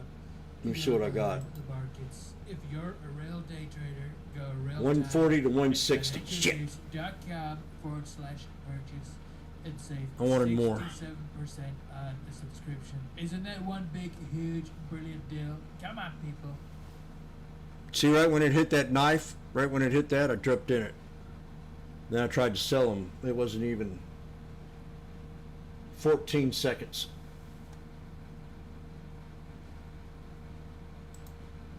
Now I'm at 386.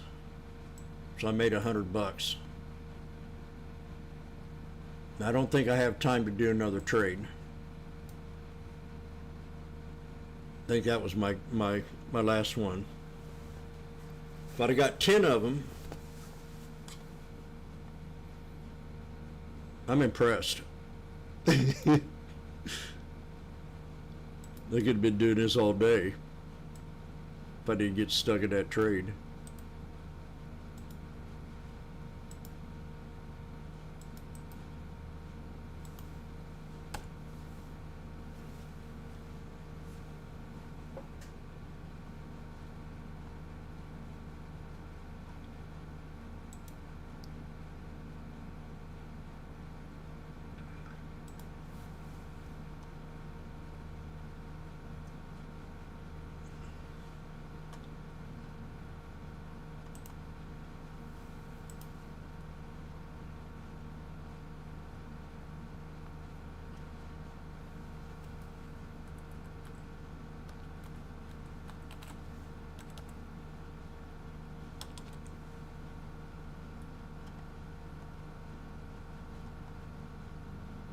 Musk says, I guess SpaceX will see $3.5 trillion in revenue around 2033.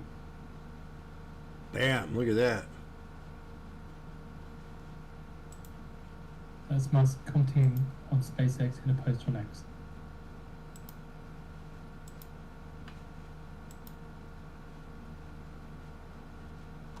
What did I get them at? Oh, shit. Back to 320.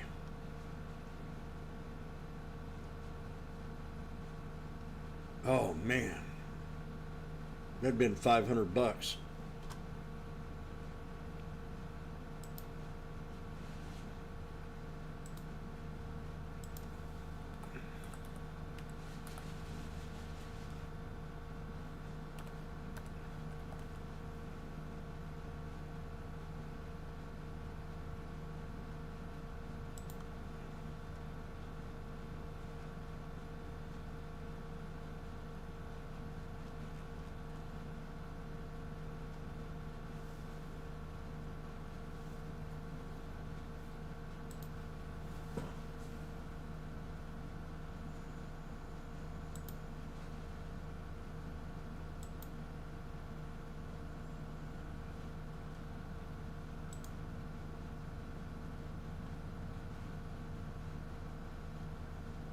Man alive, 420. Jump in them now, Jimmy. And mine are still at zero. That first ones I had at 5 cents. You get too far out of the money, you don't have a chance of making it back. So you got to make a quick decision.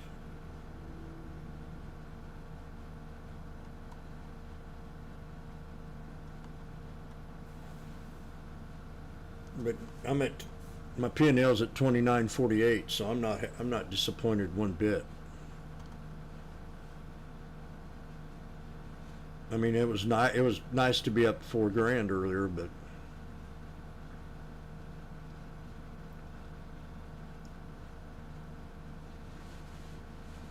now they're at 650. Jesus fuck.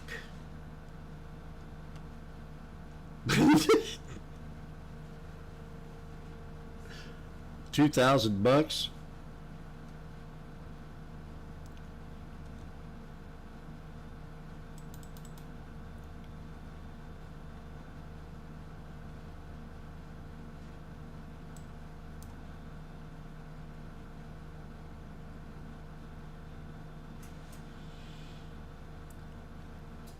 Well, it started changing on that triple bottom.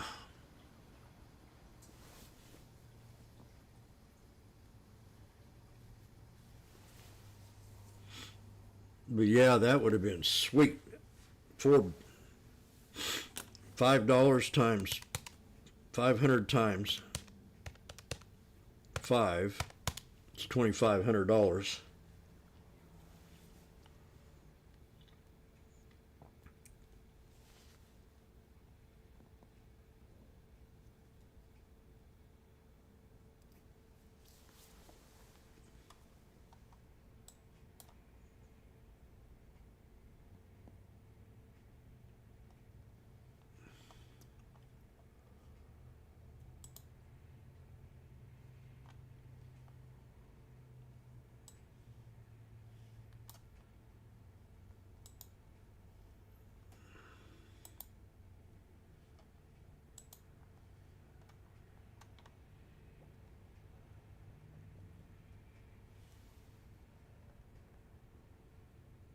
Man, live.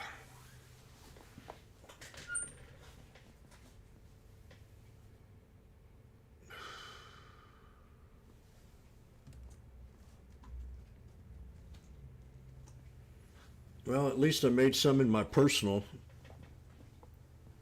A lot better than... Gosh, Jim, you should know when to quit.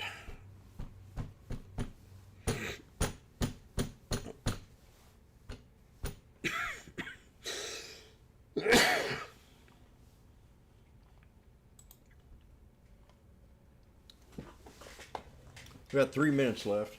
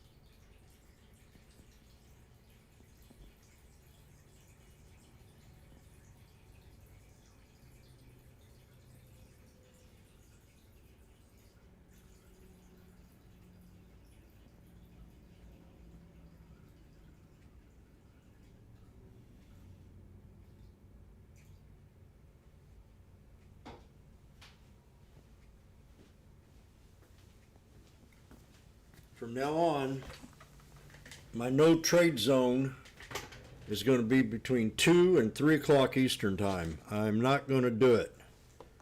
That's the worst hour of my day.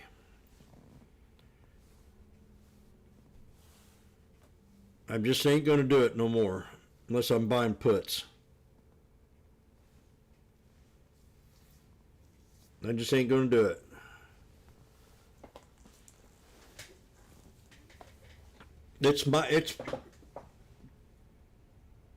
I'm lucky to get 20% during that hour. 20% wins.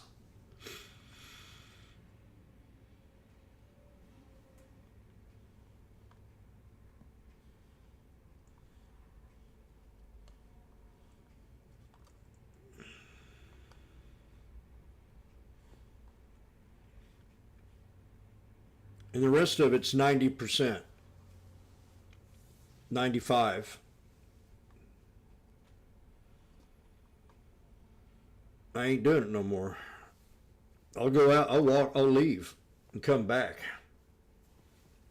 I'll find something to do.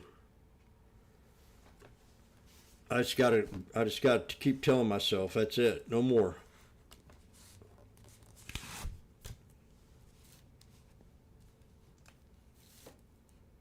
Or buy puts, one or the other. Great end of the day. My calls are at 0, the ones that I had earlier, so I would have never recovered from them, no matter how strong the run was. I was sitting there eyeing the 7720s, how they were moving up when mine was moving down.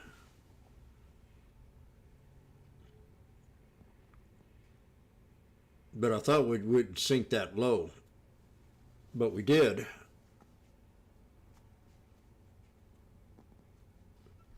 And it makes sense. I mean, Trump started yakking his mouth right when I got in that trade.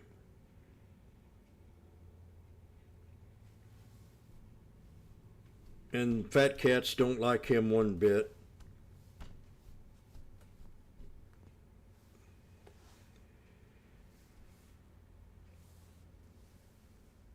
They used to love him until he became president.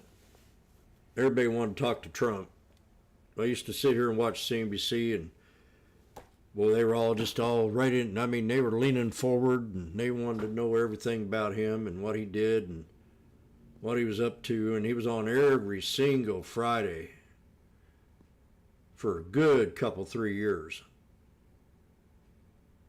He was always especially treated well. I mean,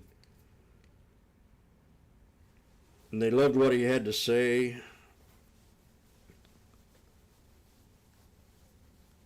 Because he's from New York, you know. He's done a lot of good things in New York. Contributed a lot of stuff. A lot of buildings and. Nvidia jumps 8.7% at $442 billion in market value.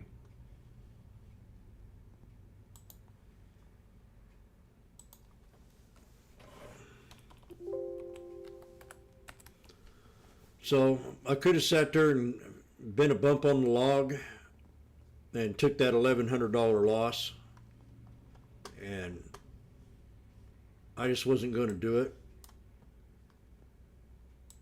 So I ended up taking 386. I was up 1,200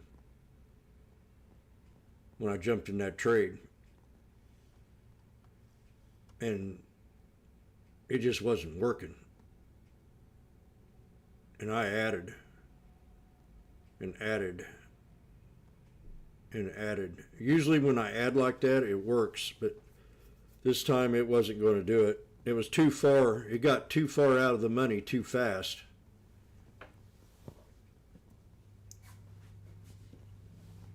And when you're that far out of the money, you're 7 or 8 notches out of the money, you'll have no chance of recovering if you ain't out of it by power hour. You got to be 1 notch or in the money at 2 o'clock, 3 o'clock. Because if you're not, and you're 7 notches down there, 8 notches down there, you ain't got a chance for recovery. I don't think I've ever seen it do it. Maybe once or twice in the 20-some years I've traded, or the time that I've traded options.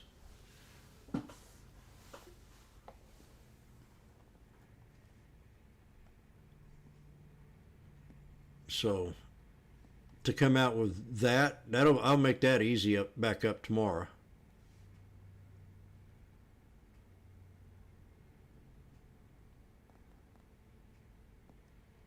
So it was nice.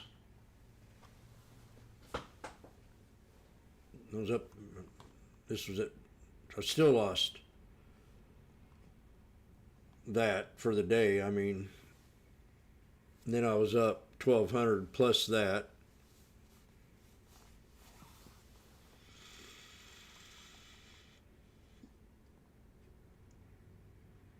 still had a 95% trade win. It just had a big loss. One trade's all it took.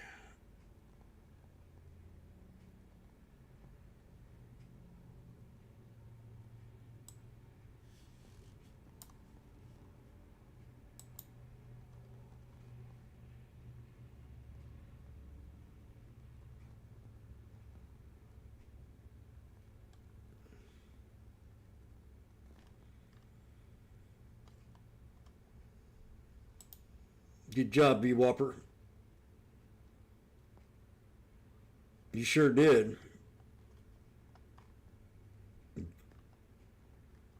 If I'd had more time before that there big crapper, I would have been in the green.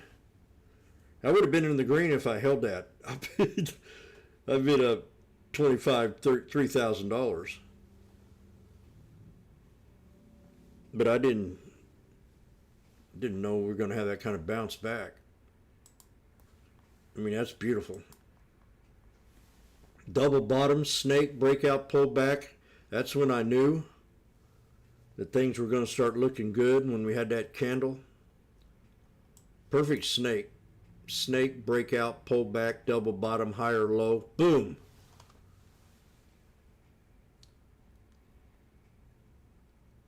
I've said that over 10,000 times. Snake, breakout, pull back, higher, low, boom. This means everything. If that's just like a centimeter higher than that bottom right there.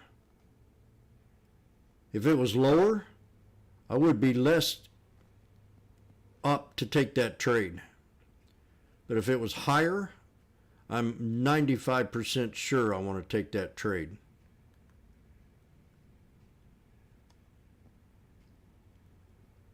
I mean, if I extend this out to the right,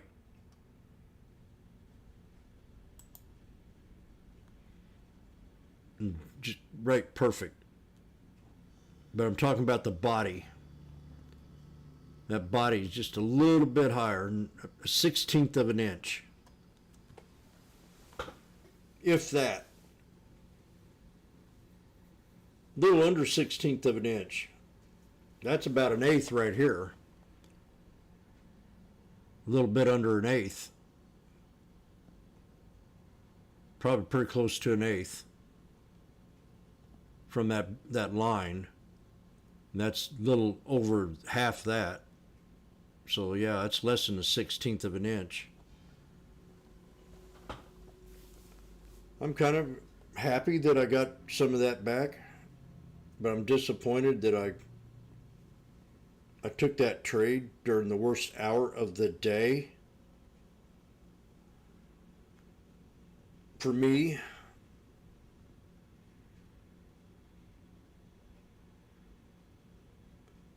and I told myself before I took it that this was the worst hour of the day. I should not take this trade. I paused.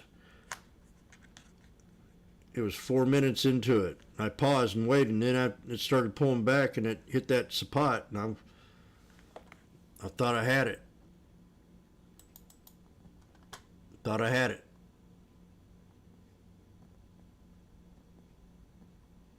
Right in there. I thought I had it.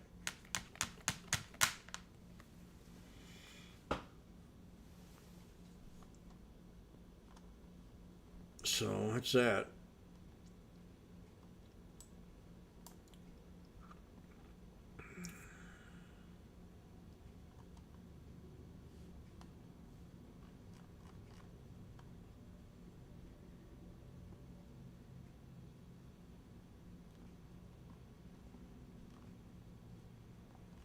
It's funny how we have a bad day, then a good day.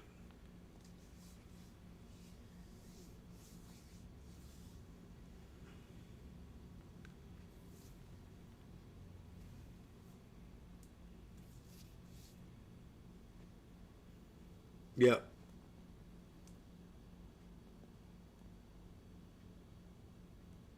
Well, right when I got in the trade, Trump started off with his mouth. Nothing good, it's negativity.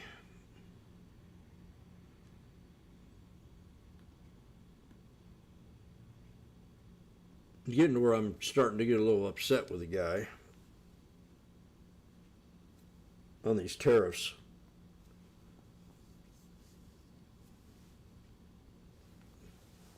Especially with Canada.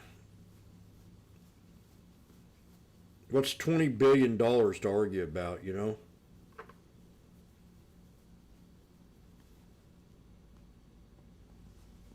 It's nothing.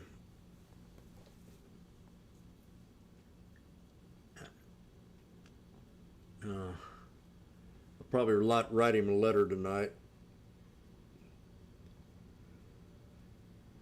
Well, I'm going to get out of here.